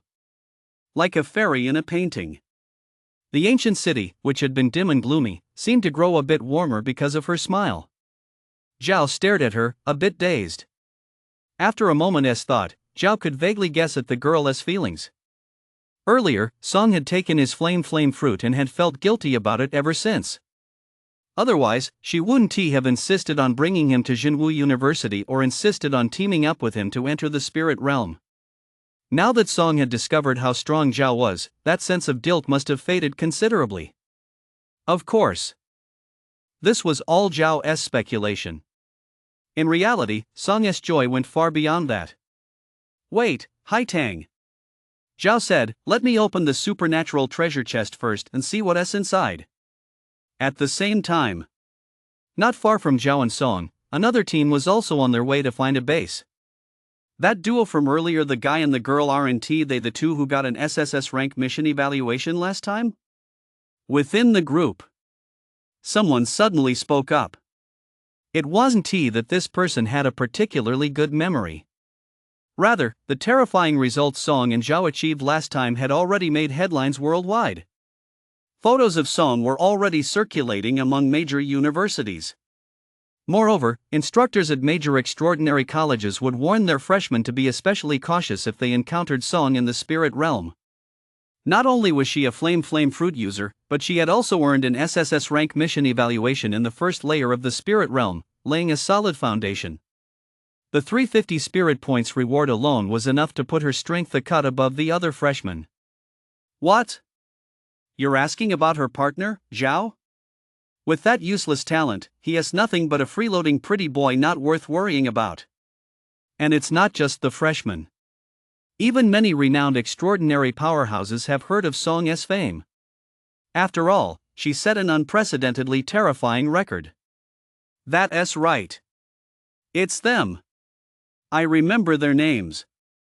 The girl is Song, an elemental class flame fruit user, a true powerhouse in the making. As for that pretty boy, he is just a talentless loser, no need to worry about him.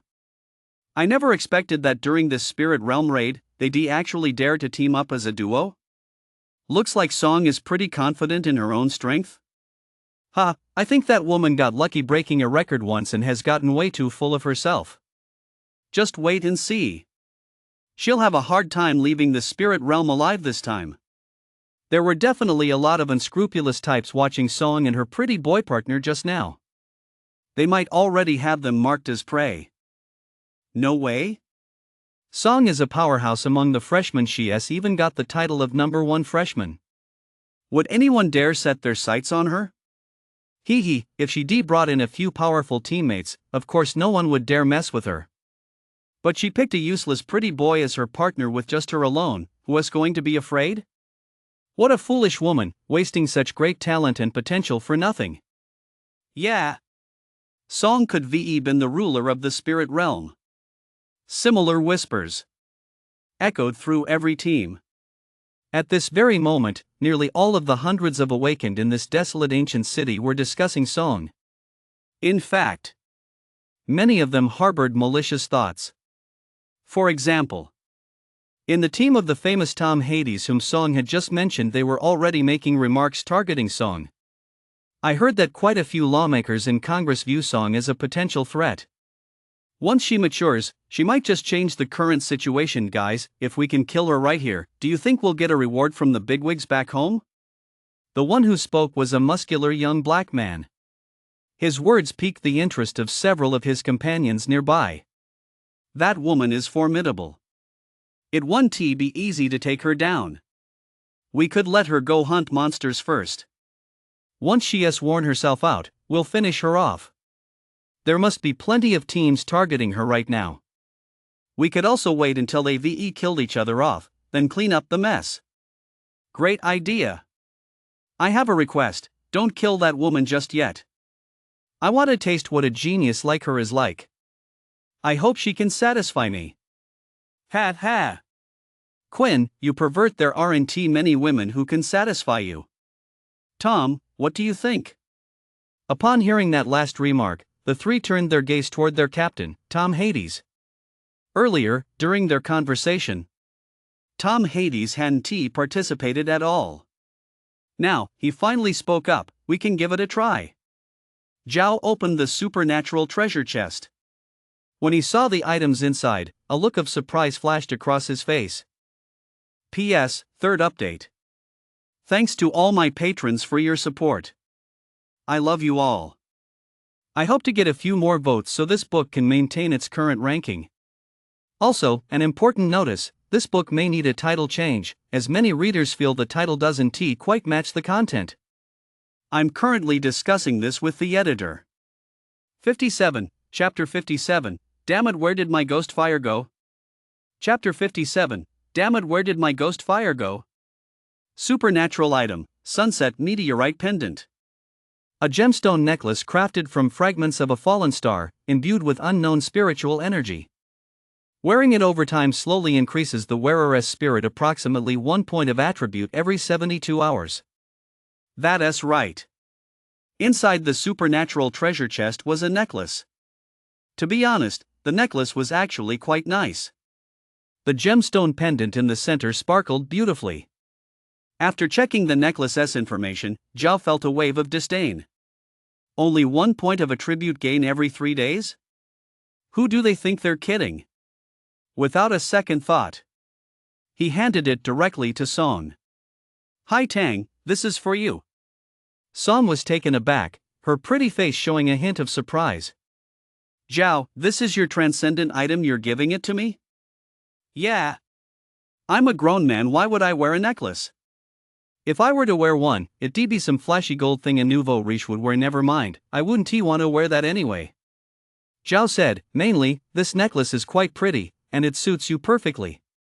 Plus, the buffs from this necklace are a good fit for you too." Although Zhao's sweet talk sounded nice, Song still wasn't quite sure she wanted it. This girl rarely accepts gifts from others.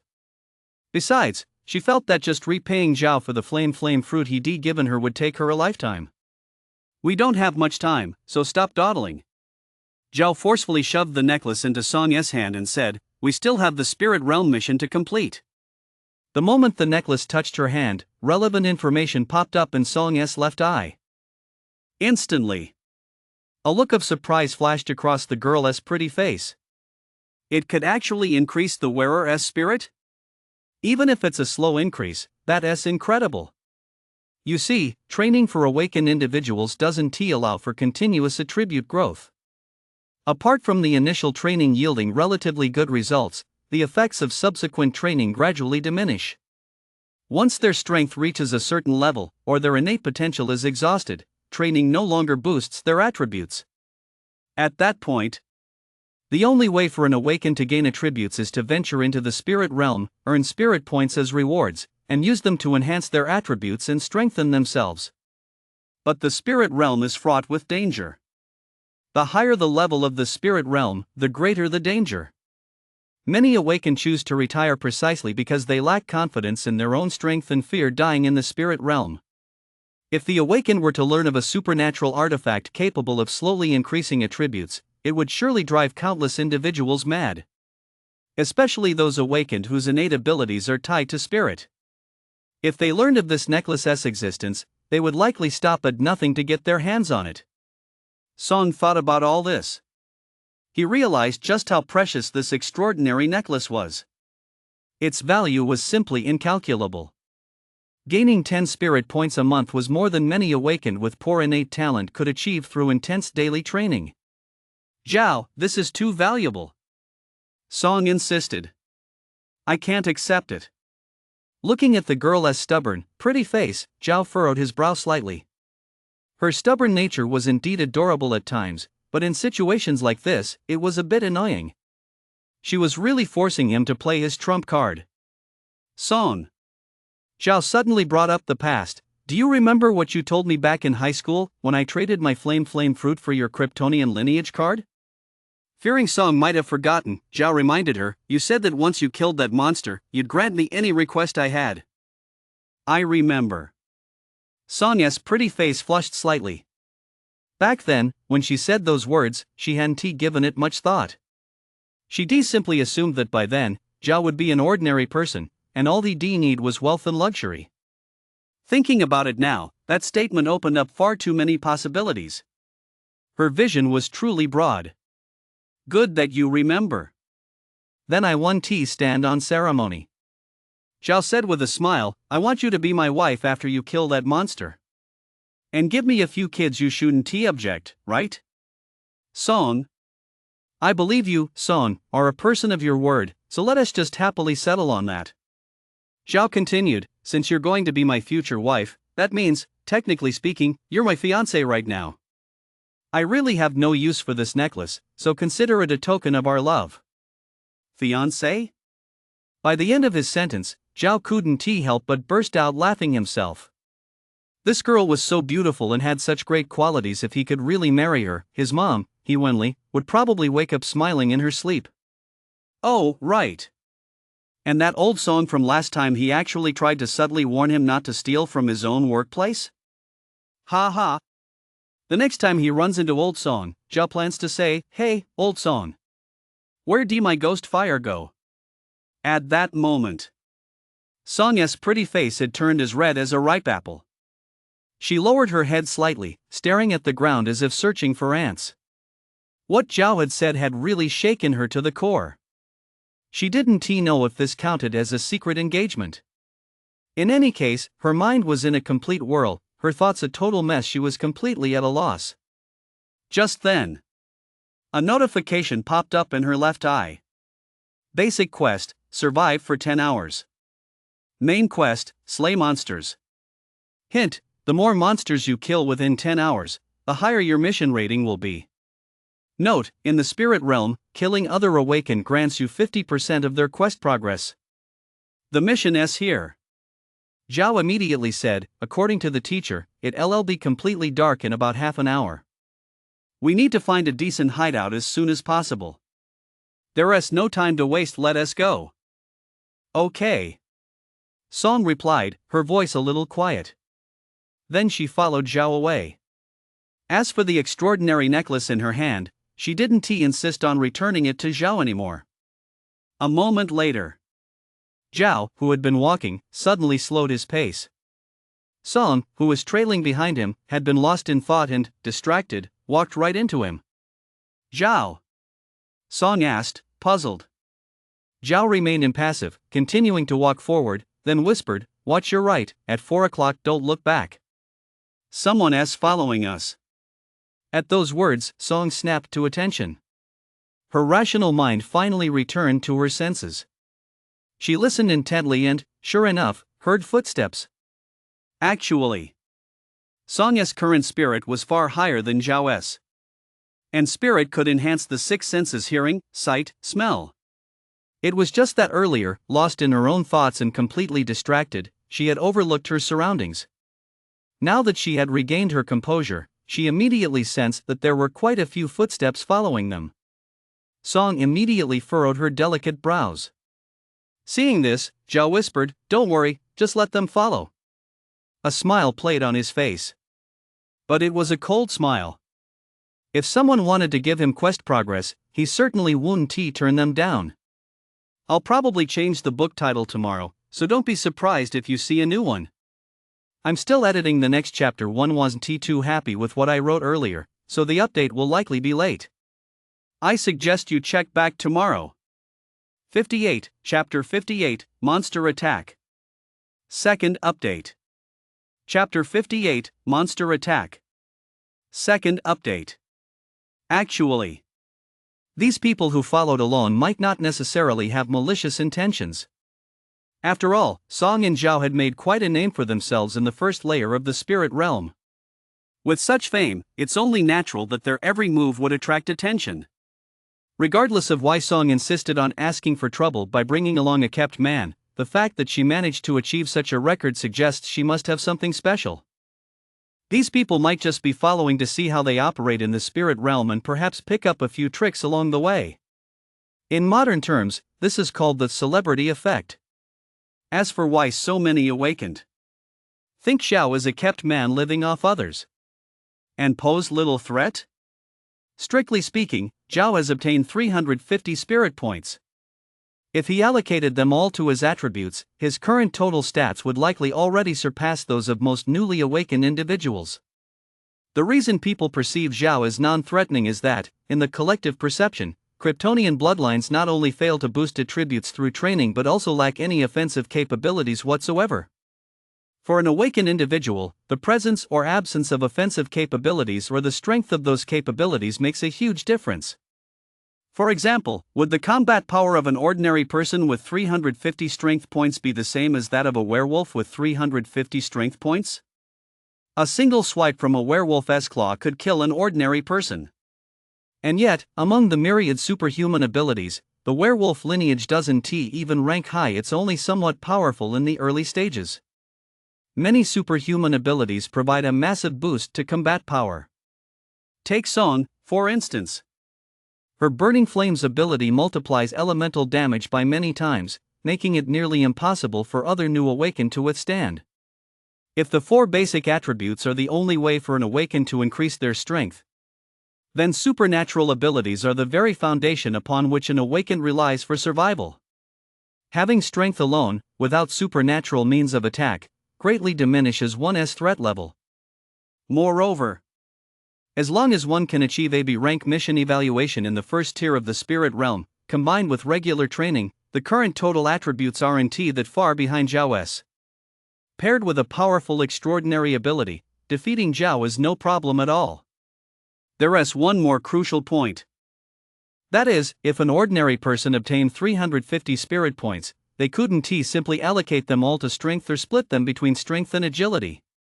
Powerful strength requires a powerful physique to support it.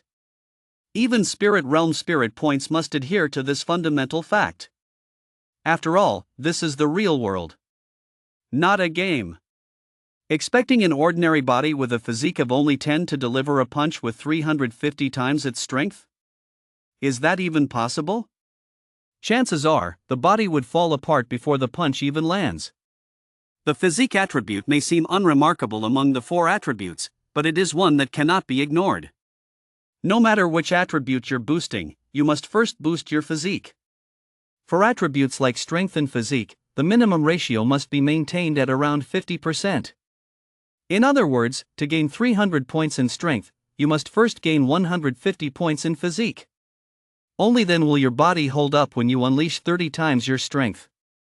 For agility and physique, the minimum ratio is 20%. To gain 300 points in agility, you must first have at least 60 points in physique. Only then can your body withstand the immense wind resistance when running at 30 times your normal speed. As for the ratio between spirit and physique, the requirement is the lowest, at just 5%. This is why, during training, whether you're focusing on strength, agility, or spirit, your physique attribute will increase as well. According to this formula, Zhao has 350 spirit points. If he wants to develop in the strength direction, he can only increase his strength by a maximum of 233 points. The remaining 117 spirit points must be allocated to physique. If Zhao chooses the strength and agility path, his offensive capabilities will be even weaker. All things considered, how much of a threat is Zhao really? This is the real reason why the strong among the freshmen don't take Zhao seriously. Of course, what these people don't know is that Zhao's true stats far exceed their imagination. They're terrifyingly high. A dozen minutes later, Zhao and Song stood outside a relatively well-preserved building. It was a fairly large mansion, covering at least 1,000 square meters. The outer walls were high, and the main gate was both tall and massive. A proper, prestigious estate. The previous owner must have been a prominent figure in the city. Furthermore, the mansion was situated at the highest point in the city, practically built on a large earthen slope. Just standing at the main gate, one could take in the view of most of the city. This place is great. Zhao nodded with satisfaction. Hai Tang, let us make this our base for tonight. Are you sure? Song couldn't help but furrow her delicate brows.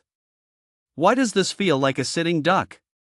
The highest point in the entire city, isn't that exactly a sitting duck?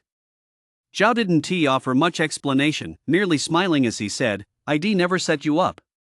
Just trust me this once. Since he put it that way, what else could Song say? After all, she even accepted his token of love. Alright, I trust you. Song replied immediately. Zhao smiled. It's getting late. Let us go inside. With that, he pushed open the gate and walked in. Song followed calmly. Not far away, a group of people saw Zhao and Song and, upon realizing they had chosen such a place as their base, looked on with astonishment and confusion. Then, with their own agendas in mind, they slowly dispersed. After entering the mansion, Zhao took Song on a tour of every corner of the estate. This was to familiarize them with the surroundings. To Zhao's delight, he discovered a massive indoor training hall built on the north side of the estate. It resembled a sturdy bunker. Moreover, the training hall was stocked with a wide array of weapons. Swords, spears, staffs, everything imaginable. Excellent. This place is perfect. Zhao's expression grew increasingly satisfied. Hai Tang, would you like to choose a weapon? He called out to Song. Song replied, my ability is fire, I'm fine unarmed. A weapon would only be a burden. Zhao nodded and went to choose a weapon himself. However, those swords, spears, and staffs were simply too light for him now. Zhao's strength attribute had already surpassed 660 times that of an ordinary person. Every single weapon here felt light and flimsy to him. After much deliberation, only a pair of drum-beating golden hammers managed to give him a faint sense of weight. Each of these hammers weighed nearly 200 jin. The pair together certainly exceeded 350 jin. Even with that weight, Zhao could still toss them around effortlessly, as if they were toys. Seeing this, Song couldn't help but ask, Zhao, is the innate ability of Kryptonian lineage a strength type? No. Zhao replied with a smile, it's all around. No sooner had the words left his mouth than a monstrous howl suddenly echoed from the distance outside.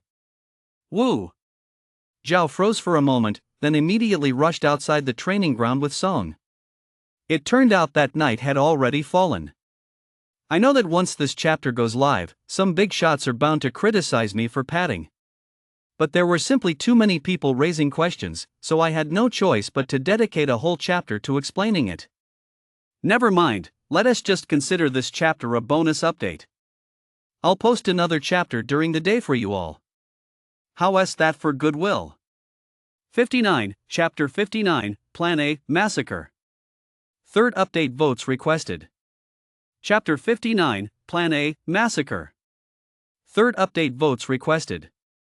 A full moon hung high in the sky. The bright moonlight bathed the land, ensuring that the night in the spirit realm wasn't too dark. In fact, one could even say it was slightly brighter than the previous evening. Old Chu was right. In such an environment, visibility wasn't too significantly affected. Especially for awakened ones like Zhao and Song, who possessed higher spirit levels, they were practically unaffected. Zhao, there is something off about this moon. Song suddenly spoke up. Zhao paused, looked up at the sky, and scrutinized the full moon hanging in the air. After a moment, he finally noticed that the edge of the moon was faintly tinged with red. The red was very pale and sparse, it was practically invisible unless you looked closely. Is it the color that's off? Zhao said. I think I see an abnormal red. Song said, besides the color being off, the moonlight seems to be affecting our minds, making us bloodthirsty? Hearing this, Zhao's expression immediately grew grave. He carefully sensed his body and indeed discovered that the blood within him was flowing faster. Not only that, but his emotions had also shifted slightly, turning toward irritability and a thirst for blood. With his current extraordinary physical attributes, he was fully capable of sensing even the slightest changes in his body. This is interesting. Zhao looked up at the moon once more. A smile played on his lips, but his eyes held a hint of apprehension. The moon itself was likely fine, the problem must lie with the red glow. What kind of terrifying entity was that red light? Was it devouring the moon? Was it connected in any way to the entity on Blue Star that was devouring stars? A flood of questions instantly surged through Zhao's mind. Of course, no one could answer these questions for him, he could only figure them out on his own, bit by bit. He believed that once his strength reached a level where he was unrivaled in the world, the truth of everything would be laid bare before him. Forget about it. Let us just focus on fighting these monsters. Let us finish this and call it a day. Zhao said casually. Song glanced at him, nodded, and said nothing. Just then, a commotion suddenly came from outside the courtyard. A moment later, a hideous, terrifying monster appeared at the entrance to the dean's office. The creature resembled a mantis, yet also bore a resemblance to a spider.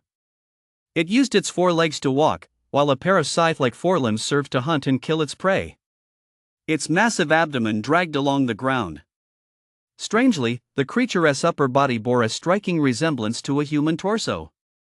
Its face, in particular, was virtually indistinguishable from a human's, featuring the same facial features. Of course, there were differences. The creature's eyes were pitch black, and its mouth was filled with sharp fangs, giving it a sinister and terrifying appearance. Most striking were its ears, which were enormous, like those of a bat. It was immediately clear that this was a creature with highly developed hearing. The creature's entire body was covered in thick armor, and it appeared to have no obvious weaknesses. It matched almost exactly the image old Chu had shown them in the classroom. However, the real monster was far more terrifying than the photograph, and the visual impact was much greater. Whoosh! Flames shot up. Seeing the monster appear, Song immediately prepared to attack. "Wait, Haitang," Zhao suddenly said. "Let me test this monster's strength first." Hearing this, Song withdrew her flames. The two's movements had already caught the monster's attention. Spotting the two living humans, the monster let out a howl and charged toward them. Song suddenly looked surprised, because she saw that Zhao had actually tossed aside his massive hammers and was walking toward the monster with empty hands. What was he trying to do? As Song stood there puzzled, Zhao suddenly stopped in his tracks, standing completely still, allowing the monster to pounce on him. The monster wasn't going to hold back. In its eyes, humans were nothing but prey. And they hadn't seen any prey in a long time. They were already starving. Now that they spotted their prey, all they wanted was to tear it to pieces as quickly as possible and devour it. Whoosh! A piercing whistle cut through the air. The monster raised its side-like right arm and slashed horizontally toward Zhao's midsection. The blade glinted coldly in the moonlight. It wasn't just a human body. Even the courtyard wall would likely be sliced clean through by a single stroke from this monster. Zhao! Seeing that Zhao showed no intention of dodging, Song let out a cry of alarm. Unfortunately, by now it was too late for her to intervene. She could only watch helplessly as the monster's scythe-like arm swung down toward Zhao. Clang! A crisp clang echoed through the air. Zhao stood rooted to the spot, not moving an inch. Instead, the monster's scythe arm was knocked back by the recoil, dragging its body several steps backward. This scene left Song completely dumbfounded. As for Zhao, he broke into a delighted smile. Body of steel. It really is awesome. He didn't even feel a hint of pain. Woo! The monster let out a shriek and lunged at Zhao once more. It seemed unwilling to accept defeat. This time, the monster swung both arms simultaneously, launching a flurry of attacks at Zhao. For a moment, blades flew everywhere. Clang! Clang! Clang! The crisp sound of metal clashing echoed throughout the mansion. Anyone unaware of the situation might have thought they were in a blacksmith's shop. Unfortunately, even though the monster gave it its all, it only managed to slash through Zhao's clothes. Forget about tearing Zhao to pieces. It couldn't even leave a scratch on his skin. Put! Suddenly, a loud, explosive sound rang out. The monster, mid-attack, froze in place. A few seconds later, it slowly collapsed to the ground.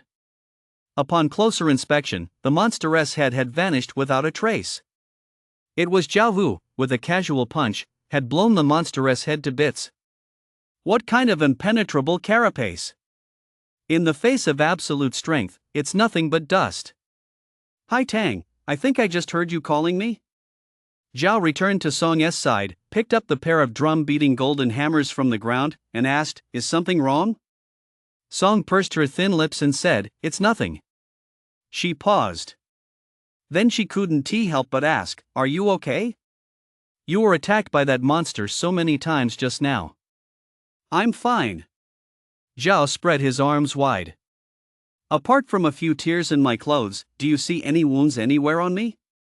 Zhao's clothes had actually been slashed open in many places by the monsters, especially on the front.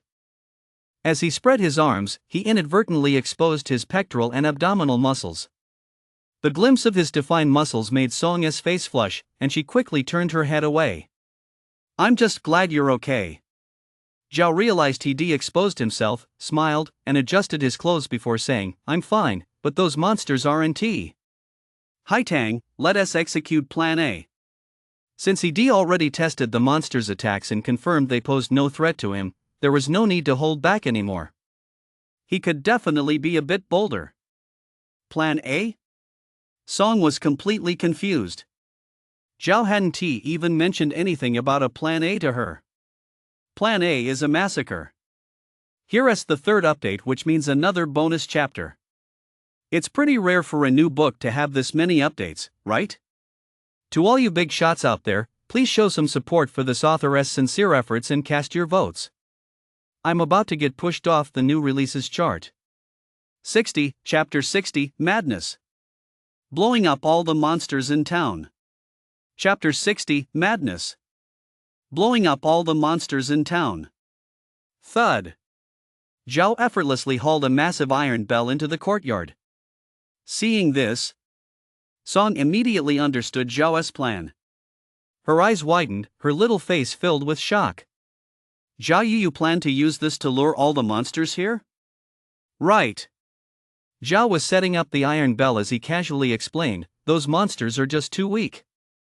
I can't be bothered to hunt them down one by one.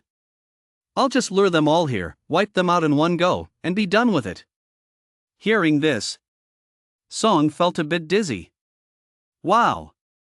You're making that sound way too simple. But judging by Zhao's expression, he wasn't joking at all. Is that kind of monster really that weak? She muttered to herself. Zhao heard her and retorted, aren't they? Song glanced at Zhao, unable to say a word. The monsters in the second layer of the spirit realm weren't just fast, they were also incredibly powerful. Combined with its scythe-like arms, it was definitely a nightmare for most freshmen. Not to mention, this monster had a solid, impenetrable shell. Killing one would likely require the coordinated effort of an entire team.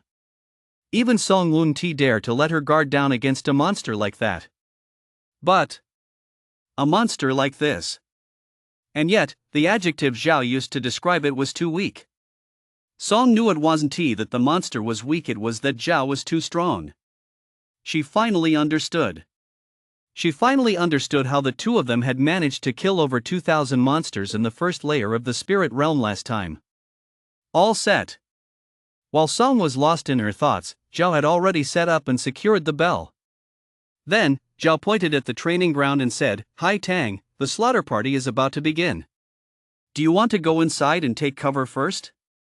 I'm afraid the monster's blood might splash on you. Actually, he was worried about Song's safety. The outer walls of this training ground were built quite thick, hiding inside should be safer. Song understood what Zhao meant and shook her head. No need. I can take care of myself. Zhao glanced at her. Seeing that she was insistent, he nodded. All right. After all, he was there. With his current speed, even if Song were in danger, he could come to her rescue immediately. By the way, Hai Tang. Zhao seemed to have just thought of something and said, Your spirit is higher than mine, and you're more observant. If you notice any other awakened approaching, be sure to let me know right away. As soon as she heard this, Song knew exactly what Zhao was thinking. Got it. The girl agreed without hesitation. She fully understood why Zhao wanted to keep his strength a secret. After all, there were still people with kryptonian bloodlines alive. If she were in his shoes, she might do the same as Zhao. Seeing the girl agree so readily, Zhao smiled. She really is the designated future wife. So obedient. Then, Zhao walked over to the large iron bell, picked up the massive log beside it, and gently struck it. He didn't dare use much force. Afraid he might shatter the bell in one blow. Ding! A massive toll instantly rang out. In the silent moonlit night, the sound was piercing. The bell's echo reverberated through the night sky, as if coming from ancient times, and soon spread throughout the entire city. At the same time, somewhere in the city, a squad from the Woko Kingdom was cautiously preparing in the darkness. On the street before them, a monster was wandering aimlessly. And this monster was their target. To be able to slay a monster from the second layer of the spirit realm, they had spent the past month drilling their coordinated tactics and they had suffered through it all. All for the sake of a good performance tonight. As long as they could successfully kill a few monsters and return, it would all be worth it. Just then, the monster seemed to be drawn by the sound of the wind and turned its head to look in another direction.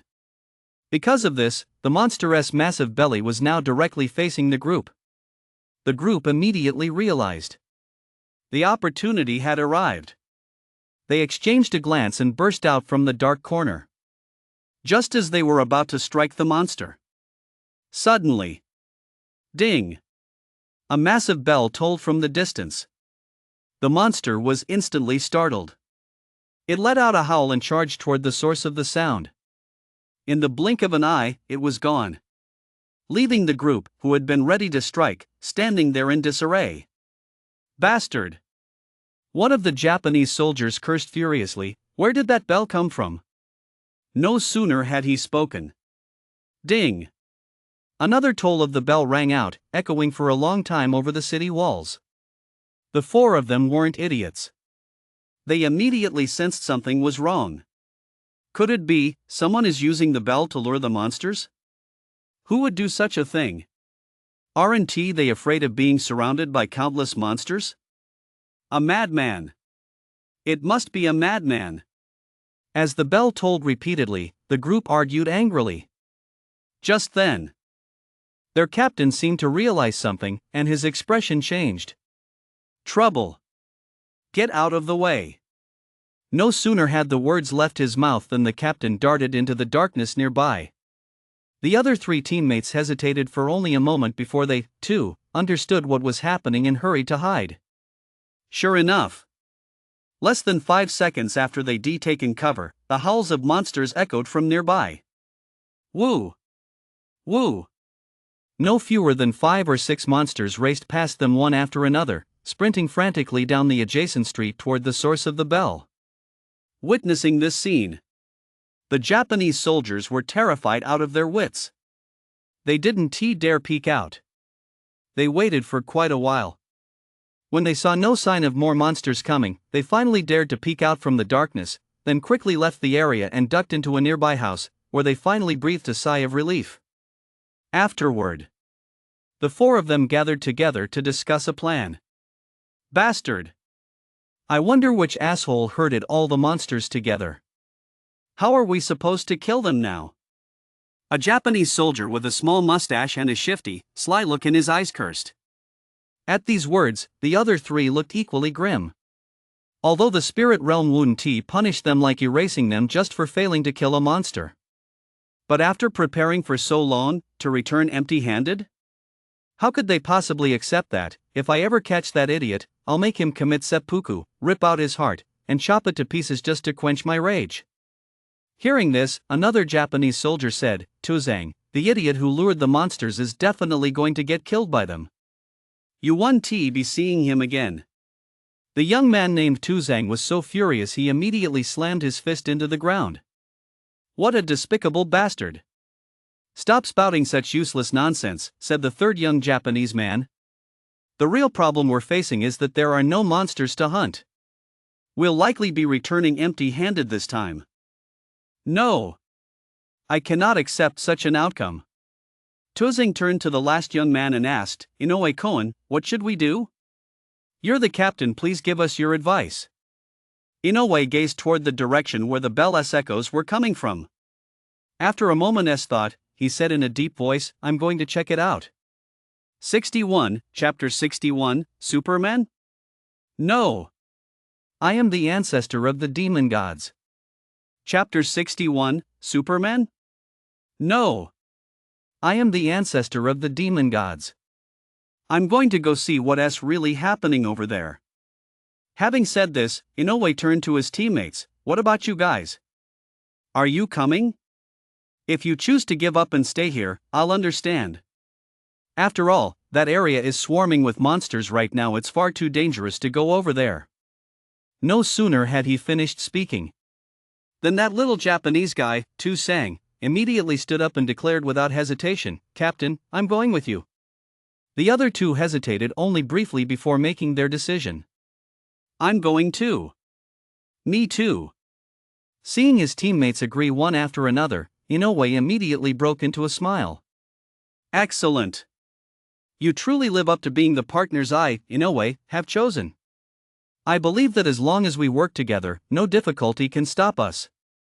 Tonight, we're sure to have a bountiful harvest and become the top team in the spirit realm.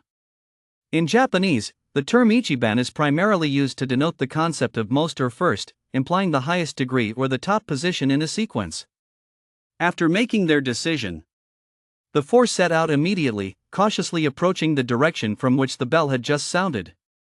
They dared not move too quickly, fearing that a monster might suddenly dart out of the darkness. For the new recruits, the monsters in the second layer of the spirit realm were still quite terrifying. If Inoue and the others were caught off guard by a monster, given their strength, even if they weren't wiped out, they would suffer heavy losses. Therefore, they needed to remain highly cautious and proceed with care. After walking for a full 10 minutes or so, they finally located the source of the bell, a mansion situated on higher ground. This was only because they were relatively close to it. When they climbed onto the roof of a building on the outskirts and saw the scene before them, they were instantly stunned into silence and dared not take another step forward. Because, as far as the eye could see, the mountains and fields were swarming with monsters. There were at least 1,000 of them. Especially near that mansion, it was surrounded by such a vast number of monsters that they were impossible to count. With so many monsters here, who would dare to approach? It's actually here? That little Japanese guy, Susan, couldn't he help but let out a gasp. As soon as Inoue heard this, he immediately turned to look at Susan and asked, "Do you know this place?" "Yes, Captain," Susan said. "The Song and her boyfriend you had me keep an eye on earlier, their base is right inside that mansion." "Huh?" Inoue looked completely stunned. Did they lure all these monsters here? Have they lost their minds?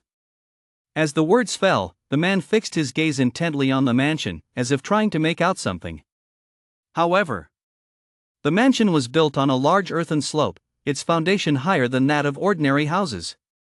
Combined with the high walls surrounding the compound, it was simply impossible to see what was happening inside from the outside. Suddenly, a massive ball of flame shot skyward from within the mansion. Though the flame was only a fleeting flash, its ferocity in that instant still left Inoue utterly stunned. For a moment, the area around the mansion was bathed in light, turning a deep crimson. It's them, after all, Song. Inoue gritted his teeth. Who else but Song, with her flame fruit ability, could produce such a blaze? Can Song handle so many monsters? Tu Sang, standing beside him, looked utterly bewildered. Her power is just too terrifying. No. I think they must have found a location that's easy to defend but hard to attack. The monsters can't swarm in all at once, they're just being picked off one by Song. A young Japanese man standing nearby remarked. These words gained the approval of the crowd, because it was the most reasonable explanation. Otherwise, as new recruits, they had to tread carefully just to kill a single monster. How could Song possibly take on over 1,000 monsters all by herself? It had only been 2 months since they received their boons from Sanctuary. The gap in their abilities couldn't possibly be that vast. Inoue and his group weren't the only ones with such thoughts. Like them, many other rookie teams were currently hiding in the darkness, secretly observing the mansion. The city's monsters had been lured away by the bell tolls. If these rookies didn't want to come away empty-handed, they had no choice but to head in the direction of the bells to investigate. Many had seen that massive burst of flame earlier. Everyone agreed that it was Song hunting monsters. Moreover, everyone's assessment was more or less the same. They believed Song had found a defensible position to exploit a loophole, preventing the monsters from surrounding her, which allowed her to hunt them down so effortlessly. With Song's current stats, combined with the powerful flame fruit ability, monsters were indeed no match for her in one-on-one combat. After all, while a monster's shell may be hard, it doesn't necessarily protect against fire damage. At that moment, in the courtyard to the north of the mansion, a terrifying battle was indeed raging. However, the reality of the battle was completely different from what those freshmen imagined. Huff! Puff! A muscular hulk, wielding twin hammers, swung them with fierce momentum. With every hammer blow, the earth trembled. He was like a celestial general. Those terrifying monsters, supposedly impervious to blades and spears, were utterly helpless against this powerhouse's divine might. A single casual swing from the celestial general was enough to obliterate a monster, as if struck by a cannonball blasted to pieces, with dark green blood and flesh flying everywhere. Touch it, and you die. One little monster per swing. As for winning by sheer numbers and swarming Zhao? It wasn't as if the monsters hadn't tried that before. But Zhao wasn't afraid. He didn't even bat an eye. In fact, he actually seemed to enjoy being surrounded by monsters. That way, he could kill them even faster. He'd swing his massive iron hammer, unleashing a sweep the thousand armies move, and every monster surrounding him was doomed. He'd even charge right into the monster horde, slaughtering everything in his path.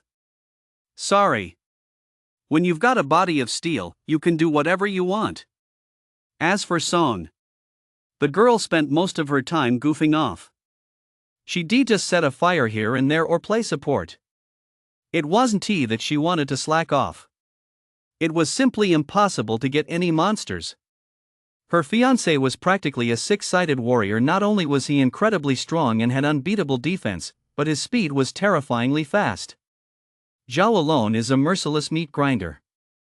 No matter how many monsters come, it's never enough for him to slaughter. In less than half an hour, Zhao has hammered at least 1,000 monsters to death. The spacious courtyard is littered with monster corpses, and the stench is overwhelming. Song was completely numb from the sight. In fact, for a moment, the girl couldn't even tell who the real monster was, Zhao or these creatures. Wah! Suddenly, one monster seemed to be terrified out of its wits by Zhao. It let out a pitiful wail and turned to flee. As if receiving a signal, the other monsters began fleeing in droves. Ha!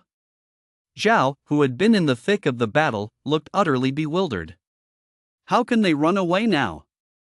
At that moment, he stood there wielding his twin hammers, covered in blood, his gaze filled with murderous intent. Truly the very embodiment of the demon god Zhu Zongren. Second update, the final climax of this dungeon is about to unfold.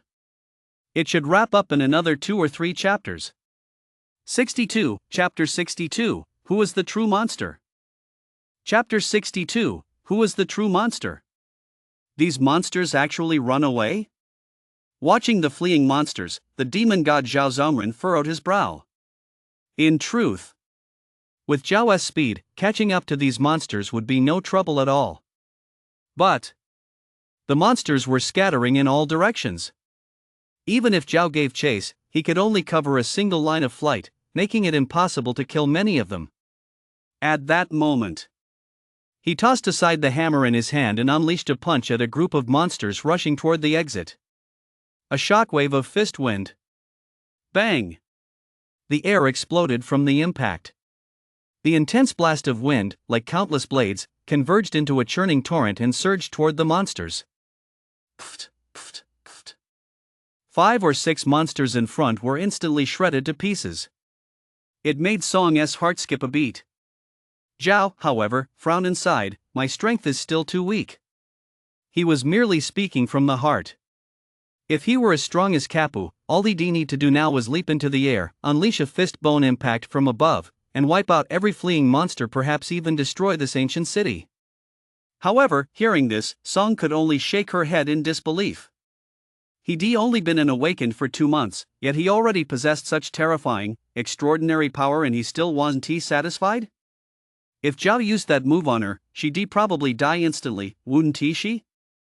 After all, she still couldn't transform into a flame element.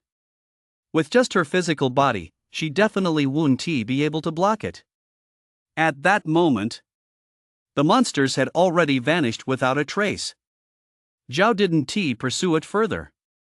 Instead, he asked, "Hai Tang, roughly how many monsters did I just kill?" 1,372. The girl gave him an exact number right away. Zhao was taken aback. He admired Song's memory and attention to detail. Then, he furrowed his brow and said, "Only a little over 1,000? Is that enough for a perfect mission rating? Our combined quest progress should be 1,401 monsters. I killed 29 just now too. As she finished speaking, the girl's pretty face flushed slightly, and she looked a bit embarrassed. After all, the monsters she killed didn't even amount to a fraction of Zhao's total, and they were all just finishing off stragglers.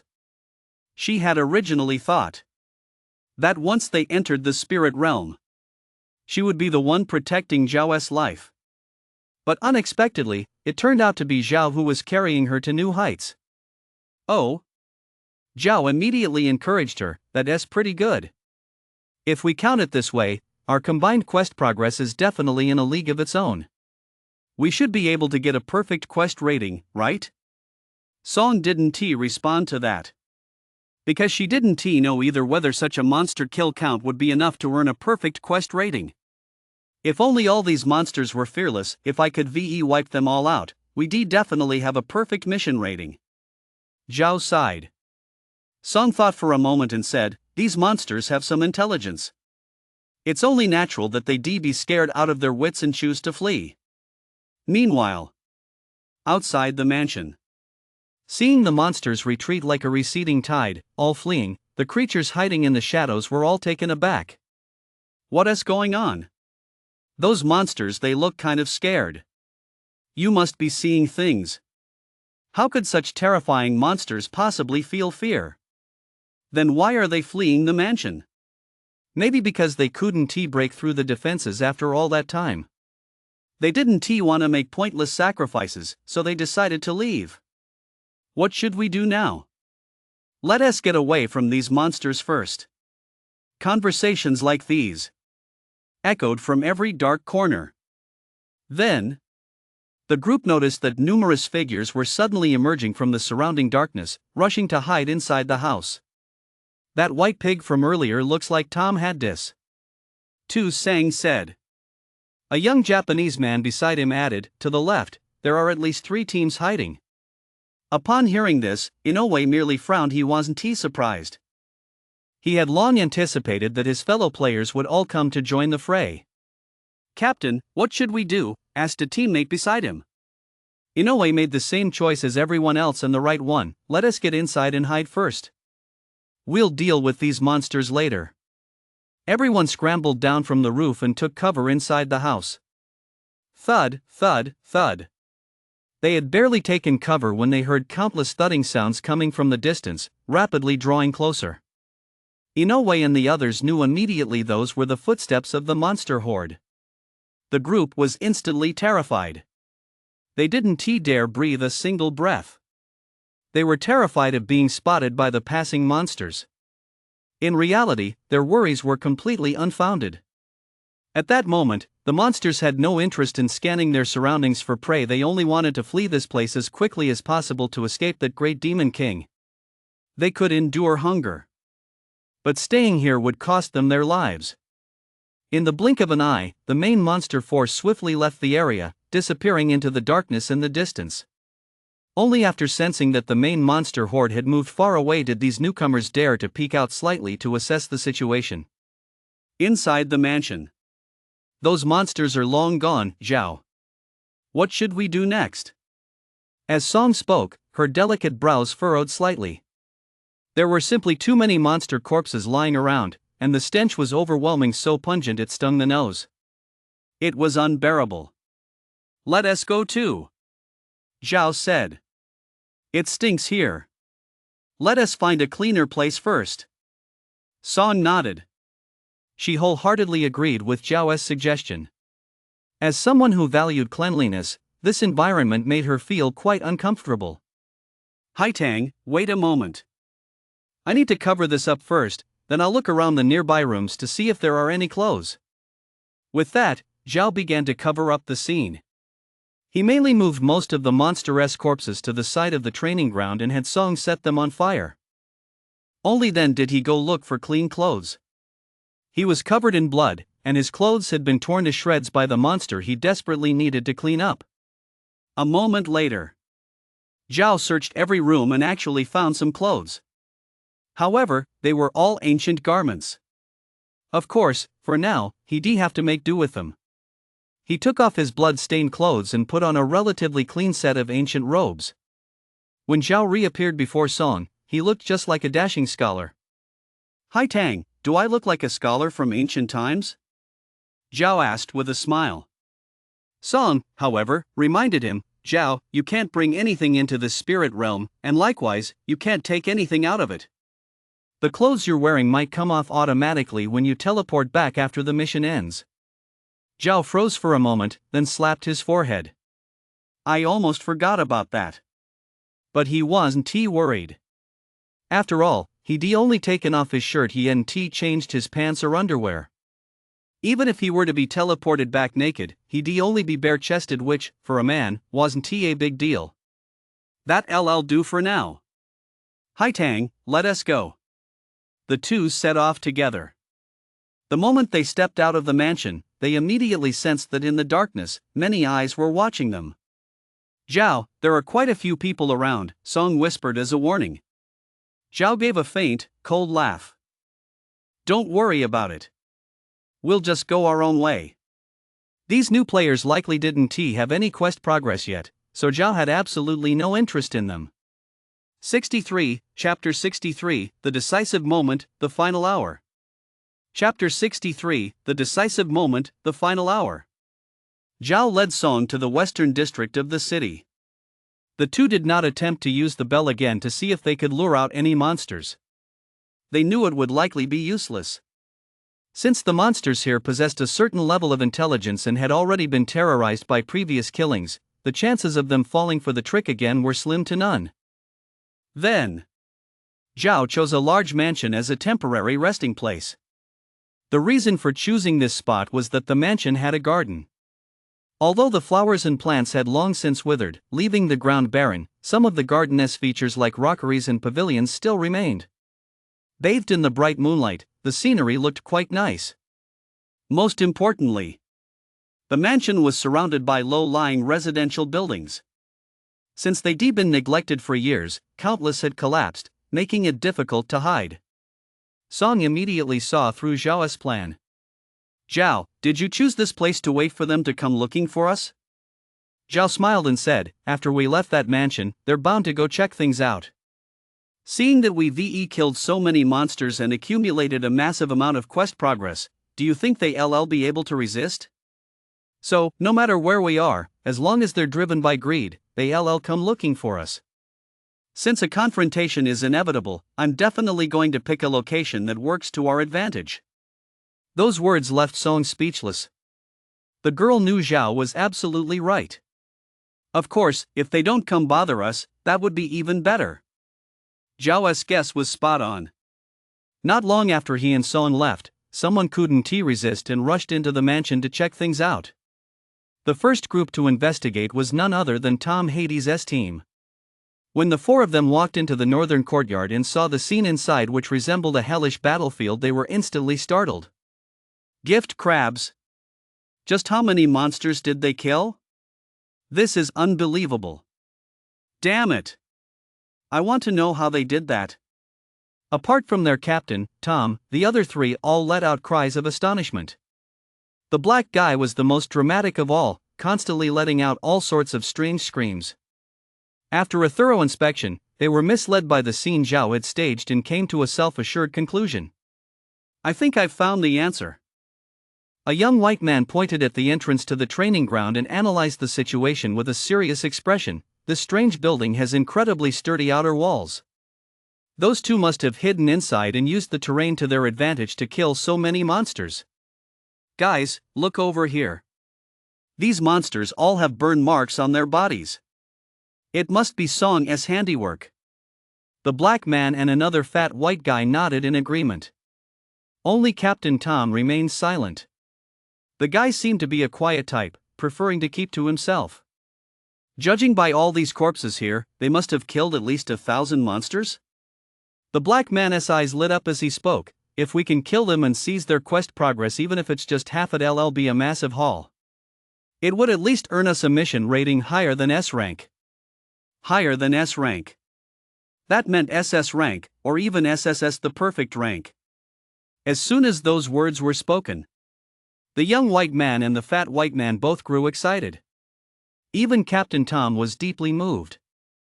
However, Captain Tom was more level-headed. He said, "The fact that that woman could kill so many monsters means her strength is far greater than we imagined. To take her on, we'll need reinforcements." "Captain Tom, I see it differently," the young white man said. "Precisely because they've killed so many monsters, their stamina and energy must be severely depleted. Maybe right now is when they're at their weakest." Tom's expression turned cold as he snapped, "Idiot! Open your eyes and look clearly. There are over 1,000 monster corpses here. Do you really think they could have killed so many monsters in such a short time without a way to replenish their stamina and energy?" That made perfect sense. As new recruits, everyone knew that even killing 1,000 pigs would require an unimaginable amount of stamina. And among the extraordinary items, there were indeed artifacts capable of replenishing an awakened's resources in a short time. That was why Captain Tom suspected that Song must have similar replenishment items on him. Only then could they have pulled off such a feat. The young white man looked sheepish and dared not argue. On one hand, he knew the captain had a point. On the other, he was a bit afraid of Tom. Noticing the awkward atmosphere, the black guy pointed outside and said, "There are a lot of freshmen out there right now. We can promise them some benefits and get those idiots to help us kill that Song." This suggestion was fairly sound. However, Captain Tom was more level-headed. He had a feeling that Song wasn't someone to be taken lightly, so he said, "That's our last resort." The three teammates froze in surprise. Black guy immediately asked, "Tom, what do we do now?" "Let us go hunt monsters first," Tom said. "If we can kill enough monsters, we'll abandon the plan to hunt Song." "Why?" Black guy was puzzled.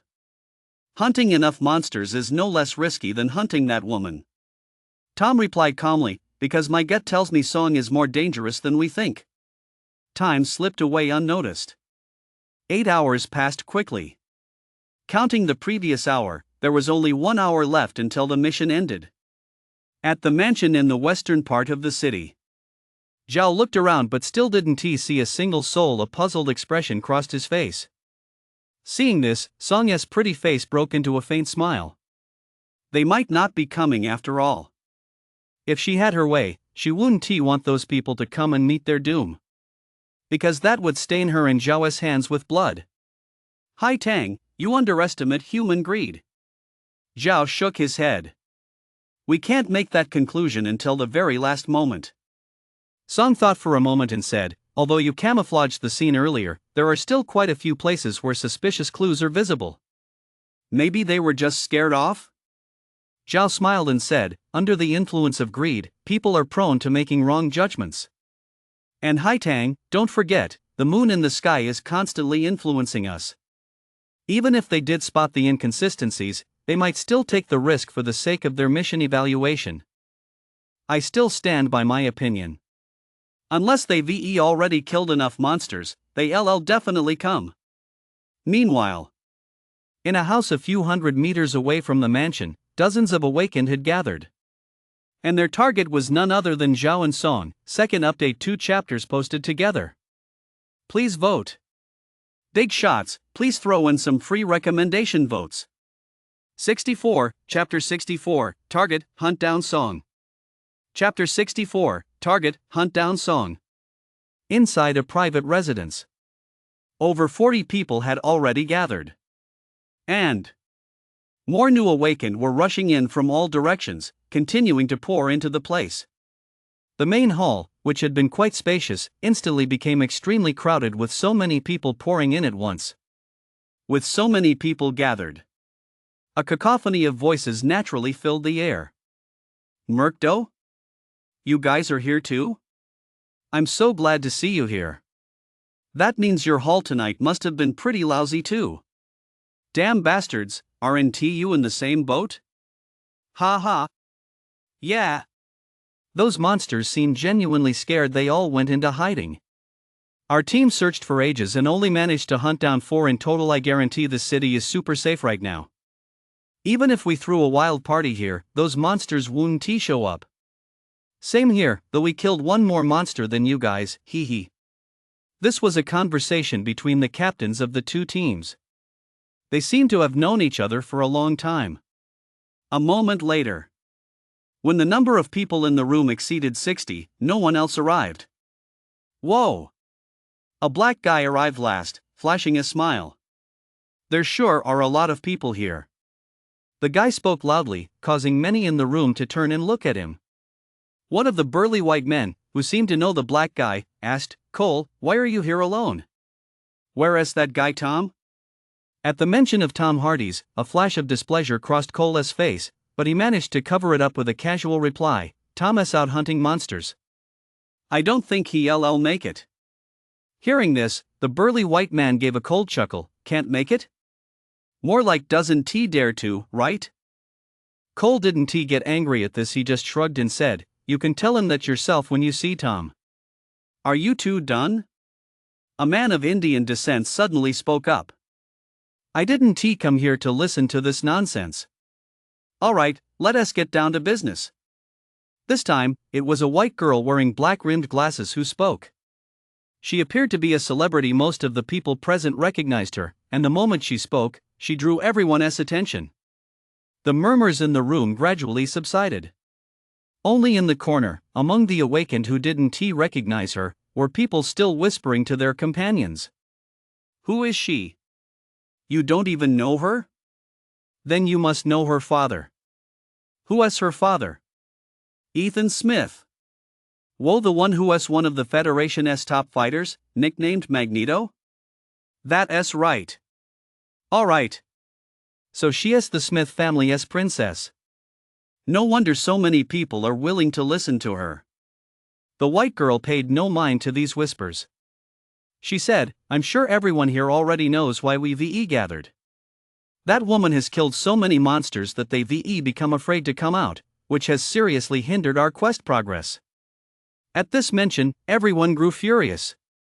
Those monsters had vanished in a flash.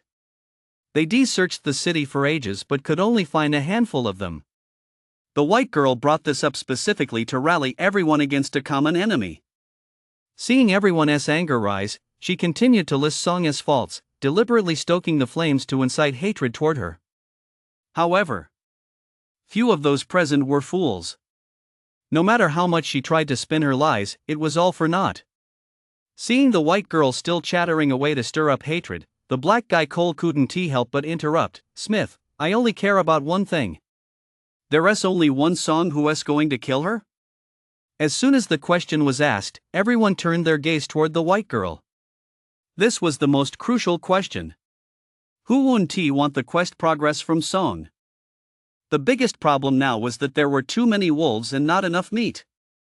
Next, it all came down to how Smith would answer. If her answer wasn't satisfactory, everyone present would surely disperse. The white girl didn't mince words, stating bluntly, "Song's head definitely belongs to me." At those words, everyone frowned. Some immediately began to get up to leave. Seeing this, the white girl quickly added, "However, her companion is yours for the taking. You've all seen the scene. Quite a few monsters were brutally slain. I'm sure the quest progress on that guy's body is quite substantial." The crowd remained unmoved. Is that it? She actually thinks that LL convinced them to risk their lives? She must be dreaming. The white girl knew her offer wasn't enticing enough, so she decided to play her trump card. "Anyone willing to help me kill Song can come to me for $5 million once we leave the spirit realm. That's $5 million per person." The moment those words left her mouth, many finally showed signs of interest. $5 million was more than enough for an ordinary person to live a life of luxury. Besides, everyone trusted that this Smith wouldn't renege on the deal.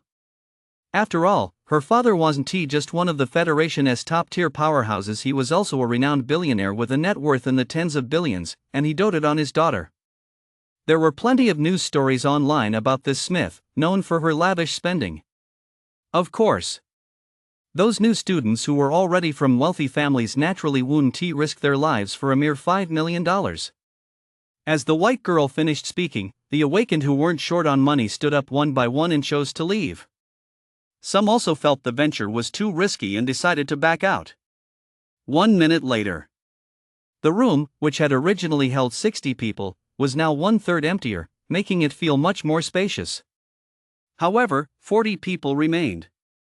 "Cole, you actually didn't tea leave?" someone asked. Cole, the black guy, shrugged and said, "The monsters haven't tea shown up yet, and if we can walk away with $5 million, that's not bad." Upon hearing this, others nodded in agreement. Clearly, they shared the same mindset. However, more people were watching coldly from the sidelines. Take the 4-man group from the Japanese Empire, for example. The 4 of them weren't staying here for the $5 million at all. They were looking for an opportunity to take advantage of the chaos, launch a surprise attack, and take out Song. To get their hands on the quest progress he carried. As for whether doing this would offend that Smith? Of course it would. But they weren't afraid in the slightest.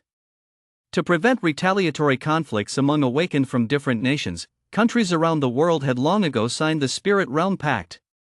A crucial clause in the Spirit Realm Pact states, whatever happens within the Spirit Realm, and whatever grudges it may spark, must be resolved solely within the Spirit Realm. Once one leaves the Spirit Realm, all grudges are reset to 0, and no further retaliation or fighting is permitted. Although many people didn't take the Spirit Realm Pact seriously in their hearts. On the surface, they still had to show some respect for it. Anyone who broke the pact would become the public enemy of all the awakened across the nations. Therefore, this quartet from the Japanese Empire wasn't the least bit afraid of offending this Smith. Even if Smith wanted to take revenge on them after leaving the Spirit Realm, he could only do so in secret. He wouldn't dare to act openly. They aren't even from the same country. Why the hell would they be afraid of covert retaliation? A mighty dragon can't overpower a local tyrant. No matter how vast the Smith family's influence is, it's limited to the Federation. How could they possibly extend their reach abroad? At this moment, it wasn't just the Woko Nation team thinking this way. The teams from other nations were pretty much on the same page.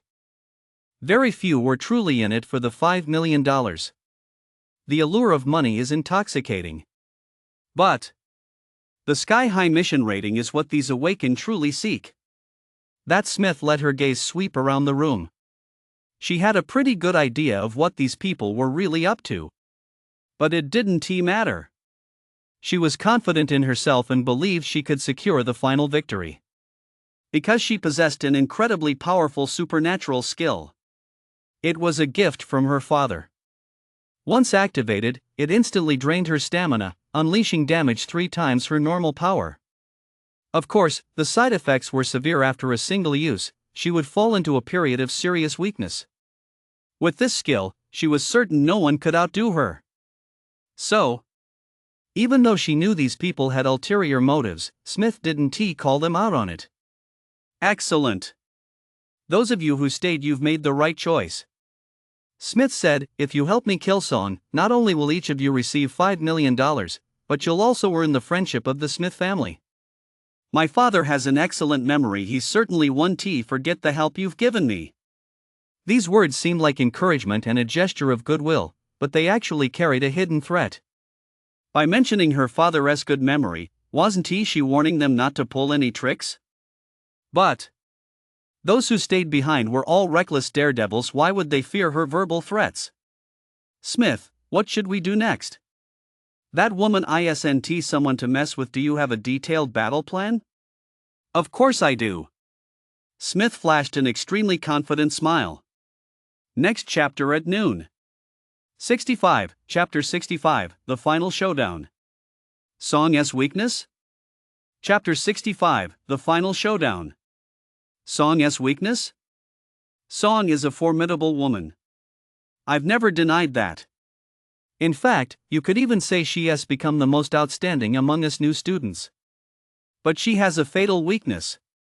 Though Smith wasn't very old, his tone and choice of words were highly inflammatory and commanding.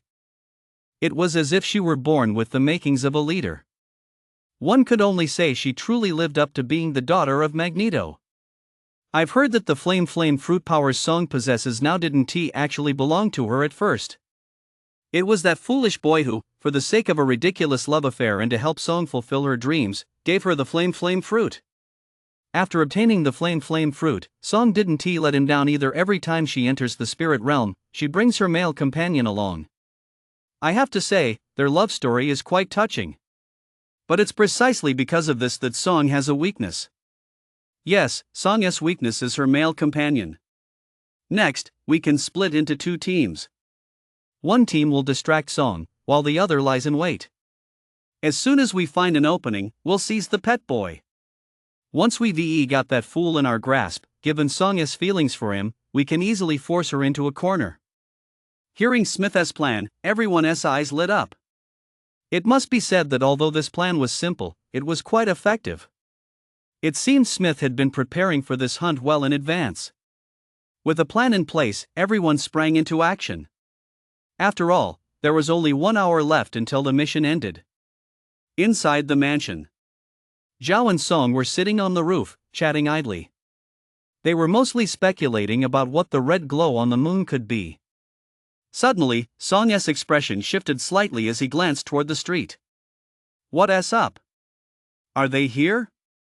Zhao said with a smile, then looked in the direction Song was staring. In the distance on the street, several figures were moving through the darkness, approaching them. "Since they're here, let us go down and meet them," Zhao said, leaping off the roof first. Song just let out a soft sigh, said nothing, and followed Zhao down to the ground. The female lead's primary attribute was spirit. All energy-based attributes fall under spirit, while physique corresponds to stamina, vitality, and defense, but her other three attributes were no slouch either. She was remarkably agile. She certainly couldn't compare to Zhao. But compared to ordinary people, she was in a league of her own. After landing, Song suddenly suggested, "Zhao, let me go first, you watch my back. If you see I can't handle them, then step in and help me." Hearing this, Zhao was taken aback. "Hai Tang, there is no need to go to all that trouble," he said. "With these little karami, the two of us can totally slaughter them. I'll handle the slaughtering, and you just have to scream." "Song, I can't just hide behind you forever, can I?" the girl insisted.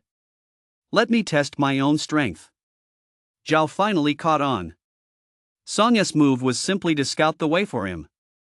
After all, the awakened weren't like those monsters.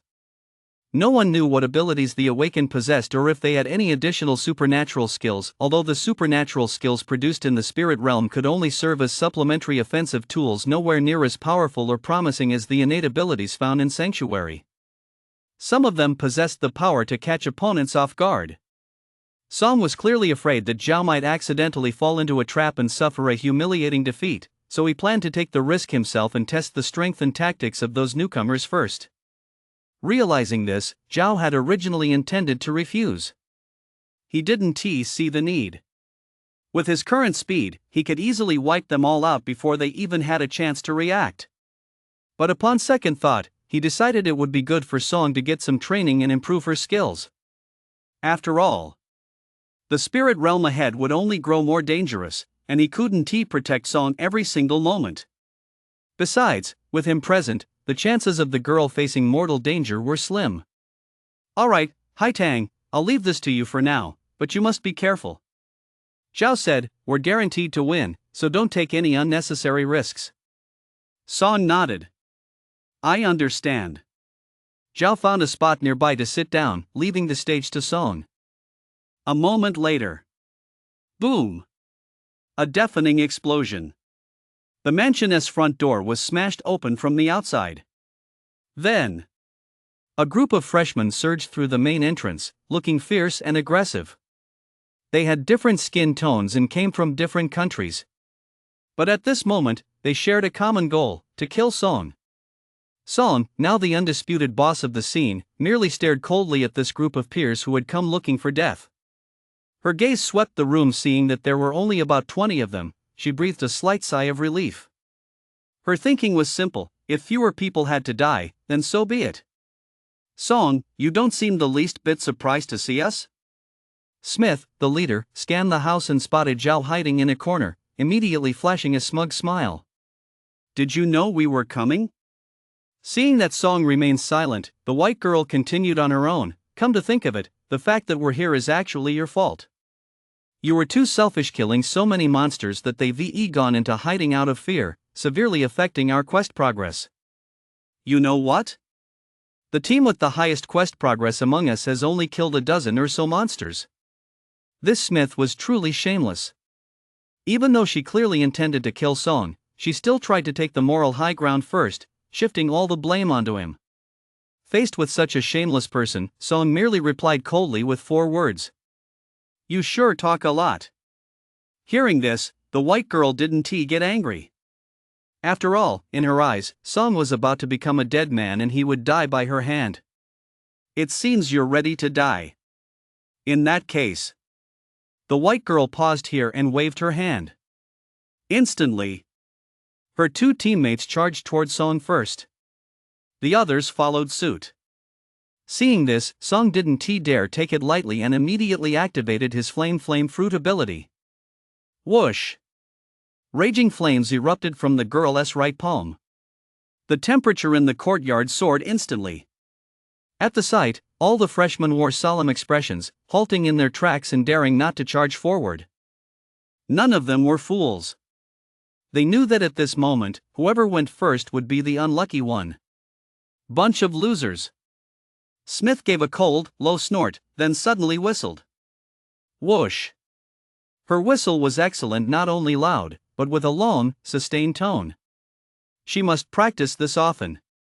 Accompanied by the whistle, a dozen or so figures suddenly appeared from the courtyard walls on both sides, quickly scaling the walls and lunging into the courtyard. But their target wasn't Song. It was Zhao. Seeing everyone's requests for updates, I'll post this chapter early. After midnight tonight, I'll release 3 chapters in a row. Be sure to check them out and guess what extraordinary reward the protagonist will get this time.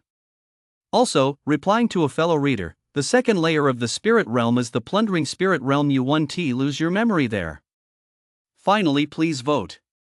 66, Chapter 66, Newcomers, he is the real big boss. Chapter 66, Newcomers, he is the real big boss. Watching the awakened newcomers swarm toward him, Zhao was completely baffled.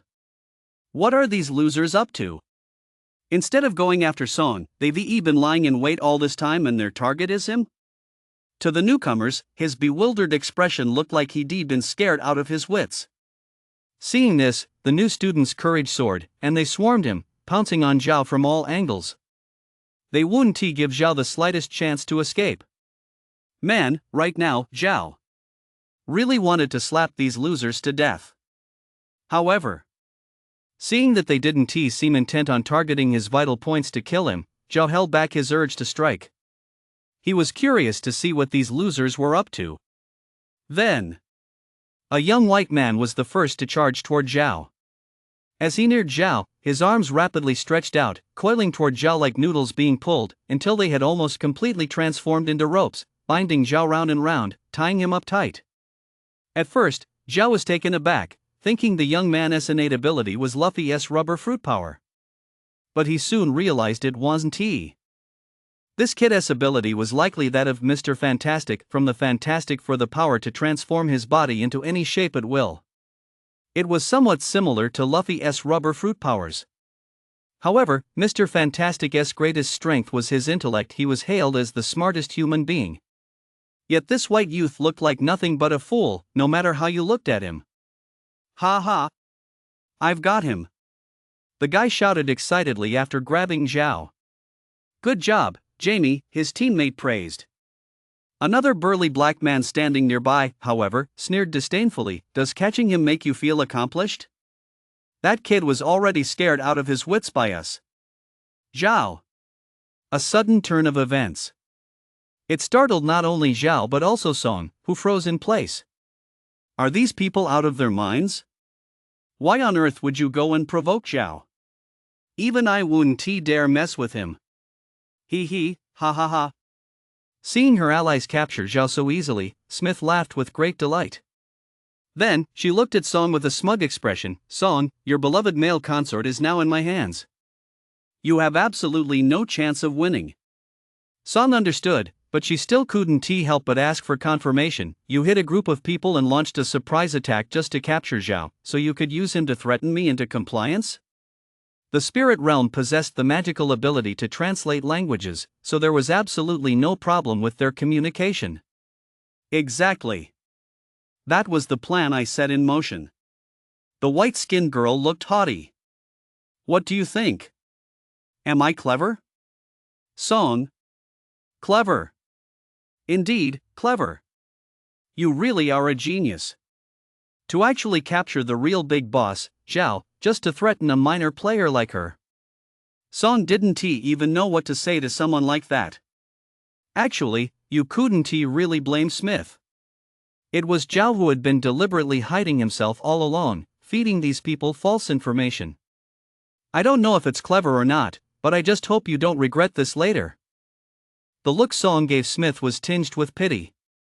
Regret? Smith paused for a moment, then said, What? Don't you care about his life? Clearly, this foreign girl had misunderstood Song's meaning. Song couldn't be bothered to argue anymore and said, Cut the crap. What exactly do you want? My demand is simple. Smith let out a sly grin. As long as you don't use your flame fruit powers to defeat all of us, I'll let you both go. Not use her flame fruit powers? Wasn't he that just asking Song to walk into